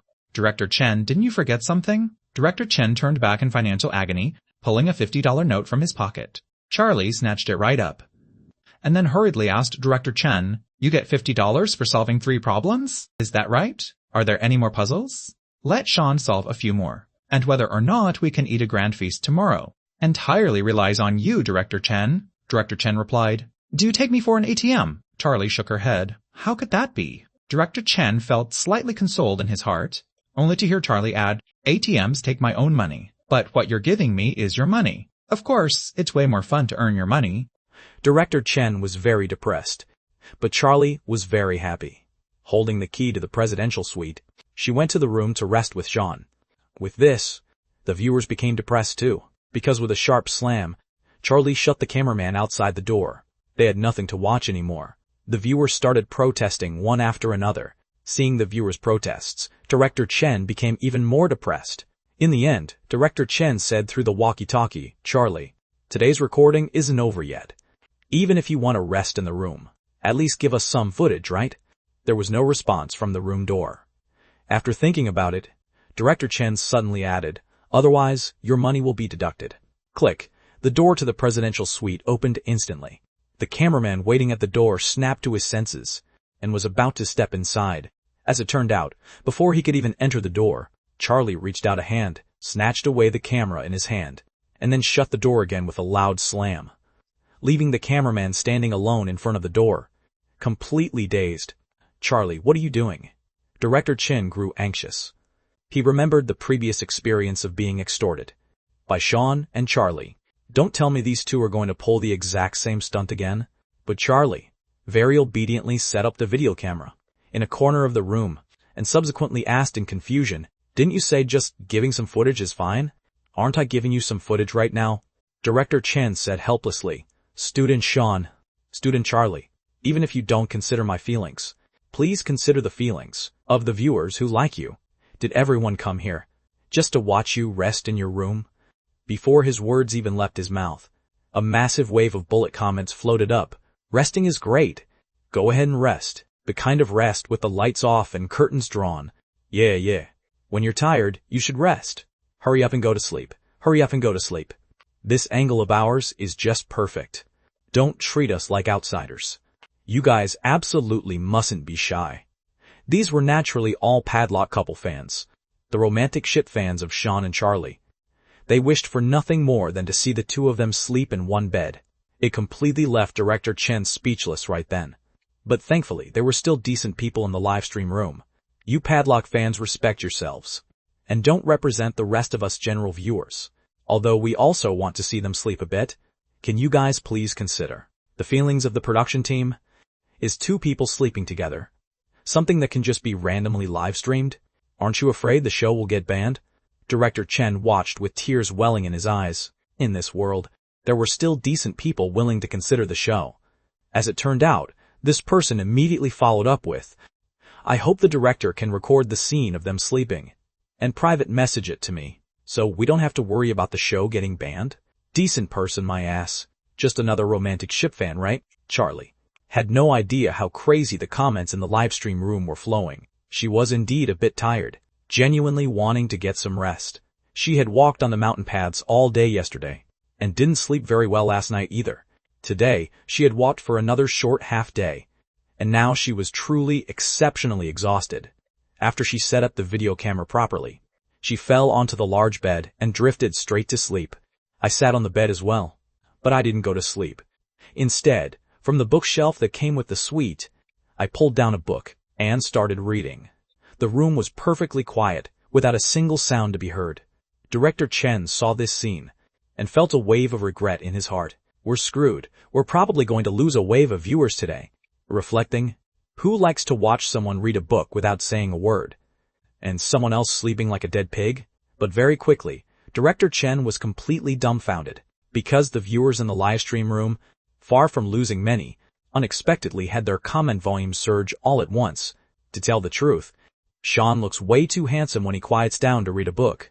Why didn't he debut sooner? Seeing such a beautiful scene, my heart completely calms down. Charlie looks so adorable when she's asleep. I can watch this all day. I've already taken screenshots. I'm using it as my desktop background. I was originally a die-hard fan of Charlie, but now I'm a die-hard romantic ship fan of the two of them. Genuinely, just watching them stay together so quietly like this makes me feel exceptionally comfortable. I used to be a die-hard fan of Charlie too, but now I can only say Sean is just too wonderful, especially after today. I feel more and more that Sean is absolutely cracked. Nobody except Sean is worthy of our Charlie. By the way, does anyone know what school Sean went to? Don't tell me he's a top graduate from Harvard or MIT. He's even solved competition problems before. The comments gradually started chatting away. Those who stayed here to watch the live stream were basically all fans of Charlie and Sean. If they weren't padlock couple romantic ship fans, they were Penghubei buddy fans. In short, everyone shared a common language. Chatting here was no different from chatting under the Penghubei topic page. On social media, on regular days, everyone was busy watching the live stream, so some people didn't really have the mind to send comments. Right now, the live stream was fixed on such a tranquil and beautiful frame, so the viewers finally had the time to chat via comments, to the point where the number of comments was even larger than usual. Director Chen's face couldn't stop twitching as he watched. His live stream room had directly turned into a massive chat room. Charlie slept for over 2 hours before finally waking up. She let out a massive, dazed yawn, feeling her mouth a bit dry after waking from her nap. Just as she was about to find some water to drink, she saw me standing beside her, handing over a glass of water. Charlie took the glass and took a sip, subsequently snapping completely awake. "What kind of water is this? It's so sweet. Is it honey water?" "It's honey flower tea. The suite happened to have free tea bags and honey, so I brewed a bit for you to drink.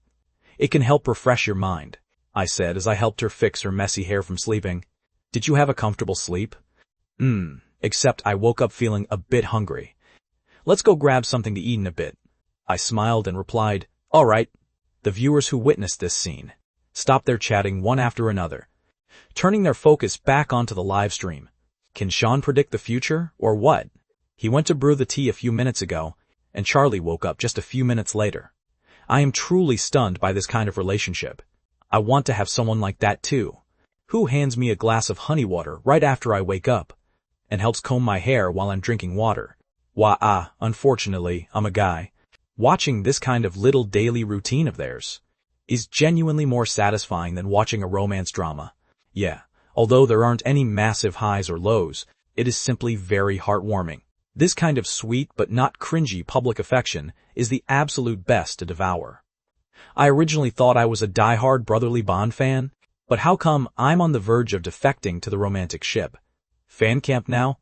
Charlie finished drinking her water, washed her face, and was about to head out the door with me. Director Chen hurriedly grabbed his walkie-talkie to call the cameraman who was resting to keep up with us.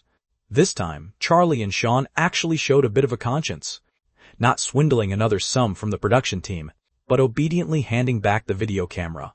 The other 3 teams of people only just completed the Hero Rescues the Princess game at this time, and had just received their room keys to begin resting. Having already gotten a good rest, Charlie and I headed over to the hotel's dining hall to forage for food. The waiter knew Charlie and Sean were celebrities, and were subjects their own boss explicitly instructed them to look after. So they greeted them exceptionally politely, and led the two to their seats. After they sat down, he asked respectfully, "What would you two like to eat?" "We have our signature steaks here, as well as Western-style pasta, baked rice with barbecue pork, and also Chinese-style chang'an, specialty meat burgers, minced pork noodles, and so on. This is our menu.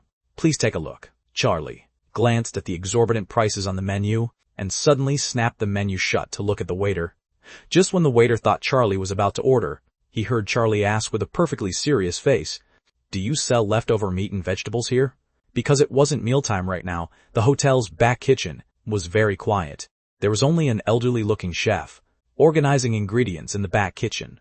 The waiter led me and Charlie into the back kitchen, saying to the chef, "Uncle Lee, there are 2 people who want to buy raw ingredients." The chef slammed the cleaver he was using to chop vegetables into the cutting board and turned his head to look at Charlie and me, as well as the cameraman behind us. Seeing this, the waiter quickly explained, "Uncle Lee, they're recording a show, the live stream kind." Uncle Lee cut him off, saying, I know them. I've watched their show. Weren't they just surviving in the mountains yesterday? The waiter was stunned. Uncle Lee was already in his 50s, and usually didn't have any entertainment hobbies. So how come he started watching this kind of dating variety show? What's wrong? Is there a problem? Uncle Lee glanced at the waiter. The waiter hurriedly shook his head. Boss Charlie nudged me secretly and asked, Sean, why do I feel like this Uncle Lee looks so authoritative? The waiter seems quite afraid of him too. The waiter was quite tactful, hurriedly introducing us to Boss Charlie. You two. Let me introduce you. This is the head chef of our Blue Jade Shimmer Grand Hotel. Uncle Lee. He is actually a national special grade chef who used to cook dishes for state banquets before. The viewers were all shocked upon hearing this. A national special grade chef who cooked for state banquets. Inside this tiny Blue Jade County, there was unexpectedly such a master hidden away. Uncle Lee still maintained that authoritative look, saying to Charlie and me, You two, want to buy raw ingredients? I nodded my head and said politely, Yes, we are recording a show, and the budget given to us by the production team is limited. So if we want to eat a bit better, we can only make it ourselves. I wonder if it's convenient for the hotel. It is, Uncle Lee said. Charlie was delighted. She hadn't expected that while this Uncle Lee looked authoritative, he was actually quite easy to talk to. But right after that, they heard Uncle Lee add, But I have a requirement. As expected, it wasn't that easy. Charlie's mood, which had just brightened up, instantly sank once more. This Uncle Lee looked so authoritative that the requirement he raised must be very difficult, right? Then they saw Uncle Lee produce a notebook from somewhere, and also pull out a pen to hand to Charlie and me. Charlie looked at Uncle Lee in utter bewilderment. Do you want us to write something? Did Uncle Lee want them to write some kind of liability waiver? Surely it's not necessary to go that far. We're just buying some raw ingredients after all. Uncle Lee gave a nod, still maintaining that authoritative look, and said, Give me an autograph. I really like watching your show. By the way, I'm also a romantic ship fan of yours. The padlock couple is quite interesting. A stern-faced, heavily stubbled, special-grade head chef who had cooked for state banquets was unexpectedly, a romantic ship fan, huh? Forget about the two subjects themselves, Charlie and me. Even the viewers were completely struck dumb, although I knew Sean. And Charlie's fan demographics were highly mixed. I never expected. Even a heavyweight figure like this would be standing them. This man is about the same age as my grandfather. Yet he's actually a romantic ship fan. This is a bit of a gapmo. I'm standing the same ship as a special grade chef. Rounding it up, that makes me a special grade chef too, right? Yes, you're a special grade chef. But only when you're playing games. I feel like the dimensional wall has completely shattered. Charlie and I hurriedly signed our names for Uncle Lee. Uncle Lee looked at it several times with deep satisfaction, and only then did he put the notebook away. He even said to Charlie and me with a perfectly serious face, You two must be happy in the future. The waiter assumed Uncle Lee was way too obsessed with shipping them, and hurriedly explained to Uncle Lee, Uncle Lee, this kind of dating variety show is entirely scripted. It's all fake. They're just playing a couple on the show. They aren't an actual couple. As a result, he saw Uncle Lee glare at him fiercely. I've lived for so many years. Do I really need you to explain this to me? The way someone looks at the person they love cannot be hidden. The two of them are absolutely genuinely in love. What do you know? The waiter was on the verge of tears. He was just explaining. There was no need to be so fierce to him, right? Wow, it's completely over. Uncle Lee isn't just shipping them. He's even shipping them this intensely. He's truly obsessed, right? I share the exact same view as Uncle Lee. I also feel like they are real, to be perfectly honest. You guys might be joking. But why do I feel like Uncle Lee is genuinely being serious? Bullshit, you're the one joking. We are being serious too. The padlock couple is the absolute GOAT. In an instant, the padlock couple romantic ship fans inside the live stream room raised their banners high. At this moment, they all felt Uncle Lee was their ultimate fan leader, shouting out their inner thoughts on behalf of all these ship fans. Charlie lowered her small face, feeling more or less a bit embarrassed. I, however, reached out my hand and grabbed Charlie's hand, interlacing our fingers and holding on tightly. Subsequently, I smiled and gave a nod to Uncle Lee. Thank you, Uncle Lee. In the future, we will definitely be exceptionally happy. My tone was completely sincere, enunciating every single word. Every word coming straight from the heart. Once I finished saying these words, First, Charlie was briefly taken aback, followed by Director Chen, the waiter, and the cameraman, who were all completely frozen. The comment section also fell into a brief moment of dead silence, as if absolutely everyone had disconnected altogether. Not until 3 seconds later did the comments in the livestream room erupt like an absolute volcano. "Ah, I'm dead. I'm going to die. Is this an official announcement or a confession? I genuinely can't tell the difference. Is Sean doing this for entertainment value? Or is he speaking straight from the heart? Originally, I was just shipping them for pure entertainment value. Don't tell me I actually stumbled upon the real thing? If it's fake, I hope it's real. If it's real, then kill me to celebrate for them." Interlacing fingers and confessing is just way too sweet. Right now I'm wriggling all over my bed like a total worm. I've officially shipped the real thing. Wow, the way Sean said that sentence sounded so serious and romantic. Did anyone record it? I need to watch the replay. The viewers who were actively camped in the livestream room were about to go completely crazy right now, especially those romantic ship fans who were absolutely running wild. To be perfectly honest, since the show started, for this long, although the interactions between Charlie and me were highly heartwarming, sweet, and interesting, but from beginning to end, the two of us had never expressed anything explicit to each other. It was as if the two of us genuinely just shared an exceptionally close bond as ironclad best friends, merely childhood sweethearts who played together since we were little. This was also precisely one of the reasons why Charlie and I had so many buddy fans. Yet right now, this sentence of mine, this sentence that sounded even more authentic than "I love you," had practically completely solidified the relationship between Charlie and me. The romantic ship fans were throwing a wild carnival, while across Uncle Lee's face, that stern expression finally dissolved completely, giving way to a warm smile. He patted me on the shoulder. "There is accountability in your eyes. I believe your words. I feel very happy today. So feel free to use any of the ingredients in the kitchen, completely free of charge." Charlie was incredibly shy right now, and had been wanting to find a topic to shift the attention. Hearing Uncle Lee's words at this moment, Charlie hurriedly took the opportunity to redirect the conversation. "That wouldn't be appropriate. The ingredients here belong to the hotel. We can't just take them for free." "Why can't you?" Uncle Lee chuckled. "It's true the ingredients belong to the hotel, but this hotel belongs to me." Both Charlie and Sean were stunned.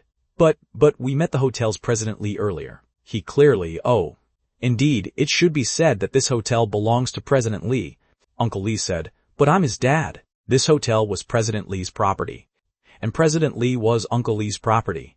According to Uncle Lee, it started with his 8-year-old granddaughter browsing "Let's Start Dating" on the internet, and after finding this variety show, it was discovered by Uncle Lee's daughter-in-law. Uncle Lee's daughter-in-law started following it too. And then Uncle Lee's son, President Lee, also found out. President Lee didn't have time to camp in the live stream, but he thoroughly enjoyed watching the video clips every day, and even shared the edits to the family group chat. That was how Uncle Lee ended up seeing it. Initially, Uncle Lee just watched out of curiosity, but he didn't expect to get addicted to the clips. In the end, he started watching the live streams and shipping the couple. Seeing you two reminds me of when my wife and I were young. If she were still here, I would really love to watch it with her," Uncle Lee said with deep emotion. Originally, after President Lee opened this hotel, Uncle Lee and his wife lived a peaceful, leisurely life of retirement. But Uncle Lee's wife had passed away in a car accident a few years ago. To stave off the loneliness, Uncle Lee came to the hotel to work as the head chef. Initially, Uncle Lee felt that daily life was very dull, until he saw Sean and Charlie's live stream. Their interactions, sometimes playful, and sometimes showing incredible chemistry, made Uncle Lee feel like he was seeing his younger self and his wife.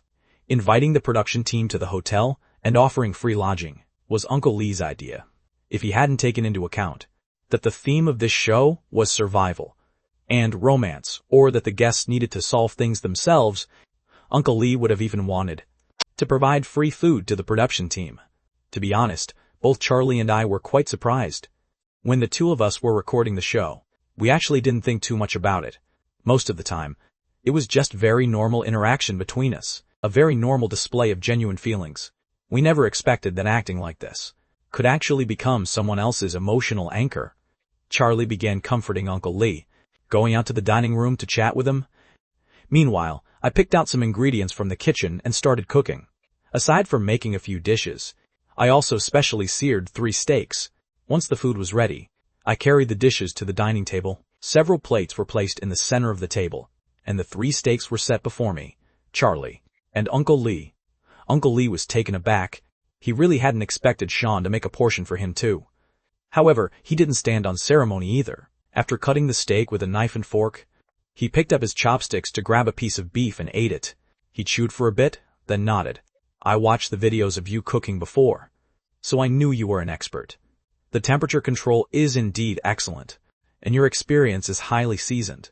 When Uncle Lee ate Sean's food, his expression clearly wasn't as mind-blown as Lynn's, Charlie's, or Sean's parents before. But for a special-grade chef who had cooked for state banquets, to say Sean's skills were good was already an exceptionally high praise. To be honest, I'm genuinely curious about what level Sean's culinary skills actually are. For someone of Uncle Lee's caliber to say his skills are good, could he be a special-grade chef too? If Uncle Lee isn't just being polite, then I can only say Sean is way too strong. In any case, Sean's cooking skills are definitely far superior to most ordinary people. No wonder Charlie's stomach is completely under his control. When will a handsome guy come along to capture my heart and my stomach too? Once the meal was finished, Charlie was thoroughly satisfied. This is the first time I've ever eaten a steak made by Sean. It's genuinely delicious. Charlie let out a tiny burp. If you love it, I'll make it for you often in the future, I said. Uncle Lee, sitting aside, however, remarked, but next time, our ingredients won't be free anymore. Even though I'm a fan of yours. You're recording a show after all, and I can't keep helping you out all the time. Otherwise, it would be too unfair. Charlie nodded understandingly. You're right, Uncle Lee. Next time we will definitely pay for the ingredients. By the way, Uncle Lee, how much does it cost to buy a piece of this steak? If you buy it cooked, it's $180 a piece, Uncle Lee said. The corner of Charlie's mouth twitched. What if we buy it raw? It's also $28. We don't charge extra for searing the steak. Charlie said, can't you give us a friendship discount? At least round down the change, right? Uncle Lee gave it some serious thought, and finally said, then rounding it off, let's just make it $130. Charlie was speechless. Who rounds down change like that? You're rounding it up instead, aren't you? Wah, haha. So, it turns out, the serious-looking Uncle Lee is actually this playful inside? I can tell why, Uncle Lee said. Seeing Sean and Charlie felt like seeing himself when he was young. Indeed, the young Uncle Lee was probably just like Sean and Charlie, someone who loved to tease others. An old hand is always more experienced. After finishing the meal and chatting a few more words with Uncle Lee, Charlie and I bade farewell to him and left the restaurant. However, when we walked into the hotel lobby, we saw a crowd from the production team gathering right at the hotel entrance. Charlie curiously leaned over and only then saw clearly that the production team was surrounding a food truck to collect boxed meals. The other 3 duos of guests were also mingled among them. Jet Nolan was quick-handed, having already grabbed the boxed meal and dug into it. Seeing Sean and Charlie approach, Jet Nolan brandished the boxed meal in his hand with a smug face. You 2 arrived late. All the good dishes have been picked completely clean. I managed to snag a full 3 slices of barbecue pork. Hee hee. Saying that, Jet Nolan even quite dramatically picked up a slice of meat, lifting it into midair in slow motion. Just as he was about to pop it into his mouth, he heard Director Chen standing aside say, Sean and Charlie just ate sirloin steak inside the hotel, along with baked corn with cheese, a Caesar salad, and braised lamb shanks. Why do you think I suddenly ordered boxed meals? It's exactly because watching them eat made me crave food. Plop. The meat Jet Nolan picked up smacked right onto his face, then slid down onto the ground. He looked at Sean and Charlie with trembling lips, a total picture of being on the verge of tears. Sean, why didn't you think of me when you were eating good food? Sorry, we're genuinely not that close, I said seriously. Jet Nolan squatted in the corner in deep dejection, munched on his boxed meal. I'm genuinely going to die of laughter. Jet Nolan, why on earth did you go poke them? Jet Nolan, don't cry. Although you can't eat steak, he can't eat a boxed meal either. Thinking about it this way, doesn't it make you even sadder? Ha ha ha, we're genuinely not that close. He only thinks you're close when he's scamming you out of your money. He only thinks you're close when he's scamming you out of your money. Meanwhile, Director Chen carried a packed, boxed meal at this time and walked toward Charlie and me. Seeing this, Charlie hurriedly waved her hands and said, "Director Chen, you're way too polite, even saving a boxed meal for us. But we are already completely full. Didn't you just see us eating steak? Right now, we genuinely can't eat anything else."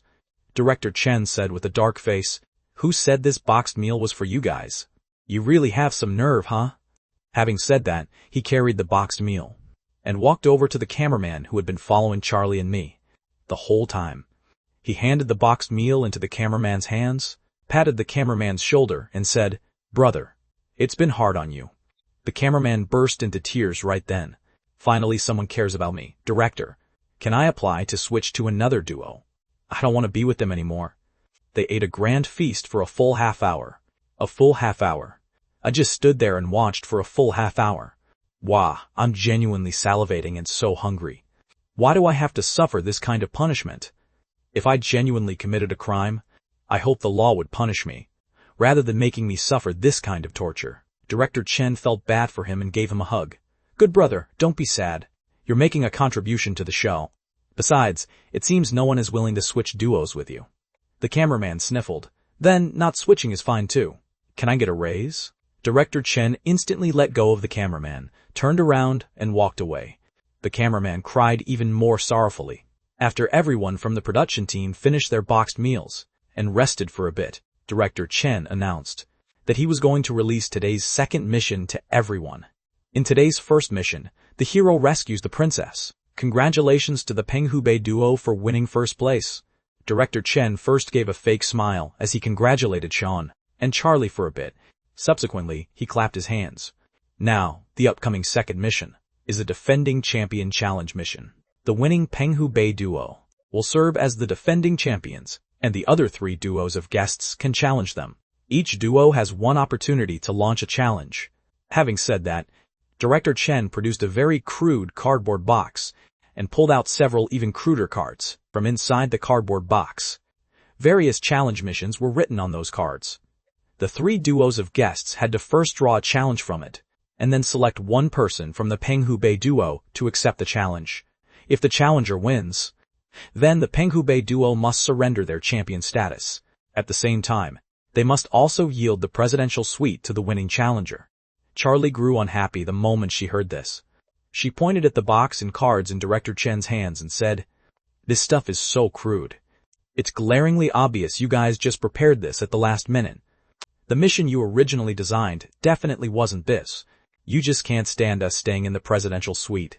You did it on purpose." Hearing this, Director Chen let out a smug smile. "I did it on purpose. So what? Anyway, I am the director, and the rules are all set by me. Got a problem? No problem. If the defending champions don't want to participate, then you can proactively share the presidential suite with the others." He had a textbook look of a petty man having his day. Director Chen is blatantly abusing his power and fixing things again. Has he not been tormented enough by Sean and Charlie yet? It's precisely because he's been tormented too much, so he must hold a grudge in his heart. I have a gut feeling that the director is going to suffer again. While the comment section was still discussing this, I pulled back Charlie, who still wanted to go argue with Director Chen, and asked Director Chen, "It's fine for us to accept the challenge. And it's also fine for us to surrender the suite if we lose. However, if the challenger loses and we win, do we get a reward?" "No," Director Chen said categorically, his attitude exceptionally firm. He would absolutely never let Sean and Charlie find an opportunity to fleece his wool again. Hearing this, I spread my hands. Then that's a true pity. In that case, let's just voluntarily give up our champion status and hand it over to someone else. Director Chen's eyes lit up. Sean unexpectedly backed down. As it turned out, he caught me continuing, "When the time comes, we'll just win the suite right back as challengers instead." Director Chen replied, "No way. If you give up the champion spawn, you cannot participate in the challenge anymore. Then aren't you blatantly targeting us?" I said with a face full of sorrow. Director Chen chuckled. "That's right. I am precisely targeting you. Got a problem with that?" I ignored Director Chen, instead raising my voice to shout, "President Lee, Uncle Lee, we've had a minor conflict with Director Chen, and we are planning to quit the production team. Don't forget to demand the room fees from the production team." Director Chen rushed over frantically to cover my mouth. He had seen Sean, Charlie, and Uncle Lee chatting earlier, so he naturally knew that the hotel's big boss, President Lee, and his dad, Uncle Lee, were both die-hard fans of Sean and Charlie. In fact, the reason the hotel was willing to provide them with free rooms were all because of Sean and Charlie. If this shout of mine genuinely reached President Lee's and Uncle Lee's ears, then how on earth could their production team continue staying in the hotel? Sean, I give in. Let's talk things over nicely. What kind of conflict could there possibly be between us? Director Chen said with a face full of smiles. As he spoke, he even adjusted my clothes for me and patted my shoulder. It's not that I'm deliberately targeting you. Isn't this all for the sake of making the show? A smile also emerged on my face, and I said amiably, Then Director Chen, say it one more time. If we defeat the challengers, what kind of reward can we get? Director Chen rubbed his hands together. His prior categorical, iron-willed demeanor completely vanished without a trace. He offered a forced smile. How about for every duo you defeat? I give you a $5 allowance tomorrow. 50. I gave a flat counteroffer. Director Chen instantly shook his head. No way. That's way too much. Seeing this, I raised my voice yet again. Uncle Lee, President Lee. Director Chen frantically covered my mouth once more, saying with a face full of agony, Sean, my bro. 50 is genuinely way too much. It's not that I'm stingy with the money, but if I genuinely give you that much, tomorrow's show will lose its entertainment value. You guys will be living luxuriously with $100 or $200, while the other three duos have only $12 each, looking as completely broke as ghosts. The contrast would be way too massive. He thought about it for a bit, and subsequently said, $10. Is $10 okay? Seeing that I was about to shout again, Director Chen beat me to the punch and covered my mouth. Right after that, they caught Charlie standing aside shouting, Uncle Lee, Director Chen is crying. He had completely forgotten there was another person right beside him. He hurriedly said, All right, 20 if you win. I'll give you 20, how about that? If you achieve total victory in all three challenges, you can gain $60. This has got to be enough, right? Only then did I nod my head. Meanwhile, Director Chen was strictly aching with financial agony. Director Chen, tell me, why bother? You simply can't outsmart the two of them at all. I originally thought the director was quite pitiful, but now I feel more and more that he totally deserves it. Tell me, why on earth did he have to go provoke those two? Haha, my Director Chen is way too miserable. This is exactly the price of offending the bandit couple. Stay far away from the padlock couple. They will bring misfortune. The bullet comments are laughing themselves silly. Carrying the cardboard box in deep frustration, Director Chen walked up in front of the three duos of guests. He swept a glance over the three duos of guests, and subsequently said through gnashed teeth, You guys better step it up for me, and make every effort to take down Sean and Charlie. Whoever can defeat them, I'll give a $100 allowance to. I'm not short on this bit of money. What I'm fighting for is my pride. Who wants to come first to draw a mission to challenge them? Jet Nolan volunteered and raised his hand. I'll do it. I've been scammed out of who knows how much money by Sean, and now I want to win back my dignity. Saying that, Jet Nolan reached his hand into the box and pulled out a challenge card. Then he read out the mission on it in a loud voice. Challenge mission. Select a song in the karaoke room of the hotel's entertainment area. Loving, even in death. Both sides will sing it separately, and the one with the higher score wins. Jet Nolan's voice grew smaller and smaller, and by the time he read to the very end, his voice completely vanished. Jet Nolan was speechless. Can I draw again? He was completely dumbfounded. Singing was originally his weakest suit, and this mission unexpectedly even made him sing such a highly difficult song. Is this a challenge mission? Yes, this was glaringly obvious, a direct challenge to him. Director Chen was also completely dumbfounded. He hadn't expected that by a complete and total coincidence, this mission would be drawn by Jet Nolan. Originally, this song was something Vince was very good at singing. Director Miller had written this mission to coordinate with Vince, but as it turned out, this card actually landed in the hands of Jet Nolan, the most tone-deaf person of them all. You can draw again. Everyone has an opportunity to redraw. In the end, Director Chen could only bite the bullet and let Jet Nolan redraw once. Jet Nolan rummaged around in the box with his hand for a good while and pulled out another card, Sing Loving Even in Death. Why is it this one again? The corner of Director Chen's mouth twitched. Everyone has 2 opportunities to redraw. So Comrade Jet Nolan can draw one more time. Jet Nolan drew for the 3rd time, sing loving, even in death. Jet Nolan had a total breakdown. Forget about loving even in death. Right now, he felt like he was about to die. Could it be that the box is completely filled with this exact card? He directly turned the box upside down, dumping all the cards inside completely out. As it turned out, there was only this single mission card inside. That required singing a song. Jet Nolan broke down even further. What kind of luck did he have? He stuffed the cards completely back inside, and subsequently asked Director Chen, "Can I draw again?" "I refuse to believe I'll draw this card again." Director Chen was speechless. He was more or less a person who cared about his dignity, and felt a bit embarrassed at this moment too. However, in order to be able to defeat Sean and Charlie, Director Chen decided to be shameless for once. "Right, there's still one more chance. Your duo can draw one more time." Jet Nolan reached out his hand to draw a card, but Director Chen hurriedly stopped him. "Not you. I beg of you. Have Tiffany draw instead." He was genuinely terrified of hitting a quadruple streak. Jet Nolan also felt like he was a bit cursed today. Handing the box over to Tiffany, Tiffany felt the heavy responsibility on her shoulders, first pressing her palms together to pray for a bit, and subsequently reciting a few lines of scriptures. She also reached out to tap her own forehead and shoulders, saying devoutly, "Bro, spring bless me, infinite heavenly Lord, and Amitabha. Amen." Finally, she solemnly extended her hand, pulling a card straight out of the box. "Sing loving even in death. Is this what they call the will of heaven?" Charlie suddenly remarked with a face full of deep emotion.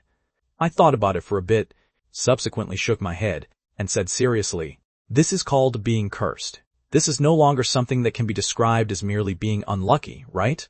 I even thought this was some kind of magic trick performance. The kind where every single time you draw a card, you get the exact same one. If Jet Nolan hadn't dumped all the cards out just now and checked through them once, I would have assumed that the box was completely filled with this card. My face mask is about to crack from laughing. I absolutely must clip this segment later and post it online.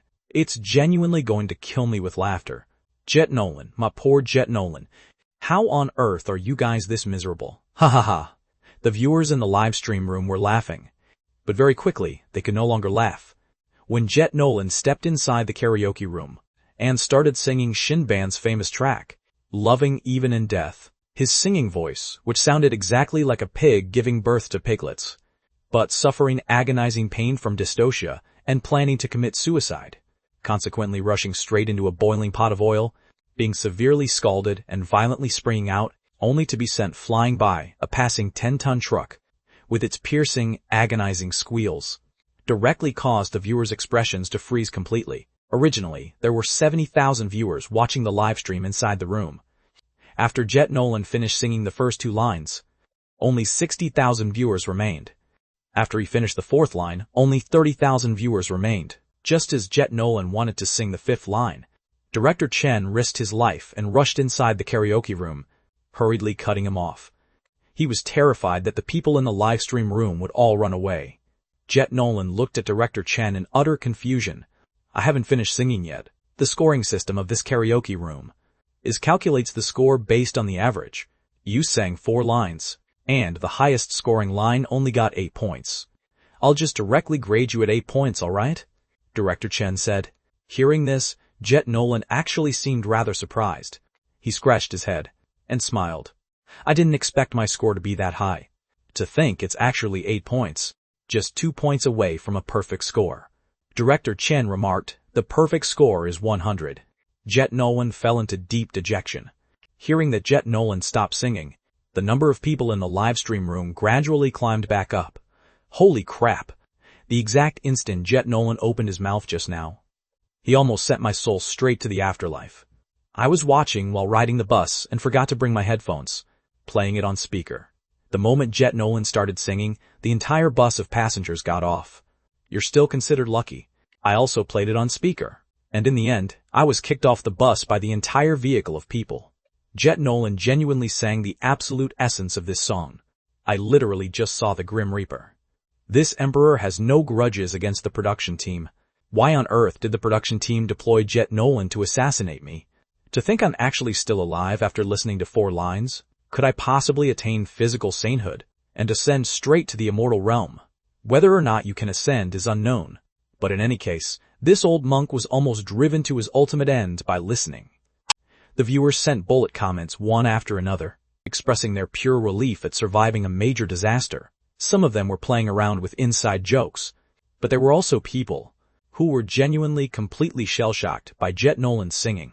After all, Jet Nolan's singing was originally rather absurd, and the song, Loving Even in Death, was also highly difficult, coupled with the speaker reverb of the karaoke room, amplifying Jet Nolan's voice. Its sheer destructive force was indeed quite terrifying. Jet Nolan left the karaoke room sporting his high score of 8 points, and I walked straight inside in his place. Previously, when Jet Nolan went to the karaoke room to sing, the other members of the production team only dared to wait outside. Even the cameraman only dared to place the video camera inside, and then quickly bolt away himself. This time, when Sean stepped into the karaoke room, the crew from the production team all dared to follow him inside. They felt that at the very least, Sean's singing wouldn't cost them their lives. I held the microphone to test the audio, and subsequently began my performance. As the intro echoed out, my high pitch instantly soared along with it. The exact instant the first line, Loving Even in Death, concluded, the scoring system of the karaoke room directly generated a soaring score of 95 points. The crowd from the production team inside the karaoke room, along with the viewers in front of their live stream screens, also had their eyes light up completely, not to mention having Jet Nolan's demonic voice ringing in their ears as a stark contrast. Even without Jet Nolan's prior singing voice that was lethal enough to kill a person, simply listening to Sean sing allowed them to experience my professionalism. The pitch and tone accuracy were nearly identical to the original singer. Sean is absolutely cracked. The vibe is right there. It's genuinely right there. This is what you call professional. Having finished singing the intro layered with high pitches, next comes the low and gentle verse part, treating every day like the end of the world to love each other. Every minute and second is so beautiful that tears fall, ignoring whether others think well or ill of it, as long as you bravely come with me. My voice carried gentleness as well as a sense of life's vicissitudes. When I was gentle, I was looking at Charlie. When I felt life's vicissitudes, I was thinking of past experiences. In the cycles I had experienced in the past, didn't I also treat every day as the end of the world and enjoy the present? Don't be afraid of getting hurt as soon as you open your heart. Many miracles exist only because we believe in them. Singing up to here, my pitch suddenly soared again, like a roar, and a howl, and like a declaration, loving even in death. It's not satisfying if it's not thorough and passionate. How deep the feelings are. Only like this is it enough to confess. While singing, I walked over to Charlie's side and grabbed Charlie's hand, holding it tightly. It seemed the words, loving even in death, were being spoken just for Charlie. Under the dim lights of the karaoke room, Charlie's face turned a bit red. She suddenly snatched the microphone from my hand and continued singing from my high pitch. If my high pitch was a roar declaring to the heavens, then Charlie's high pitch was like a holy hymn, sprinkled onto the mortal world by an angel. The voices of the two were completely different, yet they transitioned seamlessly. Charlie sang with a blushing face, but her eyes looked firmly at me. I smiled and locked eyes with her, and this scene was recorded crystal clear by the camera, and was also seen crystal clear by the viewers in the livestream room. Although both of them sang very well, I still have to ask, are they singing or are they confessing to each other? This eye contact is going to kill me. These two have so much feeling when they sing. Last time with Little Love Song, it was the same too. I beg you, can you guys please release a single? Finally, when singing to the end of the song, Charlie and I held one microphone at the same time. Charlie's hand gripped the mic, while I gripped Charlie's hand, and our faces were pressed very, very close together, just like their voices blending together. They're so close. Can you guys please kiss? Wah, this sounds way too good. Jet Nolan, look at them. I feel like I'm breaking a sweat from listening. The high pitches of these two are so satisfying. It makes me want to go sing too. Open we sing, close we sing, and uninstall. Once the song finished, the crew members in the karaoke room, someone proactively took the lead to applaud. In the end, Director Chen sighed as he announced the scores. Sean scores 94 points. looking at Sean's score, and then looking at Jet Nolan's score. Director Chen truly felt the massive gap between people, let alone Jet Nolan. He estimated that even Vince, who was good at singing this song, might not necessarily sing it better than Sean. Jet Nolan, however, raised his hand a bit unacceptably at this time. This song was sung by the two of them together. This score can't count for Sean alone, right? I spread my hands. Then, even if it only counts as half my score, I still have 47 points. How about this? Let's only count 1/10 of my score, okay? That's still 94 points, right? Jet Nolan discovered he was just bringing humiliation upon himself. The first challenge ended in my completely suspense-free, crushing victory. Reluctantly, Director Chen handed me $20, subsequently pulled out that box again, and looked toward Team Skydew and Team Mighty. Next, which of your two duos wants to challenge? Whether we can win back a round entirely relies on you guys. The two duos discussed it for a bit, and in the end, Trent raised his hand. Let us go. Vince and Megan were considered veterans in the entertainment industry, highly experienced, and possessed strong capabilities as well. Therefore, the two duos discussed and decided to put the strongest one at the very end, to test things out further first, testing Sean's and Charlie's strength, even if they lost this time too. At least Vince and Megan would have a clear idea in their hearts. Trent walked up to the side of the box, reached his hand inside to pull out a challenge card, and once he saw the challenge mission on the card, Trent's eyes lit up completely. Challenge mission. Both sides take turns using different languages to conduct communication. Whoever fails to answer first counts as the loser. He hurriedly handed this card to Lucy.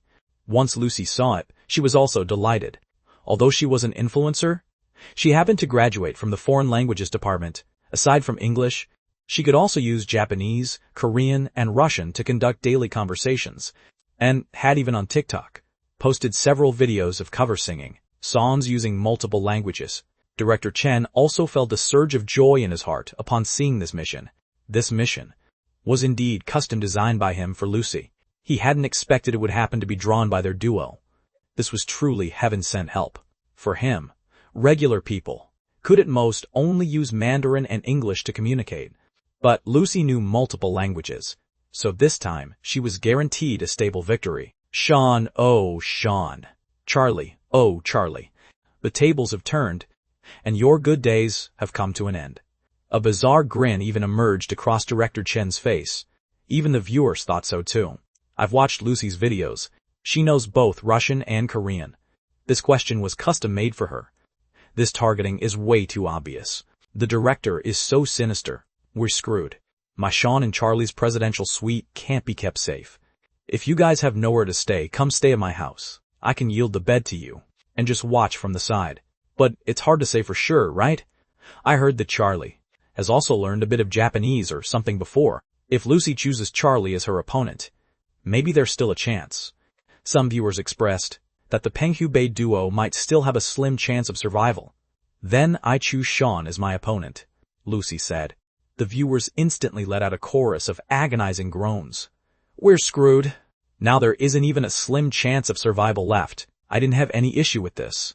But Charlie, however, had an issue with it. A good woman doesn't pick fights with men. If you've got the capability, compete against me. In Charlie's understanding, I didn't seem to know any foreign languages. At most, my English was a bit better, whereas she herself at least knew a bit of Japanese. She felt she was at least a bit superior to me. Lucy shook her head though. Charlie, actually, I'm a fan of yours. I happen to know about the fact that you know Japanese too. Although I don't just know one single language like Japanese. But, to be on the safe side, I still won't choose you as my opponent. Sean, how about it? Are you accepting my challenge? Or just directly conceding? I said helplessly. Then I have no choice but to accept, I guess. Seeing the helpless expression across my face, Director Chen let out a dark chuckle, and subsequently announced the start of the challenge. According to the rules, both sides needed to use various languages to communicate with each other. With every dialogue exchange, they had to swap to another language, until the opponent failed to keep up. To tell the truth, whether it was the viewers, or the crew from the production team, even Charlie, all felt I wouldn't last past 2 rounds. Right off the bat, Lucy and I naturally communicated in Mandarin. For the second round, it swapped to English. I answered fluently at that time too. Coming to the third round, Lucy started speaking Japanese. As it turned out, what everyone hadn't expected was that I unexpectedly kept up with the conversation too. Director Chen hurriedly asked the assistant director beside him, "What does his words mean? Did he say it correctly?" The assistant director adjusted his glasses. He said, "It definitely means hoping she'll go easy on him. He didn't make a single mistake." Then, he must usually watch a lot of Japanese adult videos. Consider him lucky. By the fourth round, Director Chen commented, Lucy started speaking Korean. I still kept up. Director Chen said, "It seems he also likes watching Korean adult videos." The fifth round, Lucy started speaking Russian, and he kept up again. The assistant director looked at Director Chen. He also loves watching Russian adult videos. And at this moment, sweat was already breaking out on Lucy's forehead. She had already finished using the few languages she was best at. She really hadn't expected that I could actually answer all of them fluently. At the beginning, Lucy admitted she had underestimated her opponent and been careless. When speaking Japanese, what she said were all relatively common and easy to understand sentences. It was indeed quite simple. When speaking Korean, she used some riddles. I still answered them. When speaking Russian, she directly recited Pushkin's poem, Ode to Liberty. Unexpectedly, I actually still completed the second half of the lines perfectly. How does this guy know absolutely everything? From feeling guaranteed to win at the very beginning, the pressure slowly mounted, and now she was already panicking in her heart. Meanwhile, the viewers in front of their livestream screens were also completely dumbfounded. Where is my imperial translator? Was that Russian Sean just spoke? What does it mean? I'm a Russian major. The two of them recited Pushkin's poetry. And Sean didn't make a single mistake. Holy crap. Lucy is a language major, so it makes sense for her to know so many languages. But how come Sean knows so many too? I originally thought Sean was guaranteed to lose this time, but I didn't expect him to be so incredibly powerful. Although I don't understand it, I think it's absolutely cracked. This is what you call a straight A student. Do you understand the absolute gold standard of our Sean? Lucy took a deep breath. She looked at me, her expression turning serious. Aside from Japanese, Korean, and Russian, she also knew a bit of German and French, though she didn't speak them very fluently. But this was already her final trump card. Yet what drove Lucy to despair was that whether it was German or French, I could still respond to them all. This time, Lucy was completely out of options. She stood before me in quite a bit of embarrassment, unable to utter a single word for a long time. I looked at her and asked in French, "Why aren't you continuing?" Lucy replied rather awkwardly, "I don't know anymore." I smiled. "Then is it my turn?" Then I started rattling off. A highly bizarre phrase. Lucy was instantly dumbfounded as she listened, and the viewers were also completely dumbfounded, calling all translators. "This phrase probably isn't German, right? Hurry up and switch to another translator." Someone in the comments asked hurriedly. My livestream room had all kinds of viewers, a literal breeding ground for hidden talents. For the prior dialogues in various languages, there had been people with matching majors stepping up to translate, but this time there was no response for a long while. Only at the very end did someone pop up. I have a friend who studies minor languages. He said that what Sean just spoke might be Yoruba, which is a language from West Africa. What does it mean? What's the meaning? Translated, it roughly means, "Is that it?" While the bullet comments were left speechless, Lucy also hurriedly asked me, "Sean, what language did you just speak? What does it mean?" With a friendly smile on my face, I replied, "It's Yoruba. It means you've already done an amazing job." Believe your ass. You're way too wicked, Sean. Secretly mocking the young girl, and you won't even admit it, right? However, Lucy actually genuinely believed it. She even let out a smile across her face, saying to me, "Thank you for the encouragement, Sean, but I'm still far too inferior compared to you." I originally thought the languages I mastered were already quite a lot, but I didn't expect there's always someone better. I lose fair and square. Besides, I'm actually becoming a bit of a fan of yours now. Can you give me an autograph in a little bit?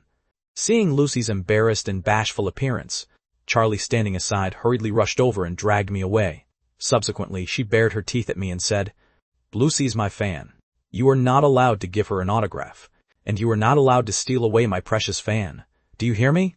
"Hear me?" I nodded with a bitter smile. She's flustered. She's flustered. Charlie is flustered. What her mouth says is that she's afraid her precious fan will be stolen away. But in reality, she's afraid her precious husband will be stolen away, right? Hehehe, oh my, oh my. Why is there suddenly such a massive wave of jealousy? So it turns out to be baby Charlie. The second challenge once again concluded with my victory. Direct, or Miller reluctantly handed over another $20 to me, and subsequently asked with furrowed brows, "Sean, can you please explain why on earth you know so many languages?" Charlie also looked over at me. In fact, she was also wondering. She didn't recall me ever mentioning before that I had specifically studied so many foreign languages. I wouldn't exactly say I know them. It's just that I occasionally felt interested and self-taught myself a bit. For many of them, I've only scratched the surface, and I don't speak them fluently. Lucy quickly asked from the side, "Then Sean, no. Idle. Which language do you speak the most fluently without a single stutter? And can wield the most effortlessly?" I said seriously, "Mandarin." Well, it seems what he said wasn't wrong either. After a brief moment of speechlessness, Director Chen let out a sigh. He patted me on the shoulder and asked, "Sean, considering I've already given you $40, can you tell me if there is absolutely anything you don't know how to do?" There are actually quite a lot of things I don't know how to do. I'm not Superman after all. I spread my hands. I don't know how to build rockets. Nor do I know how to build airplanes, ships, or cannons. And I also don't know how to give birth to a child. Director Chen was completely speechless. Sure, you don't know how to do those things. But the problem is, we can't exactly write those things into the challenge cards. If you don't know how, others will know how even less. In the end, Director Chen could only silently carry the cardboard box and walk up in front of the only remaining Teen Mighty. Gazing at Vince and Megan, Director Chen didn't know what words to use to encourage them either. To be perfectly honest, his current confidence had already been somewhat obliterated. With that entire sequence of foreign languages I reeled off just now, Director Chen just felt as if every single sentence was explicitly cursing him out. Vince, however, proactively comforted Director Chen at this moment. "Director Chen, actually, we've already come up with an airtight strategy. Sean is indeed exceptionally powerful. But for this specific challenge, we are permitted to designate our opponent.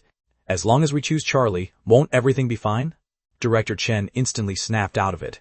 "Oh, right! Since Sean is too insanely cracked. Then, as long as we don't choose him as our opponent, won't it be fine? Why on earth did I back myself into a corner?" The spirit returned to his eyes once more. He handed the box in front of the two of them. Vince drew a challenge mission. Both sides mimic a scene from a classic movie. To compete in acting skills. Whichever side fails to keep up with the acting first counts as the loser. If both keep up with the acting smoothly, then the one with the inferior acting skills loses. At this moment, Director Chen let out another long sigh of relief. This challenge was also custom designed by him for Vince and Megan. Whether it was Vince or Megan, although neither was a massively popular actor, but they were both considered highly capable actors. Their acting skills were definitely guaranteed. He refused to believe they would lose this time too. After Vince and Megan discussed it for a bit, they decided to have Megan execute the challenge. When Megan walked toward Charlie and me, I actually let out a silent sigh in my heart. To tell the truth, when it came to acting skills, I genuinely didn't have much confidence. I truly hadn't deliberately practiced acting, let alone played off another actor. If Megan chose me as her opponent, then there might genuinely be a possibility of crashing and burning. As it turned out, he witnessed Megan walk straight up to Charlie's side and say to Charlie with a face full of smiles, "I choose Charlie to be my opponent." I was briefly stunned. Charlie was even more stunned, choosing her to compete in acting skills. Had she heard right? In her past life, she was the first in the country to take home an Oscar for Best Actress. "Are you sure?" Charlie asked hesitantly. Mung-an nodded. "I'm sure." Seeing Charlie hesitate, Mung-an assumed that Charlie was just feeling insecure and scared. In fact, Mung-an had never watched Charlie's dramas. A real actress like her disdained to watch the trashy shows filmed by those young idol stars. She had always felt that Charlie was probably no different from other traffic-driven stars. This kind of traffic star's acting skills were usually subpar. Besides, even if Charlie genuinely had a bit of acting skill, Mung-an didn't think she would be inferior to her. A young kid who was still in college, no matter how good her acting was, how good could it possibly be? Seeing Mung-an's confident demeanor, Charlie could only let out a sigh. "All right then, I accept the challenge." It wasn't that she wanted to bully anyone, It was truly that the other party insisted on being bullied by her. Seeing Charlie accept the challenge, director Chen played the prepared movie clip on the screen. This was a historical, political intrigue movie from over a decade ago. The selected clip was a scene between an emperor and his consort. The consort was the adoptive daughter of a rebel leader. To complete her father's mission, she entered the palace under an assumed identity, intending to assassinate the emperor. But through their repeated interactions, she gradually fell in love with the emperor. She originally wanted to give up the mission and spend the rest of her life with the emperor. But at this exact moment, the emperor discovered her true identity.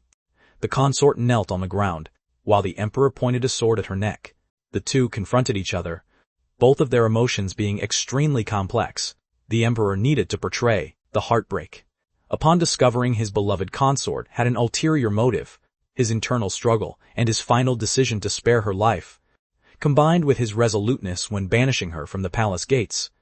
The consort, on the other hand, needed to portray her genuine, heartfelt love for the emperor, the pain of being misunderstood by him, and the despair of having no way to defend herself, especially the tears shed when she was banished from the palace gates. That was the crowning touch of the entire scene. In the original movie, this segment was portrayed by a veteran domestic Best Actor and Best Actress in their iconic rendition. The flawless and vivid performance of the two made this specific segment revered by countless filmmakers as a classic among classics. Mung-an chose to play the role of the consort. Her acting style naturally leaned toward this kind of fragile, helpless female character. On top of that, in this clip, the consort scenes were actually more substantial and nuanced, so choosing the consort made it far easier to shine than choosing the emperor. Mung-an was highly confident. As for the emperor's role, if a man were playing it, Mung-an might have worried a bit. But Charlie was just a girl, and much younger than her. She didn't have that high and mighty presence, aura, or oppressive power of an emperor at all. Trying to play it well would be as difficult as climbing to heaven. In fact, Mung-an even felt a bit secretly pleased and expectant in her heart right now. She knew that there were currently quite a lot of people standing Charlie and Sean. If she could crush Charlie in terms of acting skills, she might be able to poach a lot of Charlie's fans. With this mindset, Mung-an began to make her preparations, memorizing her lines. Charlie also began memorizing the emperor's lines. Last, except, she looked a bit distracted. The viewers, seeing that Charlie didn't seem to be taking it seriously, started spamming bullet comments one after another. Is Charlie worried that she can't outact Mung-an? She feels so distracted. After all, Mung-an is 8 or 9 years older than Charlie, and she's a capable actress too. It's only natural to be worried, right? My Charlie is also a capable actress, okay? I'm a fan of Charlie's. But, to be perfectly honest, even if Charlie and Mung-an's acting skills are similar, the role Mung-an picked is just too advantageous. Charlie is already at a disadvantage before she even starts acting. Yeah, Charlie is originally quite young, and she's a girl. Now she has to play a high and mighty emperor. Just the physical appearance alone creates a massive contrast. It'll be very easy for the audience to break immersion. What should we do? What should we do? Charlie isn't going to lose, is she? Ah, but how come Sean doesn't seem worried about Charlie at all? Some viewers noticed that Sean still seemed very calm. I was indeed very calm, because I knew the reason why Charlie was distracted right now wasn't because she was worried or anxious, but rather because Charlie genuinely didn't view Mung-an as an opponent. Charlie possessed absolute confidence. Since Charlie was this confident, then what did I have to worry about? After the 10-minute preparation period ended, Director Chen officially announced the start of the competition. Mung-an was indeed an experienced actress. The moment Director Chen said, "Start," she immediately entered character. She knelt on the ground with a face full of sorrow and grievance, crying out toward Charlie, "Your Majesty, are you unwilling to bleed your consort? We're screwed." As expected of a seasoned professional, you can tell she's got it right from the start. She's got the perfect vibe. What should we do? What should we do? I'm starting to get nervous. What if Charlie can't match her acting? Some viewers were already biting their nails in anxiety. Across Director Chen's face, a satisfied and smug expression emerged. Mung-an's performance did not disappoint him. She had even exceeded her usual standard. It looked like he was finally going to win back around this time. But just as Director Chen's smile appeared, Charlie, who originally had her back turned to Mung-an, spun around. holding a makeshift rod rolled up from a few sheets of paper. She lightly pressed it against Mung-An's neck, and subsequently nudged it gently upward, forcing Mung-An's chin up. There was no smile on Charlie's face. There was nothing but pure coldness and detachment, yet the viewers could clearly see in her eyes the profound sorrow of being betrayed by a beloved. Charlie slowly leaned her body down, gradually closing the distance with Mung-An, and looking at her, spoke in a soft, gentle tone, "Xiao Yu, it is not that this emperor does not believe you." Mung-An, whose chin had been nudged up, was forced to lock eyes with Charlie. The exact instant she saw Charlie's eyes, Mung-An felt her heart violently skip a beat. This gaze was identical to the gaze of the veteran Best Actor in the original movie. In that split second, Mung-An was utterly stunned as she watched, but right as she lost her focus, Charlie, whose tone had been soft and gentle, suddenly raised her voice. The previous mildness in her tone vanished without a trace, replaced instead by an irrepressible heartbreak and fury. She let out a low roar. "With this ironclad evidence right before us, how do you expect this emperor to believe you?" "How can I believe you?" Charlie's hand gripping the paper rod gradually tightened, while simultaneously trembling slightly. At this point, it was supposed to be Mung-An's turn to deliver her line, but Charlie's immensely powerful low roar just now completely shocked Mung-An, leaving her unable to react for a moment. After a pause of 2 seconds, only then did Mung-An snap back to her senses. She swallowed a mouthful of saliva and said with a trembling voice, "Your Majesty, perhaps, I did harbor malicious intentions towards you at the very beginning, but my heart belongs entirely to you now. Can you honestly not feel it?" Mung-An should have delivered these lines with more sorrow and helplessness, but she was nervous. Under the oppressive weight of Charlie's acting skills, she unexpectedly felt overwhelmed by nerves. Even when playing off some veteran seniors, she had never felt this level of intense pressure. Charlie's acting skills were simply not in the same league as those young idol stars at all. In fact, she was several realms above her. Mung-An knew that she had already lost. Meanwhile, whether it was Director Chen or the audience, everyone was completely dumbfounded. They were all discerning people, and that Charlie's acting completely suppressed Megan's was something they all saw crystal clear. What on earth is with Charlie's acting? This is absolute crushing. She suppressed Megan's so hard that she almost forgot her lines. Genuinely, Charlie's line and that gaze just now were way too oppressive. Just watching it made my scalp tingle. Say I'm a brainless fan of Charlie's if you want, or say that I'm blind, but I genuinely feel that Charlie just gave off the vibe of a veteran Best Actor. I have that exact same feeling too. The gaze and the aura were identical. Compared to these viewers watching the excitement, Vince, who was also an actor, as well as Director Chen and the assistant director, these industry insiders, were even more deeply shocked in their hearts right now. Charlie hadn't just played this emperor well. Even without any costumes or props, she had fully brought this emperor to life. They could hardly imagine if the costumes and props were complete, just what height Charlie's performance would elevate to. During the subsequent performance, practically no one paid attention to Megan anymore. Whether it was the audience, Vince, or Director Chen, even Megan herself focused all her attention onto Charlie. Megan was an actress who prioritized acting skills. Knowing that her defeat was absolute, Megan was more than willing to treat this challenge as a learning opportunity, to observe at close range and learn the fine details of Charlie's performance.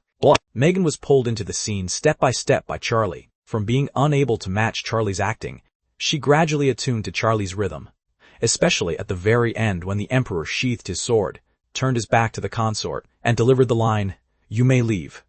Megan, playing the consort, shed a tear with genuine sincerity. She was immersed, she was drawn into the scene by Charlie, and she was immersed exceptionally deeply. This was all because Charlie's acting was too realistic, to the point that Megan remained kneeling on the ground, crying for quite a while in the end. Not until Charlie helped her up did she realize that the acting had already finished. Meanwhile, bursts of applause also rang out all around. Vince stepped forward while applauding, saying to Megan, "Thank you for your hard work. You acted exceptionally well at the end." Megan wiped away her tears, looking at Charlie with a bitter smile. "I was completely drawn into the scene by you. I really didn't expect your acting to be this powerful, Charlie. Yeah, I was completely shell-shocked as I watched. For a moment just now, I even thought the veteran best actor was performing in person. Vince also praised, genuinely too strong. We lose fair and square, honestly. If there's an opportunity in the future, I must collaborate on a drama with you. Charlie smiled. Sure. Remember to pick a better script. Director Chen walked over at this time. Just when Charlie assumed, Director Chen would put on a constipated expression again, and reluctantly hand the $20 to her. Director Chen unexpectedly revealed an exceptionally warm smile, as if he were looking at his own biological daughter. He was incredibly happy. Handing the money over to Charlie with a chuckle, and even adding in satisfaction, a beautiful win. You acted genuinely well. I officially announce that all 3 challenges are victories for the Penghubei duo. The defending champions have guarded their presidential suite. Well, it's getting late now, so today's live stream concludes right here. Tomorrow, everyone will officially begin unfolding the new survival and romance missions in Blue Jade County. I hope everyone gets prepared. We'll see you tomorrow. With that, Director Chen walked away laughing out loud. Charlie watched, completely bewildered, and finally pulled me aside to ask, is Director Chen completely insane? I rubbed her head. Then do you want to return the money to him? Charlie immediately pocketed the money. Keep dreaming. Don't worry, he's not insane. He's just way too happy. Charlie was perplexed. Losing money and still happy? Isn't that still being insane? I pulled out my phone, opening Weibo to let Charlie take a look. Charlie was completely stunned as she looked. Veteran Best Actor retweets dating livestream room, Linkic. Veteran Best Actor validates Charlie's acting egg. These 2 trending topics were hanging within the top 10 of the trending charts. Charlie clicked into it to look, only to discover that the veteran Best Actor, hailed as a national treasure by countless filmmakers, Elliot Shaw, had not only retweeted the livestream room of Let's Start Dating Today on Weibo, but had also separately posted a Weibo message evaluating her acting. It was very short, only 8 characters. Masterly skill. The younger generation is to be feared. Elliot Shaw's influence in the domestic film and television industry was equivalent to Michael Jordan's influence in the basketball world. Now, he had not only posted on Weibo to retweet the live stream room of a romance-themed variety show, but had even used comments like masterly skill and the younger generation is to be feared to evaluate Charlie. If someone who was a second-tier traffic star in many people's eyes still couldn't make the trending topics, that would truly be the strangest of strange things. The live stream room link was retweeted 10 minutes ago, when Charlie had only just begun her performance for a few minutes, and the review was published 3 minutes ago, when Charlie had just finished her performance. Many people arrived a step too late, clicking into the live stream link only to find absolutely nothing. Subsequently, they hurriedly rushed to Elliot Shaw's Weibo page to ask others exactly what had happened. I heard these 8 words were evaluating Charlie. What on earth did Charlie do? I'm late. Can someone explain it to me? Why would the veteran Best Actor retweet this live stream room? Could the veteran Best Actor have taken money to advertise for them? In the comments section, some people even began questioning whether the veteran Best Actor had taken money. In response to this, Elliot Shaw's fans who had watched Charlie's performance dropped the video link with a cold sneer. Why did he retweet it? Why did he praise Charlie? Go watch this video yourselves and you'll find out. Thereupon, these onlookers went to watch that video, which was exactly the segment performed by Charlie and Megan. The acting skill and dominant presence Charlie displayed left these onlookers thoroughly shocked as well. Is this the level of acting skill a young person today should have? Isn't she a traffic star? How can she be this incredible? Her disposition is nearly identical to the veteran Best Actor's. No wonder the veteran Best Actor would evaluate her like that. Because of this, more and more people flooded into that already blacked-out livestream room. Charlie glanced at the viewer count of the livestream room, which had already broken past 150,000. She couldn't help but complain, Director Chen is still insane after all. With it rare to have this many people watching, he actually shut down the livestream early. However, she also understood that Director Chen closed the broadcast to avoid risk. With the veteran Best Actor suddenly retweeting and landing 2 trending topics, the show's popularity spiked too high all at once, making it inevitable to be targeted by malicious people. It was better to shut down the livestream ahead of time and let the heat settle for a night first. While scrolling through their phones, Charlie and I stepped into the elevator, intending to head back to the room to rest. Charlie was scrolling through the bullet comments from the livestream room. During her performance, Charlie's gaze has completely captured me, hubby. From now on, Charlie is my real husband.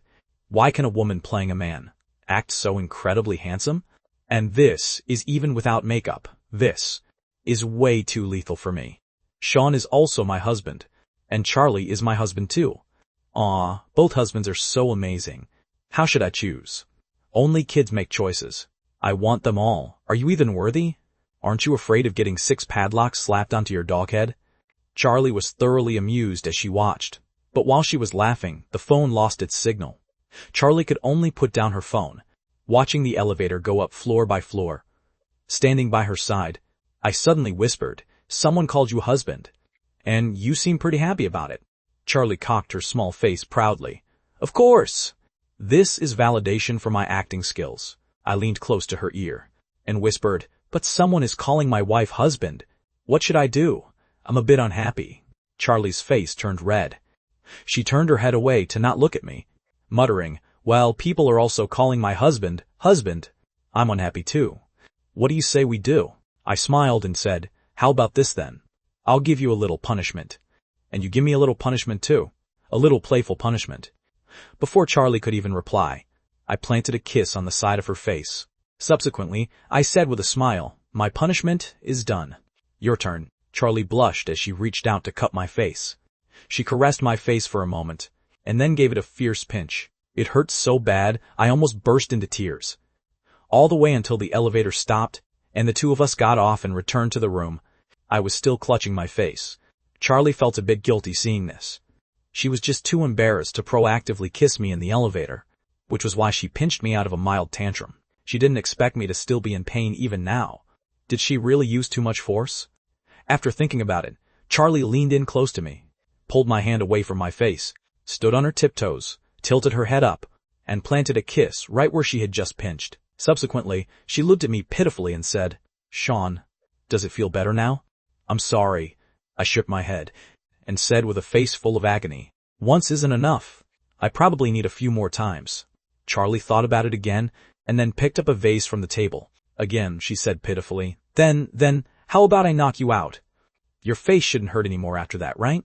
Why is my bro Charlie so violent? Seeing that I had behaved myself, Charlie let out a smug smile. She knew this guy was just faking it. "You're still too green to go up against me." Charlie laughed as she set down the vase. Consequently, she caught me saying, "Kiss me twice, and I'll make you burgers tonight. Kiss me 3 times, and I'll make you barbecue.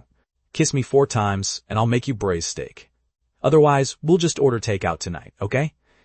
Charlie picked up the vase once more, but I had an expression of heroic martyrdom across my face. "If you knock me out, I won't be able to cook for you tonight either." Charlie, oh Charlie. How can you be so spineless? Are you really going to let yourself be won over by him just for a dinner? Charlie thought to herself, and then set down the vase. She took a deep breath. Forget it. So what if I'm won over? Who would turn their back on delicious food? She walked over to my side, and like a chicken pecking at grain on my face, planted 3 quick kisses, just as she planned to deliver the 4th kiss at lightning speed, and conclude the battle. I, who was originally sitting by the bedside, suddenly reached out my hand, pulling Charlie into my embrace, and then rolled over, pressing her onto the bed. Charlie's face, which was already a bit flushed, instantly turned even redder. Before she could even say a word, my kiss was already stamped upon her lips. I had been holding back this kiss for a long time. Charlie performed too exceptionally today, so exceptionally that even I was completely blown away by her. This is my bro Charlie. She really is more dazzling than anyone else. So dazzling that I wish for nothing more than to have everyone praise her. Yet at the same time, I don't want anyone else to witness this kiss. It lasted for a very, very long time. So long that Charlie felt her body grow soft and weak before I finally let her go. Charlie's eyes were filled with a dazed, watery mist, and she said softly, So what are we eating tonight? Are we still having dinner tonight?" I brushed away the messy hair from her face. "Tonight, we'll eat Charlie. What do you think?" Saying that, I was about to lean down and kiss her again. As it turned out, before this kiss could even land, they caught the sound of knocking coming from outside the door. Having been interrupted, I took a deep breath, adjusted my clothes, left the bedroom and walked to the entrance of the suite, opening the door. Outside the door, Jet Nolan was looking at me with a face full of excitement, saying, "Sean, you've hit it big, you've hit it big."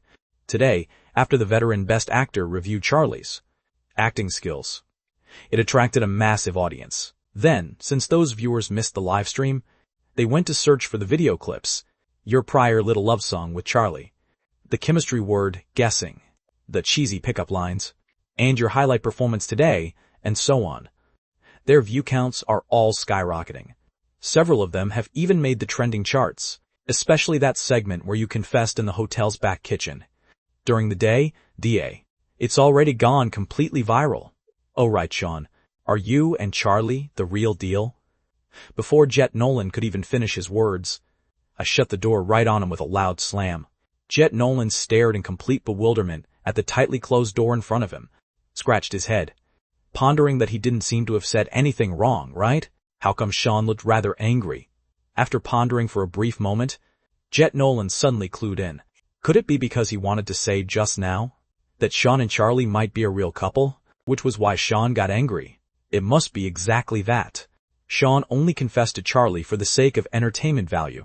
In reality, he and Charlie just share a pure brotherly bond, because I misunderstood the pure friendship between them. That's why Sean got angry. Jet Nolan felt that he had deduced the absolute truth. I closed the door, walked back into the suite, and rubbed my forehead. I must have scammed Jet Nolan too many times before, so now I'm facing divine retribution. I'll have to scam him a few more times down the road. With that thought, I intended to return to the bedroom to continue with Charlie, only to find that the bedroom door had been locked tight. I knocked on the door, but there was no response. "Bro Charlie, open the door. Let's go grab some food, okay?" I asked tentatively. "No way, I'm not hungry," Charlie said. "Then where am I sleeping tonight? Aren't there 2 bedrooms in the suite? Go sleep in the other one." Damn it, I was too careless. If I had known, during the challenge today, I would have just gifted this suite to Jet Nolan instead. No matter how much I tried to coax her, Charlie simply refused to open the door. Her attitude completely unyielding, her will rock solid. Looks like I can only deploy that ultimate move, I muttered under my breath, silently leaving the suite.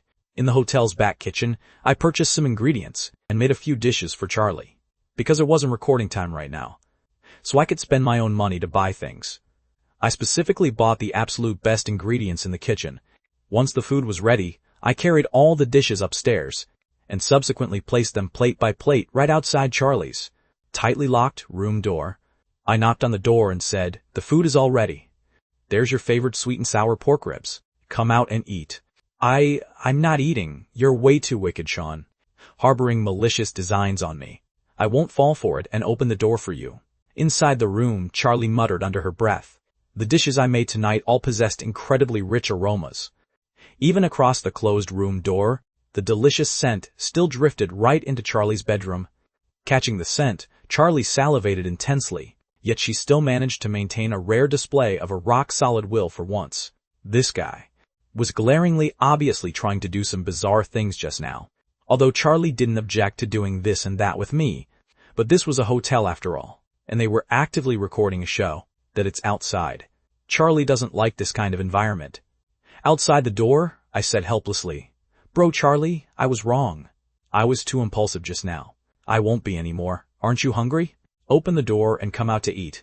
Whack. No way. At least until tomorrow morning, I won't open the door. Seeing that Charlie was actually this resolute, I had no choice either. I could only pull out a piece of iron wire from my pocket that I had just asked Uncle Lee for in the back kitchen and poked it into the room's keyhole. In fact, when I went downstairs just now, my true purpose wasn't these few dishes, but rather this piece of iron wire. I'm ashamed to admit it, but back when I was bored with nothing to do, I had also learned a bit of lockpicking, although I haven't reached that profound realm where relying on a strand of instant noodles allows one to move freely through an entire neighborhood. My level could still be considered pretty decent. The wire jiggled up and down in the keyhole, and accompanied by a clicking sound, the door to Bro Charlie's room was picked open by me. I was just about to push the door open and enter, but right when I pushed the door open, they caught an ouch sound from behind the door. Just now, Charlie heard that I stopped talking, and having no idea what I wanted to do again, she ran to the door intending to eavesdrop. My sudden opening of the door directly bumped into Charlie's head. In pain, Charlie clutched her head and squatted onto the ground. I hadn't expected this either. I hurriedly stepped forward to squat beside Charlie, rubbing her head while asking, "Bro, Charlie, I didn't notice you were behind the door just now. Does it hurt a lot?" Charlie looked at me with pure grievance and nodded her head. "I'll blow on it for you." Charlie shook her head. "I'll apply some ice for you." Charlie shook her head again. "Then what will make you feel a bit better?" Charlie didn't say a word, but her stomach let out a growl. Charlie blushed and glared at me. "Do you understand now?" I burst out laughing, picked her up, and placed her on the rattan chair by the round table in the bedroom. Then I carried the several plates of food inside. Blushing, Charlie began to munch on the pork ribs. While eating, she stole a glance at me, and subsequently asked in a very low voice, "How do you even know lockpicking?" "Just in case." "I learned a couple of tricks," I said. "In case of what? Are you afraid I'll forget to bring my keys?" "No, I'm afraid that one day I'll provoke you, and you'll slap a padlock onto my bicycle. This inside joke is never going away, is it?" Charlie let out a humph, shoveled 2 more mouthfuls of rice, and muttered rather indistinctly with a full mouth, "You provoked me just now." "You know that?" I smiled bitterly. "I know I was wrong. I won't dare to do it in the future." "It's not that. I'm saying it's never okay in the future.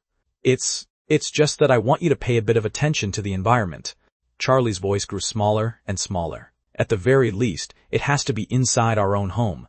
Speaking up to here, Charlie completely didn't dare to look at me anymore, burying her head in eating to cover up her completely flushed small face. I smiled and nodded. "All right. Then we'll wait until we get home." Charlie took several more mouthfuls of rice, but very faintly. I heard Charlie let out a soft, after finishing dinner. I cleaned up the tableware for a bit. Once I finished cleaning up, I discovered that Charlie was sitting by the bedside browsing her phone, a gleam in her eyes, looking like a picture of pure excitement. Seeing me return, Charlie hurriedly called out, Sean! Come look, we've genuinely hit it big this time." Although I had already heard Jet Nolan say it once just now, I still put on a curious expression, leaning close to ask, "What's wrong? What happened?" Charlie handed the phone into my hands and said, "After the veteran Best Actor retweeted our show, a ton of passersby started searching for clips related to our show. Then those fans inside the Penghubei topic page began recommending to others those prior videos of ours. Right now, the view count for Little Love Song has already broken 1 million. Your Weibo followers have broken 200,000 too. It hasn't even been a week since you debuted." Charlie was highly excited. I scrolled through Weibo for a bit, and sure enough, I saw that inside the Penghubei topic page, heaps of newcomers had appeared. Meanwhile, those veteran fans of Penghubei were frantically recommending videos of Charlie and me. Not only did the view count for Little Love Song skyrocket, but even some video clips that had just come out today already gathered hundreds of thousands of views.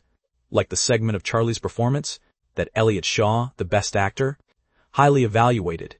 Its view count caught up from behind, reaching 700,000. Meanwhile, the video where I first deduced the floor where the room was located, based on the light inside the room, then rapidly solved a competition-level advanced calculus problem, as well as the video of the dialogue in multiple languages, also gathered over 100,000 views. Whether it was fans or passersby, their evaluations of Charlie and Sean were exceptionally high.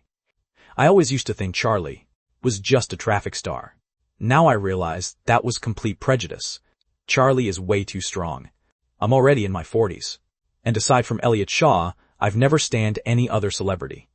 Now I'm starting to want to stan this Charlie. She genuinely has that kind of vibe from Best Actor Shaw. Not only is she beautiful, she sings well. And her acting is this powerful too. This is what a true celebrity looks like. Is Sean genuinely just a rookie who just debuted? Without accompaniment or reverb, Little Love Song was still sung beautifully. I was completely shell-shocked by listening. Sean is incredibly handsome, proficient in so many languages, and his math is this good too. A super straight A student. If young people all stan these kinds of celebrities, there wouldn't be a need to clean up any fandom culture nowadays. These are completely authentic, positive role model celebrities. I'm locking this romantic ship down permanently. It's tightly padlocked. I've never stanned such an interesting romantic ship before, although I just joined the fandom today. I still have to shout loudly, the padlock couple is the absolute GOAT. The online evaluations were almost completely one-sided. Even if there were haters or paid internet trolls, they had practically no place to start, because Charlie and I were genuinely almost completely bulletproof to hate.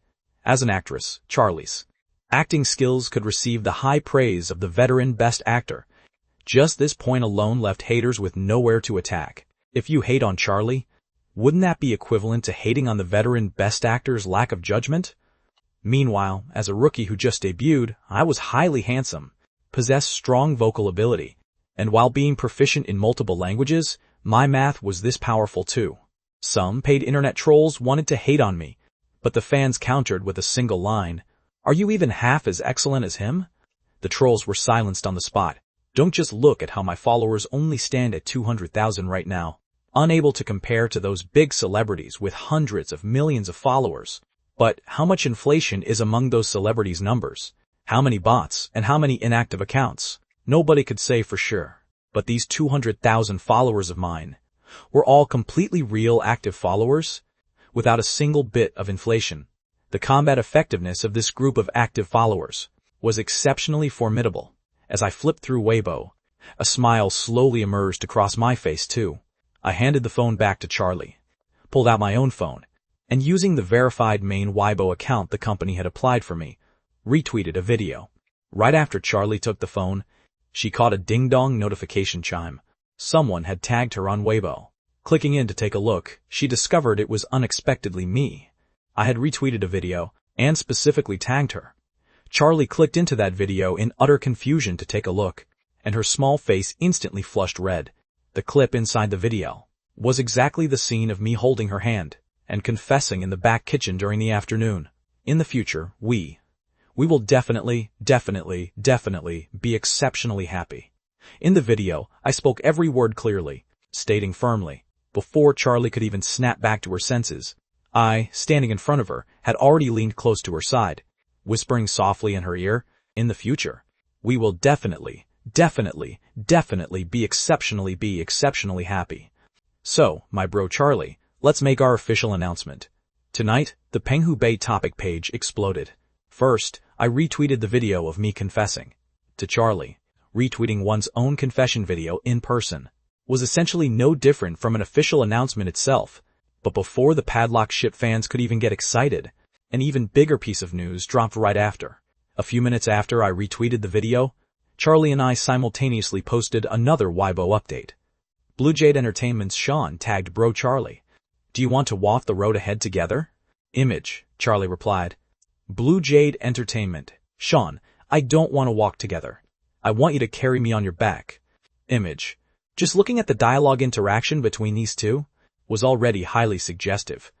But the picture they posted tasted like where the real massive surprise lay. Both of them attached a picture at the end of their Weibo posts, and the pictures were completely identical, both being photos of their marriage certificates. This was blatantly an official announcement, and a certified official announcement at that. The padlock couple ship fans, along with the passerby fans who had just started following Sean and Charlie today, all completely exploded. I've shipped the real thing. I've genuinely shipped the real thing. Haha, I can't take it anymore. From Sean's confession this afternoon, I felt there was definitely something going on between them. I didn't expect them to actually be certified already. Now that these two are certified, can the production team film some mature content in the future? For us adults to watch? No. Sean is clearly my husband. I just started standing him today. How could he officially announce it already? Aren't they good brothers? Now that they've officially announced it, what about us buddy fans? I object. They are a match made in heaven, a handsome man and a beautiful woman. What right do you, a monster, have to object? Pure passerby here, I just watched their clips today. They are indeed a perfect match. Blessings. Charlie, Sean official announcement. This trending topic rapidly shot up to the Weibo charts, hanging within the top 10 positions. The ship fans were throwing a wild carnival. The brotherly bond fans were wailing, and the passerby fans were offering blessings. Even the veteran Best Actor, Elliot Shaw, retweeted their Weibo posts and sent along words of blessings. And while Weibo was completely boiling over, Charlie and I were leaning close together, staring seriously at the phone in front of us that had already been put on speakerphone. Lin's loud voice blasted out from the phone. Sean! Charlie! Are you two trying to start a rebellion? Last time, Charlie alone flaunting her marriage certificate almost drove me to death with worry. Yet this time, you two actually joined forces to make an official announcement together. You didn't inform me when you got certified before. And you still didn't inform me for this official announcement. Every single time, I only find out after the fact. It turns out that as your talent manager, my only job is to cover your tracks and clean up your messes, huh? Charlie said in a soft voice. When, Dio, Lin roared in absolute fury. Regarding the breach of contract fee last time, have you still not learned your lesson? How dare you pull a stunt like this again? Charlie shut her mouth. Standing aside, I said, Lin, according to the contract, Charlie, only under circumstances where it might cause negative public backlash. Would she need to compensate the company for breach of contract, right? This time, our announcement not only brought zero negative impact, but also received the support of so many people. The impact on the company is completely positive too. The company wouldn't make us pay a penalty, right? Besides, right now, whether it's me or Charlie, our trending traffic is incredibly high. Especially since Charlie was reviewed by the veteran Best Actor. The company's upper management must be trying everything to stay on good terms with Charlie, to secure a contract renewal. How could they possibly still demand compensation from Charlie? Once I finished speaking, Lin's side fell silent for a brief moment. Subsequently, she let out a cold snort and said, You just knew the company wouldn't give you guys trouble, which is why you dared to announce it so boldly, right? Of course, Lin let out a sigh. It's true. The company doesn't dare to give you guys trouble. In fact, they've been constantly rushing me to find a way to renew your contracts. However, I still want to say, if there's such an important matter in the future, could you please discuss it with me first? I'm an old person. Stop messing with my poor little heart. Charlie hurriedly offered a pleasing smile. Lin, aren't you still very young? Besides, similar things won't happen again in the future. Anyway, we will only make an official announcement once. Well, that's true. Forget it, I can't be bothered to hold it against you guys. Lin hung up the phone again over there. Right after that, a WeChat message from Lin popped up on Charlie's phone. Charlie opened it to take a look, and discovered that Lin had sent a red envelope, followed by a sentence, Silly girl, congratulations on finding your other half. Wishing you both happiness. Lin is really something. Scolding her with her mouth, yet still keeping her close to her heart, huh? Charlie opened the red envelope with a smile. Clicking into it, she saw it was $6.66. Charlie's smile instantly froze on her face. Just as she was about to text Lin to question her, she noticed that my side had also received a WeChat message from Lin. However, what I got wasn't a red envelope, but a WeChat transfer of $6,006.6. Charlie's smile completely vanished. Blatant favoritism, just as Charlie was feeling aggrieved by Lin's differential treatment. Another incoming call notification popped up on her phone. Charlie took one look, and her expression darkened completely again. Just as she was about to answer the call, the phone was snatched away by me standing aside. Charlie was briefly taken aback, only to see me give her a nod. Smiling as I said, Leave it to me. Saying that, I carried the phone outside the bedroom and answered the call. Charlie, what on earth is wrong with you? Did you genuinely get certified with Sean? Why didn't you tell me about such a massive matter? Zhangzhe's furious voice echoed from the other end of the line.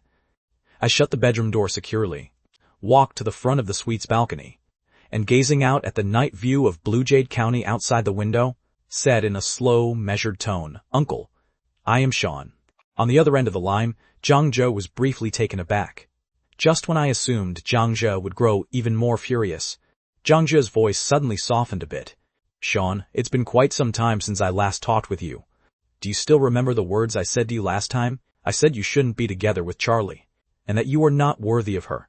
I nodded my head, and subsequently said in a heartfelt tone, Uncle, you're absolutely right.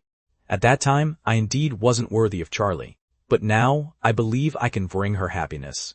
I know you look down on my net worth and capability, so I hope you can grant me a bit of time. 1 month from now, I will send you a gift.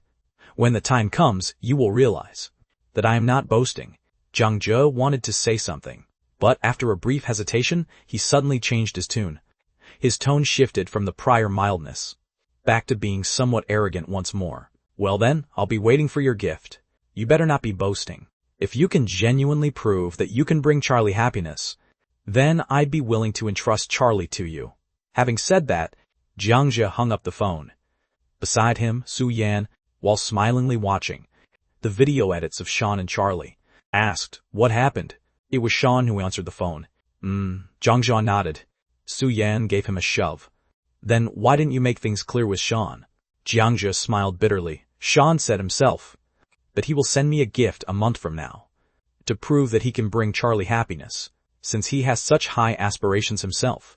Then I naturally had to stimulate him a bit more.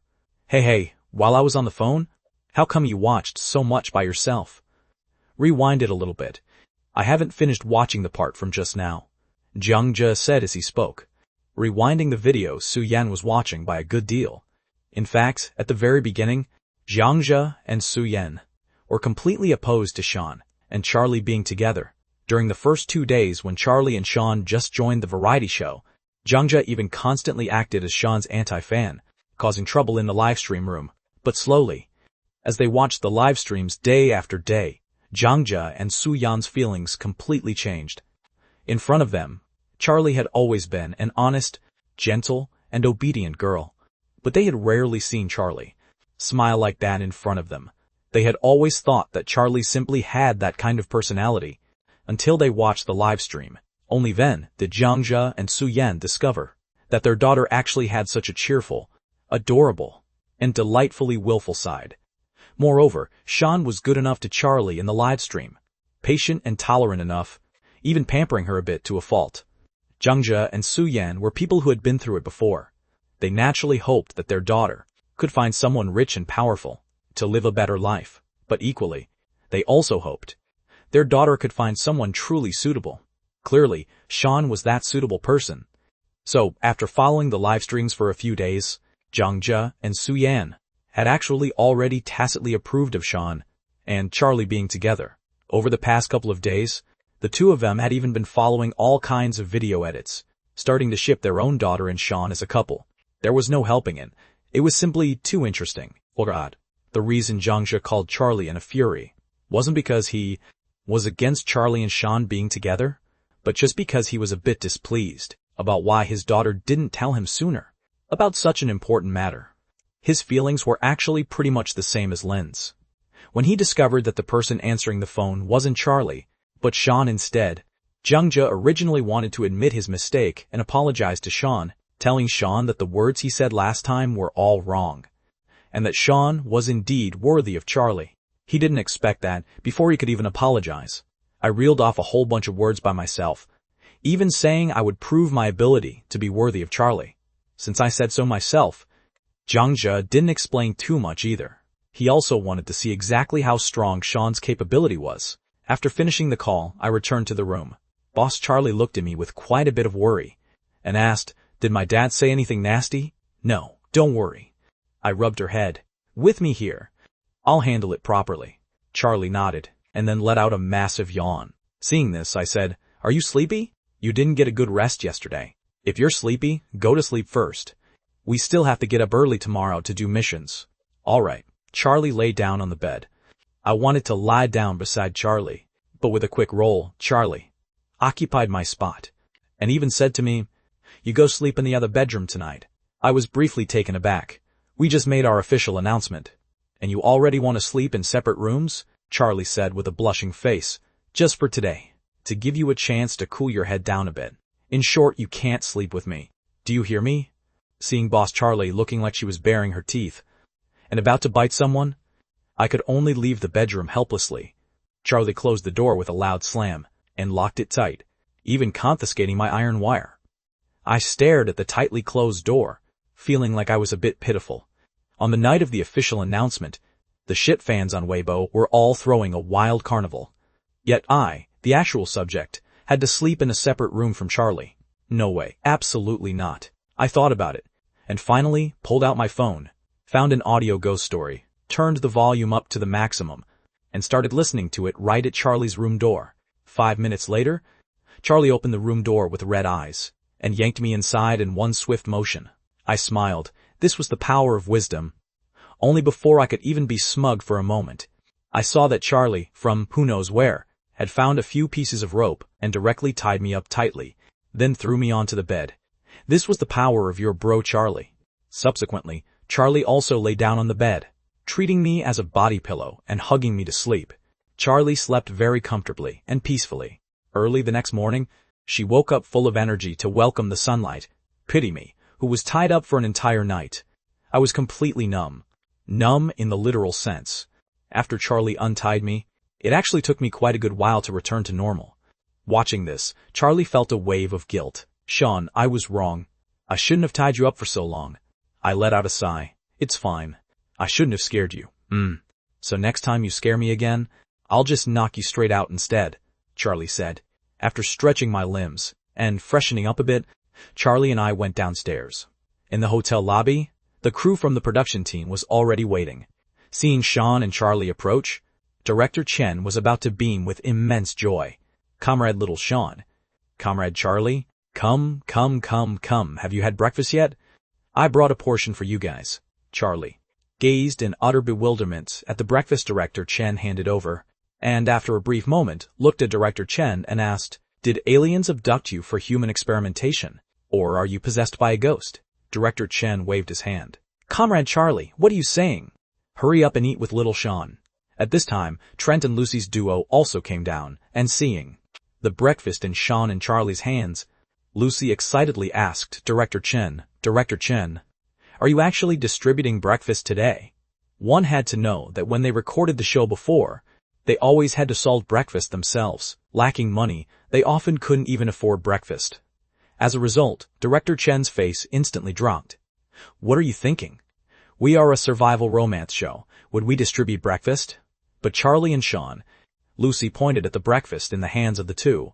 They just picked that up in the lobby earlier. If you guys have the ability to pick it up, go pick it up too. Lucy and Trent were completely dumbfounded. Picking up a McDonald's breakfast combo in the hotel lobby, a perfectly packaged combo at that, and it happened to be a portion for two?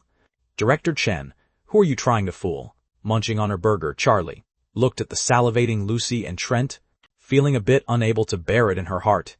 She felt that she was a kind-hearted person, so how could she do something like eating all by herself, while others just watched? Therefore, hardening her heart, Charlie ran over to a corner to eat in secret. Squatting down by her side, I ate while asking, what did you run over here for? I'm a kind-hearted person, and can't bear to make them watch without being able to eat, so I might as well make it so they can't even see it at all. The two quickly finished the breakfast given by Director Chen.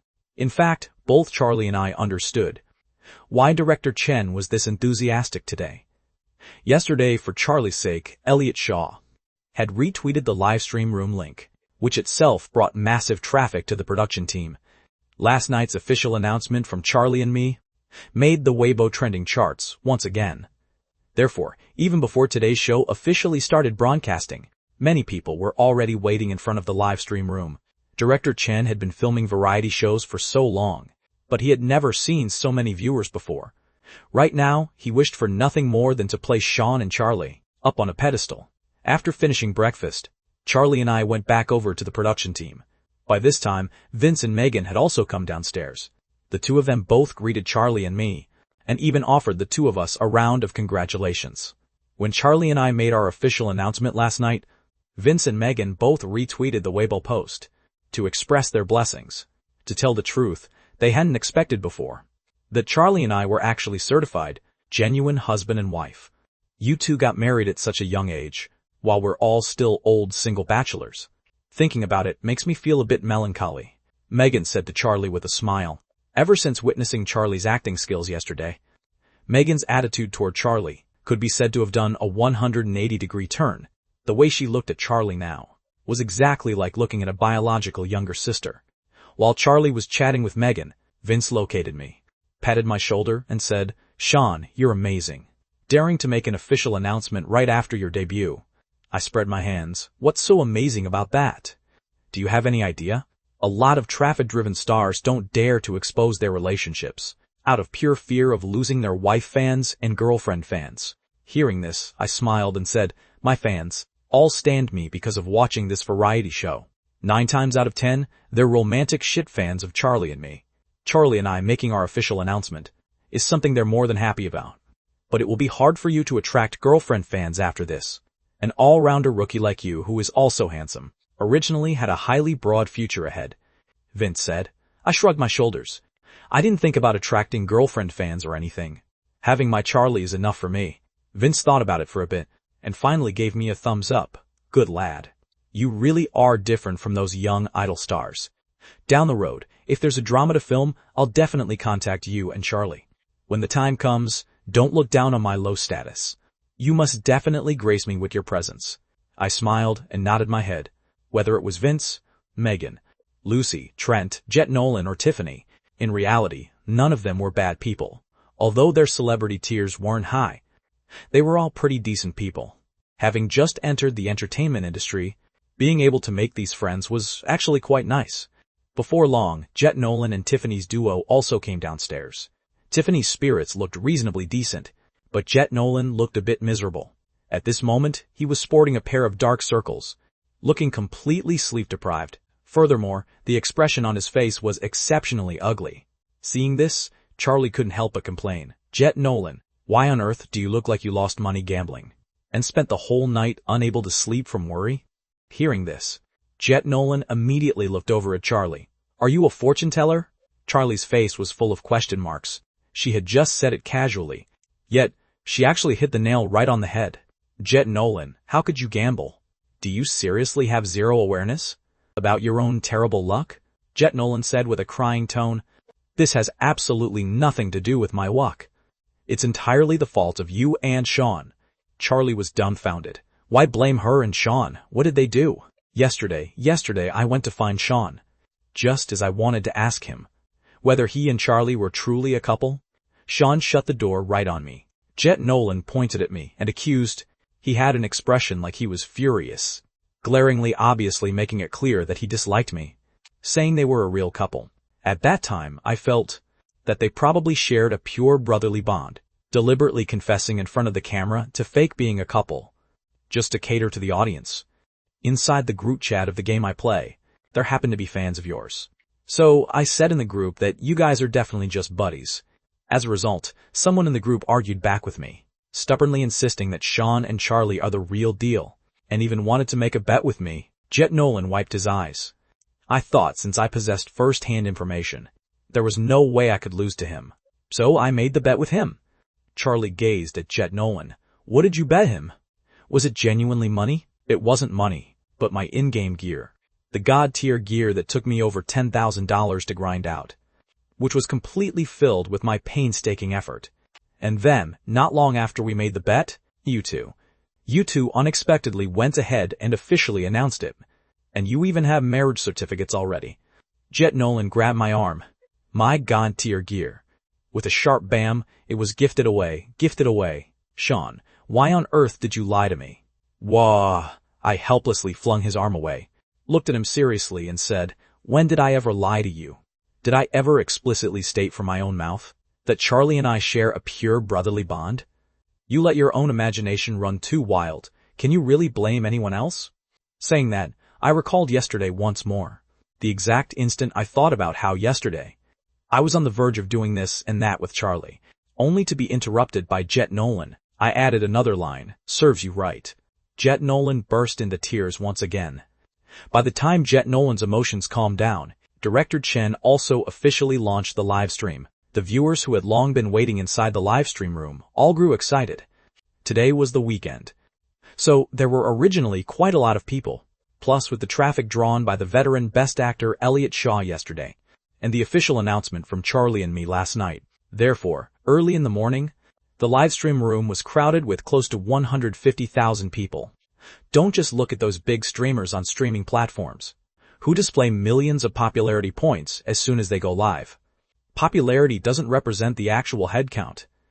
For those streamers with millions or tens of millions of popularity points, the real-time online viewers frequently consist of only a few tens of thousands of real active people watching. It was completely incomparable to the viewer count of Let's Start Dating Today.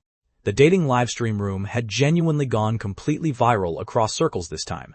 Director Chen had also known long ago that there would be massive crowds in the livestream room today. Therefore, today's challenge mission was also something he prepared with careful consideration. Everyone, this variety show, Let's Start Dating, has gone through quite a number of episodes up until now.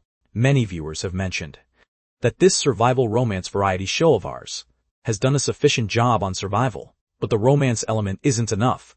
Director Chen smiled faintly. Therefore, today's missions will all be related to romance. I invite each duo of guests to come to me and collect their mission cards. Charlie and I collected our mission card, and our missions were also displayed across the live stream room. Seeing the mutual mission and secret mission for the two of us, the viewers in the live stream room all let out a wave of cheers. Director Chen is awesome. This is exactly what we want to watch, as expected of the certified couple. The level of intimacy is completely different from the other duos. I'm a newcomer. Is the secret mission this thrilling right off the bat? It is finally transformed from a survival show into a romance show. Is this the absolute power of an official announcement? On the screen, the mutual mission for Charlie and me was considered fairly normal. Select a method of your own choice inside the shopping mall to express your affection to your partner. However, the secret missions were anything but normal. Charlie's secret mission was, have your partner carry you in a bridal style to finish browsing through 5 shops inside the mall. Meanwhile, my secret mission was, bring your partner into a designated fitting room and passionately kiss your partner inside the fitting room. Blue Jade County's Thousand Plaza Shopping Center. This was a project that Blue Jade County had spent a massive sum of money to build in recent years. Recently, it finally entered its soft opening phase. During the soft opening phase, Thousand Plaza Shopping Center, limited entry to 1,000 people per day. The Let's Start Dating production crew was also among these 1,000 slots. After the 4 duos of guests arrived at the shopping plaza, except for Charlie's and my duo, the very first thing the remaining 3 duos did was head straight for the dining area on the 6th floor of the plaza to eat breakfast. What happened to the promised survival? Eating breakfast right off the bat. What kind of survival is this? Yeah. Shouldn't survival be a bit more difficult than this? Look at Sean and Charlie. They didn't go eat breakfast. This is truly carrying out the production team's survival spirit. There were a lot of new viewers today. So, when the new viewers witnessed the 3 duos of guests heading straight for the dining area to eat breakfast, they all felt it contradicted the concept of survival. The word survival in a survival romance variety show. Shouldn't survival mean living through harsh times? At this moment, veteran viewers thoughtfully stepped up to explain. This is all experience they've gathered over the past few days. Eat a full breakfast. Complete the secret missions in the morning. Earn some extra prize money. Use the prize money to barely buy some lunch to fill their stomachs. And wait for the production team's allowance for dinner. Only like this can they use the least amount of money possible to get through this day. Hearing this, some of the new viewers felt it seemed to make a bit of sense, but others were confused again. Then why don't Sean and Charlie eat breakfast? That, I don't know. Because generally speaking, Sean and Charlie are the duo that eats the most for breakfast and has the most lavish meals. Maybe they don't have an appetite today. Seeing this comment, Director Chen couldn't help clicking his tongue. Sean and Charlie indeed ate the most, and the most lavishly. The McDonald's combos the two ate were $20 or $30 per portion. Looking at the other 3 duos of guests again, they were either gnawing on a $1.50 flatbread or eating a $1 tea egg. Even so, their faces were still brimming with happy smiles. After all, compared to the tourist town, this price was simply too cheap. There were also new viewers wondering out of curiosity, are these guests genuinely this miserable? This is just a variety show after all. They can't actually leave the guests unable to afford a meal, right? Seeing this comment, Director Chen immediately had someone put the remaining funds of the several duos of guests right now up on the screen. First to appear were Charlie's and my assets. Penghu Bay Duo, $25. Getting through a day with over $100. You call this survival? Your standards for quality of life are just too high, right? Exactly. I can live for 5 days with over $100. This survival gimmick of your production team is a bit fake, isn't it? Once the new viewers saw it, the two actually had over $100 in assets, and instantly felt the production team's survival was too fake, boring. Then, they saw the assets of the remaining 3 duos of guests. South Tiffany Duo, $6.5. Team Mighty, $5.5. Team Sky Dew, $2.5. After the new viewers fell silent for a long moment, only then did a new viewer ask, did a digit fail to display? Or was the decimal point placed in the wrong position? What on earth is up with that $2.5? Seeing the new viewers' shocked expressions, the veteran viewers felt quite like seeing country bumpkins entering the city. There are no missing digits. This is the true asset amount of the other 3 duos of guests. Go look at Trent and Lucy's duo yourselves. The 2 of them literally have to split one flatbread in half to eat, alright? Where are those people who said it wasn't survival enough earlier? Come out and speak up again. New viewer, I get the logic. But I want to know, why on earth do Sean and Charlie have so much money? Veteran viewer, silly child. I recommend you go catch up on yesterday's recorded broadcast. And also that video clip edit titled The True Record of the Penghubei Duo's Scams. Then you'll know why they have so much money. In addition, keep in mind that in this show, the Penghubei duo handles the romance part, while the remaining 3 duos handle the survival part, while the veteran viewers were gradually guiding the new viewers to understand this show. Charlie and I had already basically strolled around the shopping plaza once. During this time, we even ran into our fans several times. Don't just look at how this 1,000 Plaza shopping center's soft opening only let in 1,000 people per day. In reality, among these people, a significant portion came explicitly for the show. Let's start dating today. Ah, hubby Sean. Hubby Charlie, you are both my husbands. You two must absolutely be happy. Wah! For example, right now, a young girl wearing glasses was looking at Charlie and me with a face full of excitement, screaming like a groundhog, causing the owners of several nearby shops to look over repeatedly. I've been following since the very start of the show. Back then, I felt that the 2 of you were definitely real. I'm genuinely way too happy. Can you 2 kiss in front of me? No, a hug is fine too, as long as you can hug. I'm willing to do absolutely anything. The girl shouted loudly. Charlie and I locked eyes for a brief moment. And subsequently, the 2 of us shared a brief hug, causing that young girl to let out another sharp squeal. She stared at Sean and Charlie with glowing eyes, only to witness me walk over to a nearby shop to ask for a sheet of paper and a pen. The young girl assumed I was about to give her an autograph, making her even more excited. As it turned out, she saw me writing on the paper for quite a while. Only after a full 5 minutes did I hand the paper over to her. The young girl lowered her head to look, only to discover that on the paper was an advanced calculus problem. Didn't you say you were willing to do absolutely anything? I smiled and gazed at that young girl. Judging by your age, you should be a college student too, right? Then go ahead and solve this problem. Seeing the young girl's completely blank expression, the comment section erupted into wild laughter. Ha ha ha, the girl is completely dumbfounded. I was just feeling jealous a moment ago as to why this sister got to see Sean and Charlie hug live on the spot. Now, I'm not jealous at all anymore. From the moment Sean wouldn't stop writing on the paper, I sensed that things weren't quite right. Can only say it's classic him. What does a positive role model celebrity mean? Other celebrities only make you spend money to boost their charts, and only trick you into buying albums and supporting endorsements. But Sean is completely different. He'll only force you to do math problems. Ha ha ha. If I solve a math problem, the couple I ship will hug once. Then I will definitely get into Harvard or MIT, alright? Watching that fan walk away into the distance, clutching the calculus problem. Charlie and I strolled around the shopping plaza for another round. They were looking for a way to complete their mutual mission. Their mutual mission was to select a method of their own choice inside the mall to express affection to their partner. Since it required selecting a method inside the shopping mall, a verbal confession or something similar was definitely out of the question. There was a confession wall on the first floor of the plaza, but I felt that was also a bit too cliched. Just as I was wondering what method would be better to express affection, I caught the sound of a piano playing echoing from the first floor lobby. There happened to be a piano placed in the lobby. Charlie and I saw it the moment we arrived. That was clearly a display piano specifically, provided for guests to play. Right now, in front of the display piano, a young man was striking the keys, playing the piano piece that sounded extremely fast. The viewers in the livestream room also heard this piece. Is this guy just playing randomly? Why does this music sound so strange? Someone couldn't help but ask. Some people who understood piano wanted to explain, but before they could even type, My voice echoed in the livestream room. It's Flight of the Bumblebee. Holy crap.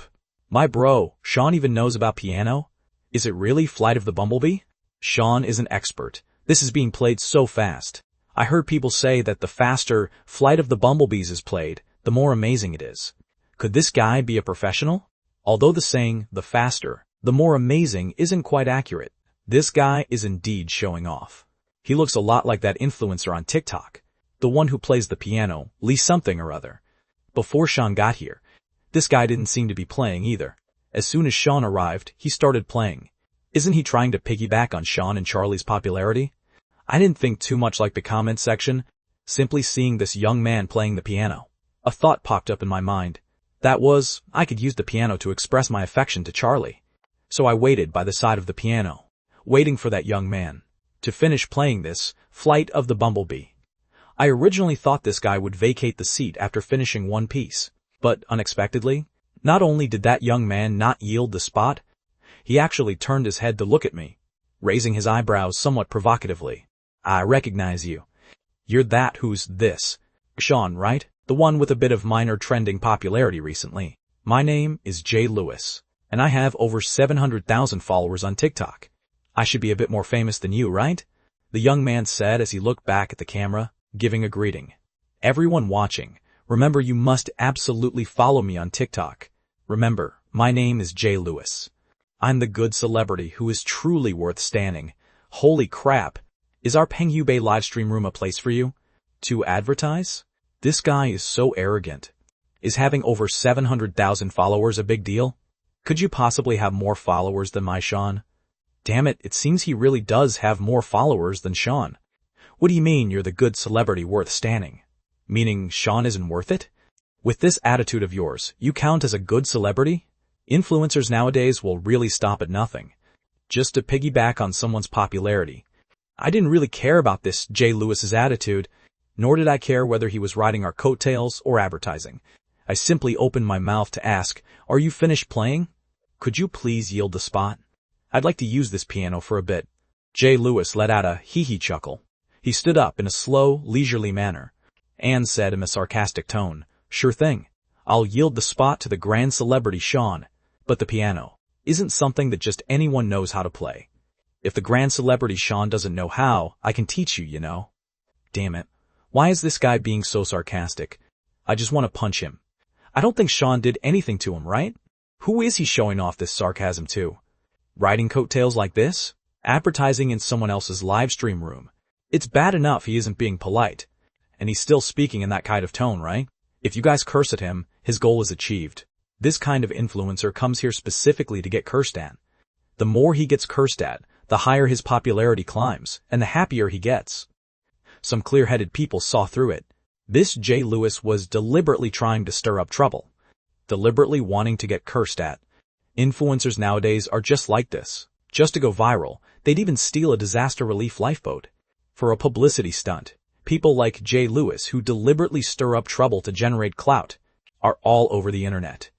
For these influencers, negative publicity is still publicity. As long as there's traffic and clout, there's money to be made. I originally couldn't be bothered to pay attention to this guy, intending to just ignore him and sit down quietly to play a piece for Charlie. As it turned out, Charlie couldn't tolerate it anymore. She nudged me aside and sat on the piano bench herself, glaring at Jay Lewis. Want to give guidance to my Sean, do you? Why don't you see if you're even qualified first? Saying that, Charlie's hands were already pressed onto the piano.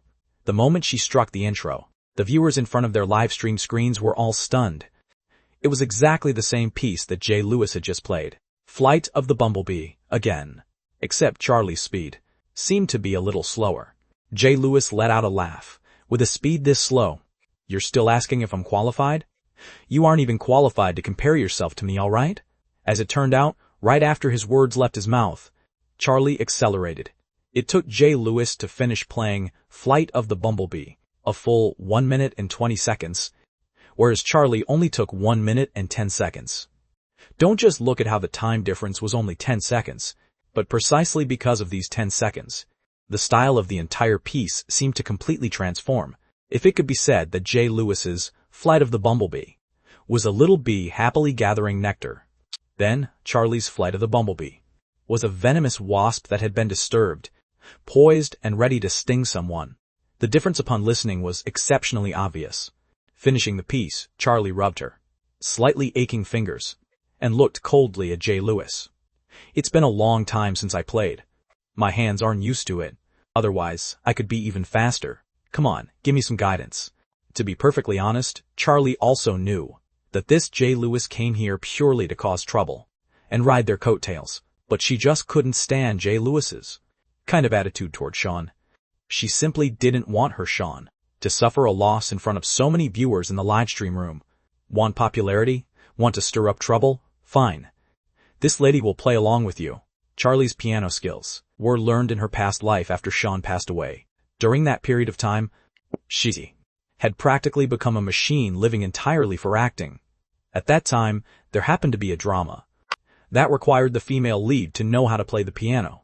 For the sake of this drama, Charlie went to learn the piano. Striking the keys in the quiet piano room became Charlie's yet another activity outside of filming dramas, and she played for a full 10 years. This was past life, Charlie's way of venting her emotions, and the piece, Flight of the Bumblebee, Charlie could play even with her eyes closed. She could even finish playing the entire piece in about 1 minute and 5 seconds in her past life. However, this was the first time she touched a piano since her rebirth, so her speed didn't pick up right at the beginning. J. Lewis swallowed a mouthful of saliva. Give guidance? How could he give guidance? His speed was a full 10 seconds slower than Charlie's, and that was even under the condition that Charlie's start was relatively slow. Let alone an insider like J. Lewis. Even laymen could see that Charlie was better than him. J. Lewis himself could only be considered someone who had learned piano, still falling far short of any exceptionally professional level. Otherwise, he wouldn't need to accumulate followers on TikTok, nor would he need to pull this kind of nonsense to ride someone's coattails. His level was strictly limited to fooling laymen. J. Lewis himself was a native of Blue Jay County. Hearing that the show, Let's Start Dating, was going to be recorded in Blue Jay County, he developed the intention to ride on its popularity. First, when Sean and Charlie's duo arrived at the first floor, he started playing a piece to show off his technique, and deliberately stirred up trouble after finishing it, because he knew that only by doing this could he drum up more popularity. If he were exposed by someone on Weibo, then his level of attention would be even higher, just as he hadn't expected. This time he would unexpectedly run into an insider, kicking straight into a steel plate. Seeing J. Lewis's somewhat embarrassed expression, the viewers in the livestream room were all amused. You're awesome. How come you're not awesome anymore? Didn't you want to give guidance to Sean? Can't even beat my bro Charlie, and he still wants to give guidance to my Sean? El Mao, if you want to stir up trouble, at least look at who you're dealing with. Can you even compare to either Charlie or Sean? But honestly, Charlie's piano skills are absolutely professional. I didn't know Charlie could play the piano before. I didn't even know before that Charlie's acting was this incredible either. There are plenty of things we don't know. While the comments were discussing Charlie's piano skills, even I looked at Charlie in quite a bit of surprise. I thought I was the person in the world who knew Charlie best, bar none. But I really didn't know Charlie could play the piano, and at such a high level too. Just as I was feeling surprised, that J. Lewis spoke up again. He couldn't just stay embarrassed like that forever. He had to find a way to save face. So, J. Lewis used me as his stepping stone. He cleared his throat and said, What I said just now was giving guidance to the big star, Sean. I didn't say I was going to give guidance to you. You running over here to play the piano yourself to set me up? Isn't that just because you want to show off yourself? Charlie was nearly driven to laughter by his sheer absurdity. Before Charlie could even say anything, that J. Lewis continued. Didn't the big star Sean want to use the piano just now? If he's got the guts, let him play a piece. J. Lewis felt that, since Charlie proactively stood up to help Sean, it meant that Sean's piano skills probably weren't anything special. Otherwise, why would Charlie stand up for him? J. Lewis planned to wait for Sean to play a piece, and then critique it casually. When the audience saw that Sean's skills were inferior to his, he would finally salvage some face. Anyway, he came here purely to ride their coattails. When the time came, he could find a few marketing accounts to write a few articles with headlines like Popular Star, Sean Defeated, by influencer J. Lewis's, or something similar. Even if it didn't make the trending charts, it would certainly attract a lot of attention, and his goal would be accomplished. Charlie still wanted to say something, but I stopped her. I rubbed her head and said with a smile, "All right, bro, Charlie. Thank you for standing up for me just now. But since Mr. Lewis wants to hear me play a piece, I should at least give him some face." Saying that, I sat down in front of the piano, nodded toward J. Lewis and said, "Mr. Lewis, pardon my lack of skill." J. Lewis suddenly panicked a bit in his heart. Damn it. Could this Sean be a piano bid shot too? Who could play Flight of the Bumblebees in under a minute? However, when I pressed the first key, J. Lewis's heart relaxed a little, because what I was playing wasn't Flight of the Bumblebee. Looks like he doesn't know how to play it. J. Lewis estimated that this Sean was just an amateur, who only knew a few pieces. Not knowing Flight of the Bumblebee, he could only play something else to get by. So what did he have to fear? The viewers also noticed that what I was playing now was different from what J. Lewis and Charlie had played just now. Does Sean not know how to play Flight of the Bumblebee? Anyway, it sounds different from the piece. Just now, I didn't expect there'd be something Sean doesn't know, ha ha ha, but I'm already very surprised that he can play the piano. Just as the viewers were still discussing whether I knew how to play Flight of the Bumblebee, someone sharp-eyed suddenly noticed that J. Lewis's expression had changed. It went from relaxed just now to instantly becoming shocked. What's wrong with J. Lewis? I have no idea. It's like he's been frightened. Sean's hands are so fast. Didn't you guys notice? Someone else mentioned this in the comments, and everyone's attention shifted from J. Lewis back onto my hands. With one look, they discovered that my hands were dancing across the keys, moving so fast they seemed to leave only two after images. The cameraman also hurriedly gave my hands a close-up shot, and at this moment, another comment floated out. How could he not be frightened? Sean is playing Liszt's Faux Follets from the Transcendental Etudes, one of the most difficult etudes ever written. Someone who didn't understand asked, "Then, is this one more difficult than Flight of the Bumblebee?" Sean can play Faux Follets this fluently. His level is absolutely professional grade. Flight of the Bumblebee is nothing to him. Holy crap. Is my Sean really this beastly? Even his piano skills are professional grade. The viewers were all dumbfounded, and the one who was even more dumbfounded was J. Lewis. True, Sean didn't play a faster Flight of the Bumblebee, but he played the much more difficult Faux Follets. J. Lewis was genuinely dumbfounded. What kind of monsters are this husband and wife? Aren't the two of them supposed to be actors and celebrities? Instead of focusing on acting, why on earth did they learn piano? J. Lewis felt that he was just like a clown right now. If he had known both of them were professionals, it would have been so much better to ride Jet Nolan and Tiffany's coattails. After all, those two are completely tone-deaf. Unfortunately, it was too late for regrets now. 3 minutes passed, and Faux Follets came to an end. I stood up and looked toward J. Lewis. Per Mr. Lewis's request, I've finished playing. Please give me some guidance, Mr. Lewis. J. Lewis was on the verge of tears. He was just an influencer pianist who relied on filming short TikTok skits to fool laymen. How could he possibly guide a true master who could play Liszt's Faux Follets this fluently? Just as J. Lewis didn't know what to say to get himself out of the tight spot, he saw that I was no longer looking at him, as if I hadn't taken him to heart at all. I indeed didn't care about him. If he hadn't insisted on picking a fight just now, I wouldn't even have bothered to pay attention to him. It was a waste of the time I could spend playing the piano for my Charlie. I sat down in front of the piano once again. I looked over at Charlie. A smile across my face. Bro Charlie, this next piece is dedicated to you. Saying that, my fingertips pressed onto the keys, and a familiar melody flooded into the ears of every viewer in the livestream room. Beethoven's Für Elise, dedicated to Charlie. The piece for Elise's was so widely known that almost everyone had heard it more or less, to the point that almost everyone would have a memory triggered by this melody. Some people thought of the school's dismissal bell. Some people thought of their first encounter in a romantic ballroom. Some people thought of the exact split second they met their destined partner, while some people thought of a lost, irreversible love. The more classic a piece of music is, the more it can become a vehicle to carry people's memories. This is precisely the sheer power of music. This wasn't a particularly difficult piece to play, but it was far more capable than Faux Follets or Flight of the Bumblebee of swaying the viewer's emotions. However, just as the viewers were immersed in my almost perfect performance of Für Elise, a somewhat abrupt note suddenly leaped out. The viewers assumed J. Lewis was causing trouble again, but looking closely, they discovered that the person striking the keys was actually Charlie. Charlie sat on the other side of the piano bench, reaching out to strike the keys on the other half of the piano. She coordinated with me, playing harmonies to accompany me, as if draping a completely different cloak over this classic piece. I turned my head and locked eyes with Charlie, and smiles emerged across both of our faces.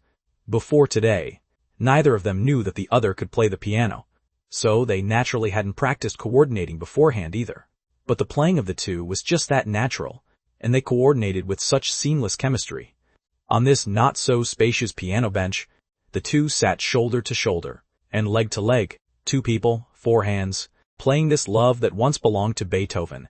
2 of the hands were very large, with well-defined knuckles and slender fingers. 2 of the hands were very white, with delicate skin, as fair as jade. 20 fingers flew and danced across the piano keys. Sometimes they were extremely close, and sometimes they separated extremely far apart, but they were always so harmonious, never interfering with each other, and never blocking one another. There were no pauses, and no stumbles, exceptionally smooth. Just watching these 2 pairs of hands could entrance anyone. Holy crap, a 4-hand duet. I don't understand piano. I just think the picture of the 2 of them playing piano is so beautiful. And it sounds so beautiful, I'm also completely blown away. With the added harmony, the feel of the entire piece transformed instantly. Before, I only thought it sounded like a school bell. But now listening to it just makes me want to cry. Elegant and high class. Incredible, playing a 4-hand duet so skillfully. And the harmony is added just right. I estimate the 2 of them must have practiced no less than several hundred times. But they didn't know that. Beforehand, they hadn't even once practiced it, and being able to play it so skillfully was purely because they knew each other well enough. As the piano notes slowed down, the melody of Für Elise also gradually came to a halt. Charlie's and my fingers struck the very last key at the same time. The lingering resonance of the final note declared the end of this piece. The viewers all listened with a lingering desire for more. I have never so completely listened to this piece. You finished playing, but my tears haven't even dried yet. I'm reminded of my first love. Please play another one. Watching you play the piano is a true enjoyment. Charlie and I couldn't see the comments, but after the 2 locked eyes, neither of them left the piano bench. Instead, Charlie pressed a bass note once again, continuing the fading final note of Für Elise. This piece had ended, but their performance was not yet over. Charlie's slender fingers pressed gently on the snowy white keys, and another melody that made the viewers feel exceptionally familiar with was played by her, Richard Clayderman's Mirage d'Amour. The solemn bass was like a groom in a sharp suit at a wedding, promising the bride a lifetime.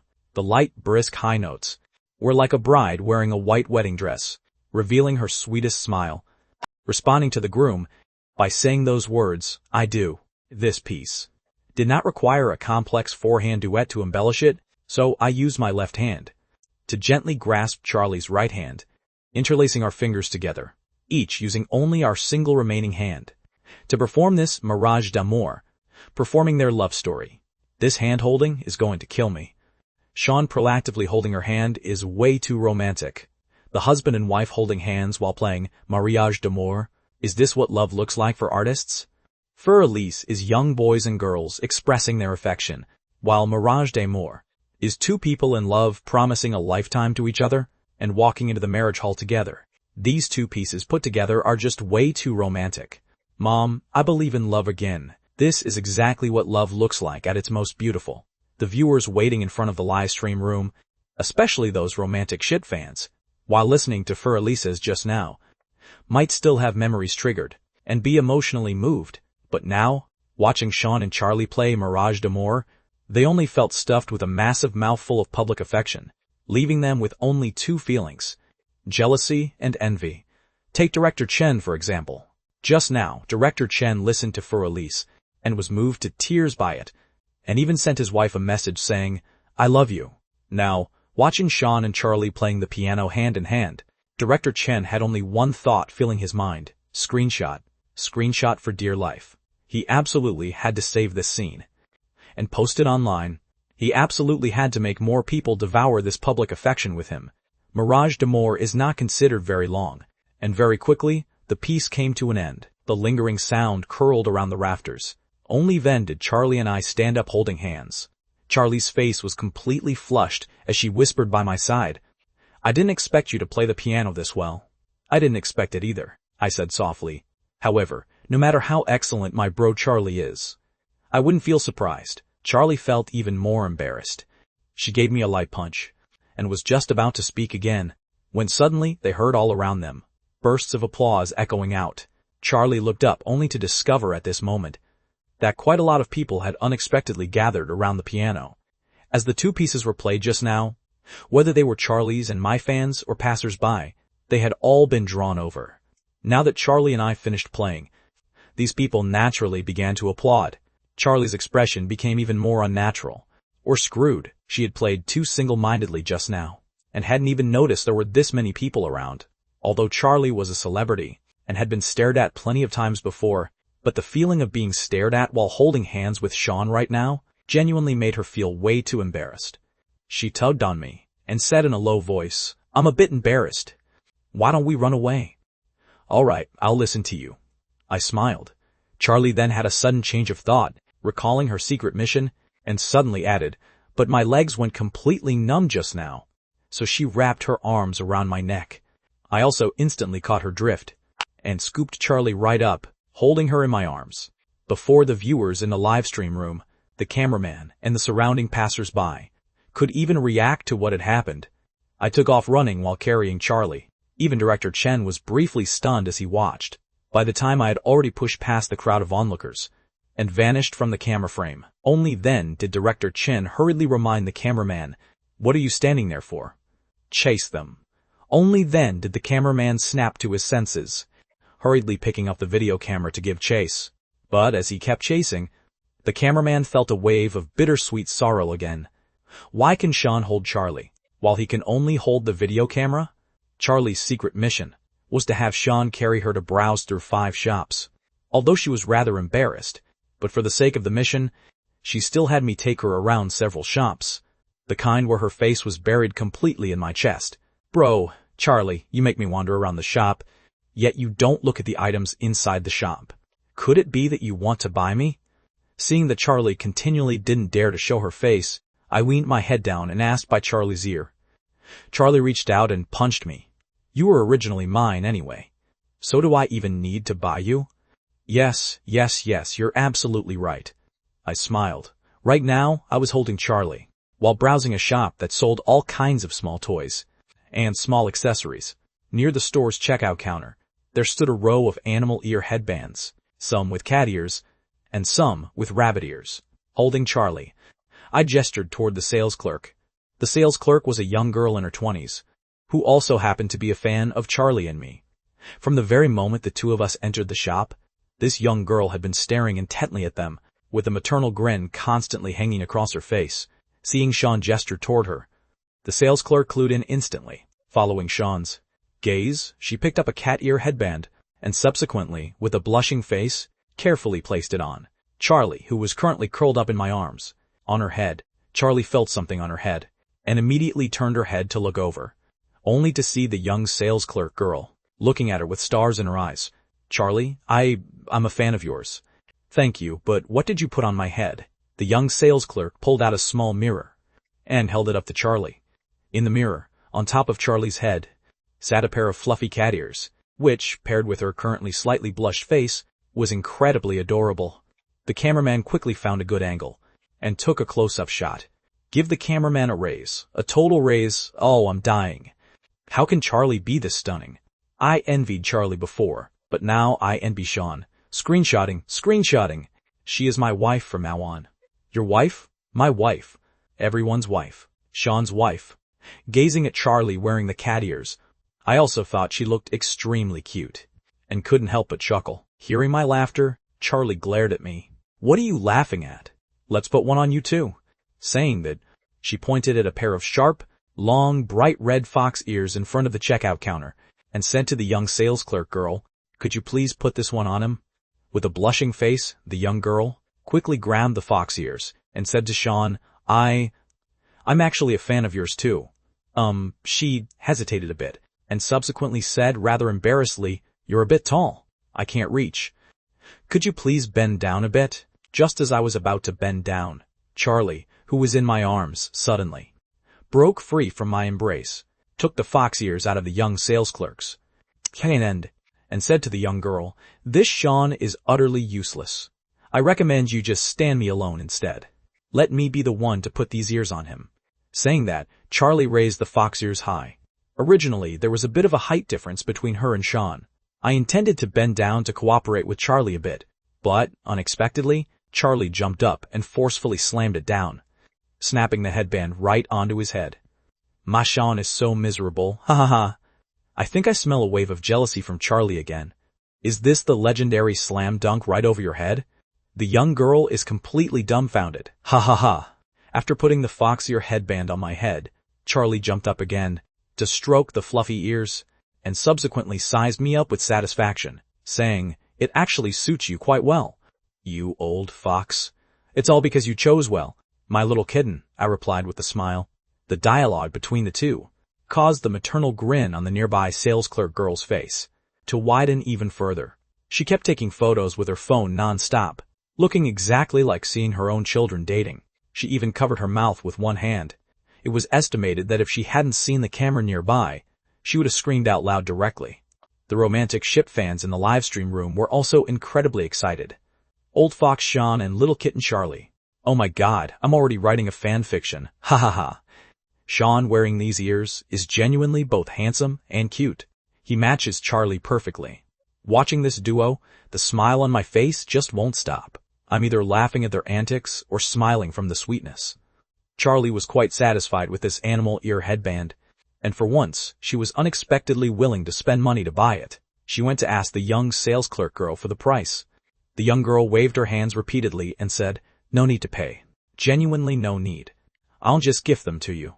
Charlie was actually quite generous, looking like someone unwilling to take advantage of others. How could that be okay? Even though you are our fan, the money that should be paid must still be paid. Don't worry, we have plenty of money on us right now. We'll pay whatever the original price of this headband is. Don't think we don't have money. We are not short on cash. The young sales clerk girl said rather embarrassedly, "T30. 30. So it turned out to be $15 per headband. That was pretty expensive. Charlie felt a bit of financial pain, but after all, they still had over $100 in their pockets. Therefore, after hesitating for a moment, Charlie still hardened her heart and slapped down $30. As it turned out, she heard the young sales clerk girl say rather embarrassedly once more, Actually, it's $30 for one. For two, it's $60. She instantly pulled the $30 back and was about to take off the animal ears on her head, while even urging me, "What are you standing there for? Hurry up and take it off. Don't wear them out." Helplessly, I also had to reach up to take off the fox ears on my head. The viewers wailed in chorus, "No! My old fox and little kitten, don't take them off. Is it okay if I pay for you guys? It's too cute. Don't take them off. Production team, act like humans. Buy it for them, okay? I can send money to the production team." Director Chen saw these comments, and knowing the audience's will could not be defied, had the cameraman advanced the $60 first, which made the young girl feel rather embarrassed. "Actually, you really don't need to pay. It's completely fine if I gift them to you." Seeing that the production team was willing to pay, Charlie adjusted the cat ears properly again. Subsequently, she shook her head and lectured earnestly, "Sister, you are also just an employee working for someone else. This is someone else's shop. Being generous at your employer's expense is bad behavior. When it's our turn to pay, we absolutely must pay." Director Chen was speechless. "You certainly sound highly righteous, but it seems the money for the cat ears wasn't paid by you either, but by the production team, right? Aren't you also being generous at the production team's expense?" The young girl scratched her head and said, Actually, this shop is mine. My dad is the owner of this entire shopping plaza. I had nothing to do after graduating from college, so my dad just gave me a shop to play around with. Ever since your show first started broadcasting, I've been standing you guys. I'm a die-hard fan of yours, so forget about gifting you a headband. Even if you wanted more, I could give them all to you." So it turned out this girl wasn't a working girl, but a rich second-generation heir instead. Miscalculated, Charlie covered her face and let out a long sigh. In the end, Charlie and I chatted a few more words with the young girl. After leaving 2 autographs for her, the two left this shop.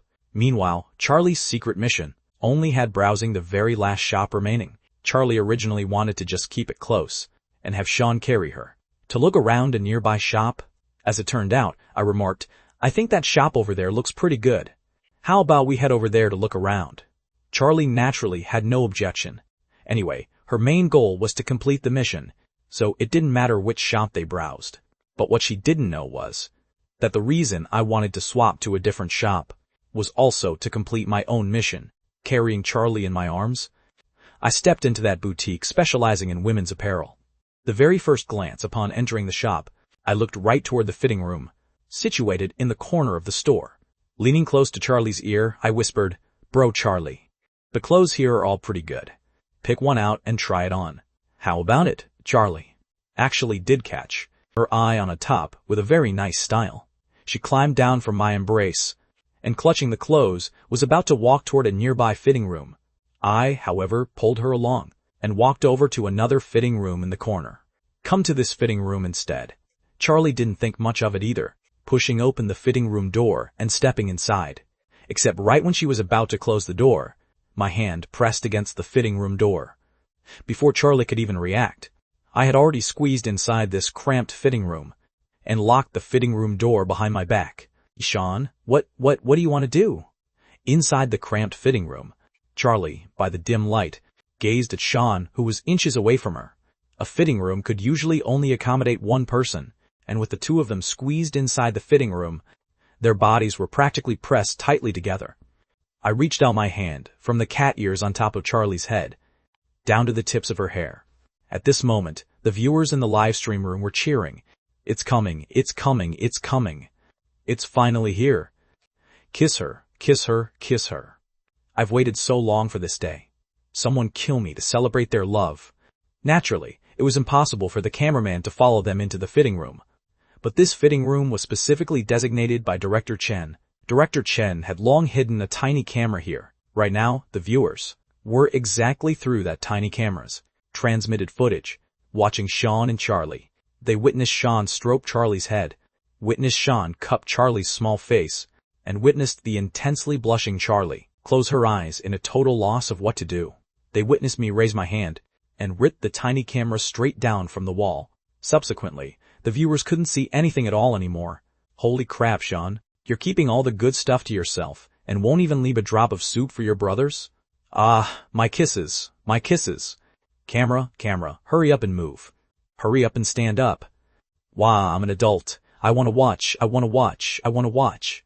Sean, you actually treat us like outsiders. Wah, fan turning into a hater. Sean, you and I cannot live under the same sky. Director, find a way to save it." Director Chen was utterly helpless. Save it? How could he save it? Have the cameraman rush into the fitting room, let alone the fact that the fitting room was locked, and let alone whether the fitting room could even accommodate 3 people. If the cameraman rushed into the fitting room right now, he would bound to receive a mixed doubles beating from Sean and Charlie. A week later would be the cameraman's 7th-day funeral ceremony. Director Chen could only stare at the pitch-black livestream room, choked up with speechlessness. He originally thought he had hidden this camera exceptionally well, but hadn't expected it would unexpectedly still be discovered by Sean inside the fitting room. I, having shut off the camera, also turned off the microphones for the both of us. The light, in the dim fitting room, inside the cramped space, there was only each other in their eyes. I leaned my body down with a smile and planted a kiss upon Charlie. Charlie was a bit uncomfortable at first, but when my kiss landed, she also gently wrapped her arms around me. Outside the fitting room, they caught the voice of a customer. "Is there someone inside this fitting room?" Subsequently, they caught the voice of the cameraman. "Hello? Yes, there is. We are actively recording a show. Sorry about that." The customer curiously started asking the cameraman questions. They were separated from Sean and Charlie by only a single door, making Charlie feel even more embarrassed. Yet, who knows if her childhood courage of climbing high and blowing up toilets had returned. Clearly knowing someone was outside, and clearly feeling embarrassed, Charlie still hugged me even tighter, and even pressed down on my head. Inside the door and outside the door were 2 completely different worlds. Outside the door, the cameraman was still chatting with the customer. Inside the door, a pair of lovebirds were lost in tender passion. For a long, long time. Only then did the two separate. Charlie's eyes were filled with a watery mist. She gave me a punch, and said in a low voice, "You damn, Sean, you are so wicked." Am I the wicked one, or are you? I touched her lips, and asked in a lowered voice, "I was corrupted by you," Charlie said, and after speaking, as if terrified it lacked conviction, added another line, "That's exactly what my dad said." I leaned close to her ear with a smile. "Then, I want to corrupt you even more in the future. We'll talk about future things in the future. Hurry up and let's go out. It's way too tight in here," Charlie said. I stroked the cat ears on top of her head. "That customer is still chatting with the cameraman. If right now, the two of us walk straight out of the fitting room, what do you think the customer will think?" Charlie blushed, feeling like it also seemed to make sense. "Then let's stay inside for a bit longer." I nodded my head, and gently nudged Charlie's chin up again. "Well, since we have nothing else to do, what do you say?" Charlie glared at him, yet proactively reached out her arms to wrap around Sean's neck. That customer outside the door, perhaps having never seen a show being recorded, was truly a chatterbox, chatting with the cameraman for several more minutes before finally leaving. Once she left, Charlie and I finally stepped out of the fitting room. The cameraman hurriedly gave a close-up shot, only to discover that Charlie's and my expressions both looked perfectly normal. The cameraman was a bit disappointed, and the viewers were even more disappointed. Is Sean capable or what? Inside a small fitting room, with the two of them completely alone, does Sean unexpectedly not even kiss her, hug her, and lift her up in the air? Boring, boring. Refund my ticket, refund my ticket. Did you even buy a ticket before demanding a refund? I don't care. I haven't had enough of this public affection today. I want to watch something even more thrilling. How could they possibly know that not only did Charlie and I kiss and hug, we even kissed twice? It was just that. This customer lady was simply way too good at chatting, to the point that by the time Charlie and I came out, we had already perfectly adjusted our expressions and emotions. As a Grand Oscar Best Actress, Charlie's expression management was bound to be flawless. Although I didn't have an Oscar, I had the advantage of having lived for a highly long time, so managing my own expression was also very simple. Therefore, the viewers only witnessed a face full of calm across Charlie and me. The viewers all felt a bit disappointed. Subsequently, the viewers witnessed Charlie and me opening our mouths to say something, but they couldn't hear a single thing. Am I deaf? Why on earth is there zero sound from the two of them? We're screwed. Because I didn't get to see the two of them kissing, I've already fallen ill. After a few seconds, the viewers once again witnessed me turning on the microphone on my body, and also turning on the microphone on Charlie's body. Hold on a second. What on earth did they turn off their microphones inside the fitting room for? I have a theory. I also have a theory. Stop theorizing. Even if it's fake, I'm going to ship it as if it's the absolute truth. They definitely kissed inside. Not only did they kiss, they whispered sweet nothings too. The person from earlier, who was writing the Old Fox and Little Kitten fanfiction. Can you please write the fitting room chapter first? The viewer's imaginative capacity was exceptionally strong. Seeing that the two hadn't turned on their mics, they instantly cooked up a massive drama in their minds. What some people imagined was even the unbroadcastable kind. And at this moment, I looked toward the camera and said, "Director Chen, Charlie's and my missions are both completed. Isn't it time to award the prize money?" Director Chen picked up the walkie-talkie. "No way. I didn't even see you guys kissing. On what grounds does it count as completing the mission?" Director Chen was highly displeased. He had custom designed this exact mission, and even prepared a camera. The plan was originally flawless, but Sean simply refused to play by the rules. Director Chen genuinely didn't want to give me this prize money. I spread my hands. It's your own problem if you didn't see it. In any case, our mission is completed. Are you trying to go back on your word? Director Chen's eyes rolled around, seeing that heaps of people in the comments, because they missed the kiss, didn't want Director Chen to hand the reward to Sean either. He simply said, "Let's do this then. Vote. Let the viewers vote. If the viewers agree to distribute the money, I'll give it to you. If they don't agree, you get nothing. This should be fine, right?" Having said that, without even waiting for my agreement, he had already launched the poll. As expected, a huge crowd of viewers didn't want to give Sean the money. They felt they didn't get any sweet romance. So Sean shouldn't even think about getting the money. Seeing this, Director Chen chuckled. Comrade Sean, 85% of the audience does not agree to give you the money. Therefore, he felt he had finally won against Sean for once. Although he relied on the power of the masses, winning was all that mattered, but before his words could even finish leaving his mouth, he saw me walk back into the fitting room, pick up that camera that had fallen onto the ground, and while fiddling with it, said, "This thing should sell for quite a bit of money, right?" Director Chen quickly said, "I'll give you the money. I'll give you the money, all right." The viewers in the livestream room came and went, and by the evening when everyone completely wound down, the number of people in the livestream room finally reached its peak. 100,000 people. There were 100,000 people simultaneously in one livestream room watching a variety show. This was no longer the kind of popularity a low-cost, low-budget, and zero top-tier A-list celebrity attended live variety show ought to have. The people in the livestream room, many came explicitly to feed on public affection. But right as they entered the livestream room, they were instantly driven to hunger, because I was currently cooking. In the evening, everyone finished their day's missions, and the crowd from the production team naturally returned to the hotel. Right in the hotel's back kitchen, I spent over $80, bought quite a few ingredients, and prepared a grand feast for Charlie. The wicked cameraman even gave Charlie a close-up shot as she ate. Charlie's eating strictly highlighted one word: delicious. Eating a Chinese hamburger could give off the vibe of a livestream sales broadcast, let alone this entire table I prepared. Of a grand feast, perfect in color, aroma, and taste. It was inherently enticing enough, to the point that those viewers who came for public affection didn't get to take 2 bites of it, before instead being driven to hunger first from watching.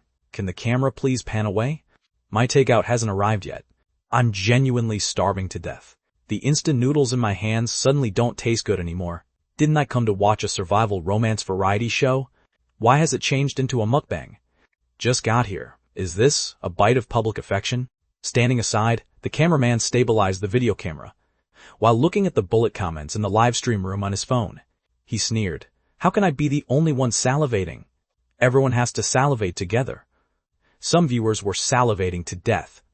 He quickly switched the livestream room, switching over to the other duos of guests next door. As it turned out, they almost shed tears. The remaining duos of guests, along with the director of the production team, were currently squatting together pitifully eating boxed meals. In the boxed meals, there was snowy white rice, leafy green vegetables, but strictly without much bright red meat. Director Chen's portion of the boxed meal was actually quite red. Half a bottle of chili crisp had been poured on top. This is what you call a truly down-to-earth, excellent livestream room. The viewers looked at the instant noodles in their hands, and they instantly tasted delicious once more. Director Chen, along with the other duos of guests, and the crew from the production team, ate their boxed meals together, while eating and simultaneously watching Sean on the screen. The Sean and Charlie duo, the more they watched, the more bittersweet sorrow they felt. We're all from the exact same production team. Why on earth can they eat a grand feast, while we can only eat boxed meals? Trent shoveled down his last 2 mouthfuls of white rice, and suddenly said, "Brothers, I have an idea. This daily life we're living doesn't count as living at all. How about we join forces instead?" Vince looked at him. "What do you mean?" "Right now, whenever each of our duos completes the mutual missions and secret missions, we can all get over $20 in prize money, adding the wagers. Each duo can average nearly $30, Trent said. If our 3 duos add it all together, we'll have roughly around $90. Deducting the daytime expenses for breakfast and lunch, we can still have 60 or 70 left over. We can take this money to buy ingredients in the hotel's back kitchen too, and more or less get to eat a decent meal, right?" Trent said as he spoke, pointing at Sean and Charlie on the screen. "We don't expect to eat as well as them, but at the very least, we don't have to be this miserable." Vince let out a sigh upon hearing this. "Brother, our 3 duos have 6 people, yet only $60 or $70. Those 2 spent $80 just on this single meal. Furthermore, we simply can't scrape together $60 or $70 at all. Take our duo, for instance. We spent $5 on breakfast this morning and spent $20 on lunch at noon. Right now we only have $4 or $5 left." Trent scratched his head. It was indeed too beautiful a thought on his part. How on earth do Sean and his partner have so much money? Even after eating this grand feast, they can still have $60 or $70 left over. Hearing these words from Trent, everyone turned their eyes toward Director Chen. Why does Sean's duo have so much money? Isn't that all handed out by Director Chen? Director Chen, who was currently eating rice mixed with chili crisp, noticed the gazes of the several people, and his expression instantly became highly vigilant.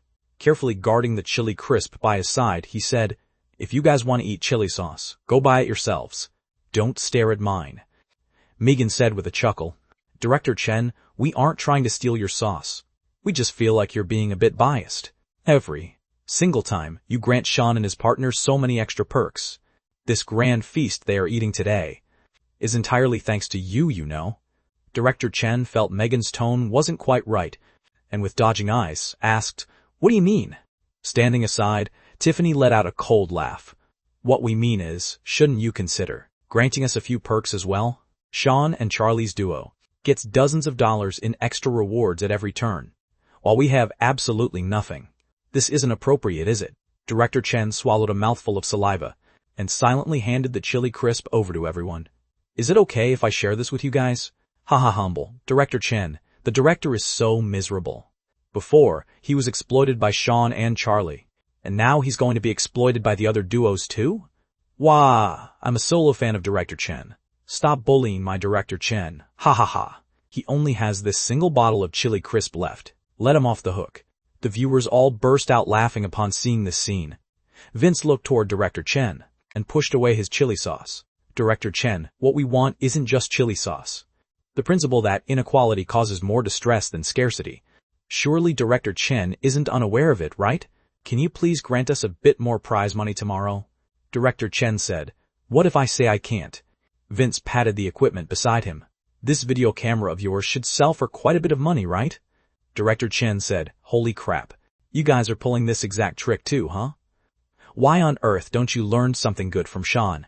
Jet Nolan, who had been burying his head and shoveling his food, violently raised his head, looked toward Director Chen, and asked seriously, "Director Chen, what good things can one possibly learn from Sean?" "That actually seems to be a valid point." Director Chen rubbed his forehead and said helplessly, "I know you all want to eat a nice meal, but this show of ours is strictly a survival romance show." Lucy pointed at the screen, where clutching a meaty bone and gnawing on it cheerfully was Charlie. "You call this survival? All right. Allow me to think about it. Director Chen squatted on the ground and fell into deep thought. Meanwhile, the viewers who loved to watch a scene unfold without fearing the chaos also began cooking up bad ideas. Just directly and forcibly confiscate Sean's and Charlie's money altogether. Would confiscating it even be useful? If you confiscate their money, the only one who'll suffer is Jet Nolan. That's true. The production team can communicate with the hotel, and whichever duo of guests completes their mission the fastest in the future, the hotel can make a grand feast for that duo. How about that? Then I feel it'll still be Sean and his partner who finish the fastest. Why not just open a direct money-snatching mode instead? Let the other three duos snatch Sean and his partner's money. Director Chen saw this bullet comment and instantly got a burst of inspiration. He suddenly stood up and said, "I've got a way. You guys can just directly snatch Sean's money. Tomorrow I'll set up a special mission mode and have your three duos play hide and seek with Sean and Charlie's duo. You guys catch and they hide. If Sean and Charlie get caught by you, they have to give you money to ransom themselves. Pay $5 every time they get caught. Your three duos will compete fairly, and whoever catches them the most times can get more money from Sean and Charlie. This has got to be enough, right?" Director Chen felt he was a complete genius. This way, not only does the production team not have to spend extra money, but the other three duos of guests can also get money. Most importantly, the entertainment value of the show will be great this way. Other hide-and-seek games are one person catching several people, but now it's three duos catching one duo. Plus, there's even competition among themselves to see who catches them more times. How thrilling and exciting. If Sean and his partner end up losing everything, the entertainment value will be maxed out even further. Perfect. The several guests discussed it a bit, and also felt this plan was feasible. Only Jet Nolan, who was squatting on the ground eating his meal, suddenly uttered a line in a faint tone. "Are you guys sure you can outsmart Sean and Charlie?" Vince raised an eyebrow. "Why on earth couldn't we outsmart them? We are naturally at an advantage in terms of the rules. They can only hide and can't fight back. What do we have to fear? To tell the truth, actually, Jet Nolan didn't know what to fear either. but he just had a bad premonition, because his personal experience told him not to go near Sean and Charlie, or you will genuinely become unfortunate. The livestream room was completely filled with moles for Charlie and me. When director Chen and the other 3 duos of guests cooked up this hide-and-seek plan, someone immediately tagged Charlie and me on Weibo, exposing director Chen's conspiracy. In the evening, after finishing the recording and returning to the room, Charlie saw director Chen and the others' plan. "Sean, what should we do about this?" Charlie held the phone and let me take a look. I scanned the tip-offs from those moles, subsequently smiled, and said, "Since they want to play, then let's play along with them. But I don't want to lose money." Charlie said. She was counting on this money to eat grand feasts. "Don't worry, who knows? Not only will we not lose, but we might even make some money." Charlie's eyes lit up, and she hurriedly asked, "How do we make money?" "Tomorrow you'll know." I deliberately kept her in suspense by acting mysterious. Then Charlie's hand pinched right onto my waist. I let out a helpless sigh. I said, I'll talk right now." I told Charlie the rough outline of the plan I envisioned in my mind. Once Charlie heard it, her expression instantly became highly colorful. "It can even be played like this? As long as it doesn't violate the rules. Why can't it be played any way we want?"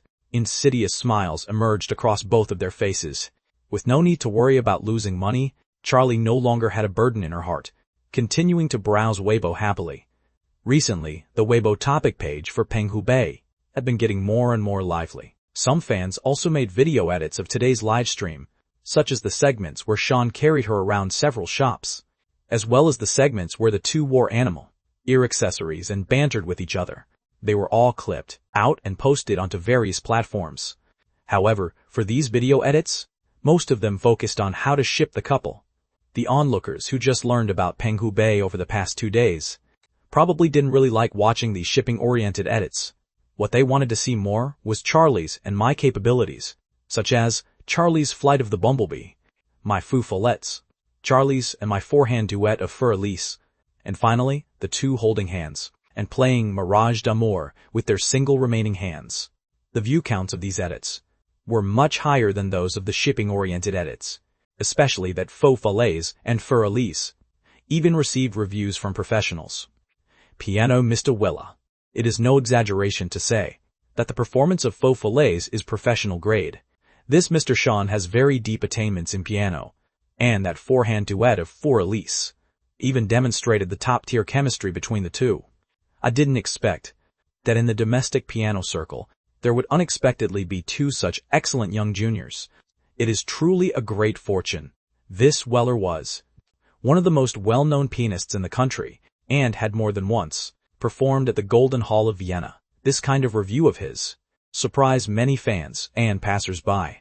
To tell the truth, even the fans of the Manhwa duel hadn't expected that Charlie's and my piano level would be this high. A professional-grade piano level. Since these 2 have this kind of talent, why on earth are they still acting and being celebrities? Then they recalled again the veteran best actor Elliot Shaw's review of Charlie's acting. Well, it seems it would also be a waste of talent if she didn't act. How can they be this excellent? For a moment, the trending topic all-quality idol, Manhwa, was pushed to the top again. Over the past few days, Charlie and I had really made the trending charts a bit too many times, even so much that those top-tier traffic stars didn't even have this level of popularity, to the point that many traffic stars, fans all began to suspect whether Sean and Charlie bought trending spots, whether someone was pulling strings behind the scenes. Take, for instance, the fans of the most highly sought-after A-list top-tier male star in the country right now, Felix Young's fans. Felix Young had only debuted for a few years, but because he starred in several hit dramas adapted from popular IPs, coupled with his top-tier looks, he attracted countless fans. In just a few short years, he shot to fame as a top-tier domestic star. His fans consisted mostly of young people, and even middle and high school students. These people were highly energetic, having more time than adults to engage in fandom culture. Many of them stan celebrities quite fanatically, and because of this, it drew in many natural haters who disliked them. Over the past few days, Charlie and I frequently hitting the trending charts constantly made this group of Felix Young's fans feel a bit uneasy, especially with today's trending topic quality idol, Manhwa, reaching its climax. Many people use this topic to explicitly mock and implicitly insult Felix Young. Look at Sean. His looks aren't inferior to a certain top-tier stars at all. He sings well too, is proficient in foreign languages, and his piano level is professional grade too. While our top-tier star can only whimper, rely entirely on stunt doubles for action scenes, rely entirely on pitch correction for singing, and still take tens of millions or hundreds of millions in acting fees, doesn't he feel ashamed? I'm not a fan of Sean's, but Sean and Charlie are indeed much better than most idols. Recommended that certain top-tier stars learn from them instead of being dramatic. I'll just say it straight. Felix Young is just a piece of trash, sissy pretty boy. If Face fans object, come fight me. Felix Young's fans saw this, and how could they tolerate it? On the spot, they picked up their keyboards and started arguing with these people. Gradually, under this trending topic, it was completely filled with a slanging match. Charlie, while eating the grapes I handed to her, scrolled through Weibo and happily watched the drama. The fruit platter sent by this hotel is quite sweet. Give me another one, Charlie said. Then she watched as I picked up another grape and put it into my own mouth. Charlie was briefly stunned and subsequently saw me lean closer. Lips and teeth met. Feeling the grape that Sean passed over from his mouth, Charlie's face turned red. This madman. Looking at the shy Charlie, I was just about to deepen this kiss, only to feel that grape being violently pushed right back into my mouth. And with full force at that, Charlie gave me a sudden push away, turned her head, and said with a blushing face, I definitely don't want to eat what you spat out. Get a fresh one instead. Helplessly, I chewed the grape in my mouth, and picked up a new one to hand to Charlie. Charlie swallowed the grape in one bite, and even gave my finger a bite. Warning, you are not allowed to pull sneak attacks in the future. Otherwise, I'll give you a piece of my mind. I always felt that I was a person who listened to Bro Charlie's words very well. I nodded my head in an honest and simple manner. Then no more sneak attacks. Charlie was highly satisfied with Sean's honesty. I'll tell you in advance, I'm going to kiss you. This should be fine, right? After I finished speaking, I leaned close toward Charlie again. Like hell, this guy is honest. Charlie grabbed a pillow and smothered it onto my face. In the end, under Charlie's oppression, I could still only honestly, like an ancient imperial consort, feed grapes to my Charlie. Puffing her cheeks, Charlie chewed her grapes, while continuing to browse Weibo. Then, with puffed cheeks, she scrolled to a comment by a fan of Felix Young that Sean hit the trending charts so many times these past few days. He must have spent money to hype himself up, right? This trending topic was deliberately bought to piggyback on our brother Felix Young's clout, right? I heard long ago that Sean has an improper relationship with Blue Jade Entertainment's boss. Do you guys genuinely think he's some kind of good guy? No matter what, our brother Felix Young is way cleaner than Sean. Sean is the real piece of trash. A scumbag with a messy private life, and a hype dog relying on backing. Originally, when Felix Young's fans went to curse at those troublemaking passersby, Charlie was still watching quite happily.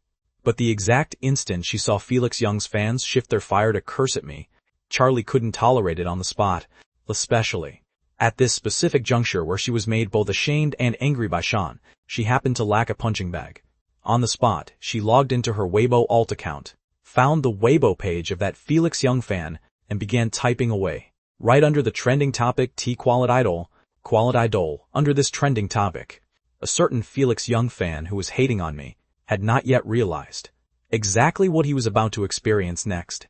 Lily Quinn was a middle school student and a fan of Felix Young. Tonight, having finished her homework, she was originally just browsing Weibo, only to see that, under the trending topic Qualid Idol, quite a few people were hating on her idol Felix Young. Lily Quinn got anxious, and together with other Felix Young fans, began to flame those people. While flaming away, Lily Quinn recalled the gossip she had read before. Hearing that Sean had a thing with the boss of Blue Jade Entertainment, she dragged this matter out again, using it to hate on me thoroughly. As it turned out, not long after she finished hating on me here, a Weibo user with the ID, Sean's sole designated official wife, sent her a private message. Lily Quinn let out a cold sneer. Sean's fan couldn't sit still this quickly, huh? Did they want to help whitewash Sean? Or did they want to send Felix Young's negative dirt to strike back? These tactics of the fandom circle, Lily Quinn considered herself to know very well.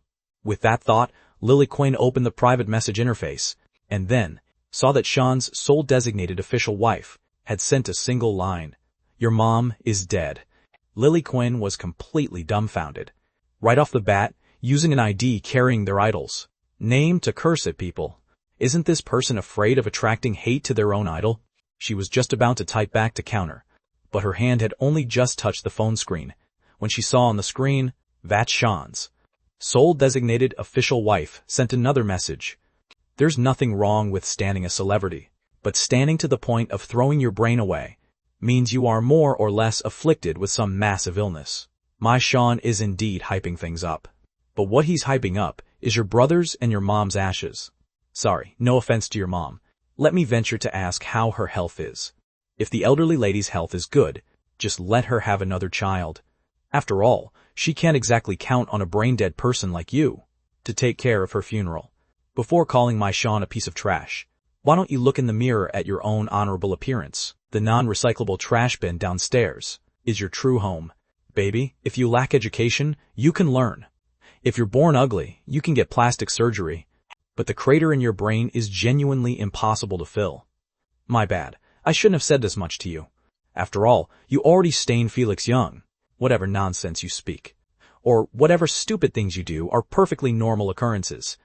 Up until now, I have only one piece of advice for your life.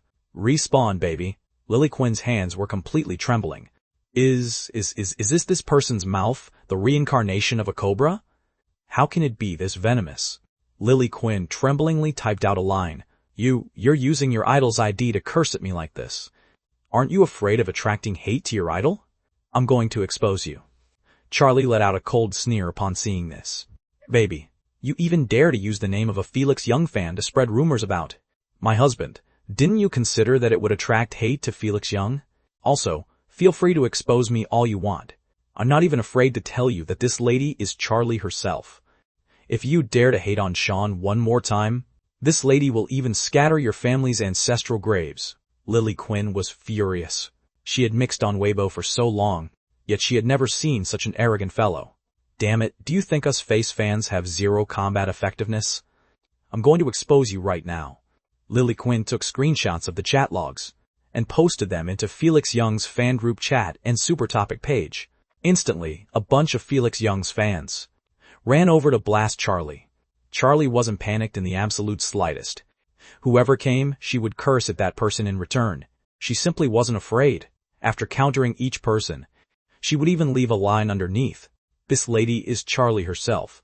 Standing aside, I couldn't help but raise my eyebrows as I watched. Fierce, bro. Charlie is so hardcore. That's a must.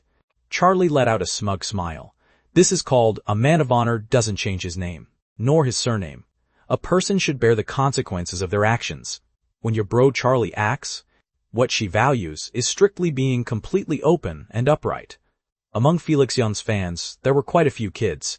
When someone saw Charlie's last sentence, "This lady is Charlie herself," they genuinely took the screenshots and ran over to Charlie's super topic page and under Charlie's personal Weibo posts to tag Charlie. Seeing this, Charlie unhurriedly switched back to her main account and replied very gently to those doubts. Charlie, everyone, how could this possibly be me? Even if I really wanted to curse at people, I wouldn't report my own identity, right?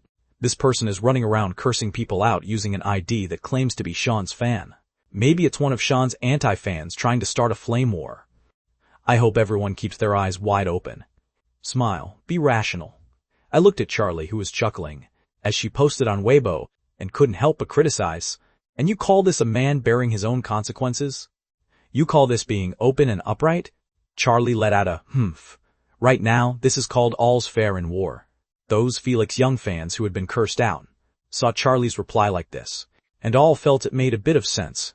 They also felt it was impossible for this to be Charlie herself, and that it was highly likely one of Sean's anti-fans trying to start a war. For a moment, they actually felt a bit sorry for Charlie and me. Meanwhile, Charlie secretly switched back to her alt account at this time. First, she went back under the topic hashtag quality idol and found the fans of several other traffic stars. The idols of these fans also belonged to the type that only had traffic, but no actual capability. They had all been pushed to emotional breakdown by the topic hashtag quality idol, and were running around everywhere under the topic page cursing people out. This time, Charlie not only didn't curse at them, but instead joined them in posting comments that supported their idols, making it seem like they were all on the same side. Those Felix Young fans who had been cursed out by Charlie earlier took a look and saw that this, Sean's sole designated official wife, was actually supporting other traffic stars. On the spot, they felt this person was indeed one of Sean's anti-fans, who was pretending to support other stars, just to roleplay and start a flame war. Lily Quinn, as the initial victim, felt at this time that she had discovered the truth of the matter. Catching those fans of the other traffic stars, she unleashed a wild torrent of insults. The fans of these other traffic stars were completely stunned. They were supporting their own idols and cursing out Sean for his hype and clout chasing. So what did that have to do with Felix Young? Why did Felix Young's fans run over to curse at them? But since the insults were delivered right to their faces, the fans of these other traffic stars naturally couldn't tolerate it either. Consequently, they engaged in a slanging match with Felix Young's fans. Some Felix Young fans who didn't know the truth had absolutely no idea what had happened. They only saw their own brothers and sisters being cursed at, and joined the battlefield one after another. The entire battle grew more and more intense, and the trending heat also climbed higher and higher, to the point that when the hashtag #QualitIdola reached the very top of the trending charts, there were practically no fans of Charlie and me left inside. It was completely filled with Felix Young's fans, and the fans of those other traffic stars, trading insults, making it exceptionally lively. Boss Charlie, while eating fruit, watched this battle unfold, feeling thoroughly amused. "Is this called driving tigers to swallow wolves?" I asked. Charlie shook her head. "No, this is called dogs biting dogs, a mouthful of fur." Sometimes I also had to admit that Bro Charlie was indeed Bro Charlie. She was no good at doing good deeds, but when it came to doing bad things, she certainly had quite a knack. Looking at the two factions who had almost turned Weibo upside down with their arguing, and looking at Charlie who was smilingly eating fruit and watching the show, I couldn't help but let out a sigh. Foolish children, you are merely tools for Charlie's amusement. What bad intentions could your bro Charlie possibly have? She merely wanted to start a war, that's all. This argument finally ended with Weibo stepping in and removing the trending topic, which calmed things down a bit. But Felix Young's fans, and the fans of that other traffic star, could be considered to have formed a deep grudge. Seeing that there was no more drama to watch, Charlie finally stretched her back, intending to rest. I whispered beside her, "Bro Charlie, take a bath before sleeping, How about it? This suite has a small bath pool. Do you want to go soak together?" "Sure." I hadn't expected Charlie to agree quite readily. I let out a smile, scooped Charlie up in my arms, and carried her to the small bath pool. However, Charlie said she wanted to change clothes and ran off again. I could only fill the bath pool with water first. Before long, I saw Charlie walking over wrapped in a bathrobe. Right in front of me, she took off the bathrobe.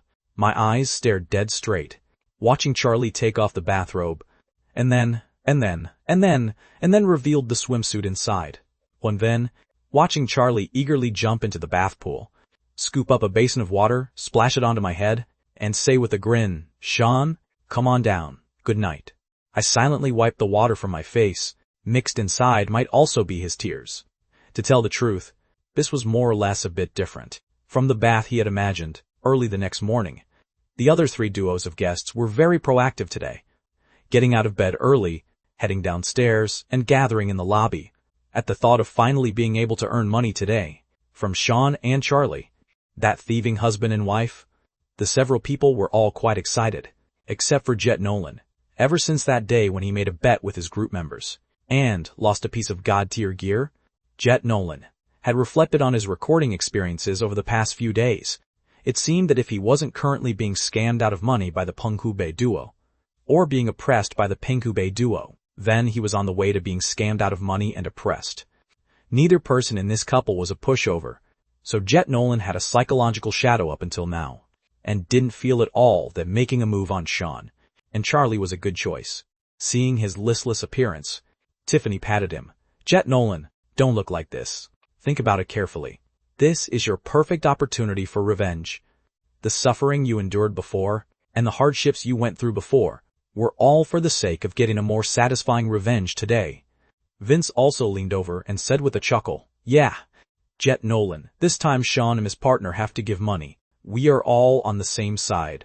What on earth do you have to fear when dealing with the two of them? Jet Nolan smacked his lips.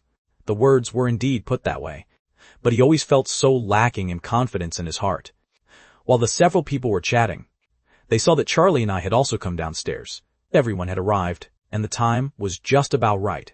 Director Chen then launched the live stream and announced the start of today's recording, because it was being rumored all over the internet that the production team was going to target Sean and Charlie today by setting up a new format of hide-and-seek, therefore, there were quite a lot of people coming to watch the live stream early this morning. Director Chen glanced with gratification at the viewer count of the live stream room, and subsequently, with a gentle smile on his face, looked toward the several duos of guests, especially Sean and Charlie. Everyone, today our show will be a bit unconventional. We have prepared a special gameplay format, hide-and-seek. Saying that, he pulled out a box. In a moment, everyone will draw straws to determine who hides and who catches. Among the 4 duos of guests, only 1 duo will hide, and the remaining 3 duos will catch. If the people hiding get caught, they must hand over money to ransom themselves. Of course, if the people hiding get caught fewer than 10 times today, they can ultimately obtain a prize of $50. Director Chen was also afraid that Sean and Charlie wouldn't be willing to play in a moment, so he added a prize mechanism to entice them. Sure enough, the moment Charlie heard there was a prize, her eyes lit up. Director Chen let out a chuckle. He considered himself to already understand this couple very well. To take down Sean, one only needed to take down Charlie, and to take down Charlie, one had to use money. After announcing the rules, Director Chen held out the cardboard box to let everyone draw straws. He walked right up to me first, smiling as he said to me, "Comrade Little Sean, you go ahead and draw first. 3 catching and 1 hiding. If you draw first, as long as your luck isn't too bad, you should be able to get one of the spots for catching," Director Chen said as he spoke, and even put on an expression that seemed to say, "Look at how good I am to you." When the viewers in the live stream room saw this, they found it a bit strange. Wait, didn't these people plan to plot against Sean and Charlie yesterday? Why are they starting to look out for them now? Letting Sean draw first, doesn't he have a 3/4 chance of drawing the catching straw? Is Director Chen trying to help Sean? I feel like something's not right. I constantly feel that Director Chen's gaze is a bit insidious. While the viewers were discussing this, I drew a straw, opening it to take a look. Written on it was a large word, hide. Director Chen put on a face full of regret. Oh my. Comrade Little Sean, your luck is truly terrible. You drew the hide straw. Then your duo can only go hide. No way, right? Sean actually has times when his luck is this bad? Although Sean has always been very powerful, he still doesn't possess something like X-ray vision. Jet Nolan and the others have been unlucky so many times. Is it finally Sean's turn? While the viewers were discussing this, I reached my hand back into the box again. Director Chen's expression changed, and he hurriedly tried to pull the box away. But with just a glance from me, Charlie standing aside immediately clued in and locked her arms right around the box. Meanwhile, I took the opportunity to pull out the remaining 3 straws inside the box and open them all up right in front of the camera. Written on every single one of them was, hide. Holy crap, this truly is a rigged operation. This is way too rigged. I was wondering why on earth the production team was being so kind-hearted as to let Sean draw first. It turns out all 4 straws were hide. Fortunately, my Sean is smart and saw right through Director Chen's trick. Holding the 4 completely identical straws, I looked at Director Chen. You said just now that as long as my luck isn't too bad, I could draw a catching straw. Then I'd really love to know how one draws a catch out of 4 hides. Director Chen let out an awkward cough, pretending to admire the scenery. Then they witnessed Charlie picking up the box, about to smash it right at him. Director Chen hurriedly raised his hands in surrender, saying, isn't this just playing a small joke? Don't be angry. Don't be angry. How about we draw again? Drawing again is fine, right? Unexpectedly, I actually shook my head. It's fine. We can hide. Director Chen was briefly stunned, and the viewers were also briefly stunned. With today's rules, it was glaringly obvious that whoever had to hide was at a disadvantage. Sean clearly discovered Director Chen's conspiracy and could completely draw again, so why did he voluntarily choose to hide? However, they caught me continuing, but I have one condition. Name it, name it. If our duo is caught fewer than 10 times, I want the production team to give us a $100 prize. Director Chen thought about it, and finally grit his teeth. I agree. He simply refused to believe it. The shopping plaza only had that many floors in total, and he had even restricted many hidden corners, prohibiting hiding there. There was practically nowhere left to hide perfectly. With the duration of an entire day today, and 3 duos of people catching Sean and Charlie, could they still fail to catch them 10 times? Seeing that Director Chen agreed, Charlie and I finally nodded our heads in satisfaction. Everyone got into the vehicles, heading from the hotel to the shopping plaza. The assistant director and Director Chen sat in the same vehicle. He said in a low voice. Sean clearly had the opportunity to draw straws again, yet he still chose to hide, and even had you raise the prize money. Aren't you afraid that they genuinely have some kind of method to evade being caught by the others? Director Chen let out a cold sneer. Don't worry. I know what I'm doing. I still have a killer feature up my sleeve. Don't forget, even if Sean and his partner are going to hide, they are being actively followed and filmed by a video camera the entire time. We can see where they are at any given moment. If it really comes down to it, I'll just leak Sean and his partner's location to the other 3 duos. With me acting as an off-site guide, are we still afraid we can't catch Sean and his partner? Inside Director Chen's vehicle, there was also a video camera actively following and filming. At this moment, when the viewers heard these words from Director Chen, instantly another massive wave of rigged operation spanned the screen. There were also heaps of people worrying about Charlie and me. With our Director Chen reporting locations to the other 3 duos, won't it be useless no matter where Sean and Charlie hide? Then what's the point of playing? Exactly. This is blatantly trying to scam the Padlock couple out of their money, right? I knew Director Chen has always been quite wicked, but I didn't expect he could unexpectedly be this wicked. We're screwed. Sean and Charlie, they aren't going to lose all their money today, right? Then will I still get to see them eat a grand feast tonight? I wait for their mukbang every day to help me down my food. Wah. Amid the discussions of the viewers, the crowd from the production team once again returned to the Thousand Plaza Shopping Center. Director Chen first granted Charlie and me 5 minutes of hiding time. Charlie and I instantly ran outside the shopping plaza at that time, hailed a cab, and were about to head back to the hotel to sleep. Director Chen hurriedly stopped them. You guys cannot leave the shopping plaza. I shrugged my shoulders, and honestly brought Charlie along, back into the shopping plaza, heading upstairs all the way. As soon as the 5 minutes passed, the other 3 duos immediately launched their actions. At this moment, in their eyes, Sean and Charlie were no longer just 2 people, but walking $5 bills. Whether they could catch the 2, and whether they could catch the 2 a few more times, directly determined whether they could eat a nice meal in the evening.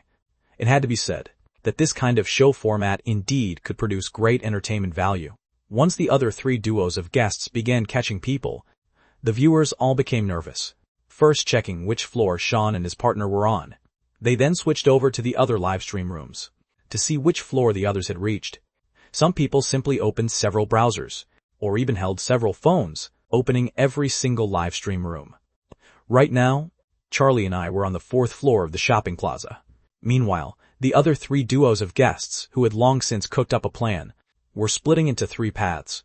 Vince and Megan's duo searched the 1st floor, which had the largest area, as well as the 2nd floor. Tiffany and Jet Nolan searched the 3rd floor, 4th floor, and 5th floor. Trent and Lucy searched the 6th floor, 7th floor, and the cinema area on the 8th floor. Tiffany and Jet Nolan's duo searched around the 3rd floor once, and, after finding 0 traces of Charlie and me, ran up to the 4th floor, which happened to be the exact floor Charlie and I were currently on. The viewers grew even more nervous. What made their hearts leap into their throats the most was that right now, Charlie and I hadn't hidden ourselves at all. We were currently in that accessory shop from yesterday that sold animal beer headbands, asking that rich second-generation shop manager for paper and a pen, actively writing down something. They completely failed to realize that someone had already arrived on the floor we were on, steadily closing in toward them. Tiffany and Jet Nolan are about to arrive. Sean, Charlie, what on earth are you doing? Run, hurry up. If you don't run now, it'll be too late. Hiding away is fine too. Don't just stand at the entrance this openly, okay? What are they writing? I really want to see it. Some viewers were getting very anxious. while those who loved to watch the excitement without fearing the chaos were curious about what I was writing. Director Chen was also highly curious. He had the cameraman lean in close to film it. As it turned out, Charlie instantly blocked the camera, baring her teeth as she said, "No filming. This is a secret." This made the viewers and Director Chen even more curious. However, they very quickly weren't all that curious anymore. There was no time for them to be curious. The viewers all grew nervous, while an insidious smile emerged across Director Chen's face, because Charlie and I, having finished writing, left the accessory shop. And not far behind us, Tiffany and Jet Nolan were currently walking over. Tiffany and Jet Nolan saw Charlie and me with a single glance. The expressions on both of their faces became colorful. Could they unexpectedly become the very first people to catch Charlie and me? Even Jet Nolan, who had been worrying the entire time before, was starting to feel emotionally thrilled right now. The two locked eyes, and subsequently dashed madly toward Charlie and me together. Hearing the footsteps, Charlie and I turned back to look, just when everyone assumed the two of us should also spin around and run. Our husband and wife duo, unexpectedly, against all expectations, walked straight toward Jet Nolan and Tiffany instead. This abnormal behavior instantly frightened Jet Nolan, who had suffered losses many times, making him highly vigilant. He hurriedly pulled Tiffany to a halt, and subsequently glared at Charlie and me with a highly vigilant face. "What do you want to do? Don't come over. Keep your distance." Jet Nolan's reaction. He must have been scammed by Sean and Charlie to the point of a psychological shadow, huh? A pure passerby just got here. May I ask if Sean and Charlie are catching, while Jet Nolan and Tiffany are hiding? This is the first time I've ever seen the catchers being more cowardly than the hiders. The viewers let out a wave of criticisms. Even I had a face full of helplessness. I spread my hands and said, "You guys came to catch us. It's not us catching you. What on earth is with this reaction of yours?" Jet Nolan looked at me seriously.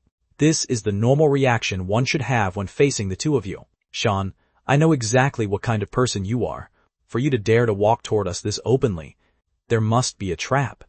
I let out a smile, pulled Charlie, and continued walking toward Jet Nolan and Tiffany. Jet Nolan then pulled Tiffany along, retreating backward, step by step, all the way back to the wall, with nowhere left to retreat. Only then did Jet Nolan put on an expression of heroic martyrdom as he looked toward me.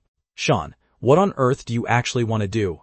I clicked my tongue, walked up to Jet Nolan's side, and amid Jet Nolan's face full of terrified expression, grabbed Jet Nolan's wrist, and then placed Jet Nolan's hand onto my body. "I came to let you catch me, understand?" Jet Nolan was stunned. Tiffany was stunned.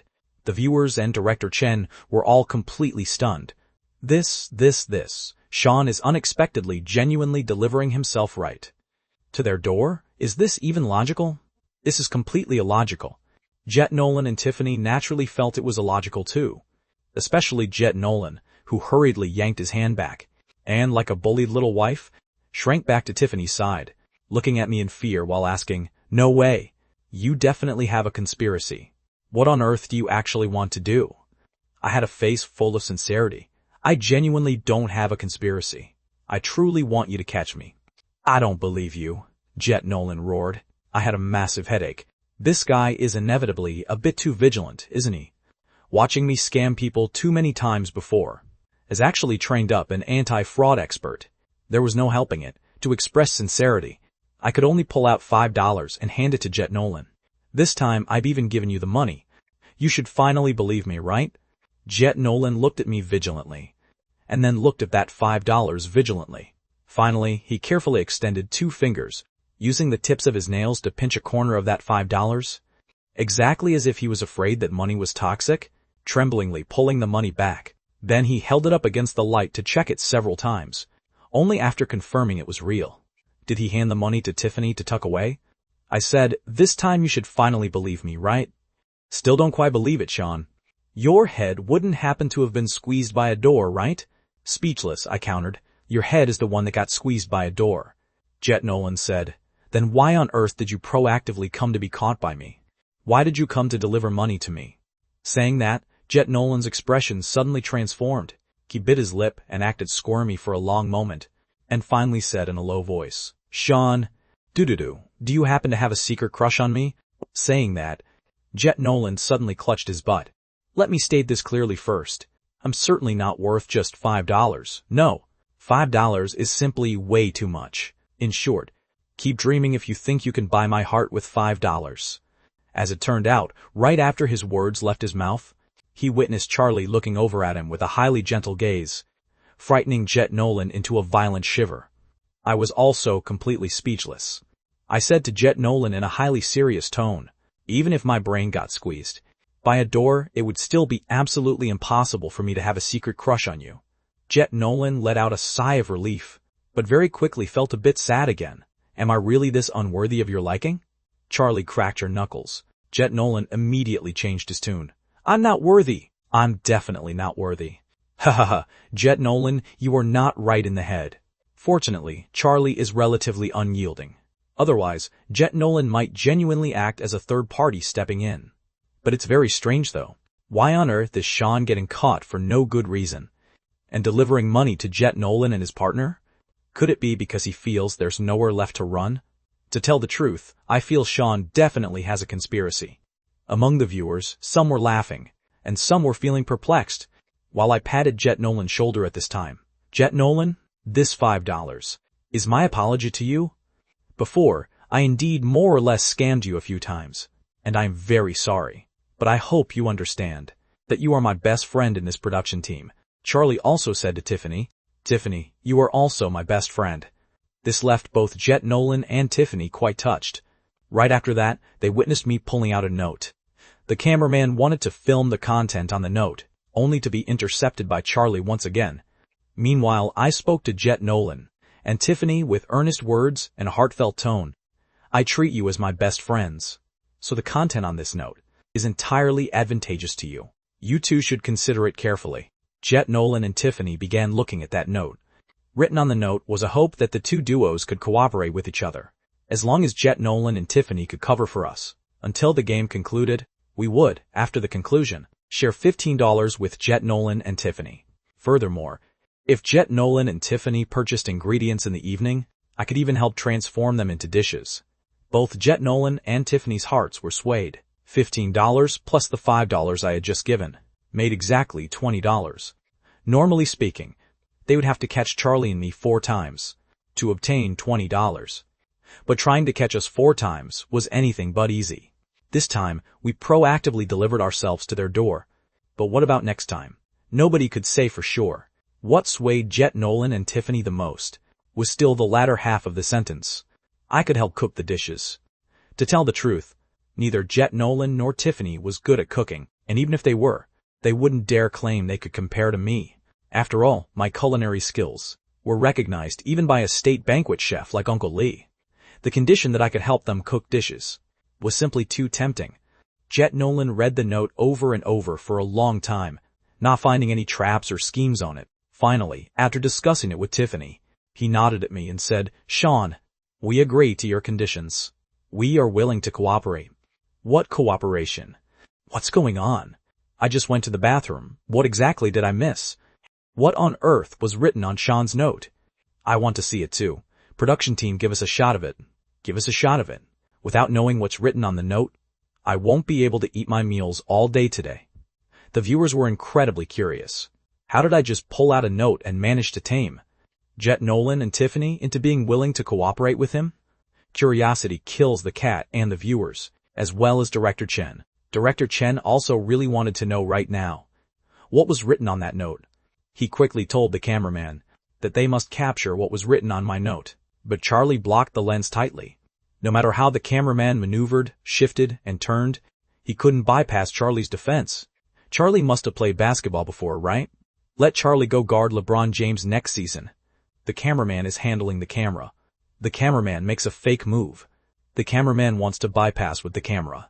Charlie blocks it. Beautiful defense.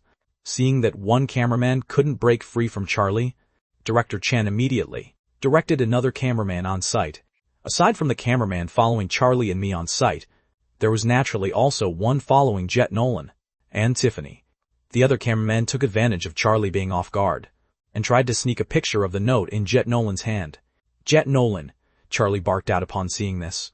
Jet Nolan's reaction was fast enough too. He directly crumpled the note and threw it into his mouth.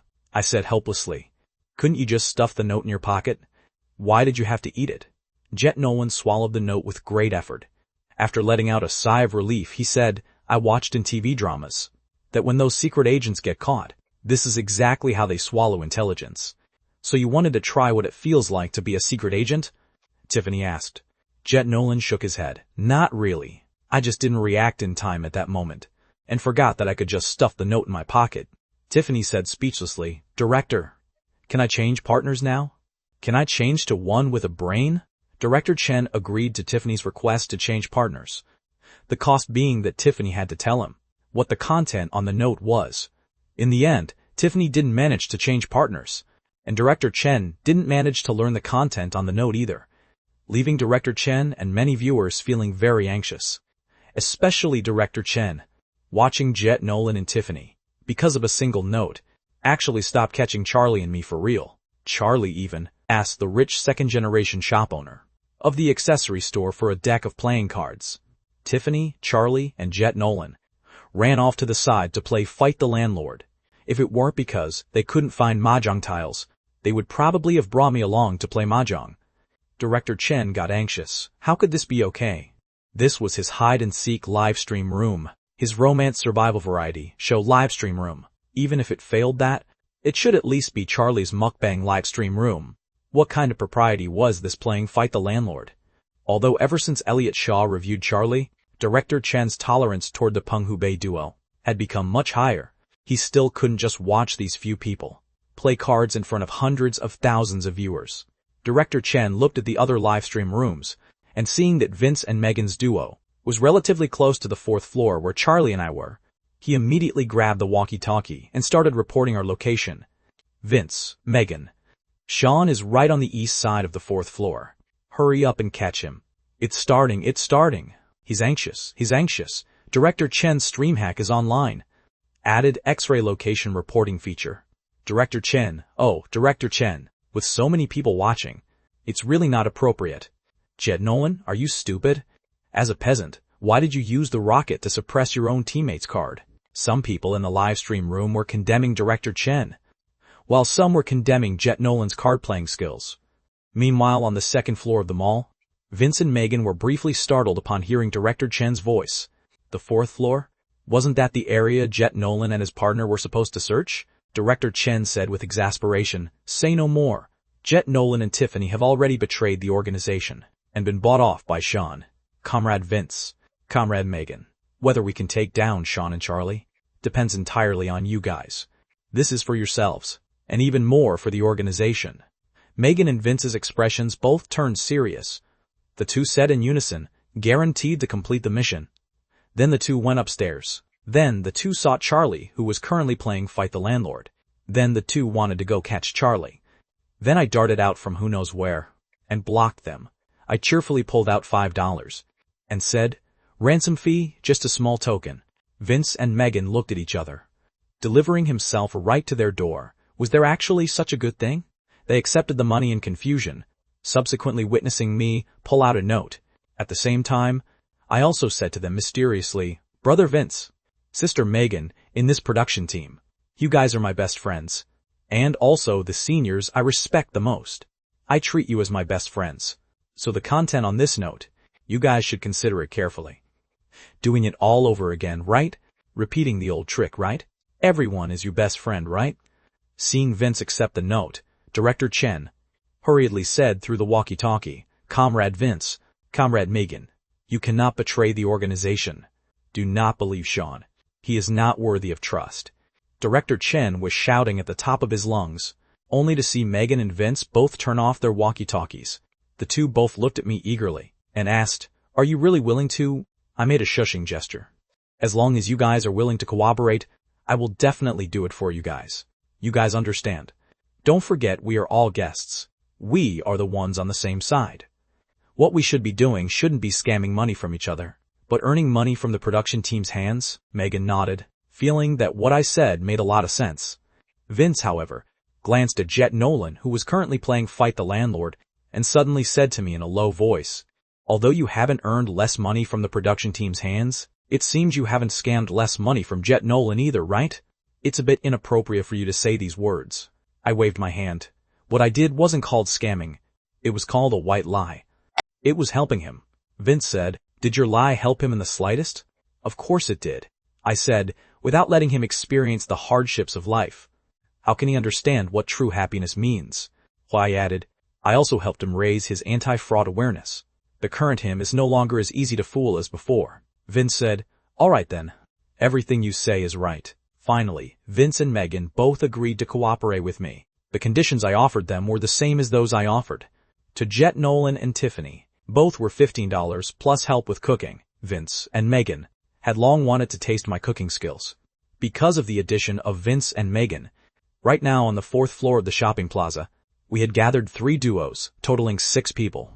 Consequently, I requested another deck of cards. 3 men as a group, 3 women as a group, and they played with increasing joy. The bullet comments in a live stream room also gradually turned into all sorts of armchair expert advice. Straight, press to play a straight. Holy crap, Brother Sean's card-playing skills are awesome. He won again. Cameraman, turn the camera to give a perspective from Sister Megan. Sister Megan's hand is good this round. I feel she can win the spring. Director Chen felt completely numb watching. Ever since the idea of hide and seek was conceived yesterday, Director Chen had felt that this was a plan that would burst with entertainment value. It had the game of wits between the hiders and the catchers, as well as the competition between the 3 catching duos. Most importantly, it could recoup funds from Charlie and me, which could be called perfect. Even last night, in Director Chen's dreams, the sights he dreamed of were all scenes of us chasing each other in the shopping plaza. As it turned out, hide and seek directly turned into Fight the Landlord. Although Fight the Landlord also involved wits and competition, this was completely different from what he had imagined. Director Chen grabbed the walkie-talkie and looked toward the live stream room of the Skydew duo. "You guys are my last hope." He pressed the communication button on the walkie-talkie. "Trent, Lucy, I have some unfortunate news to tell you guys." Trent and Lucy were currently searching the cinema on the top floor of the shopping plaza, and upon hearing the sound from the walkie-talkie, Trent asked, "What news? Did something happen?" The South Tiffany duo and Team Mighty have both been flipped by Sean and Charlie. Director Chen said with heart-wrenching grief. Right now, they are playing Fight the Landlord on the 4th floor. The task of taking them down can only be left to you guys. Trent and Lucy genuinely didn't expect that he could actually flip the remaining 2 duos. "How did he do it? Can you tell us what exactly Sean did? Otherwise, what if we get flipped too?" Trent asked. Director Chen said, "Sean showed them a note, and then they were flipped," Ren said. "May I venture to ask, what was written on the note?" Director Chen replied, "I don't know either." Trent and Lucy both fell silent. On that note, it must have been written with incredible conditions for Jet, Nolan, Vince, and the others to choose to cooperate with me. "Then if we go, won't Sean be able to flip us just the same?" Trent ultimately said helplessly. He didn't think. He had more willpower than the others. Director Chen naturally wouldn't let Trent just go over there directly. Seeing the South Tiffany duo and Team Mighty flipped with his own eyes, Director Chen decided this time to be fully prepared. "As long as you don't get flipped by them, I can give you a $100 prize. And furthermore, every time you catch Sean, I'll give you an extra $5 prize." Director Chen went all out this time. Today, he absolutely had to see hide and seek, absolutely. Upon hearing there was such a generous reward, Trent and Lucy's eyes lit up. $100 in prize money. They hadn't seen this much money since they started participating in this show. "All right, we accept this mission," Trent said. Subsequently, he followed Director Chen's instructions and headed downstairs the whole way. Director Chen stared at the screen and let out a cold snort. "Sean, oh Sean." I went all out this time. "I don't believe you can offer conditions this generous. Wanting to duel with me? You are still way too green." Before long, Trent and Lucy's duo found me and Charlie, who were currently playing cards. Seeing this, I handed over $5 with practiced ease, and subsequently handed over a note as well. Trent swallowed a mouthful of saliva. He wanted to see, after all, exactly what kind of conditions could sway the other 2 duos. Upon seeing the $15, Trent wasn't particularly tempted, but when he and Lucy saw the phrase, "I'll help cook dishes," afterwards, the expressions of the 2 turned somewhat unnatural. These past few days, almost every evening, they had to watch from the screen as I cooked dishes for Charlie. While they could only eat boxed meals pitifully, my culinary skills were beyond doubt. Therefore, Trent and Lucy had also long wanted to eat the food I cooked. I have to admit, this condition was indeed very tempting. However, at the thought of that $100, Trent started to hesitate again. Finally, Trent took a deep breath, shook his head at me and said, "Sorry, we cannot accept your conditions. We refuse to cooperate." Seeing Trent refuse the cooperation with righteous words, Director Chen's face revealed a smile. He couldn't help but pick up the walkie-talkie and proudly gloated to Charlie and me. "It's not just you guys who know how to offer conditions. I can also offer conditions to them just the same." I gave them a $100 prize and promised them that every time they catch you, I'll give them an extra $5. The condition I offered is this generous. Let's see how you can sell out humanity now. Comrade Little Sean, you guys are still way too green. Director Chen's tail was about to point to the heavens at this point. Having dueled with me so many times, he finally won once. Upon hearing this, I suddenly said to Director Chen, "Then if the South Tiffany duo and Team Mighty choose to betray me right now and not continue to cooperate with me, Director Chen, can you give them such generous treatment?" Director Chen instantly said, "Of course that's impossible. Otherwise, if every duo had a $100 prize, is there any point in recording this show?" I nodded my head and subsequently looked at Trent and Lucy, saying with a chuckle, "You two, are you really not planning to cooperate with me?" Trent let out a sigh. "Your conditions are indeed very tempting. We also really want to taste your cooking skills. But $100 in prize money. Since the show started airing until now, we have never seen this much money. We genuinely want to live a good life for once. So, sorry." "All right, Ben." I sat on the chair and waved at Trent. I am a very reasonable person, so I respect your choice. But I suddenly changed my style. But respect is respect. I still want to have a good talk with you guys. My mind is made up. There's nothing left to talk about, Trent said with a determined look in his eyes. I shook my head slowly and gave a gentle wave of my hand. Jet, Nolan, Tiffany, and the others locked eyes with each other, none of them knowing what I was about to do. One by one, they stood there blankly. The scene became awkward for a moment. Only Charlie understood my intention. She hurriedly whispered a few words to Vince, Jet, Nolan, and the others, and subsequently gave me an okay gesture. I cleared my throat. "Let's do this again." Saying that, I gave another gentle wave of my hand. This time, Jet, Nolan, and the others finally cooperated. Jet, Nolan, and Vince stood on either side of Trent. Tiffany and Megan walked over to Trent's side. Trent looked left and right, discovering that Jet, Nolan, and Vince's expressions were both sinister, which gave Trent a shiver. "What do you guys want to do?" "We're not doing anything. I just want you to sit down and have a good chat with me," I said as Vince and Jet, Nolan pulled Trent over to the chair opposite me. Trent subconsciously wanted to stand up, only to instantly be held down by the shoulders by Vince, and Jet, Nolan pressed back onto the chair. Trent was on the verge of tears. Why did he have a feeling like he had been kidnapped? Charlie took out a pair of sunglasses from the accessory shop and put them on me. Wearing the sunglasses and crossing my legs, I looked at Trent, who was being held down by two people opposite me, with the demeanor of a mob boss, and said slowly, "Trent, it seems you just said you don't want to cooperate with me. Do you want to reconsider now?" It's true, I genuinely can't offer conditions more generous than Director Chen's. But like I just said, I am a very reasonable person, and there is a logic I must explain clearly to you guys.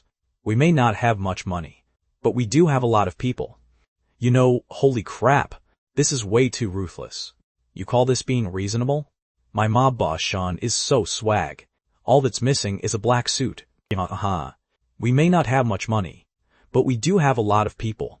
Filming a romance variety show and ending up with the feel of a gangster movie, Trent and Lucy are too miserable. It's finally not my little Jet, Nolan having bad luck for once. Woohoo! The bullet comments in the live stream room surged upward for a moment.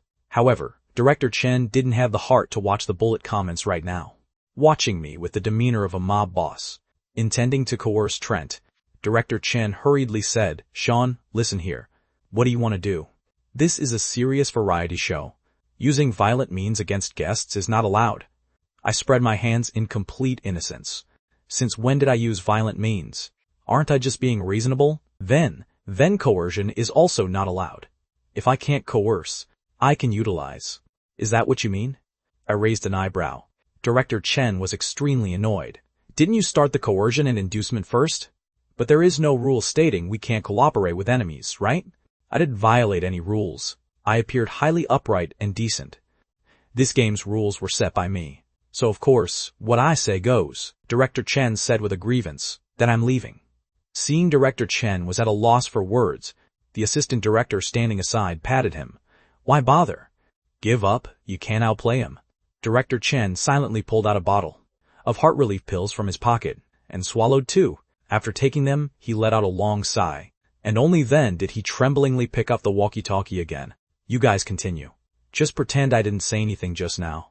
Hearing that there was no more sound from Director Chen's side, I looked toward Trent and Lucy with a face full of kindness, and said with a smile, You two, the financier who provides your funding, has stopped speaking. Do you still have any thoughts now? Like I said before, I am a very reasonable person, and I also respect your choice. Trent looked at Vince and Jet Nolan beside him, and then looked at Tiffany, who was beside Megan and the others, as well as Charlie, who was standing off to the side, carrying an inflatable hammer that she didn't know where she found, and revealed a smile that was uglier than crying. We'll cooperate. We are willing to cooperate. I took off my sunglasses, stood up, walked forward, and smiled as I shook hands with Trent. Sure enough, you guys are also very sensible people. Trent shook hands numbly. A moment later, he raised his head and looked at me pitifully again. Then afterwards, will you give us $15? And help us cook in the evening? I thought for a bit, and finally said, cooking is fine. But the $15, I'm very sorry. I cannot give to your duo. Wait. Why? Because we have more people. So what I say goes? Any objections? Trent was silent for a long time. Finally, he suddenly grabbed Jet Nolan's hand on the side. Jet Nolan was given a start. You don't happen to have a secret crush on me too, right? Trent didn't know what Jet Nolan meant by those words. He only said with a face full of sorrow, Jet Nolan, I finally understand the suffering you once endured. No wonder it was said not to go near Sean and Charlie, or you will become unfortunate.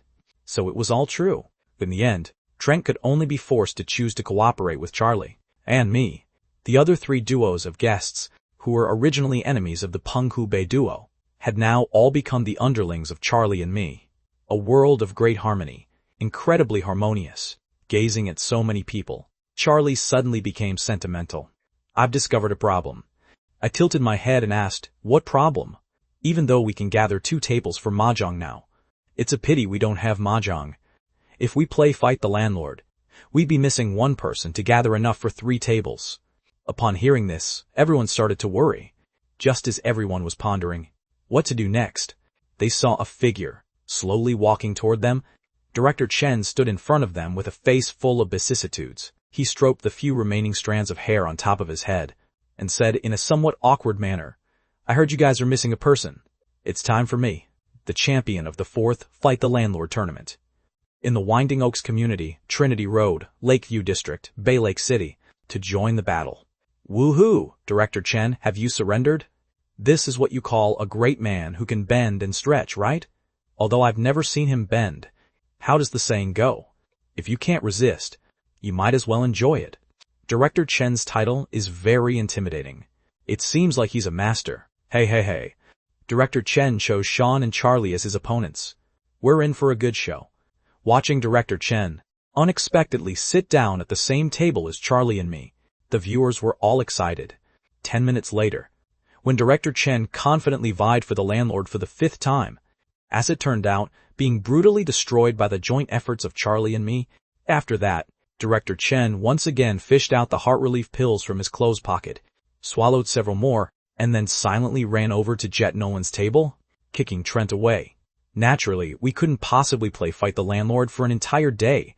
After all, this was still recording a show and doing a live stream.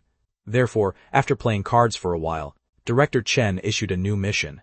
Since hide and seek can't continue today, let's organize a new mission, alright? Right here on the 7th floor of the shopping plaza, there is an escape room. I'm sure you guys have all seen it before. Our production team has reached a cooperation with that escape room. A moment later, we will send each duo of guests into different escape rooms. You need to crack the puzzles in the escape room to find the exit and escape. We have prepared different prizes. Whoever escapes first has the qualification to choose their prize.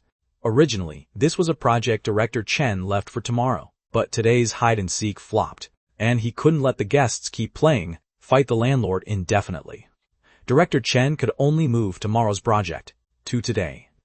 The group of people marched imposingly up to the 7th floor and arrived at the entrance of the escape room. Inside the entrance of the escape room, the shop owner greeted everyone with a beaming smile and subsequently said, "This time, for our production team, I have painstakingly designed many, highly magical escape room projects. I added a lot of new elements inside. I can guarantee that this escape room is something you have never experienced before. Remember, inside the escape room, except for your partner, do not believe any other person, and do not fully believe any piece of information." Once the owner finished speaking, the staff members pulled out blindfolds and put them on the several duos of guests. Subsequently, with a mysterious vibe, they led the guests into different escape rooms. Charlie clutched my arm, walking with extreme caution at every single step. Not until the staff members said they could take off the blindfolds did Charlie and I take off our blindfolds and look at the escape room in front of us. As it turned out, Charlie was completely stunned at first glance, because on the wall opposite her, 3 blood-red large characters were written, Jet Nolan.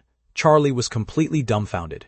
Why on earth, inside our escape room, would Jet Nolan's name be written? Before she could even snap back to her senses, a staff member hurriedly ran over. "Sorry about that. I brought you into the wrong room. Please follow me over this way." Charlie locked eyes with me and was about to walk away with the staff member. But after taking 2 steps, I pulled Charlie and came to a halt. The staff member turned his head toward us in confusion. "Why are you two not walking anymore? Is there any problem?" I narrowed my eyes to look at him. "It's not that we have a problem. It's that you have a problem." The staff member tugged down the baseball cap on his head, revealed an expression full of confusion, and asked, "What are you talking about? What do you mean I have a problem?" I raised my chin and pointed toward the door that the staff member was trying to lead us toward. Although when we came inside just now, we were blindfolded, but I know that when we arrived, the door we walked through certainly wasn't that one. That's because walking through this door can also lead to the escape room you want to go to, the staff member said. "Is that so? If that's truly the case, why don't you open the door and let us take a look?" I made a gesturing motion of invitation. The staff member, however, didn't budge from the spot for a long time. I then continued, "Before entering the escape room, the owner kept saying that this was an escape room he specifically designed, and he also said that inside the escape room, except for our partner, we cannot believe any other person. Generally speaking, the game of escape room already launched at the split second we took off our blindfolds. Therefore, you are also within the scope of those we cannot believe. Am I right?" I smiled and pointed to another door in the room. "That side over there should be the actual entrance we came from, right?" Without a further word of goodbye, the staff member silently left the room through that exact door. Without a single doubt, this demonstrated that my deduction was correct. Witnessing this scene, the viewers in front of their livestream screens all let out a sigh of relief. In fact, these viewers of theirs knew that this staff member had a problem, because inside the escape rooms of the other duos of guests, a similar situation had also occurred, which was that a person claiming to be a staff member came inside and said the guests had walked into the wrong room, intending to take the guests to another room. But the other duos weren't as vigilant as I was. Take Tiffany and Jet Nolan's duo, for instance. When Jet Nolan followed the staff member into the adjacent room, and right when Tiffany intended to go inside together, the room door was closed instead. Tiffany and Jet Nolan were directly separated into 2 rooms. Meanwhile, a notification chime echoed from the escape room, stating that only if both sides jointly decrypted, cracking open the room's secrets with one inside and one outside, could they rescue their companion. Originally, witnessing that a staff member also approached Charlie and me, the viewers were still worrying that we would fall into the trap too. They didn't expect that I would unexpectedly see right through the opponent with a single glance. Can only say as expected of Sean. After all, he is the bro Sean who is proficient in multiple foreign languages, casually solves advanced calculus competition problems, and can deduce the room number purely based on light. Then doesn't this count as them skipping a stage? Directly skipping the step of rescuing their teammate so they can proceed to the next step. I'm a bit curious as to how long it will take them to clear this escape room, and how much faster they can be than the other duos. Earlier, the owner seemed to introduce that this escape room's estimated clearance time was around an hour and a half. Sean skipped a stage, and plus his brain works fast. I estimate he can clear it in 40 minutes, right? Someone remarked. Someone even started taking bets. I bet an hour. I bet 30 minutes. I believe in Sean, 70 minutes I guess. Who knows if behind this escape room, they designed any more nonsense tricks down the line. The comments kept discussing this question of clearance time non-stop. Meanwhile, inside the escape room right now, Charlie was currently looking around the entire room with curiosity, and subsequently pointed at a small door situated in the corner. There seems to be a combination lock over there. One needs to find the combination to crack open that lock in order to enter the next room, right? This kind of escape room game is generally put together and combined by 3 or 4 escape rooms. Players need to rely on the clues inside the escape room to find the key leading to the next escape room, or the combination. I thought about it for a bit, and suddenly asked Charlie, do you want to clear the stage quickly, or do you want to play a bit longer? Naturally, it's to clear the stage as fast as possible. Didn't you hear Director Chen say, there's a reward? Charlie said in a highly serious tone. I nodded my head, and then took Charlie's hand, walking right toward that door that the staff member had just left through a moment ago. Twisting the doorknob, we stepped straight out. Outside the door, the shop owner, Director Chen, along with the entire crowd of staff members, were all staring in absolute, jaw-dropped bewilderment at Charlie and me as we walked out. Holy crap, can an escape room even be played this way? A completely unthought-of path. It seems he did indeed escape. Where are the ones who just guessed an hour? This literally only took a minute, right? Sean's mental wiring is truly something no ordinary person can keep up with. The escape room shop owner's lips were completely trembling at this point. How on earth did you just walk out like this? I was highly perplexed. If I don't walk out like this, how else am I supposed to get out? And no. My point is, how could you walk out through this door? The shop owner said, I am even more perplexed now. For an escape room, isn't it enough as long as you escape? Why on earth do you care which door one walks out from? Shop owner, although what you say makes a lot of sense. In reality, it makes absolutely 0 sense at all, okay? Whose family plays an escape room? By turning right around and retracing their steps back the way they came? What's the point of playing then? As it turned out, Charlie even stepped forward at this point to lecture the shop owner. Owner, one look and I can tell you're not professional. For this kind of escape room, how could you not lock the door? The shop owner was completely speechless. He wasn't professional? In Chang'an City, he has already opened over a dozen escape rooms of all sizes. He wasn't professional? The reason the door wasn't locked this time was solely because the staff member had ultimately walked out through this door. Besides, for a normal person, who on earth would think of clearing an escape room this way? Is it ultimately that I'm not professional? Or that your train of thought is just way too bizarre? Seeing that the shop owner was speechless, Charlie ran back to look for Director Chen. Director Chen, where is our promised reward? Director Chen looked at the time gloomily. There were still at least 3 hours until the live stream concluded. If right now he let Charlie and me complete the mission, for the remaining 3 hours, there was no telling what the two of us might do. Finally, Director Chen had a sudden brainwave, and suddenly said, actually, the reward is placed on the side of the escape room's true exit. You need to clear the escape room, and go out from the other exit to get the reward. And I advise you guys to be quick about it. If the other duos clear it first, the good rewards will be picked away by them. Director Chen let out a hee-hee chuckle. I'll give you a heads up in advance. This time, the reward is anything but ordinary, which has a great deal to do with the recording of our very last episode a few days from now. If you can choose a good reward, the recording of the last episode might leave a highly deep impression on you. Oh, hearing Director Chen put it that way, Charlie naturally became interested. She pulled me along and returned straight back into the escape room.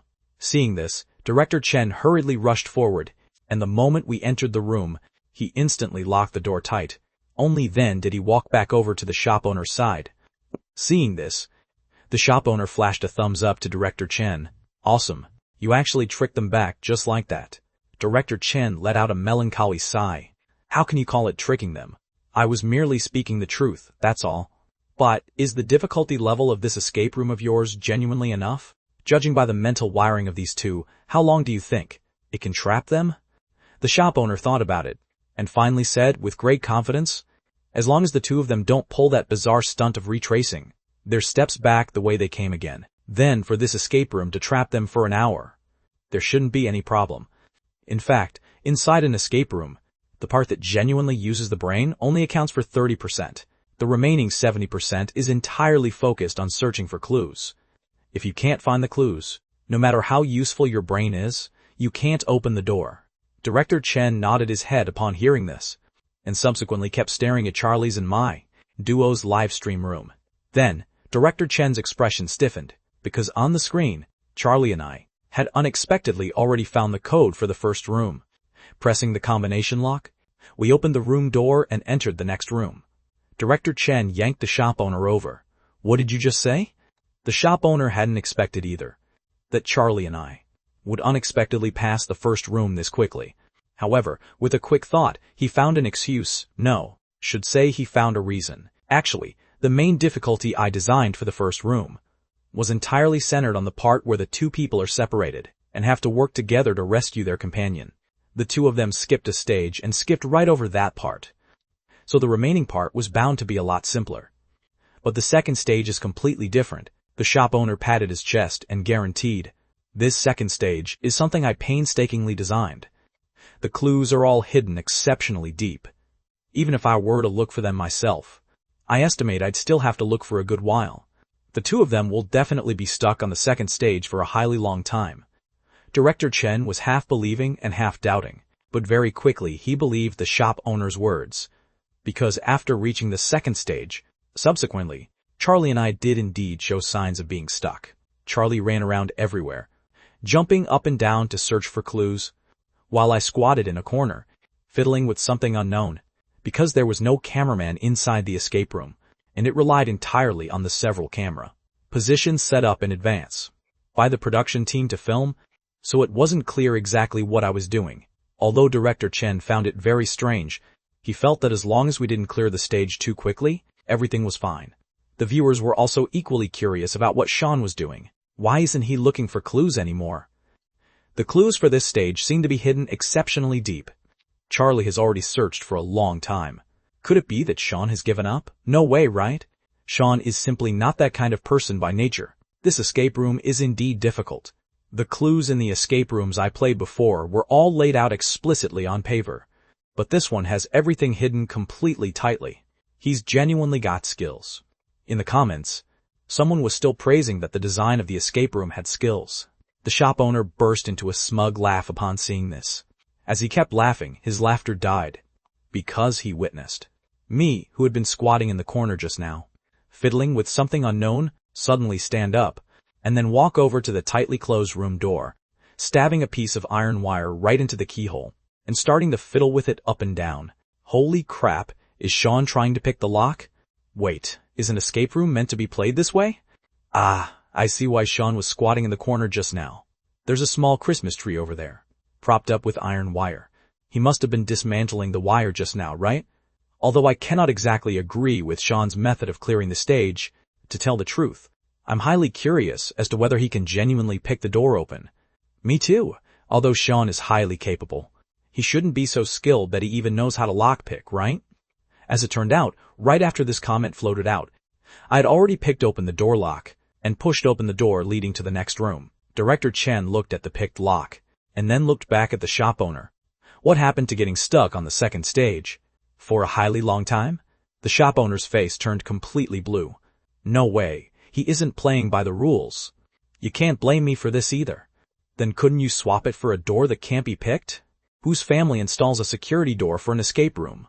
Besides, who on earth picks locks when playing an escape room? Is this even logical?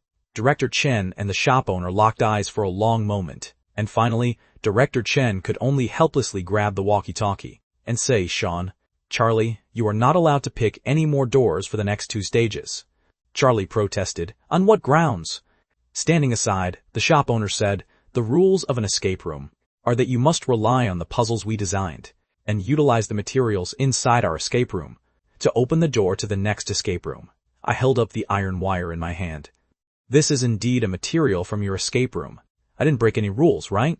The shop owner choked for a moment, and a moment later said stubbornly, in any case, you just can't pick any more doors. Please show some respect. For the escape room I painstakingly designed. Guarding! Director Chen suddenly whispered a few words into the shop owner's ear. The shop owner gave Director Chen a bizarre look, and subsequently, with half belief and half doubt, repeated Director Chen's words, as long as you clear the stage honestly, without resorting to methods like lock-picking doors. Then, after you ultimately clear the stage, I can give you a $5 prize. $5. This exact amount was told to the shop owner by Director Chen. The shop owner felt whether $5 was a bit too little. Could it genuinely sway these two?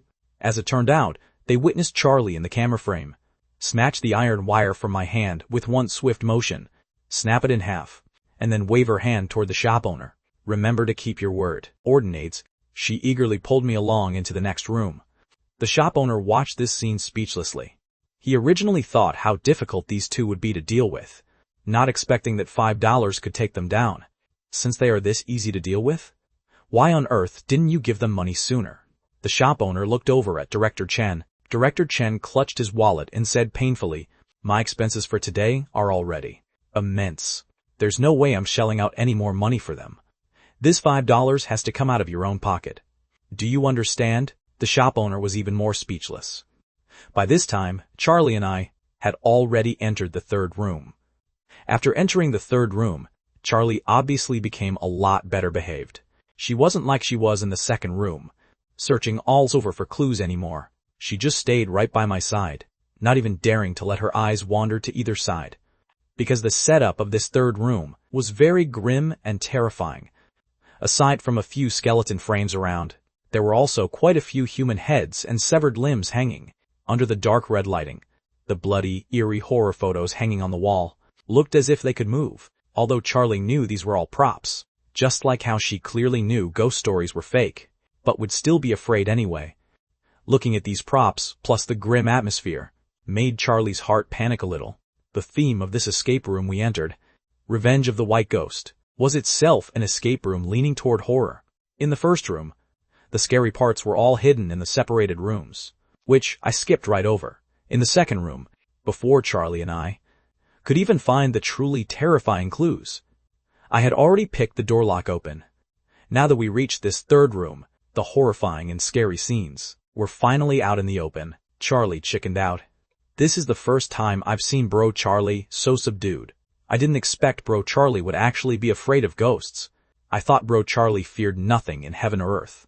No wonder during the first episode, as soon as Sean said he wanted to tell Bro Charlie a ghost story, he got severely beaten by Bro Charlie. Ahaha, a scared bro. Charlie looks just like a little baby. So cute. It's rare for the viewers to see such a quiet and obedient Charlie. Naturally, I also noticed Charlie's fear. I proactively pulled Charlie's hand and said in a low voice, "What's wrong? Are you scared?" Charlie gave a soft hum of agreement.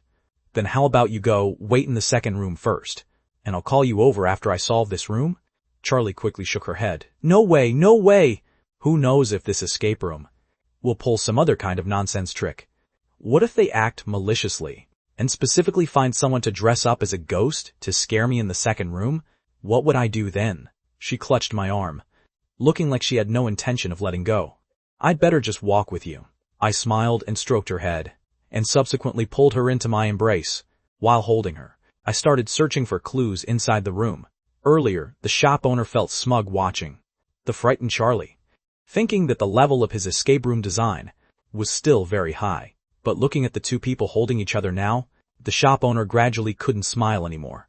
He let out a sigh, hugged his own arms in loneliness, and said, "I'm already in my late 30s, so why on earth can't I find a girlfriend?" Director Chen patted the shop owner's shoulder consolingly. "Actually, I don't have a girlfriend either." The shop owner instantly felt a sense of shared fate as fellow sufferers. Subsequently, he heard Director Chen continue, "But I have a wife." The assistant director, standing aside, glanced at Director Chen. This guy's level of infuriating people has obviously improved lately. He has probably been assimilated by me. If cleared normally, this escape room was indeed designed with quite a bit of difficulty. It took even me 15 minutes in the third room to finally find the crucial clue and open the door to the third room. What appeared in front of Charlie and me was a dark corridor. Only the end of the corridor had a tiny bit of light, illuminating the entrance to the fourth room. The middle of the corridor was completely pitch black. I picked up the small flashlight we had just found. The modified flashlight's beam was weak, and the area it could illuminate was very small. So even with a flashlight, we were still practically moving forward in the dark. I frowned. This corridor could definitely not have been designed for nothing.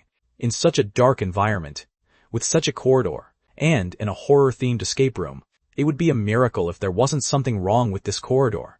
Obviously, Charlie thought of this point as well. She shrank even more fearfully into my embrace.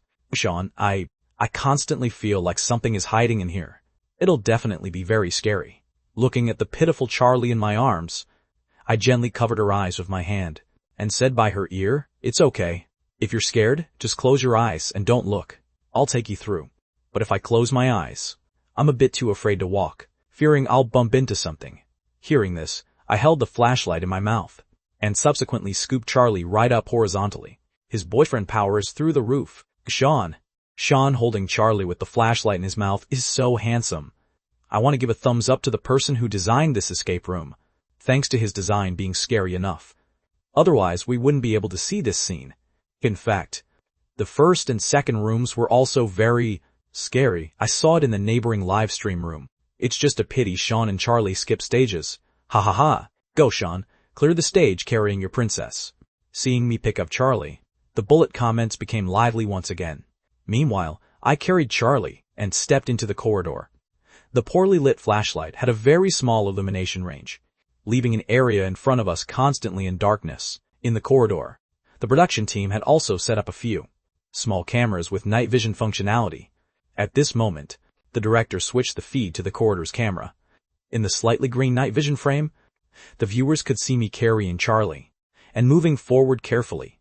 Similarly, they could also see a female ghost currently hiding in the corridor. This female ghost was, of course, played by a staff member. She was currently crouching in the darkness of the corridor, waiting for Charlie and me to approach. "Ah, Sean, stop walking. There's a ghost ahead. We're screwed. Sean and Charlie are definitely going to be scared. Is this ultimately an escape room or a haunted house? Is it really this thrilling? Where is this escape room? I want to go play too." Charlie is so afraid of ghosts. Will she be scared to tears? I suddenly kind of want to see Charlie cry from being scared. Something is wrong with you. But I want to see it too. Hee, I'm different. I want to see Sean get scared. The dog-like handsome guy who has always been completely calm, looking pale with fright, and trembling all over. Just thinking about it is highly exciting. The viewers, who could see the female ghost through the night vision feed, were discussing animatedly. Heaps of people were waiting for Charlie and me to get scared. Meanwhile, seeing the scene in the livestream room, a smile also appeared on the shop owner's face. This corridor was his proud masterpiece. The dark corridor, the limited light source, and the female ghost hiding in the dark could absolutely bring the participants the greatest sense of immersion and terror. In the camera frame, I, carrying Charlie, had already come incredibly close to where the female ghost was positioned. Seeing the timing was right, the female ghost pounced forward all at once, intending to let out a sharp scream to scare Charlie. But right when she had just lunged out, and before she even had time to let out a scream, she saw me extend a finger toward her and make a shushing gesture. Subsequently, she heard me, with the flashlight in my mouth, say somewhat indistinctly, "Don't scare her." Thank you. My voice wasn't particularly loud, but through the microphone on my body, it nevertheless reached the ears of every viewer in the live stream room. The viewers, who were originally waiting to see Charlie and me get scared, fell into a brief silence.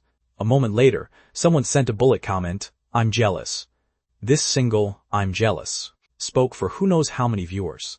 Of course, it wasn't just the voice of the viewers, but also the voice of the female ghost, gazing at me holding Charlie.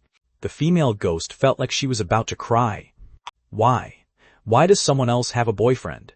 Why is someone else's boyfriend so doting? While she can only be completely alone, hiding in a dark corridor dressing up as a ghost to scare people. The problem was, she hadn't even scared anyone, but was instead stuffed with a mouthful of public affection. The more the female ghost thought about it, the angrier she got, and finally squatted on the ground, hugging her legs in grievance.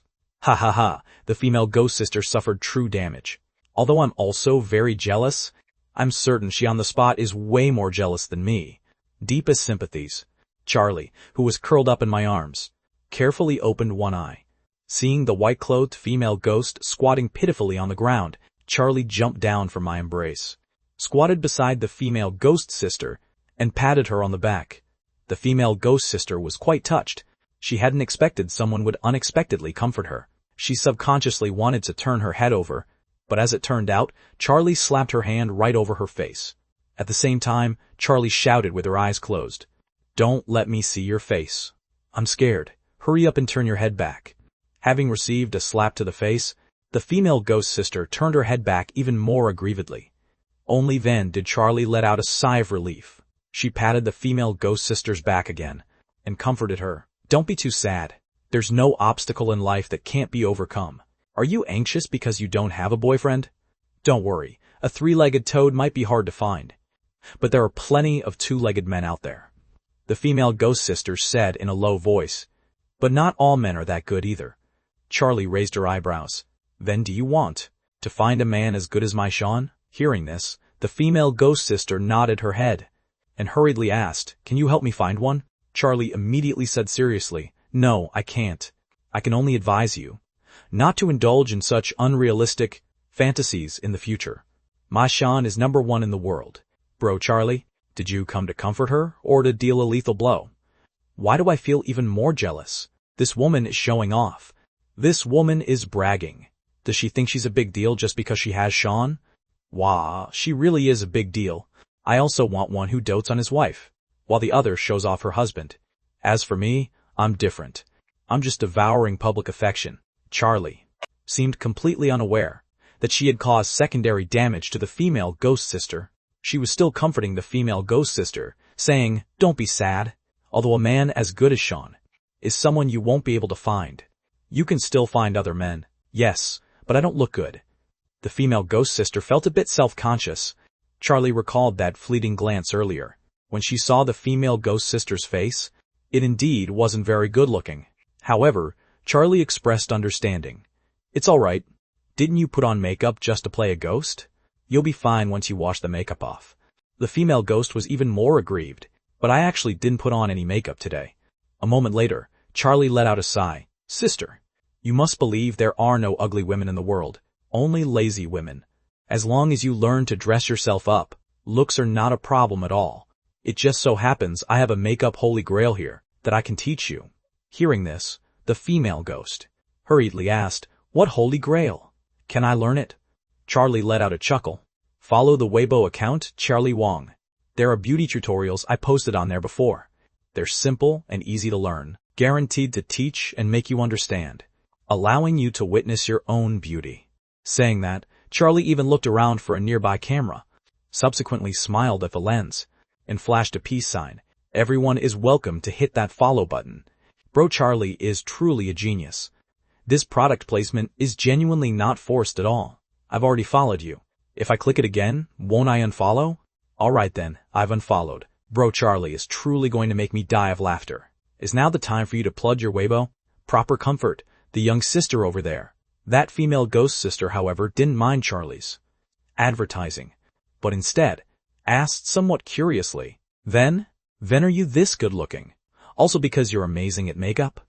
Charlie touched her own face and said seriously, "I'm like this because of natural beauty." The female ghost sister was left completely speechless.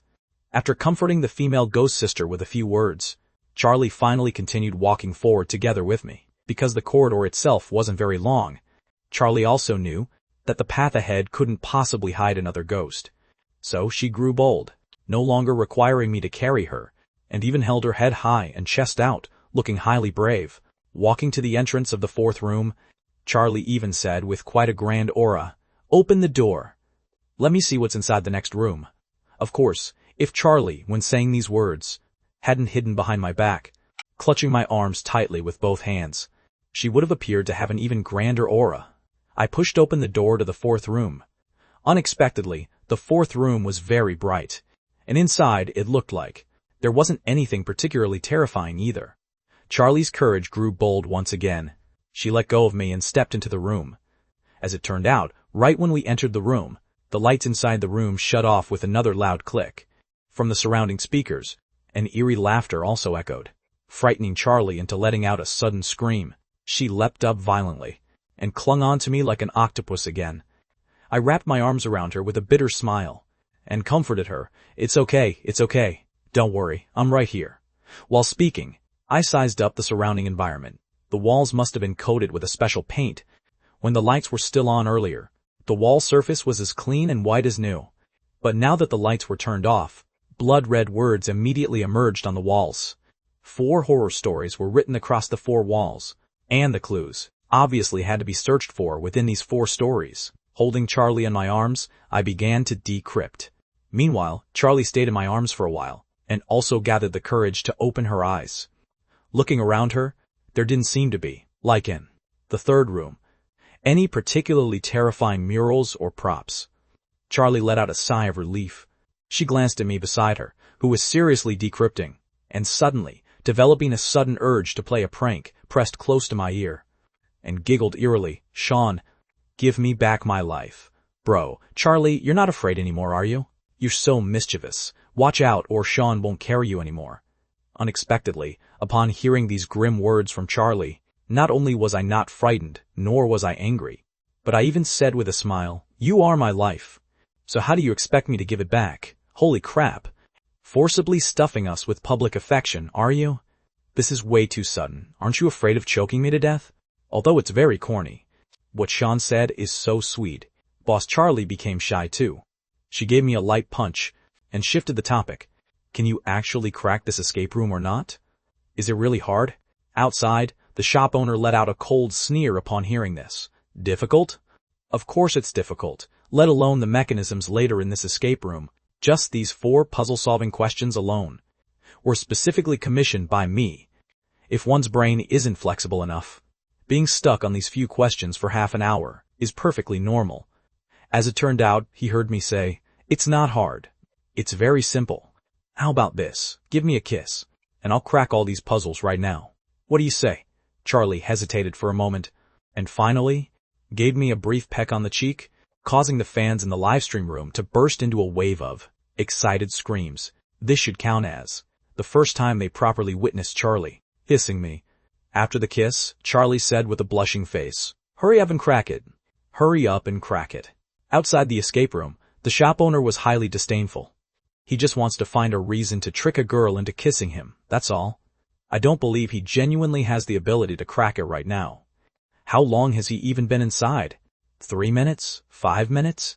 Wanting to crack my 4 questions in 5 minutes? Are you kidding me? Director Chen glanced at the shop owner. To tell the truth, he constantly felt that right now. The shop owner's state looked a bit familiar. 1 minute later, when I easily solved the 4 puzzles on the wall and found a new clue, making the shop owner's expression turn completely stiff. Only then did Director Chen figure out why he felt it was familiar. Wasn't this exactly his own original state? Back then, he was also full of confidence when he said an advanced calculus. Competition problem for me, even thinking I wouldn't be able to solve it no matter what. What was the result? The result was exactly like the shop owner right now. Being slapped right across the face by me, feeling extremely painful. The gaze Director Chen had when looking at the shop owner instantly became like a senior looking at an ignorant junior. Oh, young shop owner, you know absolutely nothing about Sean's power.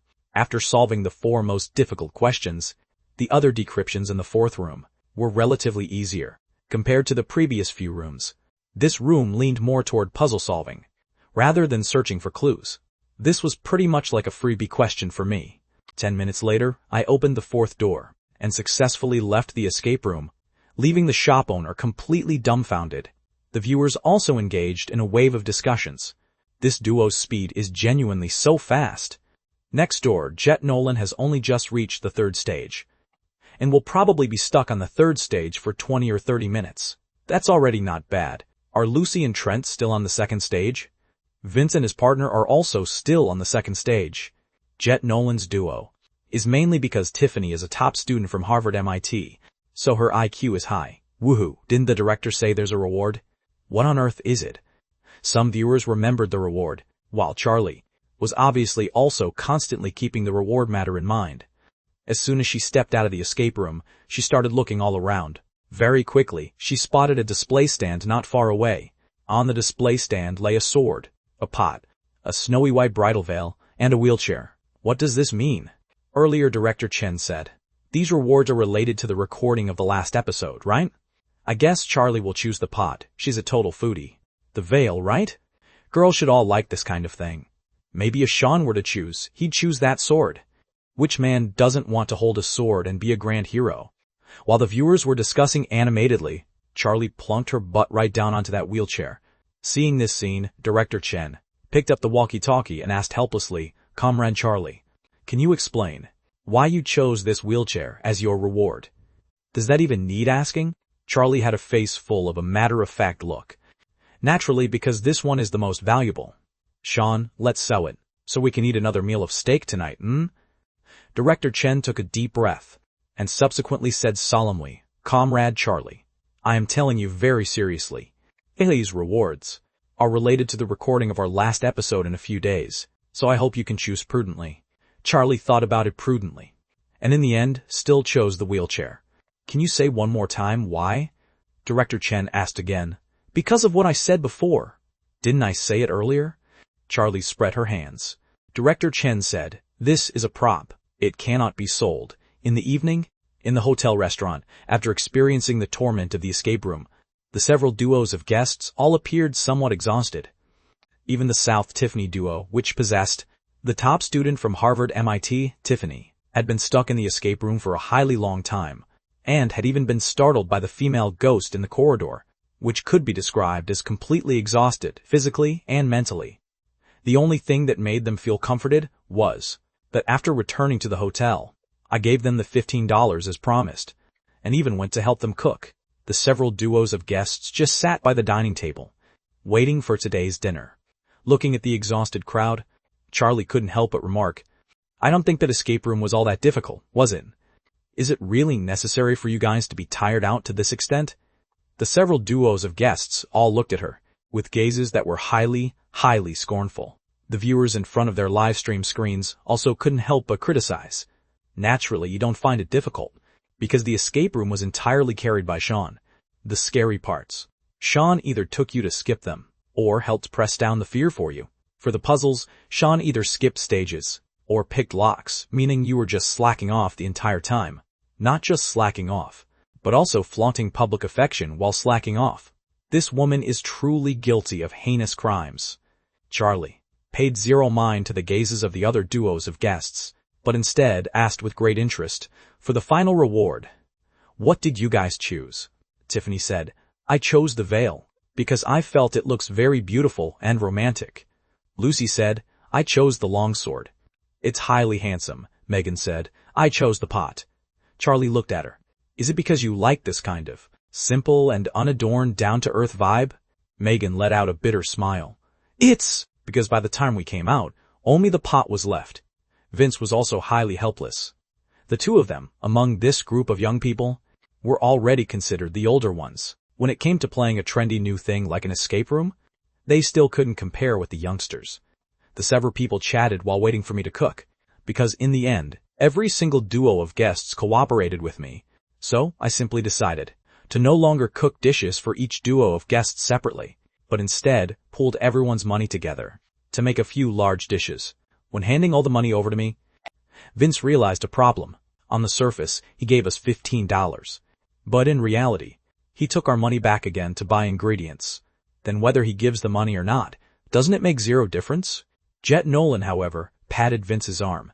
"It's already a good thing he didn't scam us out of extra money. Just count your blessings." Pooling the money of the several duos together, us. The $300 prize money Director Chen gave me from the hide-and-seek project. In the end, I scraped together nearly $300 on hand. Using this money to buy ingredients was completely enough to make a whole table of a grand feast. Another half hour passed, and Uncle Lee and I brought out plate after plate of dishes. Seeing Uncle Lee, the several guests who were originally sitting all stood up to greet Uncle Lee. By now, they also all knew that this Uncle Lee was a state banquet chef. And furthermore, he was the true owner of this hotel. Charlie looked at Uncle Lee curiously and asked, "Uncle Lee, don't tell me you were also cooking just now." "Yeah, seeing that Sean couldn't manage all by himself, I helped cook a few dishes," Uncle Lee said. Everyone's expressions became colorful. A state banquet chef helped. They were going to get to eat dishes handmade by a state banquet chef. However, I didn't help out for nothing. I'm definitely going to crash the meal in a bit, Uncle Lee added. "Welcome, welcome." "Of course you're welcome," everyone said as they made a spot for Uncle Lee. Gazing at that table of a whopping 9 dishes, a few of them were all salivating a bit. Charlie was craving it. Right after they were ready, she was about to use her chopsticks immediately. As it turned out, at this moment, Director Chen's voice echoed from the walkie-talkie. They heard Director Chen swallow his saliva first, and only then did he clear his throat and say, "Everyone, don't be in a hurry to eat yet. I still have a mission to give you guys."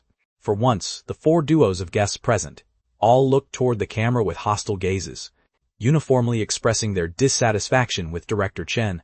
Ha ha ha, Director Chen provoked public anger this time, leaving so much delicious food there and not letting them eat it, while still wanting to issue a mission. If it were me, I'd be angry too. Bro Charlie's expression looks exactly like she wants to eat someone alive. Fortunately, Director Chen isn't here in person. Otherwise, I estimate there'd bound to be an extra meat dish on the dining table in a bit. Director Chen was also made a bit uncomfortable by these people's stares. But he still braced himself and said, "Out of the 9 dishes on this table, some were made by Sean, while some were made with Uncle Lee's help. When you guys eat in a bit, you can taste whose culinary skill it is. If you guess correctly, you can continue eating." "What if we guess wrong?" Tiffany asked. Director Chen let out a hee-hee chuckle. "If you guess wrong, you have to bring this dish over to me. In your dreams, these are all mine." Charlie slapped the table, staring with wide eyes and saying, "I'm the director. What I say goes." Just as Director Chen finished saying this, the other duos of guests stood up at the same time, frightening the cameraman into taking several steps back. He said, "Don't look at me like that, okay?"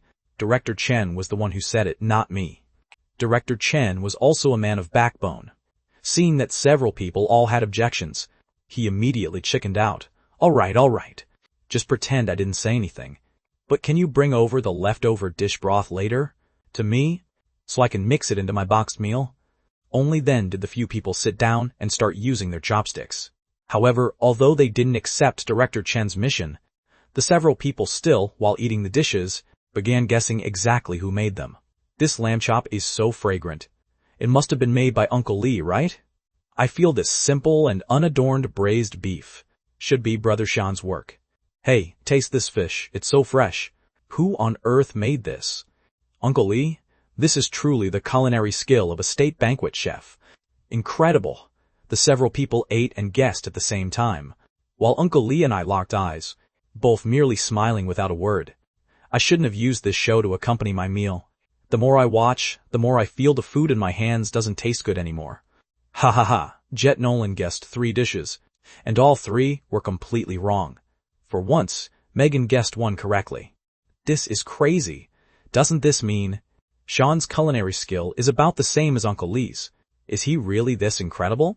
In fact, just now, the viewers could see the footage of Uncle Lee and me cooking in the back kitchen at the time, so they knew exactly who made each dish. Why isn't Charlie guessing? Is she afraid of losing face if she can't guess it? A viewer discovered that Charlie seemed to have been burying her head and eating hard, never guessing which dish was made by whom. Yeah, bro Charlie, show us your skills. I want to see Charlie guess. Director, hurry up and arrange it. Otherwise, we won't even let you drink the dish broth in a bit. After being brought up by the first viewer, the other viewers all became interested too. After all, in this live stream room, still Charlie's and my fans were the most numerous. Seeing this, Director Chen also picked up the walkie-talkie and said to Charlie, "Comrade Charlie, why don't you guess who made these dishes?" Charlie said indistinctly while eating, "It's too simple. I have 0 interest. Come on, give it a guess." No way. It'll interfere with my eating," Director Chen said pitifully. "I beg of you, please guess, At the thought of Director Chen, that middle-aged uncle, speaking in such an affected tone, Charlie couldn't help but shudder. In order to stop Director Chen from continuing to affect her appetite, Charlie could only nod her head, extending her chopsticks to point at the dishes on the table. This one, plus 2 others were all made by Sean. The remaining ones are all Uncle Lee's work. The viewers were briefly stunned. Charlie unexpectedly got it completely right, and without a single miss. Holy crap. Is this the chemistry between the Padlock couple? I originally thought being able to guess 3 or 4 correctly would be highly remarkable. I didn't expect she unexpectedly got them all right. Bro, Charlie is awesome. The Padlock couple is awesome. Director Chen hadn't expected either, that Charlie could genuinely guess them all right. He couldn't help but remark, I didn't expect you to unexpectedly know Sean this well. As it turned out, Charlie asked with a face full of confusion, what does this have to do with knowing him well? These few dishes were brought out by Sean, and the remaining dishes were brought out by Uncle Lee. Did you guys seriously not notice just now? Director Chen was left completely speechless. So it turned out. You didn't differentiate who made them through the taste? Charlie had a face full of a matter-of-fact look. How could that be possible? I'm not an immortal. These dishes are all equally delicious. Where on earth am I supposed to differentiate them? How do I unsend a bullet comment? I want to retract the Padlock couple. Is the goats that I just spammed? The sweet romance I just fed on, before I even had time to swallow it down, was gouged right out by Charlie. Charlie, compensate me. Director Chen fell silent for a moment. Right when Charlie planned to continue eating the dishes, he issued a soul-striking interrogation. Comrade Charlie, I still have one last question. If you absolutely must choose one, do you think Sean's dishes or Uncle Lee's dishes are cooked more deliciously? Answering Sean means offending Uncle Lee. Answering Uncle Lee means offending her husband. Let's see how you choose. Director Chen sneered inwardly. As it turned out, they witnessed Charlie glancing at the camera and saying, does which one taste better have anything to do with you? You don't get to eat it anyway. Director Chen fell silent. He roughly understood what true damage meant. In the end, I wasn't particularly hard-hearted either, and still called Director Chen over to eat together. Director Chen was incredibly touched, feeling there were still good people in this world. Having eaten a grand feast to his heart's content, Director Chen's face was completely covered with a blissful smile. Together with the other guests at the table, he repeatedly praised my superb culinary skill. I merely smiled, and subsequently asked Director Chen, are you satisfied with the food? Director Chen, satisfied, highly satisfied, full, completely full. You think my cooking is pretty good, right? Of course it's good. Then I extended my hand toward Director Chen. Director Chen chuckled and shook hands with me, but I brushed Director Chen's hand aside with a quick swing and said, I didn't want to shake hands with you. Isn't it time to settle the bill for the meal? The bill? Director Chen was taken aback. What bill? Why on earth is there a bill for the meal? I had a completely matter-of-fact expression on my face. Director Chen, what kind of talk is that? Don't you still have to pay when you usually eat boxed meals? For such a grand feast, is there any problem with me charging you a bit for the meal? Director Chen said in astonishment, but you didn't say you were going to charge money beforehand. If you had said so, I wouldn't have come to eat. I patted Director Chen's shoulder. Director Chen, is it useful for you to say these things now? It's entirely hindsight wisdom. You've already eaten the food. Whatever you say is too late. Hand over the money. Then, how come they don't have to pay? Director Chen pointed at the other duos of guests. Charlie walked over to Director Chen's side and said, who said they didn't pay? If they didn't pay, how could we possibly have bought so many ingredients? Although what they gave wasn't a meal bill, it was indeed the raw material money for purchasing the ingredients. Then your $100+ was also given by me. Doesn't this count as me giving you the raw material money too? Director Chen voiced his objection. That $100 of yours was won by us, not voluntarily given by you. How can that be the same? Director Chen choked up right there. We're screwed. He didn't expect that with a single slip of carelessness, he would unexpectedly board the pirate ship again. In the end, Director Chen let out a sigh. Oh well, this meal was indeed highly excellent. Whether it was Sean's or Uncle Lee's culinary skill, both could be called perfect. It could be said that this was, for Director Chen in so many years, the most delicious meal he had ever eaten. If I have to pay a bit of money, then so be it, Director Chen said as he fished out $30. He remembered the other duos of guests had given roughly around that amount of money. I took over that 30. But right when Director Chen stood up intending to leave, I blocked him once again and even said with a face full of smiles, "The bill is $3,000. There is still $2,970 remaining." Director Chen said, "$3,000 for a single meal? Why don't you guys just go rob a bank?" I spread my hands. How could robbing a bank be as fast as this? The viewers in the livestream room were still envious earlier that Director Chen got to eat the dishes Uncle Lee and I made. But now, upon seeing this scenario, they all began to gloat over his misfortune. I knew it. Sean wouldn't be so kind-hearted as to treat Director Chen to free food and drinks. As expected, there's a conspiracy. Can only say Director Chen still hasn't learned his lesson. Way too naive. Look at Jet Nolan. He was educated out of it by Sean early on. Right now, his vigilance is insanely strong. Exactly. If Director Chen had even half of Jet Nolan's cleverness, he would know this meal shouldn't be eaten. Ha ha ha. Next time, in the guest list of this show, add the director's name. Otherwise, it'll genuinely be unworthy of his highly tragic experience. While the bullet comments were gloating over his misfortune, I was still extending my hand toward Director Chen. "Hand over the money." "In your dreams," Director Chen roared. "They all gave 30. On what grounds do I have to give 3,000? They gave 30 because they only have 30. You have to give 3,000 because you don't just have 3,000. I said it highly seriously. Director Chen stamped his foot. "Bullshit. Right now, I only have $1,500 on my entire person. All my money is with my wife. This is all of my remaining hidden savings. Then 500 will do fine." I readily followed his suggestion. I don't really like making things difficult for others. I am highly reasonable and understanding. Director Chen, "Your mom." Charlie scooped up a chair from the side. Director Chen, "How did your mom give birth to such a clever son like you?" I smiled. "Thank you for the compliment.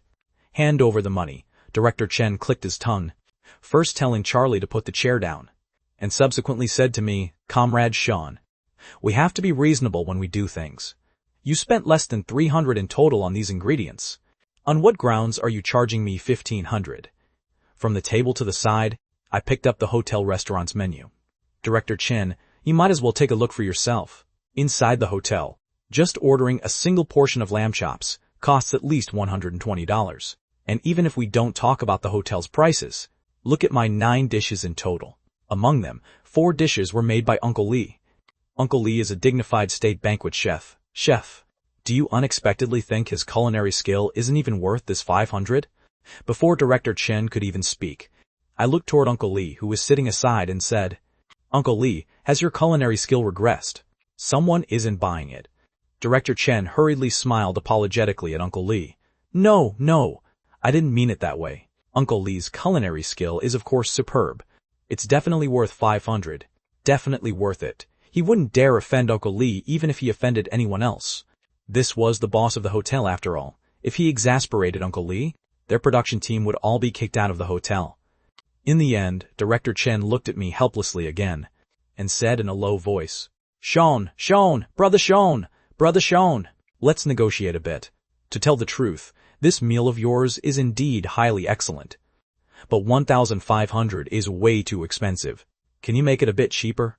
We are all so familiar with each other, and I've given you guys quite a bit of prize money over these past few days. There's zero need for us to hurt our feelings over money. I nodded my head. That's true. We are all so familiar with each other. I'll make it a bit cheaper for you. 1,499 then. Director Chen fished out the heart relief pills again, stuffing 2 into his mouth. Sean, I also have backbone. If you keep pushing me, I am genuinely going to flip out. Subsequently, Director Chen said in a deep voice, "If," I gave a wave of my hand, and the other 3 duos of guests all stood up, returning to Director Chen's side. I smiled and said to Director Chen, "Go ahead and flip out, Director Chen." Director Chen also smiled, except his smile looked highly ugly. With a bitter smile, he tilted his head to one side, performing a literal face flip. Ha ha ha, it really is a face flip. Director Chen is genuinely so miserable. Is being a director constantly such a high-risk job? Just got here. Is this the filming location of The Storm of Anti-Gang Crackdown 2? Director Chen, let's just admit defeat. They have more people. In the bullet comments, there was a sea of sympathy. Meanwhile, Director Chen tearfully grabbed my hand and said, I was wrong. but this 1,500 is genuinely way too much. Seeing Director Chen already in this state, I didn't continue to make a bigger scene with him either. From the very beginning, I hadn't intended to make Director Chen shell out $1,000 or $2,000. I patted Director Chen and said, let's do this instead. You don't need to shell out $1,000 or $2,000.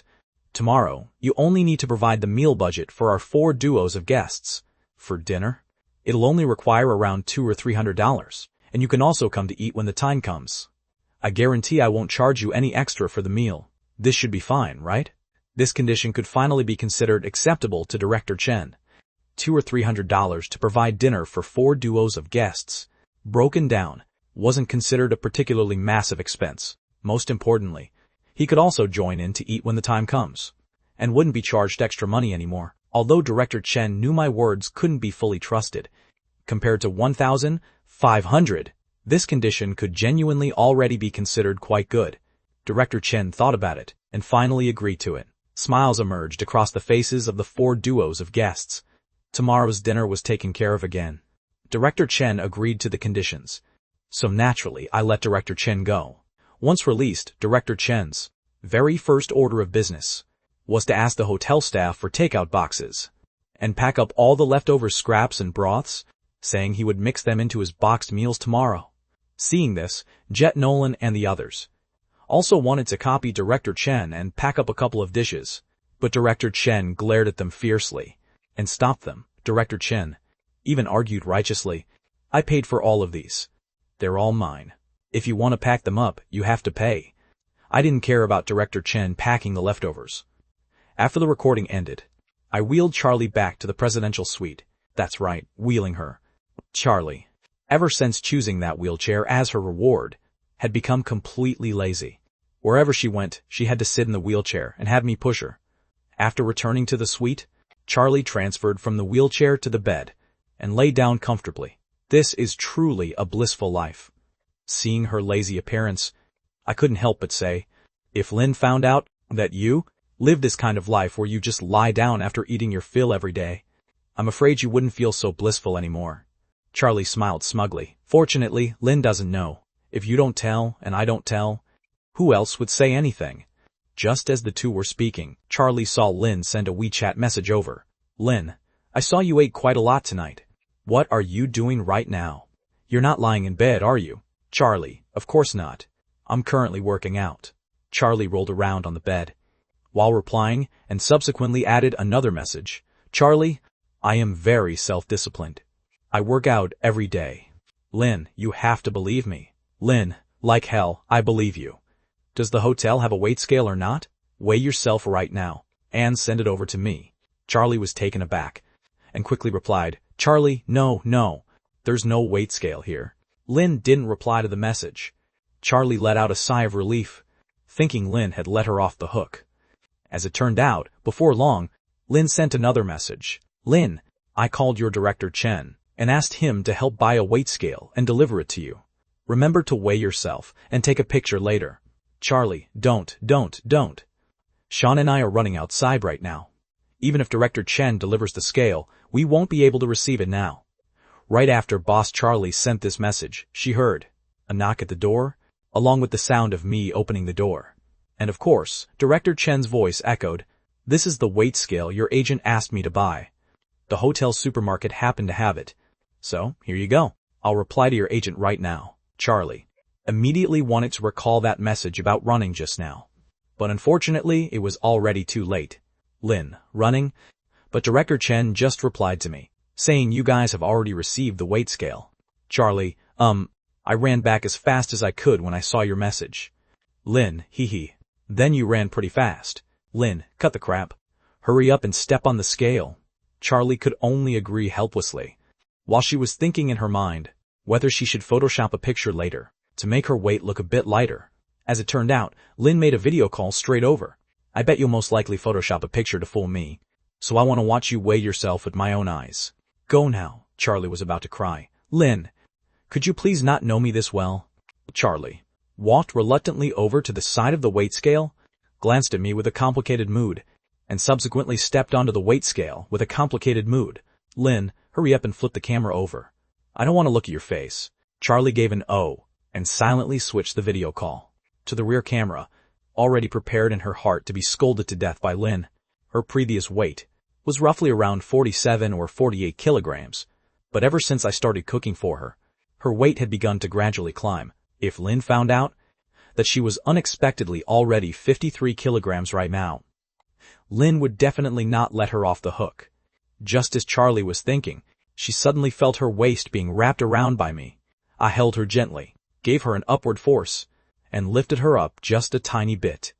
Then they saw the numbers on the weight scale fluctuate for a moment along with my action, and finally unexpectedly change from 53 kilograms right back to 48 kilograms. Charlie was completely stunned. How on earth had she not thought that there was this kind of method? Meanwhile, at this time, Lin's voice also came from the video call. It indeed hasn't increased by much. But you should also eat less of this kind of heavy meat in the future. I know Sean's cooking is good, but you also have to pay attention to managing your figure. Understood? Seeing that Charlie's weight seemingly hadn't increased much, Lin's tone gradually softened. Charlie quickly said, "Don't worry, Lin. I will definitely pay attention from now on. It's getting late, you should go rest soon. I'm hanging up first." Mwah! Having said that, Charlie hung up the video call directly. Subsequently, she spun around violently and hugged me while I was still wrapping my arms around her waist, cheering out loud in excitement, "You're my lifesaver, Sean." I spun Charlie around in a circle, gazed at Charlie's small face, which was completely full of smiles, and said softly, "Then for this life-saving favor of mine, how should you repay it?" Charlie thought about it, and finally planted a big, loud kiss on my cheek. I raised an eyebrow and pointed to my own lips again. "A life-saving favor. Can't be this perfunctory, right?" All right, Charlie said as she kissed my lips. She originally intended to give a brief peck, like a dragonfly skimming water, but the exact instant she kissed me, my hand wrapped around the back of her neck, sealing this kiss exceptionally deeply. Charlie's face blushed red, yet she didn't struggle either. Under the slightly seductive lighting of the presidential suite, the two embraced and kissed for a long time. Finally, carrying Charlie in my arms, I walked over to the floor-to-ceiling bay window of the suite. I sat on a chair, with Charlie sitting on my lap. Charlie looked at the window lights outside, a night scene like a sea of stars. While I was looking at Charlie, gazing at her small face which looked slightly tipsy, I brushed away the stray hairs by her ear and said in a low voice, "Bro, Charlie, when do you think we can go home? Are you homesick?" "Not really. To me, wherever you are is home." As I spoke, I leaned closer to Charlie's ear and lowered my voice even more, whispering, "It's just that you said before, that only after we go home can we." Charlie immediately understood what I was talking about. She gave me a punch with a blushing face, and also said in a low voice, "Your brain thinks about nothing but inappropriate things all day long." I rubbed her head. "What counts as appropriate things? Being with you is my one and only appropriate thing." "Oh my goodness, that's way too cheesy." "Don't say another word." Charlie, feeling shy, extended her hand to cover my mouth. But, a moment later, she pulled her hand back again, changing to use her own mouth to block my mouth instead.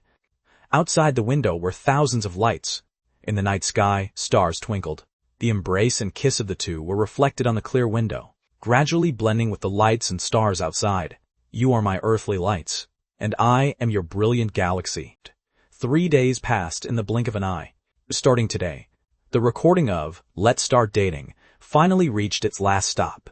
This day was both the finale and the ultimate challenge day for all the guests.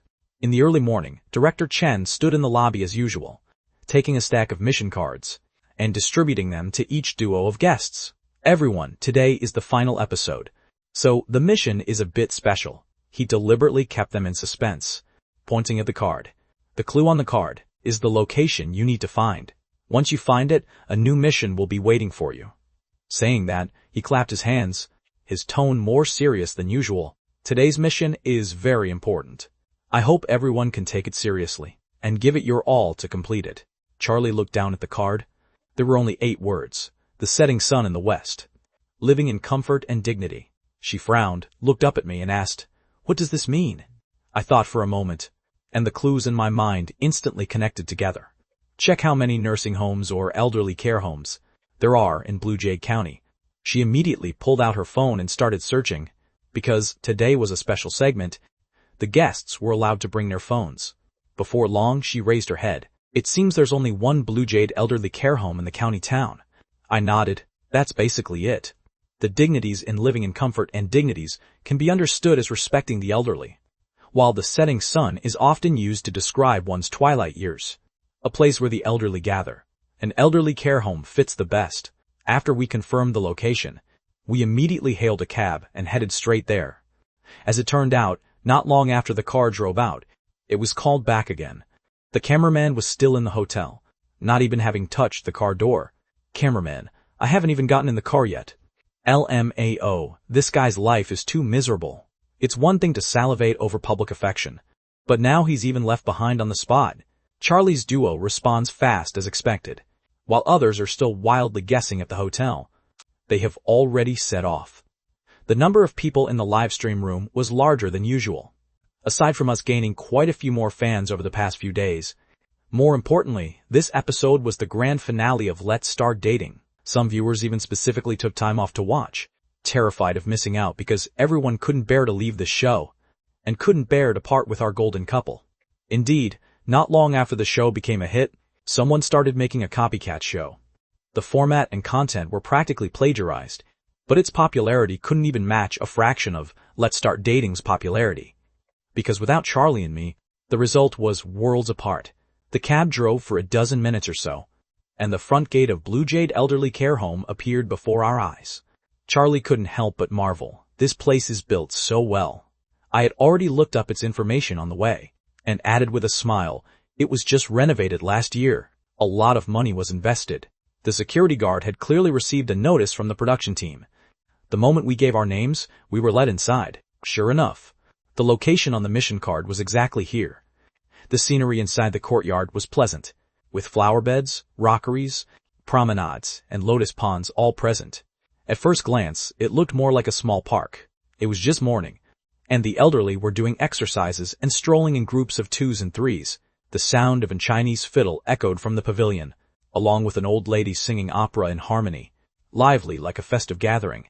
Before long, a woman wearing the uniform of the elderly care home walked over quickly. Her smile was very warm. You guys arrived so fast. My name is Lydia Young, the person in charge here, and also a fan of yours. When Director Chen contacted me, I was thrilled for a long time. Remember to give me an autograph later. Fans are blossoming everywhere. Uncle Lee at the hotel is a die-hard fan. Now the person in charge of the care home is too. My grandpa has been watching it every single day these past few days, saying it's way more interesting than those melodramatic TV dramas. I shook hands with Lydia Young and responded politely, "Thank you for the support. It seems we didn't find the wrong place." She nodded. "Exactly. This is your mission point for today. Next, please accept your new mission." She handed over a card. Charlie and I looked down at it, and our eyebrows both shot up at the same time. The livestream room was also instantly spammed with surprised emojis. Ultimate mission. Play the role of an elderly couple inside the care home and spend the entire day. Charlie and I hadn't expected in the absolute slightest that the ultimate challenge of this season would be like this. Inside the elderly care home, playing a gray-haired old couple, to live a day of twilight life. What was even more beyond our expectations was that the production team's roleplay wasn't just a mere formality. They had even hired professional makeup artists to transform us from head to toe into a genuine elderly appearance. The makeup artist gave Charlie delicate crow's feet, dyed a few streaks of yellowing white hair, and then put a gentle knit sweater on her, making her a spitting image of a well-maintained lady in her 70s. The wheelchair was also brought over. It was the reward she had chosen for herself during the mission segment before. Director Chen looked at her and couldn't help but laugh. "I warned you long ago to be prudent when choosing prizes. See, this wheelchair is actually being used, isn't it?" Charlie, however, wrinkled her nose. "I'm not dissatisfied with the wheelchair. I'm dissatisfied with the person sitting in the wheelchair. Why does Sean get to sit? I want to sit too. I don't want to walk at all. Make him push me." Director Chen couldn't be bothered to care. "Suit yourselves." So without another word, she dragged me up from the wheelchair, sat down firmly herself, and even patted the armrests, exactly like a queen ascending the throne. By contrast, my elderly makeup looked even more weathered, adding a touch of hardship between my brows. If my back weren't as straight as bamboo, someone might genuinely believe I had aged 20 years overnight. Lydia Young, the person in charge of the care home, walked over with a beaming smile. Your identity today is a couple celebrating their golden anniversary. Your children are away all year round, leaving only the two of you to depend on each other. The show requires you to have an immersive experience, and the viewers will score you. The duo with the highest score will win the ultimate grand prize. The moment the word prize came out, Charlie's eyes instantly lit up. What prize? Lydia Young let out a mysterious smile. It's a secret. She patiently introduced the daily schedule of this place.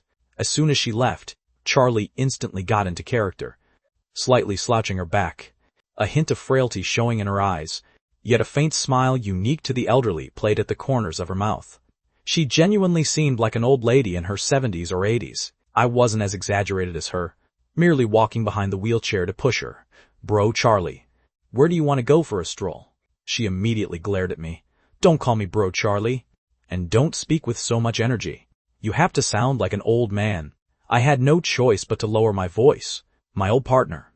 Where do you want to go? She let out a satisfied cough. There's a place I want to go. I smiled. The cafeteria, right? She glared at me again. Don't just think about eating all the time. Be professional. But 2 seconds later she said, let's go to the cafeteria first. Breakfast shouldn't be cleared away yet. And so, we slowly pushed the wheelchair toward the cafeteria. The cafeteria was filled with elderly people, some wearing reading glasses, some leaning on walking canes, and the aroma of fried dough sticks floated in the air. The moment we stepped through the door, we instantly became the center of attention. The men stared at Charlie, while the women looked at me, some people even curiously sized up the cameraman following right behind us. Who are these two? Never seen them. That old sister looks really pleasing to the eye. That old brother has a pretty good spirit. I couldn't even match him if I were 20 years younger. The one carrying the machine behind them is their son, right? He looks really pathetic. The cameraman almost rolled his eyes right on the spot. Since when did I become their son? Shabby my foot, please.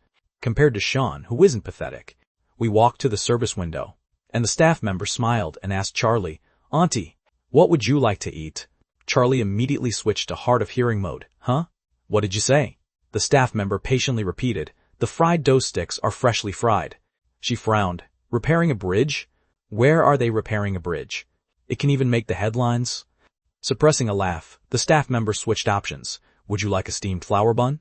Charlie shook her head. There are bugs in this melon? Then it absolutely can't be eaten. The staff member continued. Then what about fried shrimp? Charlie widened her eyes. Catching shrimp? Don't go catching shrimp. The staff member was completely helpless and pinned their hopes on me, saying, Sir, why don't you order? I calmly blurted out, 2 portions of lean pork porridge, 2 fried dough sticks, 2 eggs, and 1 portion of fried shrimp. The staff member froze for a moment. Your ears are quite good. I spread my hands. I can hear. After the breakfast was served, I originally wanted to push Charlie to a seat first, but the staff member directly glared at the cameraman. You, kid, have zero awareness. Hurry up and carry it over for your parents. The cameraman was just about to explain, when Charlie interjected from her seat. Exactly. Bring the breakfast over. The cameraman could only accept his fate. After serving the meal, he hoisted the camera again to continue filming. Charlie winked at me while eating. Was my playing deaf just now realistic? I raised my head with a face full of confusion. What? Who did you say bumped into your chin? Right after finishing breakfast, just as I was pondering our plans for the morning, I turned my head to ask Charlie what she wanted to do next. She tilted her head and thought about it, saying in a highly serious tone, how about going to catch up on some sleep? The words had just left her mouth, and before I could even respond, Director Chen's familiar roar from the walkie-talkie blasted right out. The two of you came to experience elderly life, not to lounge around and waste time in a nursing home. Get into character seriously for me right now and stop slacking off. Charlie was stunned from being lectured, and only after a long while did she whisper a grumble. I feel like eating and sleeping. And eating when waking up fits reality pretty well too, ha ha ha. Bro Charlie's mouth is forever this honest. The director is going to go crazy. This spirit of experience is way too real. Might as well just sleep until the finale, which could even boost the show's popularity. The bullet comments floated past densely like a river. Director Chen was obviously too lazy to pay attention to these ridicules. Keep dreaming about the production team's ultimate reward. Go see what the actual elderly people are doing. And learn from them, got it. Charlie was pushed out of the room by me. The sunshine spilled warmly across the courtyard of the care home, and a faint aroma of osmanthus floated in the air. The elderly were either strolling or stretching, or singing choruses. The air was filled with cozy leisure. Before we had even decided what to do, 2 old ladies with silver white hair and gentle smiles approached us. The 2 exchanged looks with each other, and ultimately one of them spoke first. Little brother. You're new here, right? You look quite energetic. Not even 60 yet, right? I'm Wendy Harper. And that's Cynthia Taylor. Let's go for walks together in the future. Just as I was planning to exchange a few polite words, Charlie suddenly let out 2 coughs, and squeezing her throat said, "Oh, big sisters. He happens to be my old man. We both have partners, so we won't trouble you for walks." The smell of jealousy is drifting across the screen. This wave of jealousy is eaten directly and fiercely. The old lady hits on a handsome old man, only to find out he's already taken. The level of awkwardness is completely maxed out. The 2 old ladies looked at each other in bewilderment, repeatedly waving their hands to apologize. "Oh my, we truly didn't know you 2 were a couple. We are so sorry. I actually thought you were mother and son." Charlie and I fell silent at the same time. Mother and son. This way of praising youthfulness is way too over the top. The cameraman held in his laugh until his face turned completely red. He is indeed a bit younger than me. Charlie added a lethal blow with a highly serious tone. But our son happens to be right over there. She raised her hand to point at the one holding the video camera. The old lady took a closer look, clicking her tongue twice. He genuinely didn't take after either of you in looks. This kid looks way too plain and honest. Charlie took the cue to let out a sigh. Tell me about it. It's too late to even claim he was swapped at birth. Accept your fate. The cameraman was completely defeated. Chatting up to this point, the atmosphere became a lot more harmonious instead. The several people chatted all the way, strolling all the way to the stone table in the center of the courtyard. Several old men were gathered there playing Chinese chess, drinking tea and bragging. Wendy Harper introduced with a smile. This one playing chess by himself is old Mr. Lee. He's a very good person, except he ignores everyone when playing chess. Charlie was perplexed. Then why is nobody playing a duel against him? His chess skills are too high, so he complains that other people's levels hold him back. I heard he even won a national award when he was young. Our curiosity being piqued, we also leaned in close to watch. The situation on the chessboard made Charlie frown deeply. This red side is probably beyond saving, right? I remarked casually. Not necessarily. Reaching out, I placed a piece and made a move. Don't touch his chessboard. The old lady's exclamation came too late. Old Mr. Lee raised his head, the gaze behind his glasses cold as ice. Who allowed you to move it?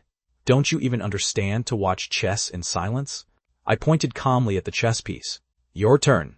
He let out a cold snort, reaching out to move a black piece. Understand now? You've been completely blocked by me. I didn't argue, merely placing a piece once again. After a few rounds, the originally disdainful old Mr. Lee slowly straightened his back, his expression turning grave. The setup linked one ring to another. Only then did he discover that he had been trapped in an inescapable trap without even knowing when. As they played several more moves, both his rook and cannon were forced to be sacrificed. Going further down the line, he suddenly stopped, raising his head to size me up for a moment. Letting out a long sigh, he murmured, I lost. I didn't expect this endgame could unexpectedly be played this way. Charlie blinked her eyes. He lost just like that? It looks like it hasn't reached that step yet, though. The livestream room was also spammed full of questions. Before long, a familiar ID popped up. After 5 moves. When the red side checks the king, it will surely win. The black chess is already a dead game. Is this user the Chinese chess master Wayne Parker? Awesome, seeing 10 moves ahead on the spot? This brain is comparable to a computer. Wayne Parker himself replied with a line, Please don't flatter me. The person sitting on the other side of the camera right now is the true master. Can you guys seriously not recognize him? That happens to be the legendary chess king, Leonard Lee, the very first president of the National Chinese Chess Association. The bullet comments instantly boiled over. Only then did everyone react to the realization that the old man who was toppled by me is a living legend in the Chinese chess world. Some people within their respective fields are simply a banner. Their faces might not have necessarily appeared on screen, but as long as their names are mentioned, Practically nobody fails to treat them with venerable respect. Leonard Lee was exactly this kind of figure in the Chinese chess world. When he was young, domestic Chinese chess hadn't yet formed a system. It was he who led a group of players filled with deep love. Starting out from a battered old chessboard, building up the Chinese Chess Association step by step. Later, he led the team abroad again, planting the 5-star red flag onto international arenas. That generation of people all called him the Chess King. It wasn't an exaggeration, but well-deserved fame. Nowadays, this legendary figure was unexpectedly wearing a battered old tank top, slippers on his feet, sitting on a stone stool in the care home to play a match against me. Let alone the viewers. Even Director Chen was dumbfounded. Don't tell me we'll have to pay an appearance fee to the Chess King too? In the courtyard, cicadas chirped in waves. Leonard Lee let out a sigh and arranged the chessboard back in order again. Subsequently, he raised his hand to beckon me, "Little brother, let's have another round." I took a glance at Charlie. She smiled and waved her hand. "I don't find it boring. You guys go ahead and play. It's pretty interesting anyway." Having obtained her permission, only then did I sit down. Red goes first, black goes second. The match restarted once more, and this time there were even more onlookers gathered around. The chess-savvy viewers all focused their attention. The bullet comments were scrolling by incredibly fast. Old Mr. Lee's moves are indeed different. This opening is so solid. He probably underestimated his opponent in the last round. This time he's clearly taken it seriously. Sean isn't bad either. His momentum hasn't been suppressed at all. In just a few minutes, the livestream room became a chess lovers club. Those professional chess players, who usually don't follow variety shows, were also dragged in. They were discussing fiercely in their chat groups. Who is this? His chess style is so unique. Old Mr. Lee had a 60% advantage at the beginning, but now he's been forced into defense. What's the background of this young man? He's probably the disciple of some master. With this level, no matter where he's placed, he's at the level of a first-class chess player. But as the game deepened, everyone gradually quieted down. The contest on the chessboard looked more and more like a tug-of-war. Every single move hit a murderous intent. Every move forced the opponent into breathlessness.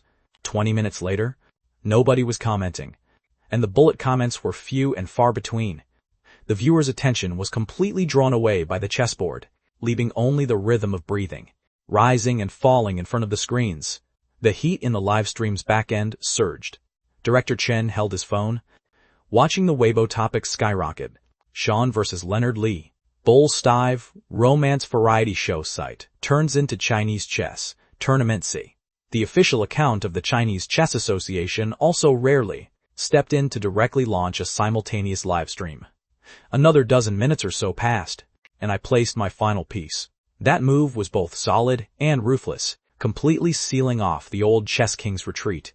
Leonard Lee looked at the chessboard, fell silent for a moment, and ultimately put down the chess piece, shaking his head with a smile. I lost. He had actually seen his disadvantage several moves ago, but the player's dignity made him want to struggle for a bit. Resigning to this, he lost willingly. The chess was played beautifully. He sighed. "Who did you study under, and who is your master?" I said with a smile, "I'm just self-taught.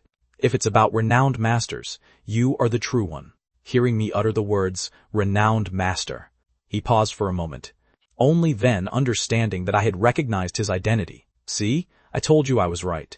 I turned to Charlie. "Didn't you buy old Mr. Lee's chess manual before?" Charlie instantly froze. "This old gentleman is that Mr. Lee?" "Oh, come on, come on. Don't call me that. I'm about to become an antique." Leonard Lee waved his hand, yet couldn't hold back the smile on his face. Charlie's marveling eyes explained everything. She finally realized that Sean had just beaten the legendary chess king. The livestream room instantly boiled over. Real or fake? Sean actually won. I've got goosebumps all over. That's Leonard Lee, the founder of the National Chinese Chess Association. Brother Sean has simply achieved godhood today. And Wayne Parker, who was known as a master of the chess world, also appeared in the bullet comments. The level of this round is already at the top professional tier. This authoritative review caused the heat to explode completely. A new round of trending search terms began to refresh. Sean is a professional-grade chess player. Sean defeats chess king Leonard Lee. More and more chess fans who usually don't watch variety shows surged in. There were company chairmen, old men who squatted in the park every day to play chess in the community, and also professional Go and international chess players.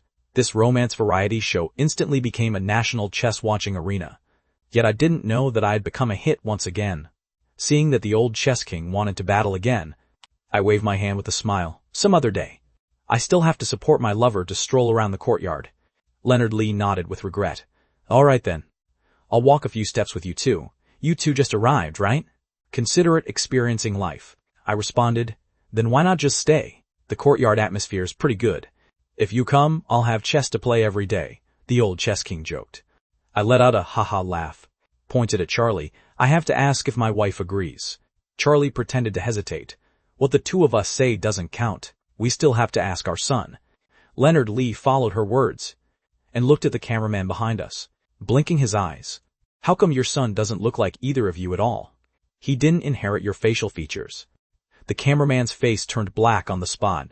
He thought to himself, I'm just a poor guy carrying a machine. Yet from beginning to end, I'm disliked by everyone for being ugly. Where is the justice? Just as those two old ladies said, as long as Leonard Lee isn't sitting in front of the chessboard, he's an extremely amiable old man. He smiled until the corners of his eyes were full of wrinkles, leading Charlie and me for a big stroll around the courtyard, introducing the flower beds, vegetable garden, and recreation room to us, exactly as if he was marketing his own precious land. It was plain to see that he genuinely hoped we would stay. This kind of enthusiasm made Charlie feel a bit reluctant. After all, we came here just to film a show, and would have to leave eventually. She wanted to explain, but was also afraid of bursting the old man's goodwill, so she could only sigh silently. Meanwhile, I was chatting with Leonard Lee. I called him the Chess King, and he hurriedly waved his hand and said with a smile, Sigh. Don't call me that. That little honor of mine has already become a thing of the past. Subsequently, his tone gradually grew low. Back then, learning started by figuring things out on our own. If you wanted to find someone to play chess against, you had to run across half the city. How amazing the young people nowadays are. Even computers can practice with them. After finishing a round, they can even review and analyze it. I can't even understand it at all. The pace nowadays is too fast. I guess I'm outdated. He spoke and smiled, but a bit of helplessness was hidden within the smile. He, who used to dominate the arena, now looked at the screen, but couldn't even understand the chess strategies clearly. His disciples were locked in fierce battles on the internet, and those variations and algorithms made his eyes swim. At that exact instant, he knew that he had already become a person outside of the era. I listened quietly and said, Mr. Lee, a person who can leave behind a name doesn't need to shine in every single era. Without your generation bludgeoning a path, where would the later generations get a chessboard to play on? You are the person who buried the roots into the soil. The trees that grow out later will only then have more strength to rise into the sky. Leonard Lee was stunned. For a moment, looked at the light of the sky and smiled. What you said makes sense. With these old arms and old legs of mine, all I can do now is find someone to play chess against. But everyone in this care home complains that I'm difficult to deal with, and they aren't very willing to play chess with me, Sai. If you guys could stay, I would never be bored again. I could only let out a bitter smile and shake my head. That sincere invitation made one's heart feel aching.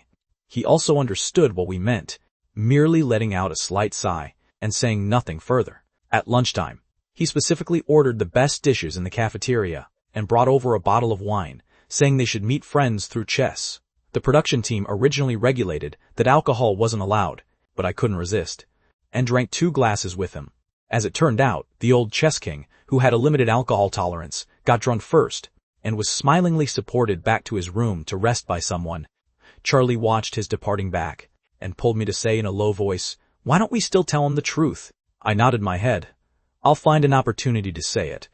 But all the way until the afternoon, he didn't appear again. The staff members said he was resting, so we also had to continue the recording of the show. The sunshine in August was scorching, as if trying to roast people, and the elderly in the courtyard all hid in the activity room. Today's show arrangement was an elderly handicraft class. Inside the room, dozens of old ladies gathered around the tables, holding needles and threads while comparing patterns. A few old men were either flipping through books or swiping on their phones, occasionally accompanying their own lovers. Charlie was touching embroidery for the first time, her eyes completely full of curiosity. She took a needle and cloth, picking a pattern of a male and female phoenix flying together. As it turned out, the needle and thread seemed to be working against her. The stitches went completely crooked. To make the aging look realistic, the makeup artist had put a layer of fake skin on her hands, making her fingers even less nimble. Watching her frown and struggle with every single stitch, I couldn't help but smile. Leaning down by her ear, I asked, "Want to learn?" She raised her head, looking a bit frustrated. "Yes, but this thing is harder than I thought." A thought came to my mind. I gently wrapped my arm around her waist, lifted her up from the wheelchair, and had her sit on my lap. The elderly people around all cast curious glances over. Charlie instantly blushed. "What are you doing, with so many people watching?" "Teaching you," I said in a low voice with a smile. "If you want to learn fast, this is how it has to be." Our hands almost overlapped, one guiding the needle and one pulling the thread. The tip of the needle gently pierced through the fabric, and that red thread looped around our fingertips, slowly extending into a rudimentary shape. I said by her ear, "Pierce it through here, then come out from over there." Right, just like that. Charlie's breathing became soft and slow, and her initial shyness was gradually replaced by focus. The rhythm of the threads intertwining carried an indescribable ambiguity. The sunlight streamed through the curtains, casting dappled patches of light onto our hands. For a moment, the entire activity room fell quiet for a few seconds. Some elderly people had smiles in their eyes, while others were slightly dazed, their expressions looking more like they were reminiscing about some gentle moment. The bullet comments in the livestream room practically exploded. "This is insanely sweet. Who could resist this hand-holding tutorial?" I was just eating my meal. How can this public affection be so fierce? "Sean, please tone it down a bit. This romance variety show has basically turned into an idle drama." Looking at the viewers wailing, Charlie finally, with my help, finished that pattern. She happily held it up to show me, only for an old lady to push up her glasses and scrutinize it seriously. "This chicken is embroidered quite well, except the tail is a bit too long." Charlie froze on the spot. An old man beside her held in his laugh for a long time, turning his head to correct her. "What kind of eyesight do you have? How is this a chicken?" Charlie's eyes lit up, letting out a sigh of relief. "This is clearly a roast duck, glistening with oil." Boss Charlie actually knew very well in her heart that the finished product of her phoenix was way more than a block away from a real phoenix. Even with me helping her guide it from the side, that stiff feeling of zero basic skills was still as conspicuous as a sore thumb. After being teased as a roast duck by the old grandpa and grandma, she swiftly pulled the embroidery back and turned to the staff member with a highly serious face. "Are there any simpler patterns?" This staff member obviously hadn't seen through the makeup effects of our wigs and wrinkles. When handing the samples to me, he specifically exhorted, "Uncle, Auntie, take your time. Be careful, okay?" With a smile carrying a bit of envy and a bit of embarrassment, I took those patterns, reached my hand around Charlie's waist, and placed the sheets in front of her, flipping through them one by one for her to see. "This one or this one?" My faint breath brushed against the back of her ear, making the tip of her ear turn slightly red. She, who was originally supposed to pick a pattern, had absolutely no heart to look at the colorful designs. Feeling that being this close to me was a bit dangerous, she hastily chose a simple flower pattern, insisting on doing it herself and not allowing me to guide the needle and thread for her anymore, so I could only hold her quietly, watching her clumsily stitch away in my embrace. The stitches she made were still crooked, but at least it could be recognized as a flower. Charlie finished the embroidery, stuffed the crumpled fabric into my hand, and said in a low voice, "For you." I was just about to open my mouth, but she immediately glared. "I know it doesn't look good, but this is my token of heart, so just take it." "No." I spread open my palm and pulled out a needle that hadn't been removed from my palm. "You poked me." Her expression changed completely, and she hurriedly grabbed my hand to check it inside out. "Does it hurt?" I didn't pay attention to it, and said with a smile as I rubbed her head, "It just poked into the fake skin." "It's fine." She carefully put away that needle, checked the work once more, and then handed it back to me. I looked at that flower with messy lines and teased, "Is this a jasmine flower?" "Its language is true love that never leaves." Charlie was stunned. "I just picked it randomly." "Is this flower language real?"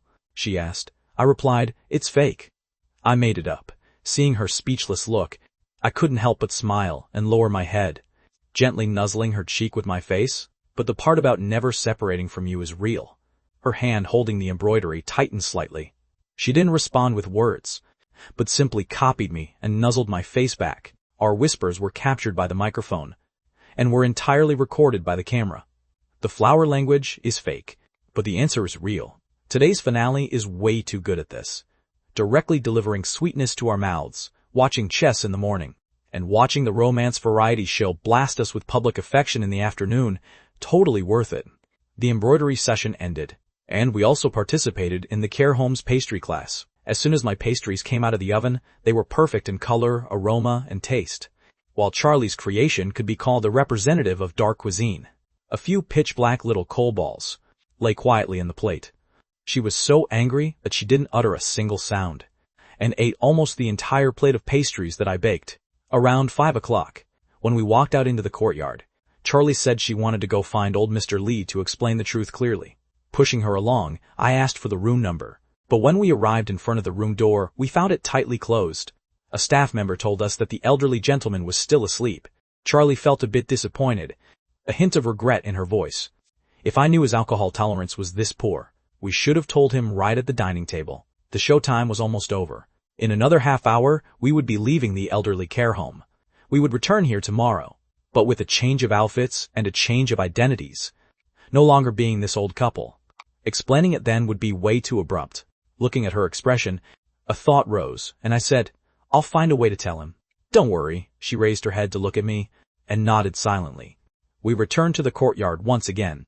The evening breeze was slightly cool, and the remaining elderly people were strolling leisurely. Some were sitting on benches, basking in the afterglow. The weather in August hadn't entered autumn yet, but the leaves were already turning a bit yellow. A gust of wind blew by, and withered leaves fluttered up and fell again. Charlie looked up at those leaves sweeping past the setting sun. The sound of the wheelchair rolling across the ground was low and gentle. In the air, there was only wind and light.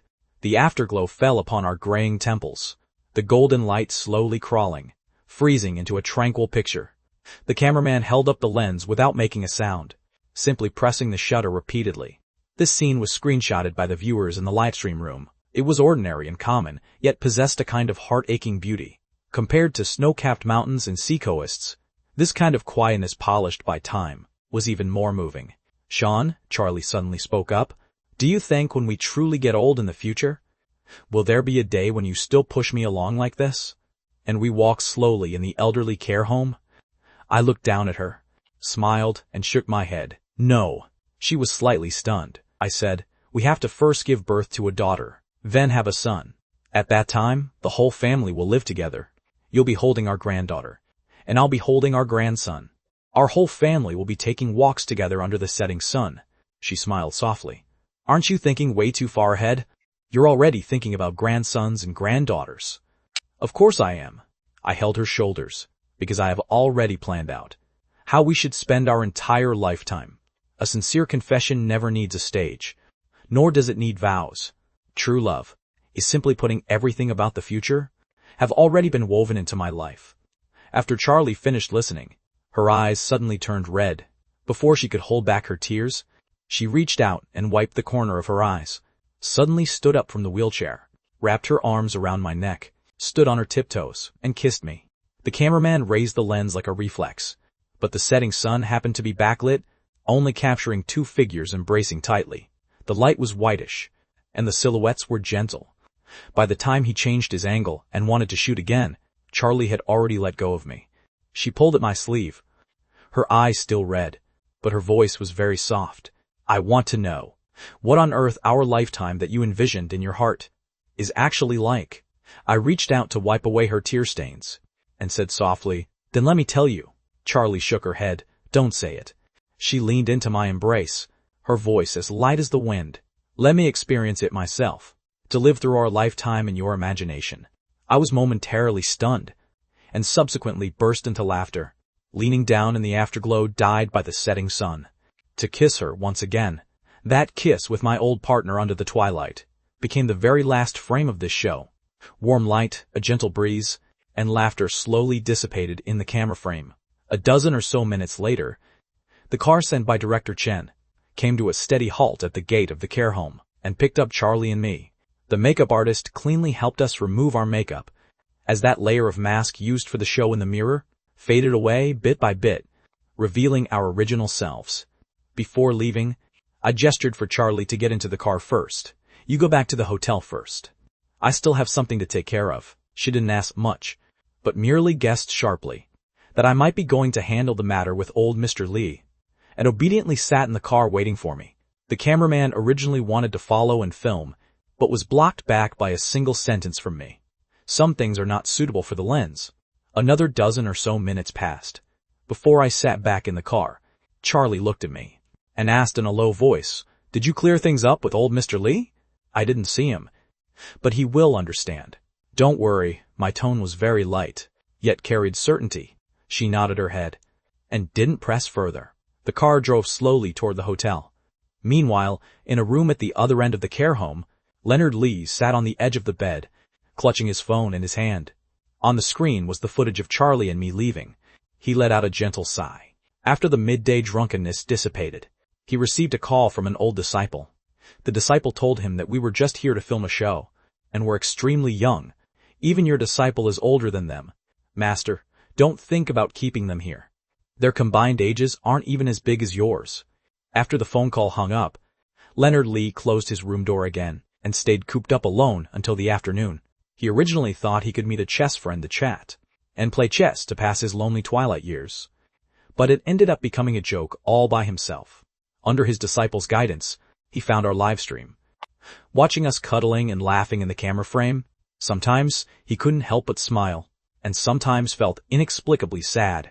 When he saw that we had tried to come apologize to him, he, however, subconsciously didn't want to face it, pretending to be asleep and refusing to hear the explanation. Only after we walked far away did he sit back up to continue watching the live stream, not until he heard me say that he would understand my meaning. Did Leonard Lee frown? We didn't meet or talk. How could he understand? He walked out of the room holding his phone, walked a circle around the courtyard, and asked the staff members if any words were left behind, but there was nothing at all. Suddenly, he remembered the stone table where they played chess in the morning. Sure enough, it was there. He saw an unfamiliar endgame, so complex that even he had never seen it before. He sat back in the position from the morning, deducing it step by step, having to stop and think with every single move. Half an hour passed, and the chessboard had barely changed, but he was already fully immersed in it. The sky gradually darkened, and he didn't even notice. By the time he couldn't see the chess pieces clearly, he fished out his phone, preparing to turn on the light, only for a beam of light to shine onto the chessboard. Raising his head to look, it was that old disciple in his 50s, who said with a smile, "Master, I've come to see you." The two sat down side by side. The disciple merely held up his phone to illuminate the chessboard, remaining completely silent. He knew that when his master was solving an endgame, he hated people interrupting the most. The master in his 70s and the disciple in his 50s sat quietly before the stone table playing out the match. Not until an hour and a half later did Leonard Lee reveal a smile. He only needed to move that old general piece which had never been moved, and the endgame was cracked. He gently lifted the piece, only to find a note pressed underneath. That was the explanation and apology I left behind, just a few brief words, yet sincere. Leonard Lee looked at it for a highly long time, rubbed his eyes, and shook his head with a smile. Young people nowadays really know how to play. The disciple also smiled. "Yeah!" Then he set up the chessboard again. "Master, let's have another round." "Another round, my foot. Aren't you hungry?" "Let's go to the cafeteria." The disciple grinned. "Then master has to treat me. I even invited a few fellow disciples over. Should have said so earlier. Let's go. We're eating out." In the hotel lobby, Charlie and I waited for a while before seeing Megan. Vince, Tiffany, and Jet Nolan returned one after another. Only Lucy and Trent were nowhere to be seen. Director Chen took a glance at the time, clapped his hands, and said, "All right, let's set off for the last stop." "There's still a last stop?" Charlie was briefly stunned. "It's already dark outside." Tiffany also frowned. "Are we not waiting for them?" Director Chen smiled mysteriously. "It's not us waiting for them. It's them waiting for us." He arranged a tour bus, and everyone boarded together. As soon as Jet Nolan sat down, he asked me impatiently, "Brother Sean, where did you guys go to record?" "The elderly care home," I replied. Charlie turned her head to look at him. was where you went very interesting. Jet Nolan scratched his head. Can't really call it fun. We recorded a wedding. It turned out that because they drew the veil before, their mission was to play a pair of newlyweds and simulate a wedding scene. Jet Nolan recalled walking down the flower aisle arm in arm with Tiffany, who was wearing a wedding dress, and his heart accelerated. He originally just came to cruise through a variety show and never thought about developing real feelings. But over these past few days of spending time together, especially today, his heart genuinely skipped a beat. Charlie took one look at his appearance and saw right through him. Originally intending to offer a few words of encouragement, she held back for a long while and only said solemnly, Jet Nolan, I wish your wedding with Tiffany gets better and better. Jet Nolan thought, isn't this blessing a bit weird? Tiffany lowered her head and murmured a soft, thank you. Jet Nolan was stunned. Not until Charlie smacked him across the head. Did she say, still don't understand her meaning? You're so stupid. Don't say you know me. Only then did he react and joyfully grabbed Tiffany's hand. You're willing? Tiffany hurriedly covered his mouth. Don't talk about it in front of the camera. Let's talk in private later. The livestream room instantly exploded. How can a goofy guy like this escape being single? Charlie then asked Megan what they recorded. It turned out they played an ordinary couple, running a small restaurant, which was ordinary yet very warm. Charlie calculated a newlywed wedding, a couple's restaurant, and an elderly chess friend. Then aren't Lucy and the others at the stage of innocent lovers? But why on earth did they draw a sword? Director Chen cleared his throat and explained, originally it was school uniforms, with plans to shoot a campus romance, but we were rejected by the school, so we could only change it to a period costume martial arts couple. Charlie rolled her eyes. Couldn't you just make up a setup about staying back a grade? A 5-year held-back student meets a 6-year held-back student. A long romance marathon where even the school leadership changed several times. How romantic. Director Chen was completely speechless. Next time you come direct, all right? The Blue Jay County Film Studio base was gleaming with lights in the night sky, like an ancient city that had just awakened. This was a newly developed project. There weren't really that many people actually filming scenes, but it attracted quite a few tourists coming to join the excitement. As we rode inside on the tour bus, several groups of people along the way actually recognized us, waving their hands to say hello, and smiling exceptionally brightly. Gazing out the window, Director Chen couldn't help but marvel. Oh my, your fame right now is truly skyrocketing all the way. He recalled when he had just pulled me into the crew. He even thought I was just a background extra pulling strings, here just to cruise through for some clout.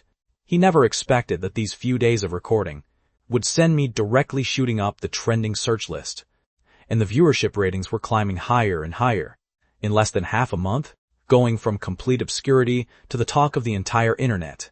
This speed was something even he found a bit hard to believe. He rolled his eyes, revealing a smug smile. Comrade Sean, shouldn't you thank me, your benefactor? After all, I am an important assistant on your road to fame. I gave a slight smile, nodding seriously. Right. Many thanks to Director Chen for acting as the stumbling block on my road to success. Director Chen hadn't reacted yet, about to chime in with a smile, only to suddenly freeze. Wait a minute. What do you mean by a stumbling block? When did I ever trip you up? I spread my hands. When haven't you tripped me up? Although you never succeeded a single time. That doesn't mean you haven't tried, right? Charlie added a lethal blow from the side. Exactly. Go ahead and count for yourself how many times you've caused trouble for our duo. Director Chen was left completely speechless by this block, and only after a long while did he clear his throat to find a way out. That's what I call character building, understand? Besides, didn't you guys win money in the end every single time? Clearly it's you guys who are scamming me. I shot back with a highly serious tone. Can what I did be called scamming? That's called character building. The bullet comments in the livestream room had already burst into a sea of laughter. Ha ha ha. Director Chen, you haven't won against Sean even once from the first episode until now. Why still haven't you learned your lesson? Giving him a taste of his own medicine. Sean is way too good at this. To tell the truth, Sean became a hit this fast also because the show is good. But if it were anyone else, I'm afraid it wouldn't have this kind of effect. I didn't utter a word, but I knew very well in my heart that it wasn't just the show's credit. Cooking skills, foreign languages, piano, and chess. Every single one of my skills was a solid bonus point. Someone in the comments said, even if he didn't have any skills. Just the interactions between him and Charlie are enough for me to ship for a lifetime. I couldn't help but glance at Charlie. She was currently looking down at her phone. The corners of her lips curved up. Suddenly, she tilted her body and secretly pressed the shutter facing me. In the next second, her Weibo added a post by Charlie Wang, secretly letting you guys take a look at my Sean image. The comment section quickly exploded. Quite a few people teased, "Charlie, how come you posted this so late? You're way slower than Sean." With a face full of confusion, she clicked into my Weibo. It turned out I had also posted using a similar sentence format. On Blue Jade Entertainment's Sean, letting you guys take a look at my bro Charlie image. And it was exactly 5 minutes earlier than hers. She widened her eyes. "How are you so fast?" Everyone on the bus spun their heads over, their expressions highly ambiguous. Charlie realized the ambiguity, hurriedly adding, "I meant posting on Weibo fast. Don't think inappropriately." Only then did everyone pull back their gazes. Waiting for the surroundings to quiet down, I secretly turned off my mic, leaned in close to her ear, and said in a low voice, "But I've already thought inappropriately." Her face flushed red all the way to the tips of her ears. She gave me a punch. "You secretly took a picture of me and even posted it on Weibo. I haven't even settled this score with you yet." I let out a wicked smile. "Well, you took a picture of me too, so let's call it even. However, after we get home, I have another score to settle." She turned even redder, suddenly feeling a bit afraid of packing up and going home, all because of me. The tour bus came to a halt in the period costume shooting area of the base. The moment we got off the bus, we saw Trent and Lucy, already busy preparing. The grill, skewered meat, and vegetables. The charcoal fire aroma wafted everywhere. Director Chen was the first to rush over, announcing loudly, "It's the finale. Tonight it's my treat. Unlimited barbecue. You can eat until I go bankrupt." Right after his words left his mouth, a middle-aged woman walked over from behind, raised her foot to gently kick him, saying, "Cut the crap and go help." Director Chen smiled highly miserably. "Sure thing, sweetie." Then he bolted off in a flash. The woman turned toward us, her smile enthusiastic. "Hello everyone, I'm Vivian, Director Chen's wife, Sean. Charlie, give me an autograph in a bit, okay? Especially Sean. Remember to grill a skewer for me. I've been wanting to taste your cooking skills the entire time." I readily agreed, "No problem." Vivian ushered everyone to sit down, with drinks and beer fully provided. The guests each grabbed a handful of skewers, yet nobody went to find the barbecue chef. They all ran straight in front of me. I let out a bitter smile. This grilling doesn't have much to do with cooking skills. As long as the marinated meat isn't overcooked, it'll be fine. But obviously, everyone wanted to eat what I grilled even more. Charlie suddenly extended a hand, taking all of their skewers, and then handed them to me. Everyone's eyes lit up. Charlie is so nice. As it turned out, she gave a sweet smile. "Thank you everyone for the gifted skewers. We'll keep these for ourselves." Having said that, she pulled me toward the grill, leaving the crowd to helplessly go find the barbecue chef. The charcoal fire rose, and the aroma of meat and cumin wafted through the night air. Director Chen fished out a large goblet from who knows where, holding it up highly, his voice resounding. "Everyone, let's start dating today.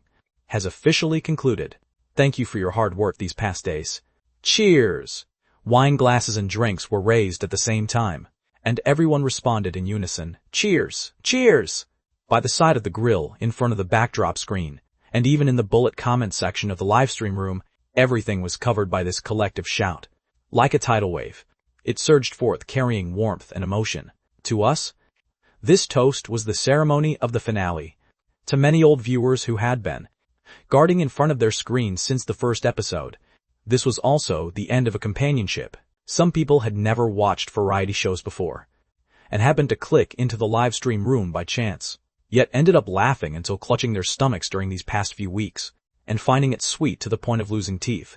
Every day watching Charlie and me display public affection, watching the other guests get tormented by the missions, and watching Director Chen get counter-killed time and time again.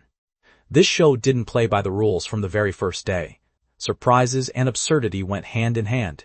At the thought that this was already the final episode, a wave of reluctance to part started appearing in the bullet comments. Where can we watch Sean in the future? Dating is over. Hurry up and arrange Sean's next work. Of course, I didn't know that they were currently spamming the comments on Blue Jade Entertainment's official Weibo. and my personal Weibo.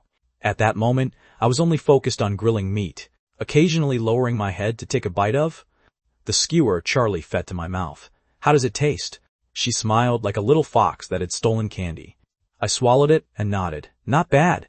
As expected of my bro Charlie, deeply inheriting the true teachings. She raised her eyebrows proudly. That's a given. Just as we were speaking, Director Chen strolled over, rubbing his hands. Sean, are there any ready-made skewers?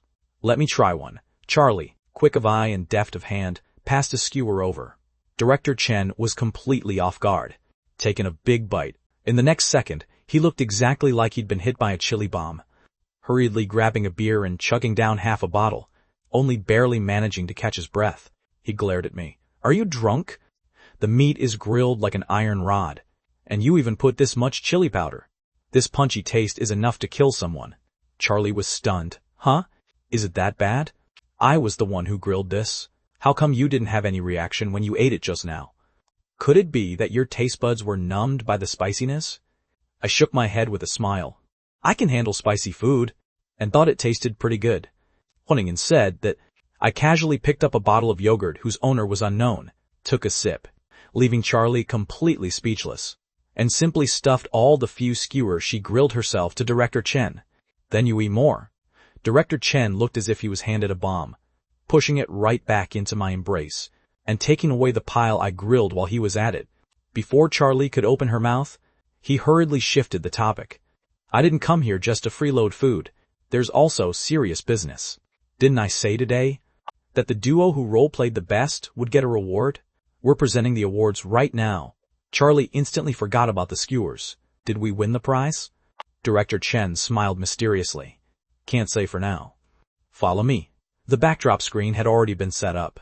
The four duos of guests sat in a circle, with several large and small boxes placed beside them, which were obviously the prizes. Director Chen picked up the microphone. The first one to be presented is the Voice of Nature Award. Everyone subconsciously looked at Charlie and me, and even the live stream room started spamming our names.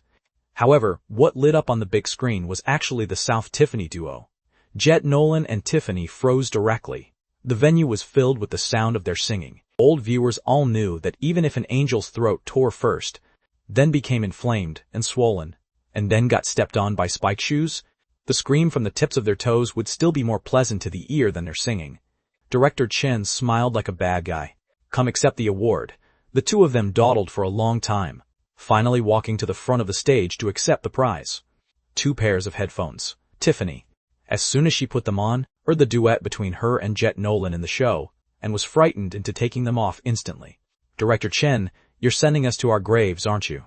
Jet Nolan was even more miserable. Looping in the headphones was his Love Even If I Die, the high notes enough to crack concrete. New viewers were curious about what on earth was playing in the headphones, while old viewers immediately dissuaded them. Do you want to die? There were also malicious ones who started egging them on. Play it out loud. Play it out loud. Director Chen never rejected the viewers' requests. Once the speaker was turned on, the guests present all covered their ears. Old viewers muted the live stream volume in a split second, leaving only the new viewers sillily waiting for the voice of nature to descend. Then, holy crap, my ears. Monster, withdraw your magical power. Director Chen turned off the music with a beaming smile, and sent the two back to their seats. Charlie patted Jet Nolan. Take a word of advice from your big sister. Don't sing love songs to Tiffany in the future. Paused. No. Don't sing any song at all, unless you want to break up. Jet Nolan smiled worse than crying. Thanks. The second award was the Brave and Fearless Award. The winners were Trent and Lucy. The prize was 2 small boxes. The instant they were opened, toy spiders popped out, and the two almost lost their minds in terror. The screen then played a compilation of them in the escape room, and, when encountering a snake in the wild, screaming, the highlights feeling exactly like a public execution. Don't look at how Trent was tall and well-built. His courage wasn't much bigger than Lucy's. The escape room was played by them into a haunted house. Sending off this pair of brave ones, everyone understood. Today's award presentation was purely a prank. Nobody dared to look forward to their name being called. Seeing everyone on guard, Director Chen suddenly changed his tone. Don't be afraid. This time, it's a serious award. He pulled out a brand new iPhone 13 from the box. See that? Authentic product. Just ask someone to buy it. In an instant, everyone's eyes lit up. Director Chen's gaze swept across us, and finally locked onto Sean. Charlie, the next award is the most miserable of the season award. The winner is the Penghu Bei duo. Charlie leapt up, just about to rush toward that phone. Director Chen took a long breath and continued, the cameraman of the Penghu Bei duo. The cameraman, Zeke, holding that brand new iPhone 13, howled as if it were a joy after suffering. Charlie was dumbfounded. This show even gives awards to the crew behind the scenes? Director Chen said in all seriousness, why not? Our buddy Zeke holds up the lens every day to watch you two display public affection, smelling the delicacies but unable to eat them, and even having to smile when his boxed meal goes cold. This psychological trauma is no smaller than filming a scene. The cameraman choked up completely. Director Chen, you're still the one who understands me. Wah! Director Chen patted him gently. You indeed worked hard. You deserve this phone. He paused, then changed his tone. However, the budget is tight, so we'll just deduct it from your salary. The cameraman froze completely. Before he could react, he was dragged away by a staff member. The bullet comments instantly exploded. Is Director Chen crazy? No. I think he has already been infected by Sean and Charlie. Yes, it's that bad but cute kind of infection, whether it was turning dark or being assimilated. Director Chen was obviously having a blast. The following award presentation went completely wild. The Youngest Partner Award was presented to Team Mighty, the prize being Zuliujian Elderly Shoes. The Strongest Fight the Landlord Award rewarded a deck of playing cards. The Acting Will Never Be Crushed Award was given to Megan, the prize surprisingly being her previous script manuscript. The most ridiculous one was the Peerless Good Woman Award, presented directly to Director Chen's wife Vivian, along with a diamond ring. The Most Manly Award was given to Jet Nolan, who was once forced to wear women's clothing. The Understands Partner the Most Award was presented to Megan and Vince.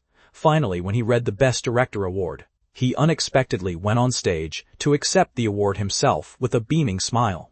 The guests all held their heads in disbelief, and everyone in the livestream room was laughing to the point of cramping.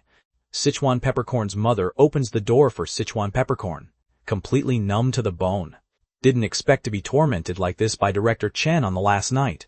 Hurry up and edit it out to poison more people. Just remember not to include Jet Nolan's singing part, fearing it might cause fatalities. Finally, the messy awards were finished being presented, leaving only that last, largest box. Director Chen patted the box solemnly, his face showing an expression like he was finally going to shock everyone for once. The last award is related to today's theme. The screen on the projection lit up with scenes, the glints and flashes of swords from the martial arts couple, the wedding vows from the South, Tiffany duo, the bustling kitchen from Team Mighty, and also our Penghu Bei duos, twilight scene of gray hair supporting each other. Director Chen's tone suddenly became serious. Everyone was great, but the reward can only have one winner. After on-site and online voting, the ultimate grand prize belongs to the Penghu Bei duo. Applause rose from all sides. We stood up and walked toward Director Chen. He had a rarely gentle face. This time it's truly not a prank. I hope this gift can witness your love. May you be like today, constantly playing chess and brewing tea until your hair turns white. I shook hands with Director Chen. Thank you. He pointed at the box. Come open it.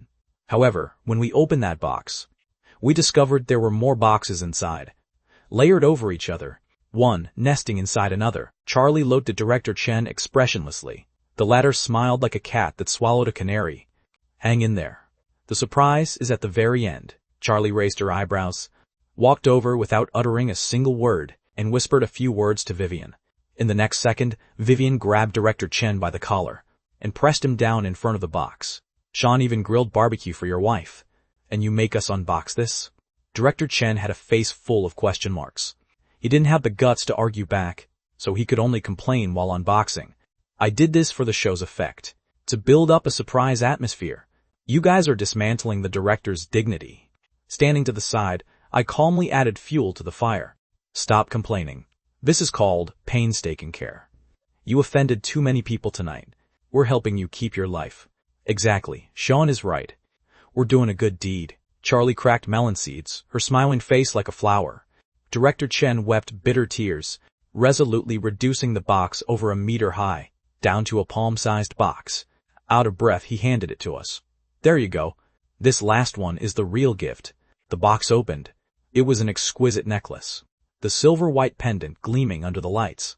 Director Chen wiped his sweat and smiled. It's not expensive, but it's from the bottom of my heart. I hope you two love each other forever.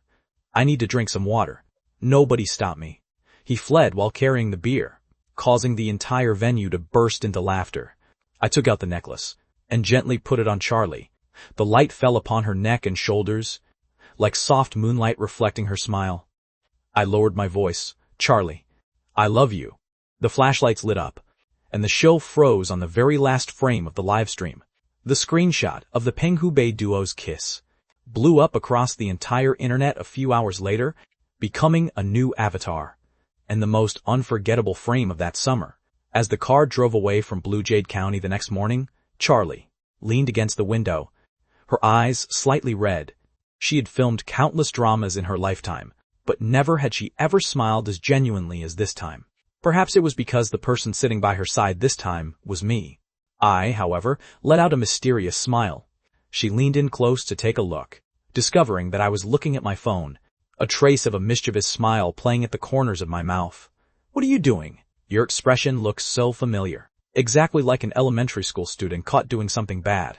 I closed the screen. It's nothing, just some fan fiction written about the two of us by the fans. Fan fiction? Hurry up and let me see. Don't look. I stuffed the phone into my pocket.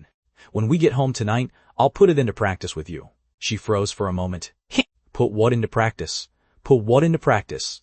When she found that fan fiction through her burner account in the super topic, and finished reading the first 2 paragraphs, her entire body directly turned red all over.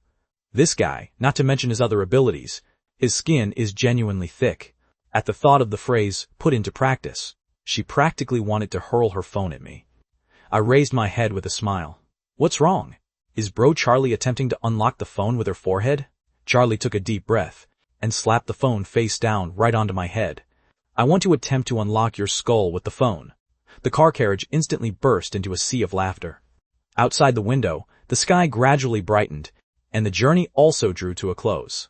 Yet that gentleness and playful banter, just like the summer breeze, did not dissipate for a long time. When the plane landed in Chang'an City, the color of the sky outside happened to be turning clear. Lin was already waiting for us early at the arrivals gate. As soon as she saw us, she headed straight for me, her eyes beaming with light. Sean, you genuinely made me steal the spotlight big time this time. She practically wanted to break my shoulder with her pats. To be able to become this popular with your very first variety show. I haven't seen a second person like this in the dozen or so years I've been in this industry. You genuinely hid exceptionally deep. You know how to do everything, and you even look like that. The more she spoke, the more excited she became. Suddenly, she switched to loving mother mode again. Are you tired? Are you hungry? What do you want to eat? Before I could even open my mouth, Charlie beside me raised her hand to protest. I'm hungry too. Lin, how come you only dote on the newcomer? I'm the artist who has followed you for several years. Lin glanced at her, her face full of disdain. Just because you are one of my own, I won't coddle you. Sean is incredibly popular right now. I need to tie him down first before anything else. Charlie let out a snort, raising her eyebrows and saying, he is my husband, so he listens to me. Rather than tying him down, you ought to coddle me instead. Coddle you? In your dreams. Lin shook her phone and said, let me tell you. Just the companies that contacted me these past 2 days are no fewer than 10. Did you hear that clearly? 10. All of them are inquiring about Sean's contract price. Blue Jade Entertainment even explicitly offered to raise the price by $500,000 just to get a copy of the contract. Charlie blinked her eyes, revealing a thoughtful expression. Lin continued to elaborate. That is just their price for testing the waters. If he genuinely signs a contract, starting at several millions wouldn't even be an exaggeration. If he goes to those large-scale companies, his path will be steadier, and the platform will be higher. You are his wife. Don't tell me you don't wish for him to fly higher? Charlie nodded as if coming to a realization, then immediately snapped out of it with high alertness. Then according to what you said, wouldn't keeping him in your hands delay his development? Don't you dream of taking advantage of him. I'll personally help him look for a company when I go back. Lin was so angry she almost twisted the mineral water bottle to bursting, knocking her on the head casually. Can you use your brain? You were still clamoring about taking charge yourself last time. Starting your own business. Your own man is the best resource. You'd be a fool not to use him. Charlie clutched her head, arguing righteously. Even if I do it alone, don't I need startup capital? Let's sell Sean out first to make some money, and then buy him back later. And what if you don't make any money? Lin raised an eyebrow. Then so be it. She spread her hands and smiled innocently. Anyway, the one working hard is him, not me. Lin put her hand to her forehead and sighed. I've seen ruthless people, but I've never seen anyone as ruthless as you. Standing to the side, I held back a laugh. Watching the way these two women chimed in with each other, raised my hand to speak up. Actually, my original intention for joining the variety show was just to help Charlie handle that breach of contract matter and officially announce our marriage along the way. Lin narrowed her eyes. It's mainly the latter half of the sentence, right? I cleared my throat. Well, now that the goal has been achieved, to be completely honest, I don't have a highly large interest in this whole entertainment industry business. If possible, I prefer to be a stay-at-home husband. No way, no way, two voices called out in unison. I was practically shaken back into my seat. Lin said decisively, Sean, do you know how rare you are? The higher-ups at Blue Jade are bugging me every day to quickly renew your contract. Even saying that whatever price they offer, we just have to nod. If you genuinely retire from the industry, it would simply be a reckless waste of heavenly gifts. Charlie also put her hands on her hips. Exactly. Sean, isn't it thrilling to film dramas together with me? Where else could you find another man who can play lovers with me every day, without being beaten to death by me? I spread my hands and smiled. I only want to take care of you, and cook for you. Charlie immediately countered. Even if you become a star, you still have to cook for me.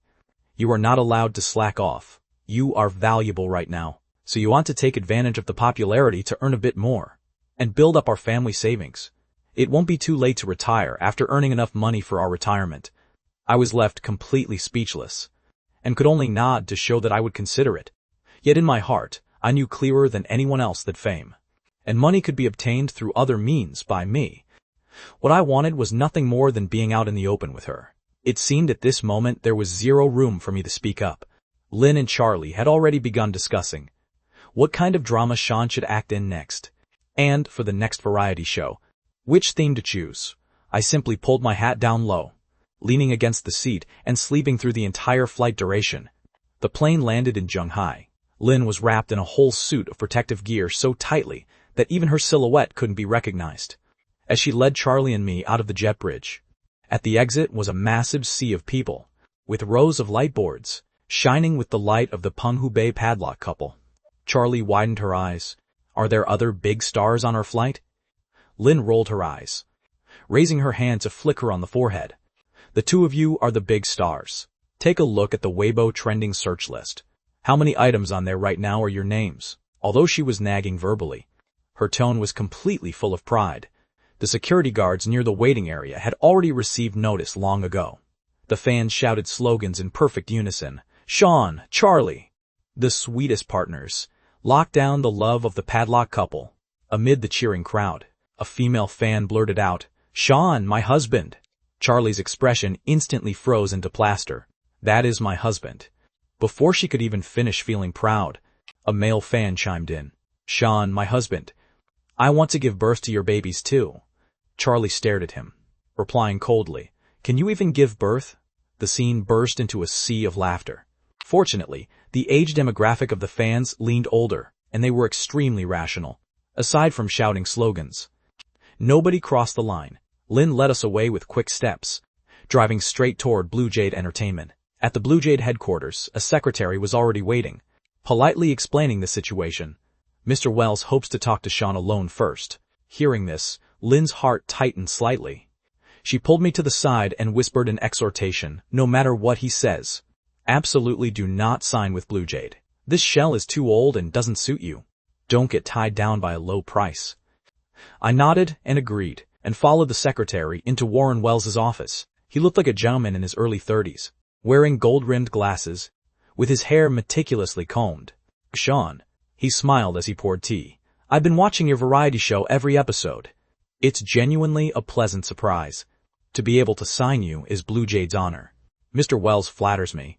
I nodded slightly. He nudged his glasses, his tone carrying a calculation beneath the gentleness. Actually, I hope we can renew the contract for another year. You have so much potential. There's no reason to stop here.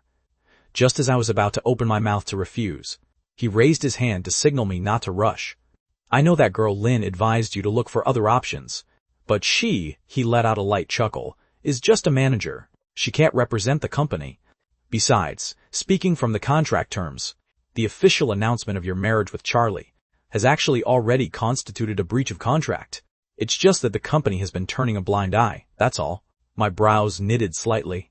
He continued to smile. If you are willing to renew the contract with Blue Jade, no matter how long the renewal is, this time we will let bygones be bygones. But if you don't agree, then the account for the breach of contract penalty will have to be recalculated. He picked up the tea and took a light sip, his gaze suddenly turning cold. I've checked. Your family runs a retail business, and although they have a company, they cannot shell out that sum of money. Sean, you don't genuinely want the parents on both sides to carry the debt, do you? The air froze all at once. I slowly put down the teacup, my gaze darkening by a few notches. Mr. Wells investigated me and even used my family as a bargaining chip? Sean, he gave a faint smile, don't be too naive. You are indeed hot right now, but a newcomer without a background has always been the plaything of capital. It's very easy for me to crush you. I leaned back against the chair, a smile also surfacing at the corners of my mouth. Is that so? Then why don't I raise my eyes. My tone calm yet sharp. Give it a try. Let's see who can crush whom.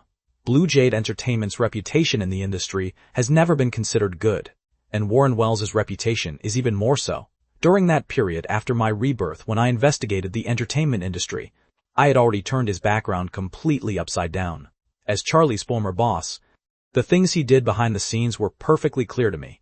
Originally, I didn't plan to have any intersections with him. After all, once Charlie's contract expired, she would go solo on her own. This kind of person would become a thing of the past sooner or later. I didn't expect he would deliver himself right to my doorstep, and even use the breach of contract fee to threaten me. Since he dares to extend his hand, then I will let him know what it means to have it snapped. Upon hearing the words I said, Warren Wells let out a cold laugh, as if he had heard a joke. Sean, on what grounds are you going to play with me? Relying purely on this bit of popularity of yours? Or that small supermarket background of your family's? He nudged his glasses, his tone certain. Young man, don't forget that this is a game of capital. Without capital, you are absolutely nothing. Leaning back against the sofa, I nodded slightly. You're right. This is a game of capital. My tone shifted, and my gaze crashed straight into the depths of his eyes. But who on earth told you that I have no capital? I said in a slow and unhurried manner.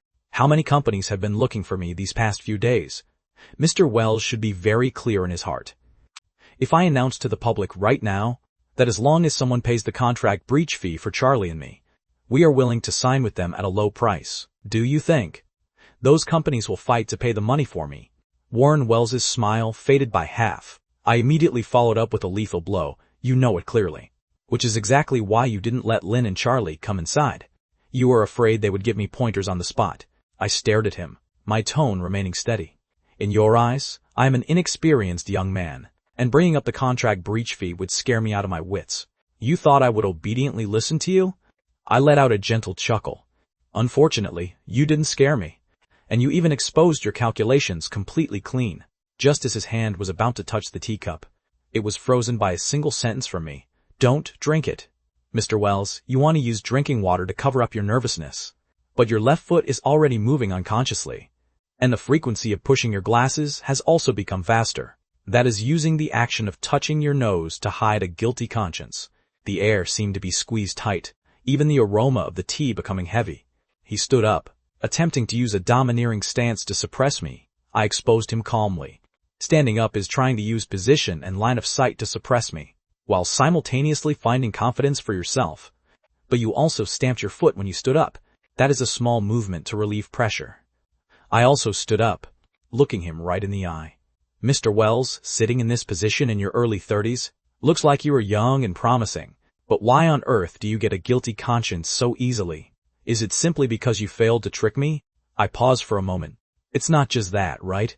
Warren Wells's face finally changed color. What absolute nonsense are you talking? I'm not signing you anymore. And I won't mention the breach of contract fee either. Get out! My smile didn't fade. I walked over and held down his shoulders, pressing him back down onto the sofa. He attempted to struggle, but was given a gentle strike by me on his shoulder joint, so painful that it felt as if it dislocated, leaving his entire body with zero strength. I sat beside him and crossed my legs. Your guilty conscience is because my words reminded you of the past, that matter you tried desperately to bury. I deliberately threw out psychological hints multiple times during the conversation, making him return to that shadow by himself. Seeing a psychiatrist for 5 consecutive years, taking medication, and being plagued by nightmares. As for the reason, I said in a low voice, it's because you caused 2 families to be ruined and broken.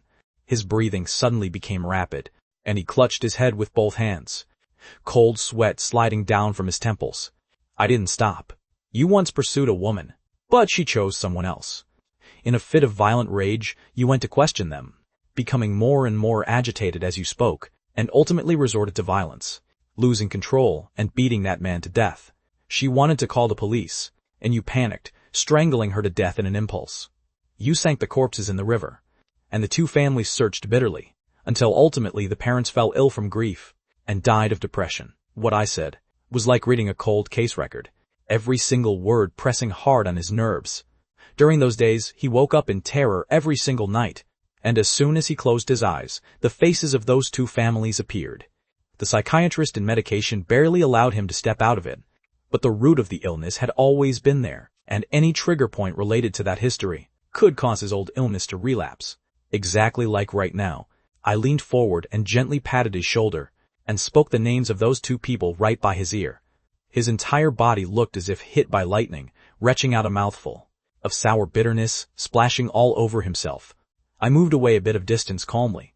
Mr. Wells, do you need me to call an ambulance for you? Saying that, I pulled out my phone. He gnashed his teeth. How on earth do you know all this? What is your relationship with them? I raised an eyebrow. For Mr. Wells to ask this is to admit that everything I said is true then? He roared. So what if I killed them? Since you know, don't you dream of living either. Killing you is as easy as turning over my palm. I didn't look at him, but merely pressed the dial button. Hello? Is this 911? The Blue Jade Entertainment top floor CEO office. I've found the suspect for case 422. Yes. Exactly that case I've been tracing for years. Please bring an ambulance along. His reaction is violent, and I have incapacitated him in self-defense. There is no danger to his life. Hanging up the phone, I shook my phone, which was playing the recording. So what if I killed them? Since you know, number. Don't you dream of living either? Killing you is as easy as turning over my palm. Warren Wells's face instantly turned ash white. I put away my phone and slowly stood up. Picking up the vase on the desk, I said in a low voice amidst his terrified gaze, You asked me why I also called an ambulance. You'll find out right away. When the police and medical staff pushed open the Blue Jade Entertainment CEO's office door, the entire corridor fell into a brief standstill. Charlie and Lynn, along with the secretary responsible for reception, froze on the spot in unison. After a brief hesitation, the few people rushed to the office doorway almost at the same time. What met their eyes? Was Warren Wells being lifted onto a stretcher by emergency personnel, his head covered in blood, and bruises interlaced on his face? Behind him was I, being led out by the police. Charlie was completely stunned, her voice trembling. Sean, what did you do? I blinked my eyes. Nothing really. My tone as calm as if I had just been let out of class early. Just doing a good deed, that's all. A good deed? She pointed at the miserable state on the stretcher, almost crying. I spread my hands and let out a bitter smile. Uprooting evil and bringing peace to the good. That counts as a good deed, right? Seeing her fingers were ice cold, and her face was pale, I reached out and gently patted her hair. Don't be afraid. I'll handle this matter. Go back with Lynn first in a bit. Be good. Although I spoke with certainty, she obviously couldn't set her mind at ease. After I was taken away, she and Lynn immediately drove to the police station and waited anxiously at the entrance. As they were anxiously pacing back and forth, Lynn's phone rang. She listened for less than 10 seconds before her face darkened completely. After hanging up, she immediately clicked open. Weibo. And the more she looked, the more wrong it felt. Charlie leaned over to look, and was also stunned. It had been less than an hour since I was taken away. Yet Weibo had already boiled over. The topic, Sean arrested, hit number 1 on the trending searches. A certain Big V posted with photographic proof, Sean suspected of being arrested for injuring someone. Perfect persona completely collapses. The post not only had photos of me being taken away in a police car, but also surveillance screenshots from inside Blue Jade Entertainment. This speed is too fast. Someone is absolutely causing trouble from the inside. Charlie gnashed her teeth. Lynn nodded, her expression dark. It's not just an inside mole. Look at this account. Look at this account. On the surface, it's a neutral entertainment blogger. But it's actually funded by Phoenix Entertainment. You know Phoenix Entertainment, right? Their top star, Felix Young, has always been wary of Sean's momentum. She took a deep breath and explained slowly. Sean repeatedly hit the trending searches, which already made them resentful. Before, they even offered money to buy dirt, but I rejected it. Him being taken away this time probably plays right into their hands. Clicking open that article, the comment section had long been occupied by Felix Young's fans. Those rational voices were drowned out, while comments with malicious fabrications and verbal abuse were pushed right to the very top. Uninformed netizens followed the crowd to mock him one after another, as if they had already confirmed that I committed a crime. Lynn's brows knitted into a tight knot. She knew perfectly well that this was the manipulation of capital. If Sean had his own team behind him, we could still organize a counterattack. But right now, not only does he have no backer, but he even beat up Blue Jade Entertainment's CEO. She felt helpless, and could only flip through the screen anxiously. Just as they were about to despair, the door of the police station suddenly opened. I walked out from inside, with several police officers chatting and laughing beside me. Sean is truly incredible. We've all watched your live streams. We didn't expect you to be a technical expert as well. Thanks to you this time, our unsolved case from several years ago finally has a breakthrough. I smiled and shook hands with them. It's all a small matter. Contact me again if you need anything. No problem. We'll keep each other informed. You genuinely did us a massive favor. Seeing me walk out completely safe and sound, Charlie could barely believe her own eyes. Sean, you're fine? What on earth happened? I smiled easily. Of course I'm fine. Didn't I tell you? Don't panic. The police officer beside us also spoke up. This Sean actually helped us crack a major case. Bro Charlie, I'm a fan of yours. Give me an autograph when the time comes, okay? Cracking a case? Charlie was completely baffled. Didn't you beat up Warren Wells? That was defense. My tone was calm. He is a fugitive from a homicide case. Who attempted to kill me? After I exposed his criminal evidence, he wanted to make a move, so I could only fight back. Once he lost his mobility, I stopped right at that instant. Charlie and Lynn looked at each other in bewilderment. A murder record? What on earth did he do? Lynn walked straight over to the police to ask for the clear reasons. The police explained that.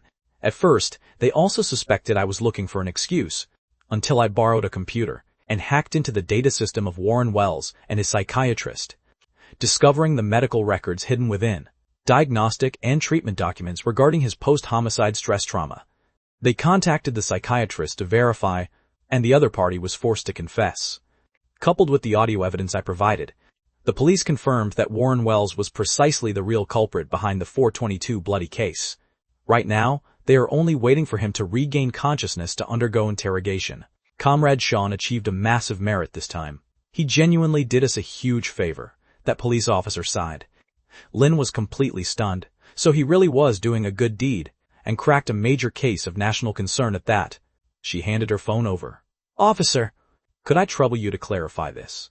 Publicly on Weibo? Right now, the entire internet is smearing him. Yahello. Felix Young's fans were celebrating. They were crazily reposting and mocking in the super topic. Exactly as if it were a holiday. What all-around artist. Turns out he's a violent maniac. Beating up his own boss. His persona has collapsed, right? The entertainment industry is a monster-revealing mirror. Felix Young has never had an issue. So Sean is probably finished. My fans tried desperately to explain, but were shut up by mass mockery. The photos and screenshots spread everywhere, and practically nobody believed there would be a plot twist. Felix Young's manager sat in the company office. leisurely sipping coffee. She was originally still worried about not being able to snatch away his popularity. But it seemed he tripped himself up. Blue Jade Entertainment has no background. It collapses with a gentle push. Sean's public reputation has completely tanked across the entire internet right now. Felix Young leaned on the sofa, a sneer hanging at the corner of her mouth. Shh. Thinking he was my opponent is just way too boring. Having said that, she casually opened Weibo, intending to appreciate the fruits of victory. In the next second, she spat out a mouthful of water. Zhonghai Police, online. Thanks to the enthusiastic citizen Sean for assisting in cracking the 422 homicide case. Comrade Sean fought bravely, venturing into danger with his own person, making an outstanding contribution to the investigation and cracking of the case. Special commendation is hereby given. In the attached picture, I stood among the police officers, holding a bright red silk banner in my hands. At that exact instant, the internet's trend completely reversed. Felix Young looked exactly like she was struck on the head with a club, dazed on the sofa. Her phone almost slipped from her hand and flew out.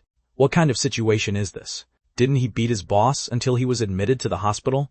How did he transform in a flash into a good citizen acting courageously for a just cause? The manager also had a face full of astonishment, hurriedly clicking open that Weibo post to look closely. It was officially published, leaving zero possibility of fabrication. She immediately made several phone calls, her face darkening bit by bit. Shoot, Sean was genuinely released, she said in a lowered voice. Someone on Blue Jade's side told me that he has already returned to the company. Felix Young's hand trembled. The teacup was slammed onto the coffee table, making a sharp, loud clattering sound. Investigate this for me and find out exactly what happened. Not long ago, when dating was a hit broadcast, I was pushed onto the trending searches every few days, and they were all solid, hardcore trending searches. If it wasn't singing, it was playing the piano. If it wasn't winning a chess tournament, it was competing in foreign languages. Just those skills alone were enough to leave 90% of the stars in the industry far behind. It's no longer rare for stars to know how to sing and dance, but for an artist to be able to handle both advanced calculus competitions and over a dozen languages, this was like a dimensional strike. Although his fan count couldn't compare to Felix Young's, and he hadn't officially stepped over the threshold of the A-list, but my explosive pace of growth gave him mountain-like pressure. So when he heard that I was taken away by the police for beating someone into the hospital, his first reaction was to confirm the news, and immediately following that, his mood instantly relaxed. However, not long after he let out a sigh of relief, this so-called good news completely flipped. Not only was I fine, but on the contrary, because of assisting in capturing a murderer, I was publicly commended by the police. What do we do now? Felix Young's tone was completely full of panic. With none of his previous arrogance left, the manager glanced at him and let out a long sigh. What else can we do? The internet trolls we spent money to hire, and the paid press releases, withdraw them all. We lost terribly in this round. Just a few minutes after the police official Weibo account posted the commendation information, the trend on Weibo instantly pulled a massive U-turn. Those fans and marketing accounts who were just cursing me for being heinous and violently aggressive a moment ago now looked as if they had seen a ghost. The previous story version was beating up the boss and getting locked up in the police station, but now it was acting courageously for a just cause and even cracking a homicide case. Is this even logical? They wanted to say it wasn't logical, but facing the statement from the official Weibo account, they had nothing to say. What's more, some irrational Felix Young fans ran to the police's comment section to make wild accusations, and as a result, in less than a minute, their accounts were directly banned by the officials and the platform. For a time, those Felix Young fans who were just acting all high and mighty in the super topic instantly withered. Meanwhile, my fans looked as if they had their resurrection button pressed, and the entire membership fought back with grand momentum, blasting them across 8 streets in one breath. Even the articles under the marketing accounts were demanded to make a public apology and be deleted immediately. To those who said my Sean committed a crime, don't your faces hurt? Look at the words on the silk banner: enthusiastic citizen, acting courageously for a just cause. If your idol is so amazing, why didn't we see him go? Catch a murderer? Some fans even turned this matter into a meme. There wouldn't happen to be a star who can't even handle a single murderer, right? No way, right? No way. This kind of sarcasm made Felix Young's Fans grit their teeth in anger yet helpless to object, because they had completely and utterly lost. This internet war without gunsmoke made many industry big shots pop their eyeballs out as they watched. Among them was precisely the owner of Mingles Entertainment, Lei Ming. Mingles has always taken a high-quality route, not relying on traffic hype, but instead promoting artists with genuine talent. An all-around newcomer like me instantly entered his target list. After today's beating up the CEO incident blew up, he originally thought I would find a beautiful excuse to smooth it over. Otherwise, with a scandal pressing down on my head, the difficulty of cooperation would be extremely high. As it turned out, he didn't expect the police would directly clarify for me, instantly turning the assault into a case-cracking hero. The heat, instead of falling, rose. Lei Ming made a prompt decision and dialed Lin's phone. 100 million to sign. Sean for 5 years. Lin was currently driving on speakerphone. The sounding figure made Charlie widen her eyes, and she blurted out, "Sign it. Sign it quickly." Lin gave her a glance. "Sign your foot. Don't interrupt." Then she said calmly to the phone, "Mr. Lei, I am just a manager. Whether he signs or not depends on Sean himself." She paused, and added, "Charlie has plans to go solo on her own. If she genuinely goes solo, Sean will probably stay by her side."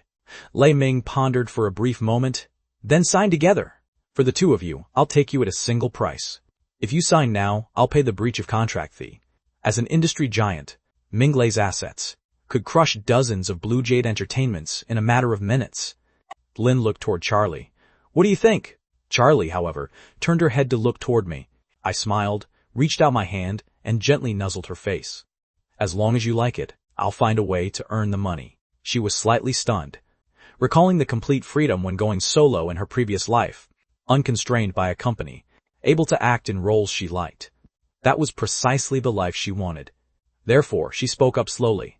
"I'm sorry, Mr. Lei, I still want to go solo." Lei Ming felt regretful, yet also understood. Charlie suddenly said, as if playing a joke, "How about, we still sign with you? Forget 100 million for 5 years.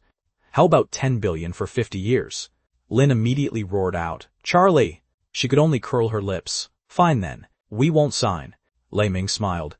"It's fine even if you don't sign. You two will definitely become even more popular in the future.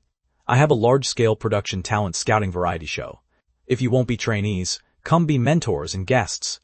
After dropping us off back at Charlie's small villa, Lin hurried off to negotiate the details of the variety show. Mingles' production investment was naturally completely different from those low-budget variety shows, acting as an excellent opportunity for us to consolidate our popularity.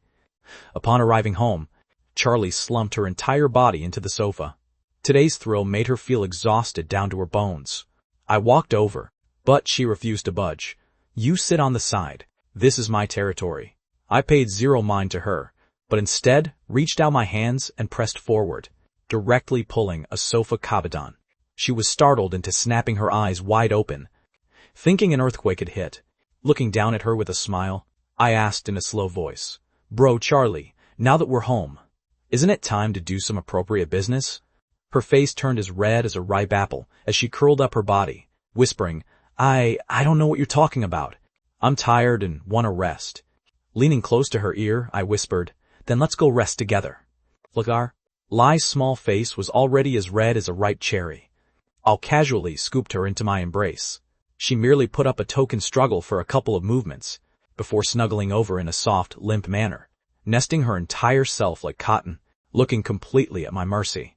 In fact, she already knew what to expect before coming home. Just as I planned to carry her directly upstairs back to the bedroom, the phone on the coffee table suddenly began to vibrate. If it were anyone else, I certainly wouldn't answer it this time, but seeing the caller ID, showing Dad, I could only sit back on the sofa helplessly. Holding her in my arms, I picked up the call. The voices of Sean's father and mother came from the other side. They usually don't swipe through Weibo, so their information was naturally lagging a bit behind. Not until just now did they hear that I was taken into the station. So, they hurriedly called to ask. I patiently explained the cause and effect of the matter, once, and also promised to go home to visit in a few days. Before finally hanging up, the moment the phone was put down, I picked Charlie up once more, intending to head straight for the second floor. As it turned out, right as I reached the foot of the stairs, a knock echoed from outside the door. Charlie blinked her eyes, as if remembering something. My phone was out of battery earlier, so I asked Lynn to help me order some takeout. It's probably here. I had no choice but to put her down to open the door and get the takeout. Her eyes lit up when she saw the food bag, and just as she prepared to pounce over to unwrap it, I hoisted her onto my shoulder without giving her a choice, intending to carry her away directly. Unexpectedly, after taking only 2 steps, another round of knocking sounded outside the door. I looked at her gloomily. How many places did you actually order from? She was also stunned. I only had Lynn order from 1 place. Could she have ordered extra? Frowning, I reluctantly put Charlie down once again and walked over to open the door. The moment the door opened, 2 words silently popped up in my heart. We're screwed. Because standing at the door wasn't the delivery guy, but Charles and Susan, uncle, auntie. I tried hard not to let my expression look too complicated. I wasn't really afraid of them, but now that my future parents-in-law were here, they obviously wouldn't leave right away. This meant Charlie and I could forget about resting for the time being. When Charles and Susan saw me, their faces originally carried smiles, but Charles quickly checked his emotions. Clearing his throat, he frowned and said, "Sean, why are you here?" Just as I opened my mouth, he waved his hand. "Forget it. No need to explain. We came to see Charlie." "Move aside." Charles strode into the villa, while Susan greeted me with a beaming smile. This made me feel slightly surprised. After all, in the past, they were the ones who most opposed Charlie and me being together. Susan's attitude was even more resolute than Charles's. Seeing her parents, Charlie hurriedly tidied up her messy clothes, walked over and called out, "Dad, Mom." Her tone wasn't particularly warm. Ever since she contradicted her father over my matter last time, she felt there was a barrier between them. She had a premonition that her parents' visit this time was mostly to lecture her. So she simply sat down, putting on an attitude of, "If you want to speak, go ahead. I don't care anyway." The living room fell into a brief silence. I brought 2 cups of water over, taking the initiative to speak up. "Uncle, Auntie, is there a particular reason for your visit this time?" Charles took a sip of water, his tone slightly awkward. "This is my daughter's home. Do I still need a reason to visit her?" Having said that, he suddenly looked toward me, clearing his throat. "I heard you were taken away by the police. How did you get released so quickly?" Charlie couldn't help but defend me. Sean was helping to crack a case. Not getting into trouble. Charles had a face full of disdain. What good deed could he possibly do? Charlie glared at him. "The police have already posted a Weibo to clarify everything. Could you please stop always looking at him with prejudice?" I gently patted Charlie's hand and said to Charles with a smile, "I just went to give some statements. They're all minor matters. Thank you for your concern." Charles let out a cold snort. "Who is concerned about you? I'm just afraid you'll implicate my daughter." Saying that, he stood up. "You, come upstairs with me. Let's talk in private." Charlie was worried her father would say unpleasant things to me, and wanted to follow us up, but Susan pulled her back with a smile. Only after we went upstairs did Susan whisper to her daughter, "Don't worry, your dad is just acting like that." Charlie was stunned. "Acting?" "Yeah, actually, our visit this time was just because we wanted to see Sean." Susan explained that after they went to a company meeting, they heard I was arrested for hitting someone, and were very worried for a time. They tried to call, but couldn't get through. Later, they heard I was released, and even helped crack the case. So they hurriedly drove over to check on the situation. Charlie raised her eyebrows. "Don't tell me he was afraid I'd get beaten by Sean?" Susan smiled. "Come off it. What your dad worries about all day long is that you'll beat Sean up instead." She continued, "Ever since we watched your variety show, we felt Sean is pretty good, and even met with his parents in private. It's just that your dad didn't want to show his approval too early, fearing he might lose his drive. That's why he put on a look of disdain." Susan also specifically exhorted, "Don't tell Sean about this." Charlie verbally agreed, yet she had already sent me a text message, exposing Charles's entire drama. In her heart, her father was someone else's husband, while Sean was her own husband. So naturally, she had to side with her own person. In the study, Charles stood with his back to me, his tone serious. "I won't approve of you, unless you can genuinely prove yourself. Don't think that just because you're popular now, I'll think highly of you. What I value more is character. The matter of you two getting your marriage certificate behind my back isn't over. If you can't show any achievements, I will go settle the score with your parents." He kept his back to me because he was afraid his expression would give him away. Only by not showing his face could he avoid blowing his cover. But he didn't know that I was currently lowering my head, looking at the insider tip text message Charlie had just sent. After reading the message, and looking at his deliberately majestic back again, I almost burst out laughing. Charles didn't realize at all that his own daughter had already, at the very first moment, sold out his little fatherly love and acting skills completely clean. While finishing lecturing me with a stern face, he secretly turned his head to take a stealthy glance, only to find I had already put away my phone and was standing behind him with a face full of obedience, my posture even more standard than an elementary school morning drill. The corner of Charles's mouth couldn't help but twitch upward a bit. He immediately straightened up again, putting on the majesty of an elder. Last time you said you wanted to give a gift on my birthday. What do you plan to give? He asked in a deep voice. Rather than a gift, it's more like a surprise, I said with a smile.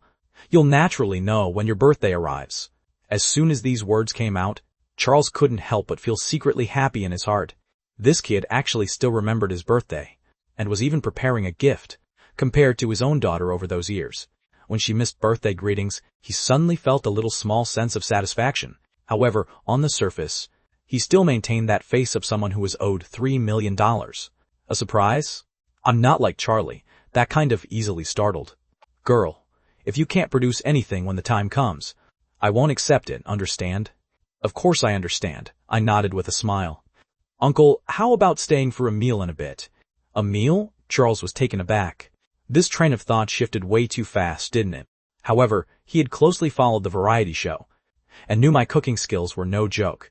At the thought of that culinary skill, he immediately thought to himself, it's acceptable, I suppose, but do you know how to cook it? Don't go fooling us with takeout. How about I order some takeout for you? I pretended to pull out my phone. Don't.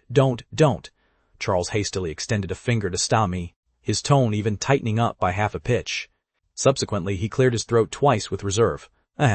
Let's see your culinary skills instead. A man always has to be able to afford to support my daughter. Then, it's a deal. I smiled. Uncle, you don't need green peppers or carrots, right? Are there any other taboos? Don't put too much cilantro either. Just after he finished speaking, he suddenly became alert. I say, you kid, don't just keep thinking about food. Tell me about that assault incident today first. Why are young people so impulsive? I hurriedly answered in a well-behaved manner. Please rest assured.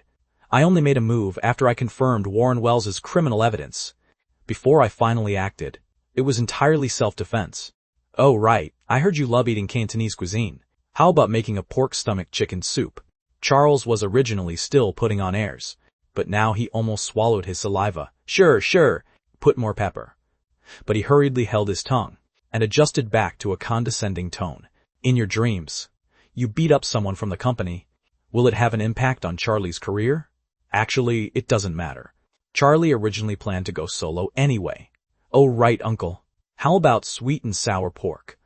I remember both you and Auntie love eating this dish. I like it. But hey, stop talking about food all the time. Actually, I'm pretty good at cooking fish too. Oh? You know how to make that too?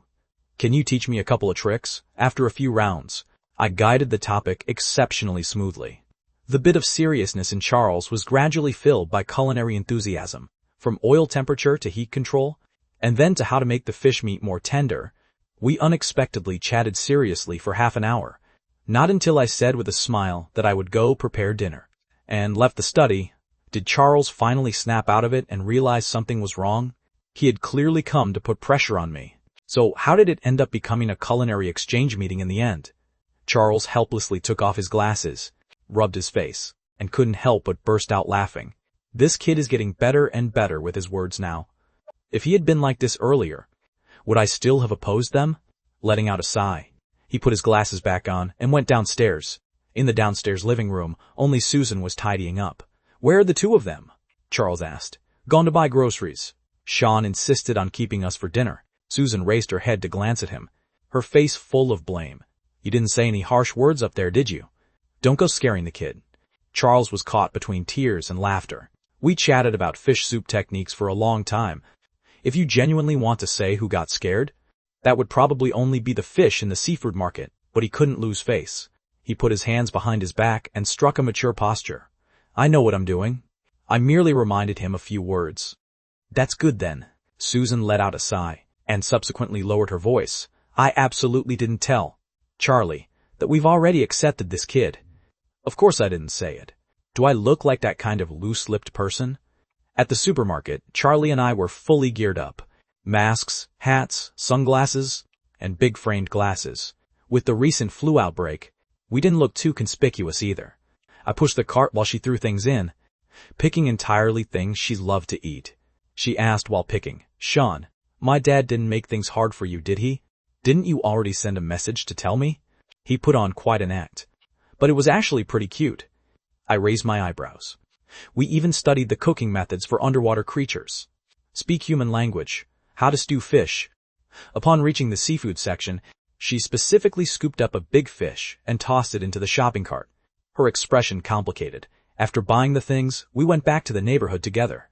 When we were almost at the gate, I suddenly stopped my pace. Boss Charlie thought I was tired. Do you want me to help you carry it? Genuinely tired. I looked at her, my smile deepening slightly. Mainly because today I originally wanted to rest with my wife, but things happened one after another, and we didn't even get to rest. Boss Charlie was stunned for half a second, reacting to the tease in my words. The base of her ears instantly turned bright red. Lowering her head, she mumbled, wasn't that because my parents came? But right now, I genuinely feel a bit out of physical energy. I deliberately lowered my voice. Bro Charlie, how about charging me up a bit? There was no one around. She looked around in a circle, carefully took off her mask, and gently printed a kiss on my lips. Then, blushing, she said softly, let's just charge this much power first, and the rest will be continued tonight. Saying that, she picked up the shopping bag and walked forward with rapid steps. I let out a couple of low laughs and caught up, wanting to help her carry it. She stubbornly refused, and the two of us pulled and tugged. In the end, it was simply one person on each side, carrying that completely full bag of groceries, walking toward home past the sunset glow. For this dinner, my culinary skills could be considered to have completely conquered Charles and Susan. The atmosphere at the dining table was very subtle. Several times, Susan couldn't help but want to praise me, but she was always blocked by Charles with a glance or a change of topic. Yet deliberately, when Charles himself ate a dish that suited his appetite, he would subconsciously blurt out a not bad. He even took several more chopstickfuls of the signature dishes I made. Not until he snapped out of it did he realize he had given himself away. Having eaten and drunk to their heart's content, the two elders prepared to leave. Before leaving, Charles first sized me up with a glance, and then took a glance at Charlie, his face stiff like a judge passing sentence. Sean, let me reiterate once more. I still do not accept you as my son-in-law right now. Remember, 1 month from now, if you can genuinely give me a surprise, to prove your ability, only then will I change my tune. Otherwise, don't you dream of being together with Charlie? I nodded my head, smiling very calmly. Sure. With that, father-in-law, what would you like to eat next time? How about Western cuisine? I'm highly skilled at braised steak. Charles subconsciously chimed in. Steak works fine too. As for red wine, I like dry red. So, I wasn't talking about eating. He was almost sidetracked by me into the kitchen topic again, and hurriedly waved his hands. Before I nod my head, you were not allowed to get too close with Charlie. Understand? I still smiled. All right. Then call me in advance before coming next time, so I can prepare. Charles almost agreed again. After reacting, he cursed himself inwardly that he had almost fallen into the trap and simply strode quickly toward the door, lest he be led off topic by me again. Susan approached at the door with a beaming smile, whispering, Sean, what you made today was very delicious. Next time, invite your parents to eat together, okay? All right, Auntie, I complied. Susan raised her eyebrows. Still calling me Auntie? I simply changed my tune, Mom. Susan's smile grew even deeper. She waved her hand and followed Charles to get into the car and leave together. Once the car drove far away, I turned around to look at Charlie, who was still in the kitchen, pretending to be busy. She was lowering her head to wash dishes, muttering Abba Abba to pretend nothing had happened. I walked straight over and picked her up, and leaned close to her ear to say in a low voice, Bro Charlie, it's time to charge me up. She buried her face in my embrace, not daring to look at me. I didn't forget, I just wanted to clean up the kitchen first. There's no need to clean up the kitchen. Cleaning me up is what's important. I let out a low chuckle. carrying her up to the second-floor bedroom. Charlie's bed wasn't large, just enough for the two of us to squeeze together. She was placed onto the bed, her face blushing like a ripe apple, appearing exceptionally alluring in the warm yellow light. I leaned down to kiss this apple, whispering, "Charlie, I love you. This night cannot be watched even if paid for." At 12 o'clock noon the next day, Charlie finally woke up slowly. She curled up in my embrace like a little cat, while I had already woken up long ago, currently wrapping one arm around her and swiping through my phone with the other hand. She rubbed her eyes, her voice lazy. "What time is it, Sean?" 12 o'clock. I wiped the drool from her sleep for her. "Hungry? I'll go cook." She let out a lazy hum of agreement. I planted a kiss on her face and went downstairs to the kitchen. Charlie sat up, looking at the messy bedding and recalling the events of last night. Her face began to burn again. Her gaze fell upon my phone that I had just placed on the bedside table. Her eyes rolled, a sudden sense of curiosity rising. She tried a few passwords. 123456. Incorrect. My birthday. Incorrect. His birthday. Incorrect. Finally, she tried the date we got our marriage certificate. 2008-01. Click. Unlock successfully. She almost burst out laughing, feeling exactly like a hacker. Confirming that I hadn't come back, she looked down at the screen. It was a piece of fan fiction, and furthermore, a new chapter that she hadn't read before. Fringing through a few pages, the plot was currently heading toward restricted plots that certain platforms do not allow to appear. Her face instantly turned red enough to drip blood. "This, Sean." She glared at the phone and exited to the home screen. She swept another glance over the other apps, finding nothing strange. Hesitating for a brief moment, she first clicked open QQ. The recent chat logs only had my college roommate group, with almost zero messages. Then she clicked WeChat. She originally thought it would be about the same, but as it turned out, she saw several recent conversations. The one right at the very top was from the duration of last night's dinner gathering. From President Lee of Mountain River Trading. "Everything you wanted me to prepare, I have prepared them all. The contract is signed too. I beg you not to have people hold back my goods anymore. If it goes on like this, our company is genuinely going to close down. Me, send the contract to my email. If there's no problem, I'll have people release the goods. President Lee of Mountain River Trading, there's definitely no problem. Thank you. How I should get along with the Jensen family in the future. Do you have a clear idea in your mind now? President Lee of Mountain River Trading, definitely. Before, it was just a small misunderstanding with Jensen Group. Misunderstanding? If I had known earlier that they had your backing, even if you gave me 10 times the courage, I wouldn't dare touch. Jensen Group. Charlie was left completely dumbfounded by what she saw. She knew Mountain River Trading very well. It once cooperated with her dance company, but they fell out later, and it had even suppressed Jensen Group. Charles was incredibly worried about this matter, but now, this President Lee was unexpectedly talking to me in a humble and submissive tone on WeChat, even saying that I was backing Jensen Group. She flipped through the other conversations and discovered they were all rivals of Jensen Group, who had all become extremely polite now. Those difficult problems that kept them from sleeping soundly seemed to be all easily resolved before me. Just as she was completely absorbed in watching, I walked upstairs carrying lunch. Flustered, she wanted to lock the screen, but as it turned out, with a slip, the phone dropped to the floor. She let out a cough, revealing an awkward smile. I was just taking a casual look. I put down the food, picked up the phone, and sat down beside her. "Bro Charlie, if you want to look, there's zero need to do it secretly. I can send you a copy. Or we can look at it together." She immediately gave me a poke, covering her face. "Who on earth wants to read that kind of unhealthy erotica of yours?" "Fine, then I'll read it myself." I smiled. "Once I finish reading, I'll recount it to you tonight. Let's eat." She hurriedly picked up her bowl to shift the topic. Halfway through the meal, she couldn't help but ask, "Sean, how did you do it? Why did all those companies back down?" I put down my chopsticks and looked at her. "It's not entirely out of the question if you want me to tell you." She blinked her eyes. "Tell me." I lowered my voice. "Tonight, let's try out what's in the fan fiction." Before the words even finished, her hand had already reached inside my clothes, pinching my waist. "Have you gotten a bit ahead of yourself?" In the end, I still confessed the truth. Being able to make so many companies that were making things difficult for Jensen Group bow their heads was definitely not relying purely on luck. Even with Charles's strength, he was still completely helpless. So if I wanted to fight them head-on, my financial power would be no different from playing with fire. What truly allowed me to turn the tables was the information I mastered. Some were secrets I already knew before restarting my life, while others relied on hacking into the computers of those companies' executives and mobile phones to temporarily seize data. In the heart of every businessman, there is always a crack that cannot see the light of day. Falsifying accounts, evading taxes, forcing down prices, and persecuting suppliers. I merely found the parts they were most terrified of being exposed. However, relying purely on dirt couldn't completely control the board. I also utilized methods of psychological gameplay, first winning over a few companies that were easy to leverage, then creating a chain reaction, letting them go besiege even larger targets. Against a stubborn opponent like Mountain River Trading, making a move head-on offered zero chance of winning.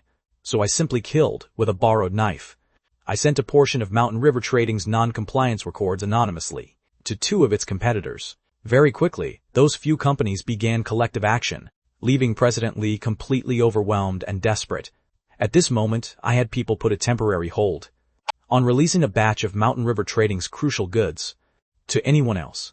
Delayed shipping was just a routine small matter, yet it was enough to make President Lee's entire business collapse.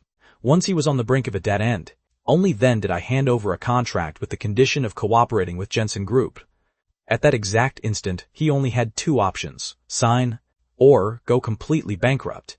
A war without Gunsmoke thus came to an end. Quite a few small and medium-sized enterprises in Shanghai were privately speculating about the behind-the-scenes mastermind who caused the situation to lose balance.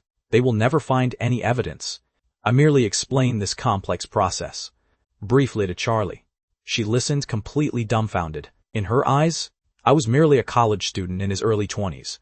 Yet I could make those seasoned entrepreneurs slaughter one another, while reaping the fisherman's benefit myself.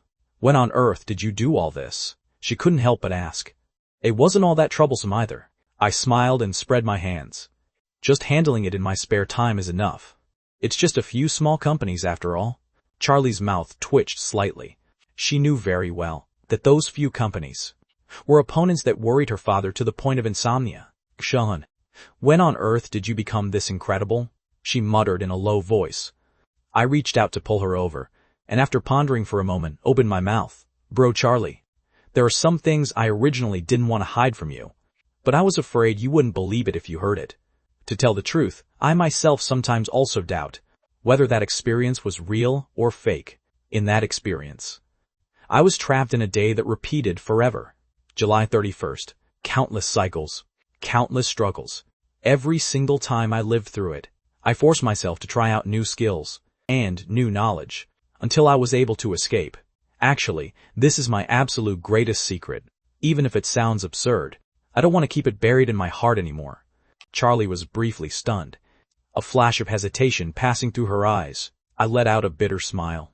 It's okay. Just treat it as me joking. Let's eat. I picked up some food to feed her. She looked at me blankly, and only after quite a long while did she say softly, I believe you. The chopsticks froze in midair. I raised my head to look toward her, and she happened to be looking at me too, her eyes clear and bright. If that truly was a dream, perhaps I have also had the exact same dream. Her voice was so low it was practically inaudible. It's just that there was no you in that dream. I lived in that world for 10 years, keeping the agreement between us. And then, speaking up to this point, she bit her lips tightly. That was the grayest memory in the depths of her heart. I was completely stunned, and subsequently felt a strange sense of relief surge into my heart. So it turned out. Those accidental changes weren't without cause. No wonder she suddenly understood how to act a role to the absolute limit. Clutching her hand, I gently pressed my forehead against hers. It seems our dreams were connected together, I said in a low voice. Only you would believe my experience, and only I understand what you went through. We are destined for each other.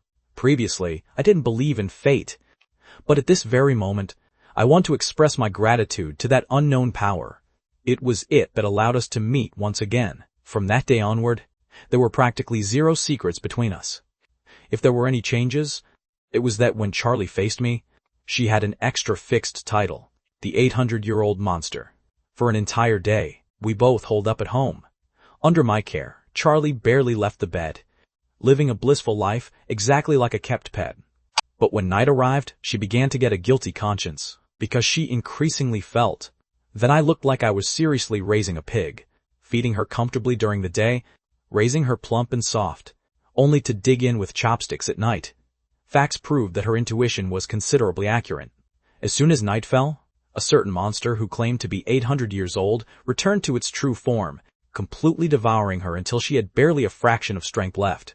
The next morning, when I prepared to attentively cook for her once again, she bounded straight up from the bed. "Sean, I am not staying at home today.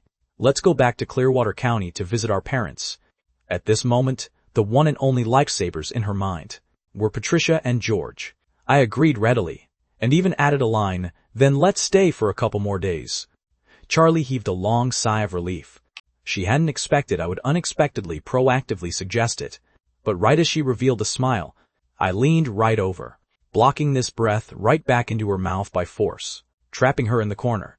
Amidst the falling kisses, I said softly, "Since we have to stay over there tonight, why don't we complete the work that should be done ahead of time?" "No, no way," she protested at the top of her lungs. But unfortunately, the protest was invalid. By the time Charlie and I returned to Clearwater County, the sky was already leaning west, and the sunlight was cut into golden fragments by the shadows of the mountains. Just as we stepped through the front door, Patricia grabbed Charlie right away, showering her with warm greetings, as if terrified she hadn't eaten her fill outside, while I was naturally shouted at by George and ushered into the kitchen to be responsible for any work related to eating. "I am your biological son after all. Can't you treat me a bit better?" I grumbled while washing the vegetables. George walked over and stuffed $50 into my hand. I was briefly stunned, actually thinking it was a tip for my hard work, and my eyes almost welled up. "Thank you for Comrade Sean's care." "Care my foot?" He let out a snort. "Go out and buy a bottle of wine for me in a bit, and make up for whatever amount is short yourself." Taking advantage of the gap while I went to buy wine and came back to cook, Patricia had already pulled Charlie onto the sofa and started chatting about whether she had been doing well recently, whether Sean had bullied her, and whether filming the variety show was exhausting. Especially when chatting about dating, Patricia said with high spirits, "Let me tell you, I usually don't like watching variety shows, and only watched it to support you guys." As it turned out, the more I watched, the more addicted I became. Charlie said with a smile, "This is the most interesting show I've ever filmed. If there's an opportunity, Sean and I will definitely go again. However, next up, we might record a newcomer, cultivation-type variety show. The two of us are just guests. We aren't the main characters." Patricia patted her hand, her face full of gratification. "It doesn't matter. I'll support whatever you guys record." George interjected from the side. "Aren't there still many things you didn't expect? For example, did you ever think our son would play the piano and know several foreign languages? Even I, his dad, don't know when he learned them." Patricia also nodded.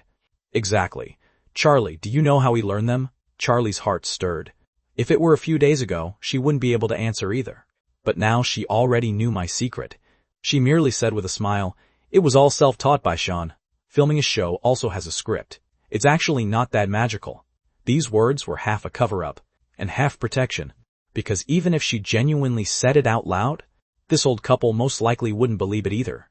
After dinner, George and Patricia holed up in the living room watching TV, while Charlie pulled me out the door, saying they were going for a stroll. Clearwater County had built a new fountain square in recent years, which was highly lively at night. Inside the cab, the driver kept staring at the two of us the whole way. I originally thought we were recognized, until we got out of the car to pay, and only then did he let out a sigh of relief, seeing you two bundled up so tightly in the middle of summer. "I actually thought you were going to rob me." And so, the robber couple got out of the car silently. The square lights flashed, and the sound of music blended together with talking and laughing. There were elderly people doing square dancing, and teenagers playing on skateboards and roller skates. Charlie rarely got to come out to play, so her spirits were highly high. She first pulled me to a roadside barbecue stall to order a few skewers. "Was the dinner I made tonight not delicious?" I raised my eyebrows. "If the food you made isn't delicious, then there's zero delicious food left in the world."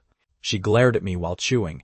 "Isn't this a late-night snack? Late-night snacks go into a different stomach." "A different stomach, is it?" I took a glance at her. Is it the stomach that gains weight? Beautiful girls don't gain weight from late-night snacks, understand? A beautiful girl in her 30s, and an old monster over 800 years old. Banting all the way. We ate and strolled, until Charlie stopped her pace in front of an airgun, balloon shooting stall. Among the prizes hanging at the stall, there was a plump, white Big Bear plush toy, looking completely adorable and highly likable. Charlie's eyes lit up. She had always liked this kind of plush stuff, except she hadn't bought them anymore after reaching adulthood. Boss, the first prize is that bear, right? The stall owner was a man in his 30s, currently live streaming with his phone. Seeing someone approach, he smiled from ear to ear. Exactly! Beautiful lady, $20 a turn. Hit all 20 bullets and you take it away. Charlie immediately scanned the code to pay and took over the airgun. The stall owner casually shouted toward the live stream room, "Brothers, a young sister has arrived." Her target points straight at the first prize. Charlie first adjusted her mask, raised the gun, and with a pop, the first balloon burst at the sound. Awesome, bro, Charlie. I hurriedly clapped my hands. Of course, she let out a proud snort, but her palms sweated slightly, because for that shot just now, what she aimed at wasn't this one at all. For the first few shots, she could still rely on the massive number of balloons to hit, but as the quantity decreased, her lack of accuracy was exposed beyond doubt. After finishing all 20 shots, 9 hits earned a 4th-tier prize. The stall owner shook his head with regret. Oh my, you're way off. Charlie refused to give in. Again, the second round was a 4th-tier prize. The third round was still a 4th-tier prize. By the time she scanned the code for the 4th time, the stall owner couldn't help but laugh. Beautiful lady, you are truly persistent, but with this level, no means no. It's useless no matter how many times you try. I'm happy to make money, but I must ask, beautiful lady, did you come here to do charity? His words carried a sarcastic undertone, obviously also for the sake of livestream effect. After Charlie finished listening, she took a deep breath, and then slowly raised the airgun, aiming it straight at the stall owner. Try talking smack one more time. The bullet comments in the live stream room instantly boiled over. Oh ho! This young sister's temper is tough enough. Ha ha ha, the boss is usually used to being sarcastic. Today he's finally run into a tough customer. I always feel this aura is a bit familiar. It wouldn't happen to be Charlie, right? You're thinking too much. How could a big star come to a night market to play ring toss? Exactly. Her single-day acting fee is enough to buy hundreds of these toy bears. Why on earth would she need to play here? The boss's live stream room originally had some regular viewers too. On regular days, they just came to watch the boss use his sarcastic mouth to provoke customers, just to get a laugh. But this time, it was the first time the viewers saw the boss being left completely speechless by a customer, and even pointed at with an air gun while being told, "Try talking smack one more time." The bullet comments were completely full of dying of laughter, and serves him right, spam.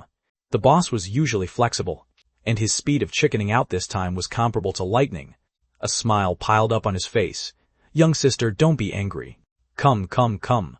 Shoot, shoot. He even turned his head to seek help from me. Handsome guy. Comfort your girlfriend a bit, will you? I couldn't be bothered to be polite, replying calmly. You've completely exasperated her. Do you think I should comfort her or settle the score with you? The boss gave a hollow laugh. Don't, please don't. How about this? After the young sister finishes these 20 shots, I'll give you another 20 shots for free. Charlie let out a snort, said as giving him a way out. Raising the gun again, after finishing 20 shots, it was still a 4th-tier prize.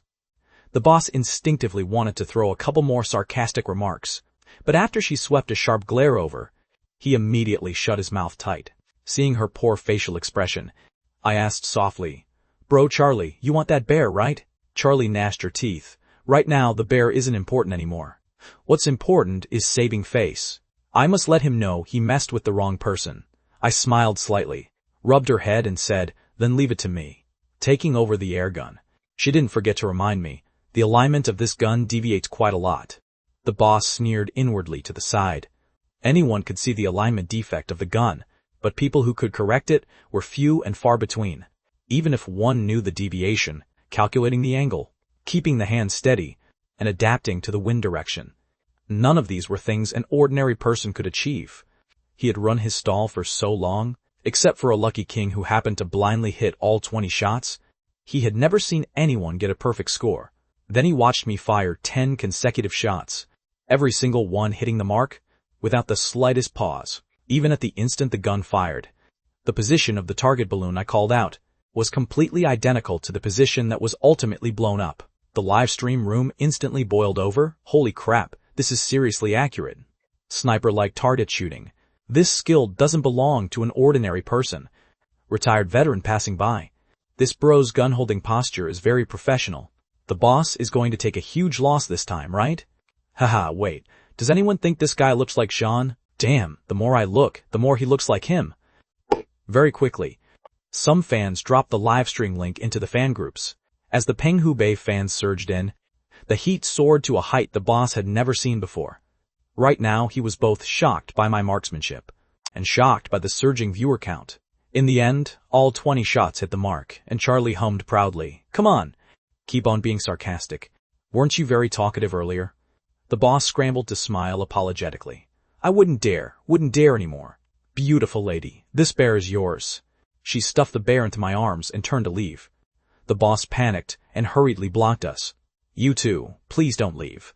Charlie narrowed her eyes. "What's wrong? Going back on your word?" No. We also have a ring toss game. Why don't you guys try it? There's also a black plush bear inside, which makes a pair with this white one." Charlie rolled her eyes. Since when do a black bear and a polar bear make a pair? Despite her sharp words, she was still pulled to the ring toss stall. The boss attentively handed over 20 rings.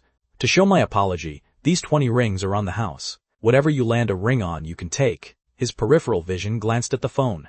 The number of people in the live stream room had already reached 10,000. Through their build and voices, the fans had already determined they were Sean and Charlie. The gifts being spammed left the boss completely dazzled. Charlie narrowed her eyes and asked, "Whatever I ring, you'll give me?" "Of course I won't back out on the bill." "Absolutely no backing out." "I swear, if I back out, I'm a grandson." The boss patted his chest. The live stream room's bullet comments were instantly spammed with candles. While the boss was still swearing, the fans were already mourning for him. Bro Charlie is about to make a move. Rest in peace, boss. May there be no ring tosses from Bro Charlie in heaven? Before the boss could figure out what it meant, he saw Charlie reveal a sweet smile, gently toss the ring, landing it steadily right onto the phone in his hand. Yoink! She reached out and snatched the phone away. The boss was completely stunned. Who on earth plays ring toss like this? Just as he was thinking, Charlie's next ring landed precisely right on his head. The boss was completely petrified. The live stream room laughed to the point of stamping their feet, ringing the phone, ringing the head. Bro Charlie has turned ring toss into a combat sport. Boss, when I was swearing, I didn't expect I would get ringed myself. This plot is totally worth the ticket. Price. Of course, Charlie didn't genuinely abduct the boss in the end. Logically, human trafficking is illegal, and by the looks of it, nobody would be willing to buy this guy anyway. As for the phone, she ultimately handed it back after all. Otherwise, looking at the boss's expression that was on the verge of crying, he would probably suffer a cardiac arrest. However, before letting go, she specifically turned the live stream camera lens around, taking a close-up selfie right at her face, waving toward the countless viewers on the screen. Hello, good evening everyone. She only needed to glance at the bullet comments to know that the identities of the two of us had long been exposed. Since that was the case, it would be better to simply greet the fans generously and openly. The Penghubei fans in the livestream room instantly exploded. Charlie. Good evening, hubby. It really is you. Mwah. Flawless beauty. Completely zero flaws, even with a close-up. Say no more. I'm licking the screen. Charlie was elated from being praised, her eyes curving into crescents as she smiled. I was also quite surprised. We originally just came out for a casual stroll today. We didn't expect to end up on someone's live stream. This is the newly built Fountain Square in my hometown. There are quite a lot of fun things. What do you guys want to see? I'll show you around. As it turned out, the bullet comment trend shifted in a split second. I want to see my husband Sean. Let me see my other husband. All right, bro Charlie. We're done praising you. So move the camera away. Sean. Female streamer, please consciously yield the spotlight to our male god. You guys were just praising my flawless beauty a moment ago, yet you abandoned me in the turn of a head. You are truly heartless. Despite saying this, she still flipped the camera over to my side, and even purposely shook it nonstop, filming me in a blurry and shaky way. Bro, Charlie, do you have Parkinson's? Most likely a kidney deficiency. Must have Sean nourish you. Stop shaking. I want a high-definition, close-up face. The boss to the side was also anxious. Don't shake it. What if you drop the phone? Only after Charlie shook it enough did she walk up to me, pointing the lens straight at my face with a fake smile. Come. Take a full look. Supposedly CP fans. But turns out you're all Sean's solo fans. Someone in the bullet comments immediately said sarcastically, "Oh, come off it. Aren't you yourself the leader of the solo fans? Who is his solo fan? I don't fan over him at all." Charlie refuted immediately. Standing nearby, I smiled and chimed in, "Yeah, bro, Charlie is indeed not the leader of my solo fans." The viewers instantly perked up their gossiping ears. Could there be someone else who is the #1 fan? I added a relaxed, lethal blow. She is my wife. The livestream room instantly boiled over like a pot of porridge. Holy crap! Feeding us public affection again. Eating public affection in the variety show. And still eating public affection in the livestream. Wherever the two of them are, the air is floating with the smell of sweetness, complaining verbally. But the body is highly honest. I've already laughed myself silly. Charlie, due to my sudden official announcement, felt her cheeks burn hot, hurriedly shifting the topic. You should greet the fans first. Complying with her wish, I waved my hand at the camera, taking off my mask and hat. Hi. Hubby said hi to me. Sean looks way too handsome wearing glasses. Can you wear them permanently? Sean, I'm your 10-year veteran male fan. Let's go sword fighting right now. Seeing the bullet comments were completely full of confessions, Charlie instantly turned the camera away like she was protecting her own cub, pointing it straight at the boss. All right, you've seen enough. We're going to continue playing. Go do your sword fighting with the boss instead. Fang bye. She stuffed the phone back into the boss's hand. The boss was so grateful he was on the verge of crying. This was his newly bought phone.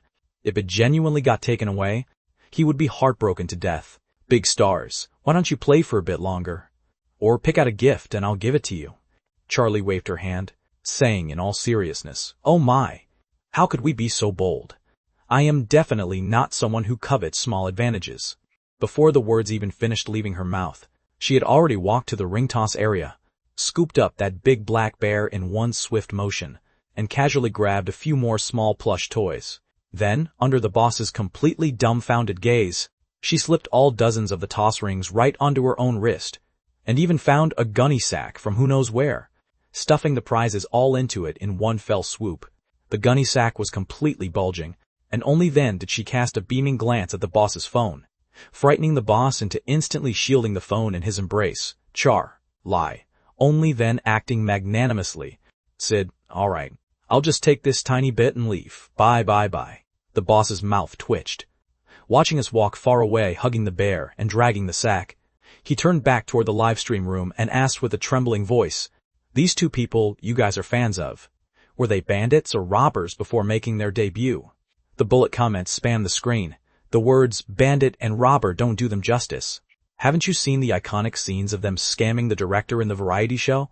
Offending bro Charlie, this is considered highly mild for you. If it weren't mild, then I should tell you the story of how 6 rings choked someone's throat. We originally intended to stroll around the square a bit more, but carrying a bunch of trophies, there was no way to play anymore. We could only walk to the roadside to hail a car. As it turned out, it happened to be the exact same driver from when we came. He looked at the completely full gunny sack I was carrying on my shoulder, tossed it into the trunk, and shivered on the spot. Holy crap. You two genuinely are robbers. Have you ever seen a robber steal plush toys? Charlie rolled her eyes. These are all our trophies. Trophies? You won them from a street stall? The driver asked suspiciously. Of course, Charlie said proudly. Won from ring toss? The driver had a face full of admiration. Incredible. Is there any secret trick to that ring toss? I take my son to play, and we never hit anything every time. Charlie blinked her eyes. I don't know any secret trick. Then how did you win this many? We just stuffed them directly into a gunny sack. The driver was speechless. This isn't called winning for you guys. This is called a joint criminal operation. Charlie and I stayed in Clearwater County for 2 days. When the 3rd day arrived, I proposed returning to Zhonghai City. Charlie was the very first to object. Immediately following that, Patricia and George also joined the battle. 3 against 1, stay for a few more days. Charlie stood with her hands on her hips, exactly like a proud little general. I merely smiled, turned around to look at Patricia and George, and said in a flat yet meaningful tone, "Mom, Dad, do you want to hold your grandchildren a bit earlier?" The two exchanged looks with each other. In the next second, George immediately went to help us pack our luggage. Patricia, on the other hand, urged, "What are you standing there for? Hurry up and take Charlie back." Charlie was completely stunned. Meanwhile, I casually rubbed her head. 3 against 1, let's go back. Upon returning to Zhonghai City, Charlie's 2 big bears won at the Fountain Square, plus a gunny sack of prizes, had long since been packed and sent home by courier by her. On the way back by car, she was lowering her head fiddling with her phone. I swept the glance and couldn't help but smile. "Why are you researching how to start a live stream?" "Yeah, actually, I rarely live stream." She let out a sigh. "I was originally on vacation, but Lynn forcefully shoved a mission onto me. It turned out, ever since she was live streamed by the owner at the Fountain Square a few days ago, and accidentally went viral. Quite a few old fans of Penghu Bay had been clamoring to watch the two of us do a combined live stream." Lynn highly agreed, and even laid down a strict order, at least 3 times a week, starting from 2 hours each time. Although Charlie was a Best Actress winner, but her live streaming experience was practically zero. She was earnestly flipping through the so-called live stream guides. I felt tired just watching her. "Don't we know some friends who do live streaming?" "Ask the professionals," I hinted. She was briefly stunned, then reacted to the realization, Trent and Lucy. Therefore, she immediately tag-alerted Trent and Lucy. In the small chat group of the dating crew, Charlie, Trent, Lucy, "Do you have any live streaming experience to pass down?" Lucy, "Are you guys going to start a live stream?" Jet Nolan is so sard. Bro Charlie and brother Sean still need experience. It's enough for you guys to just show your faces. Tiffany, exactly. Didn't you two hit the trending searches 2 days ago? By gate crashing someone else's live stream room? Charlie, that's different. This time, it's a mission. We have to hold out for 2 hours. And there needs to be content. Trent, live stream formats are just those few types. Connected microphones, outdoors, games, and talents. See which one you choose. Jet Nolan is so hard. How about we have a combined mic connection with the entire dating crew? This proposal instantly struck Charlie's interest. "Charlie, I think it works. But this counts as advertising for dating, right? Should we collect some advertising fees from Director Chen?" Director Chen, who had been lurking the whole time, popped up immediately. "Director Chen, advertising fees, you guys are riding on my clout. I haven't even asked you guys for money yet." Charlie, then forget it. Just edit the 2 of us out of the show. Director Chen, no salary, but I can use the official dating account to promote you. You guys decide the time. I'm leaving the group first. Having said that, he decisively left the group, terrified of them continuing to open their mouths like lions demanding more. Charlie called to tell Lynn about the idea. After getting support, everyone began to finalize in the group. The live stream time and content. She chatted exceptionally intently. When getting out of the car, she almost hit a pillar, so I had no choice but to squat down. "Hop on." Charlie lay onto my back with a grin, and while letting me carry her on my back, pondered whether the live stream should just be chatting, or playing some games. "Up to you," I said, "but we have 8 people. We need to find a suitable game." She frowned. I thought about it, and proposed a script kill game. Her eyes lit up, and she threw the proposal into the group. Everyone agreed unanimously. Jet Nolan suggested it would be best to customize a script, to prevent getting spoiled. Lynn immediately went to contact Director Chen, and their side was also warming up on the official Weibo. "Let's start dating today." Official, the dating guests are combining. The first online connected mic live stream is about to launch. The trending searches were instantly blown up. The comments were entirely the fans' wild ecstasy. The joy is back. Penghu Bay, go for it. What is called a surprise? This is called a surprise. 3 days later, the scripts were obtained, and the live stream began right on time. Inside a certain platform's live stream room, the moment Director Chen's voice came out, the bullet comments instantly spanned the screen. "My youth is back. This flavor is right." After a few lines of pleasantries, he began to introduce the guests, the South Tiffany duo. the Trent Lucy duo, and the Team Mighty duo. Every time a name was read, the corresponding frame would light up on the screen. The three duos greeted enthusiastically. Finally, Director Chen purposely paused for a moment, before shouting out what the viewers looked forward to the most, and of course, our show's grand prize winner, the Penghu Bei duo. The frame lit up, but the viewers were stunned. In the frame, one black and one white, two plump toy bears were sitting upright. Where are the people? Why are there two bears? In the next second, the two bears raised their arms to wave. Hello! I am Charlie. Did you miss me? She poked her head out from behind the white bear, smiling with a face full of mischief. I also poked my head out from behind the black bear, tossed the two bears onto the bed, and waved at the camera along with her. However, the viewer's attention had already shifted. Wait a minute, they are live streaming on a bed, right? The key point is those two pillows. The two are living together. No, this isn't living together. This is sleeping together. Charlie only just reacted to the fact that the scene choice was bad, her face appearing a bit awkward. I, however, was exceptionally calm, pulling out the marriage certificate from my pocket and flashing it toward the camera. It's highly normal for a legal couple to sleep together, right? Is there a problem? Why can't I watch you guys sleep? Although I knew long ago that you guys were married. Seeing the same bed footage still feeds the romance. The key point is, Sean, you carry your marriage certificate with you? I nodded in all seriousness. Of course, this is the witness of the love between bro Charlie and me. Why do you guys not carry yours with you? Oh right, you guys most likely don't even have a wife. The bullet comments fell into a 3-second silence, and then exploded. Damn it. Previously, it was targeted at the director. Now it's directed straight at the viewers. I'm crying. You're insulting us. After a brief quietness, the bullet comments on the screen erupted like a tidal wave. The fans laughed while cursing, and cursed while laughing. The heat in the live stream room instantly skyrocketed. The viewers looked as if they were stuffed, with a completely full bag of public affection in one breath. The entire screen was filled with the blissful jealousy of being forced to look on. Meanwhile, Sean was exactly like an unprincipled, emotional close combat master, executing consecutive outputs straight above the crowd's heads, leaving a group of singles completely helpless to strike back. Only then did they understand that, as it turned out, back when Director Chen was double-teamed by Charlie and me in turns, what this kind of teeth-gritting feeling feels like? The bullet comments instantly exploded. Damn. If it weren't for the fact that you're good-looking and talented, I would have turned from a fan to a passerby, then to an anti-fan long ago. Sean, you broke my heart. Hurry up and compensate me with yourself. Who did I provoke or offend? Just because I'm single. Can you bully me like this? Big sister Charlie, uphold justice for us. Beat him. Charlie saw this bullet comment, let out a gentle snort, a smile at the corners of her eyes and brows. Who could bear to hit their own husband?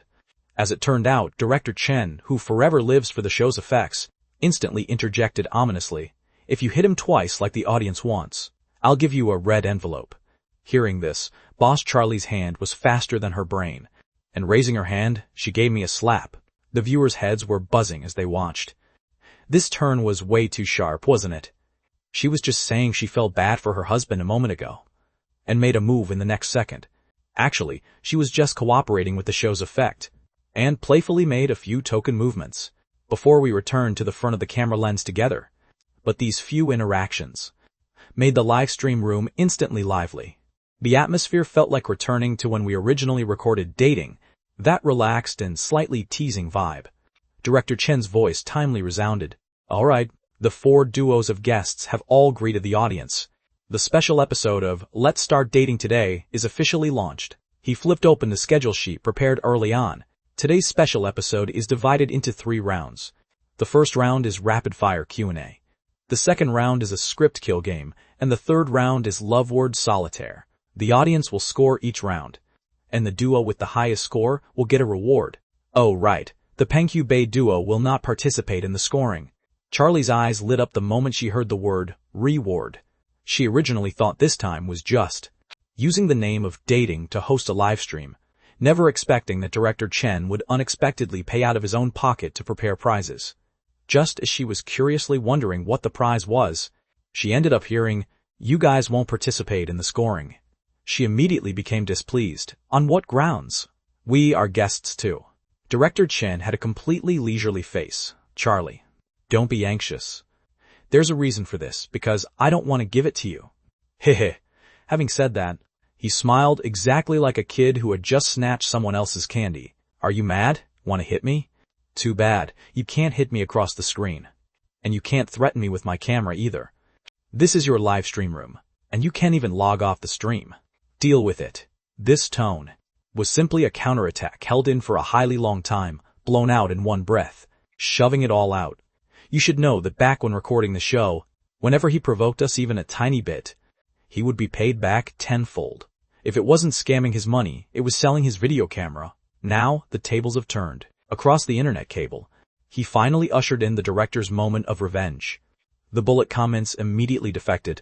Director Chen, this sinister laugh. It's a pity you don't go play a villain. You should teach them a lesson. Who told them to torture us single dogs? Support Director Chen. You must win this time. Director Chen became even more smug. See that? The masses are all standing on my side. So, you guys just shouldn't participate in the scoring. Charlie pouted her lips, gently tugged at my sleeve, and complained in a low voice. Sean, he's bullying me. I smiled slightly. Easy to handle. I'll bully him back for you.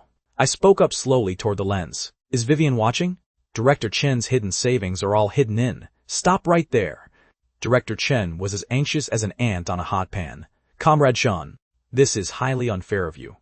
Where do I have any hidden savings? Even if I did, how on earth would you know where it is? I had a face full of innocence. Since you think I'm talking nonsense, then why block me? The place I mentioned randomly. If Vivian checks and it's not there, doesn't that prove your innocence even more? Director Chen hesitated. Half of him felt I was trying to bait his words, and the other half was terrified I might actually hit the mark. After all, letting things slip at the drinking table was something he hadn't not done before. Do you genuinely know? Take a guess. I calmly threw out 2 words. Director Chen subconsciously countered, impossible.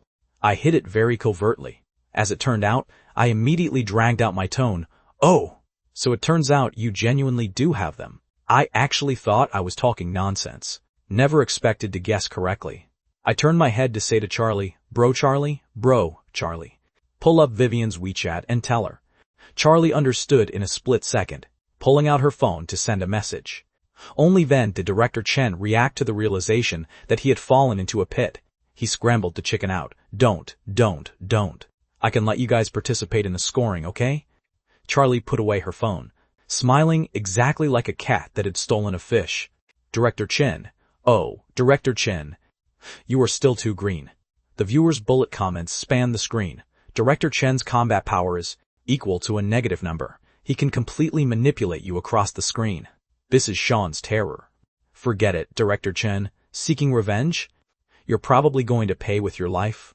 Just when everyone thought Director Chen was silenced from the blow, an unfamiliar female voice suddenly came from the livestream room. Hello, can you hear me? The viewers were taken aback. It was Vivian. She spoke up calmly. Sorry, I just went to handle some private matters. Jet Nolan asked cautiously. Where is Director Chen? Vivian said nonchalantly. Didn't I say it before? He's been handled. What does that mean? Literally. The bullet comments exploded in a split second. Director Chen. May there be no Sean, Charlie, or hidden savings in heaven. Amen. Director Chen did return, but his voice sounded like it had been violently ground down by life, even his breath laced with exhaustion and helplessness. Occasionally, on the other end of the microphone, the crisp click-clack sound of a keyboard also drifted over. Although there was no footage, the viewers had already constructed the scene in their minds. A certain director was honestly kneeling on a keyboard, bowing his head to reality to admit his mistake. The bullet comments scrolled incredibly fast. Being single is glorious. You genuinely don't have to kneel on a keyboard. Looking at Sean and Charlie, I think love is beautiful. Looking at Director Chen, I think being single is even more beautiful. Director Chen, you are the painkiller for our wounded souls. Although your hidden savings are gone, we harvested happiness. Thank you, Director Chen said with a hoarse voice. You're welcome. All right. The first segment is rapid-fire Q&A. The game rules were simple to the point of cruelty. Each duo of guests takes turns accepting questions, and the timer only gives 2 seconds. Answering slowly or answering unclearly counts as a loss. This kind of pace is both easy to make people let things slip, and can produce a massive amount of show effects. The first duo is Vince and Megan. Who goes first? Director Chen asked. The two exchanged a few quiet words, and Megan was pushed forward. As soon as the countdown lit up, Director Chen's very first question carried a sharp edge. Who is the person you hate the most? Megan instinctively froze for a second. If this question was answered incorrectly, it would offend someone. She said hesitantly, There's no one I particularly hate. Time's up, invalidated. Director Chen showed 0 mercy. Rapid-fire Q&A has to be crisp. Yours is way too roundabout. He questioned once again, Who is the person you hate the most? Megan gnashed her teeth. Vince. The venue fell silent for a second. Fine. At least you answered. Director Chen let out a sigh and continued the rapid fire. The person you like the most? My mom. How many times have you been in love? 2, twice. Time out. What do you think of Vince's looks? Ugly. Are you happy cooperating with Vince? Happy. Is Vince's acting good or not? Bad. Does Vince have bad breath? Yes. The viewers on the other side of the screen were already laughing, leaning forward and backward.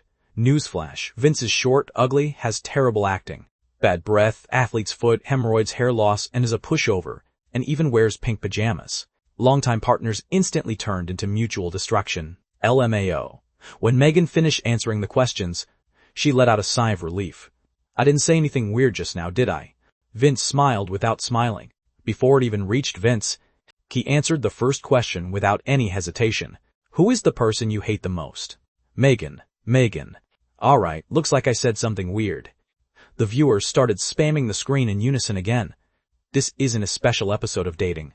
This is Operation Break Up the Couples. The second duo was Trent and Lucy. Lucy reacted quickly and barely stepped on any landmines. Trent, on the other hand, was the king of going off topic in the answering world. Do you like Lucy? I don't dislike her.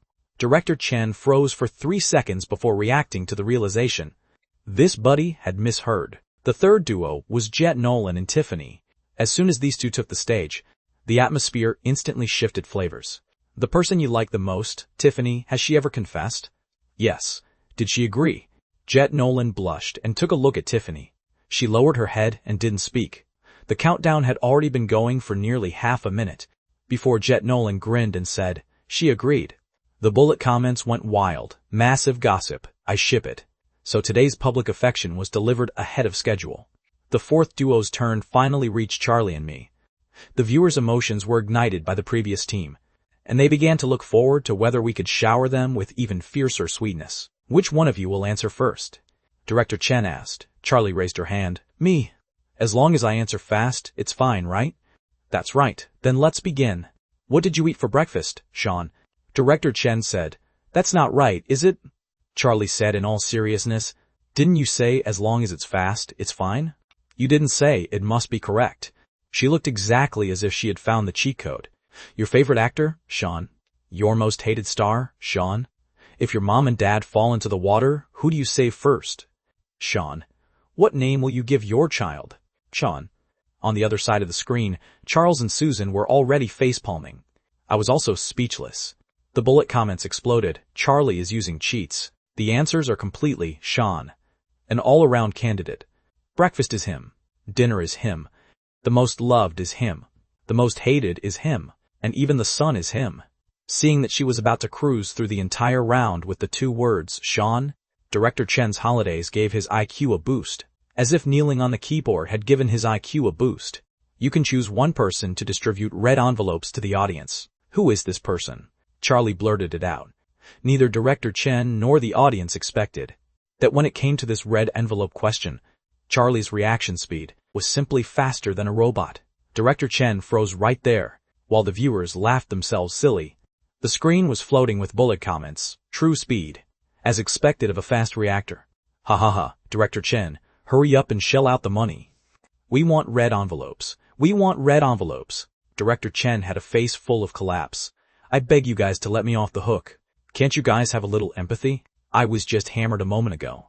My wallet is already ice cold, yet you still make me do a lucky draw. But the laughter and bullet comments pressed over like a tidal wave, as if the entire live stream room was shouting red envelopes. Just as Director Chen was on the brink of a mental breakdown, Charlie suddenly shifted her tone. her voice as gentle as a heavenly melody. Everyone, don't be anxious. Director Chen will definitely distribute them, right? Director Chen needs to keep his word. Director Chen felt his eyes warm up, never expecting that this girl unexpectedly still had a bit of conscience. As it turned out, the next sentence was, "Don't worry. I'll transfer some money over to you first. A friendly price with a daily interest rate of 1.5%. Director Chen was speechless. The conscience was gone, and the wallet was completely gone. In the end, the red envelope was still clicked open by her for him. The show's effect was pulled to the maximum. As soon as the lucky draw segment ended, Director Chen, looking miserable, clutched his broken wallet and returned once again to the pace of the rapid-fire Q&A. Next, it was Sean's turn. Director Chen warned Sean with a solemn face. You cannot make up answers blindly like your partner did. You must answer honestly. Did you hear me? Sean's eyes were clear and pure, revealing an innocent smile. Please, rest assured. I have always been sincere. That's exactly what I'm afraid of. Director Chen secretly rolled his eyes. The first question arrived. Why do you like Charlie? Can't give a specific reason. Loving her is just loving her. What part of her attracts you? Every part of her attracts me. She bullies you like that. What do you think? It looks pretty good. The corner of Director Chen's mouth twitched. Then what if she picks a fight with you? Then, I'll admit my mistake first. Then what if she is wrong? Then it's even more my fault. The bullet comments instantly burst into laughter. An elite master tier in the academy, truly no joke. This emotional intelligence, this tone. My brother Sean's persona is rock solid. No wonder he could conquer Bro Charlie. Director Chen restrained himself again and again, and also let out a smile, continuing to question, who is the actor you hate the most? Sean blurted out, Best Actor Shaw. The air grew cold for 2 seconds. This was a flagship figure in the film and television industry. Director Chen's back sweat instantly broke out. This kid Sean is crazy. There's no way he's destroying his own future like this. But Sean had a calm face, because his acting is too good. After watching his movies, I can't bring up any interest when watching other people's works. My expectations were raised way too high by him. It's too terrifying. The audience breathed a sigh of relief. Almost believed Brother Sean was going to crash his car. Then who is the singer you hate the most? The god of songs sings so well, and he even catches robbers along the way. I'm jealous to the point of running a fever. The woman I hate the most is Charlie. She stole my sight, and her heart even occupies the majority of my life. Right now, whoever I look at appears blurry. Full marks for literary talent. The mouth is sweet enough to make a real romance scene. Director Chen sighed softly. This guy is truly a representative of sweet talk. A knife hidden inside the smile. Therefore, he changed to a different question. Then who is the director you hate the most? Director Chen. Director Chen was stunned. Why? Zero reason. He threw a straight punch right onto Director Chen's heart. The livestream room burst into uncontrollable laughter, a precise critical strike on the director. I thank your whole family. The director will never believe in love again. Director Chen wiped away a handful of old tears and announced the end of the first round. As it turned out, once tallied, the scores reached Jet Nolan and Tiffany's duo, and unexpectedly held tightly onto the Peng Hu Bei couple in terms of votes. The bullet comments instantly split into camps. Peng Hu Bei fan turning into a little Jet Nolan fan. My vote is sincere. May they genuinely be together. Congratulations to the South Tiffany duo for officially upgrading to the Sweetheart duo. Sean and Charlie's fans were quite magnanimous as well, and the comment section was filled with blessings for the new couple. Even Director Chen laughed until his presbyopic eyes crinkled. Not bad, not bad. It's finally someone else's turn to display affection. After a brief chat, the second round of the game launched. The highlight event took the stage, online script kill. Because it was a live stream, the rules were simplified. Director Chen served as the host, and the 8 guests drew different roles, with one of them being the hidden murderer. He explained earnestly, and the system brought up a scrolling identity bar, letting the guests call a halt on their own. The names flashed on the screen one by one. When Sean stopped, it froze on the chef. Boss Charlie took a look at hers, and shook her phone with a smile. I'm a scholar. Vince drew the dancer, and Jet Nolan drew the brothel keeper. The two looked at each other for 3 seconds, and laughter instantly exploded across the venue. Jet Nolan squeezed his throat, saying in a falsetto voice, Dear customer, come often, okay? The livestream room laughed until people fell over. The role distribution was completed. Director Chen sent the script email to everyone and displayed the map and public information on the big screen. Everyone buried their heads in looking at their phones one after another. The scene fell into a rare quietness. Charlie took one look at her script and let out a sigh of relief, muttering in a low voice, "Fortunately, I am not the murderer." Just as she wanted to steal a peek at Sean's copy, it was flipped over by his hand. "You're not allowed to peek. There are rules for a live broadcast." Director Chen also echoed immediately. "Exactly. The most important thing in this round is fairness." Charlie could only sigh and continue reading the script. At the exact instant she turned her gaze away, Sean's gaze fell upon the very last line of red text on the screen, which was flashing coldly. "You are the murderer, Dots. Please hide your identity."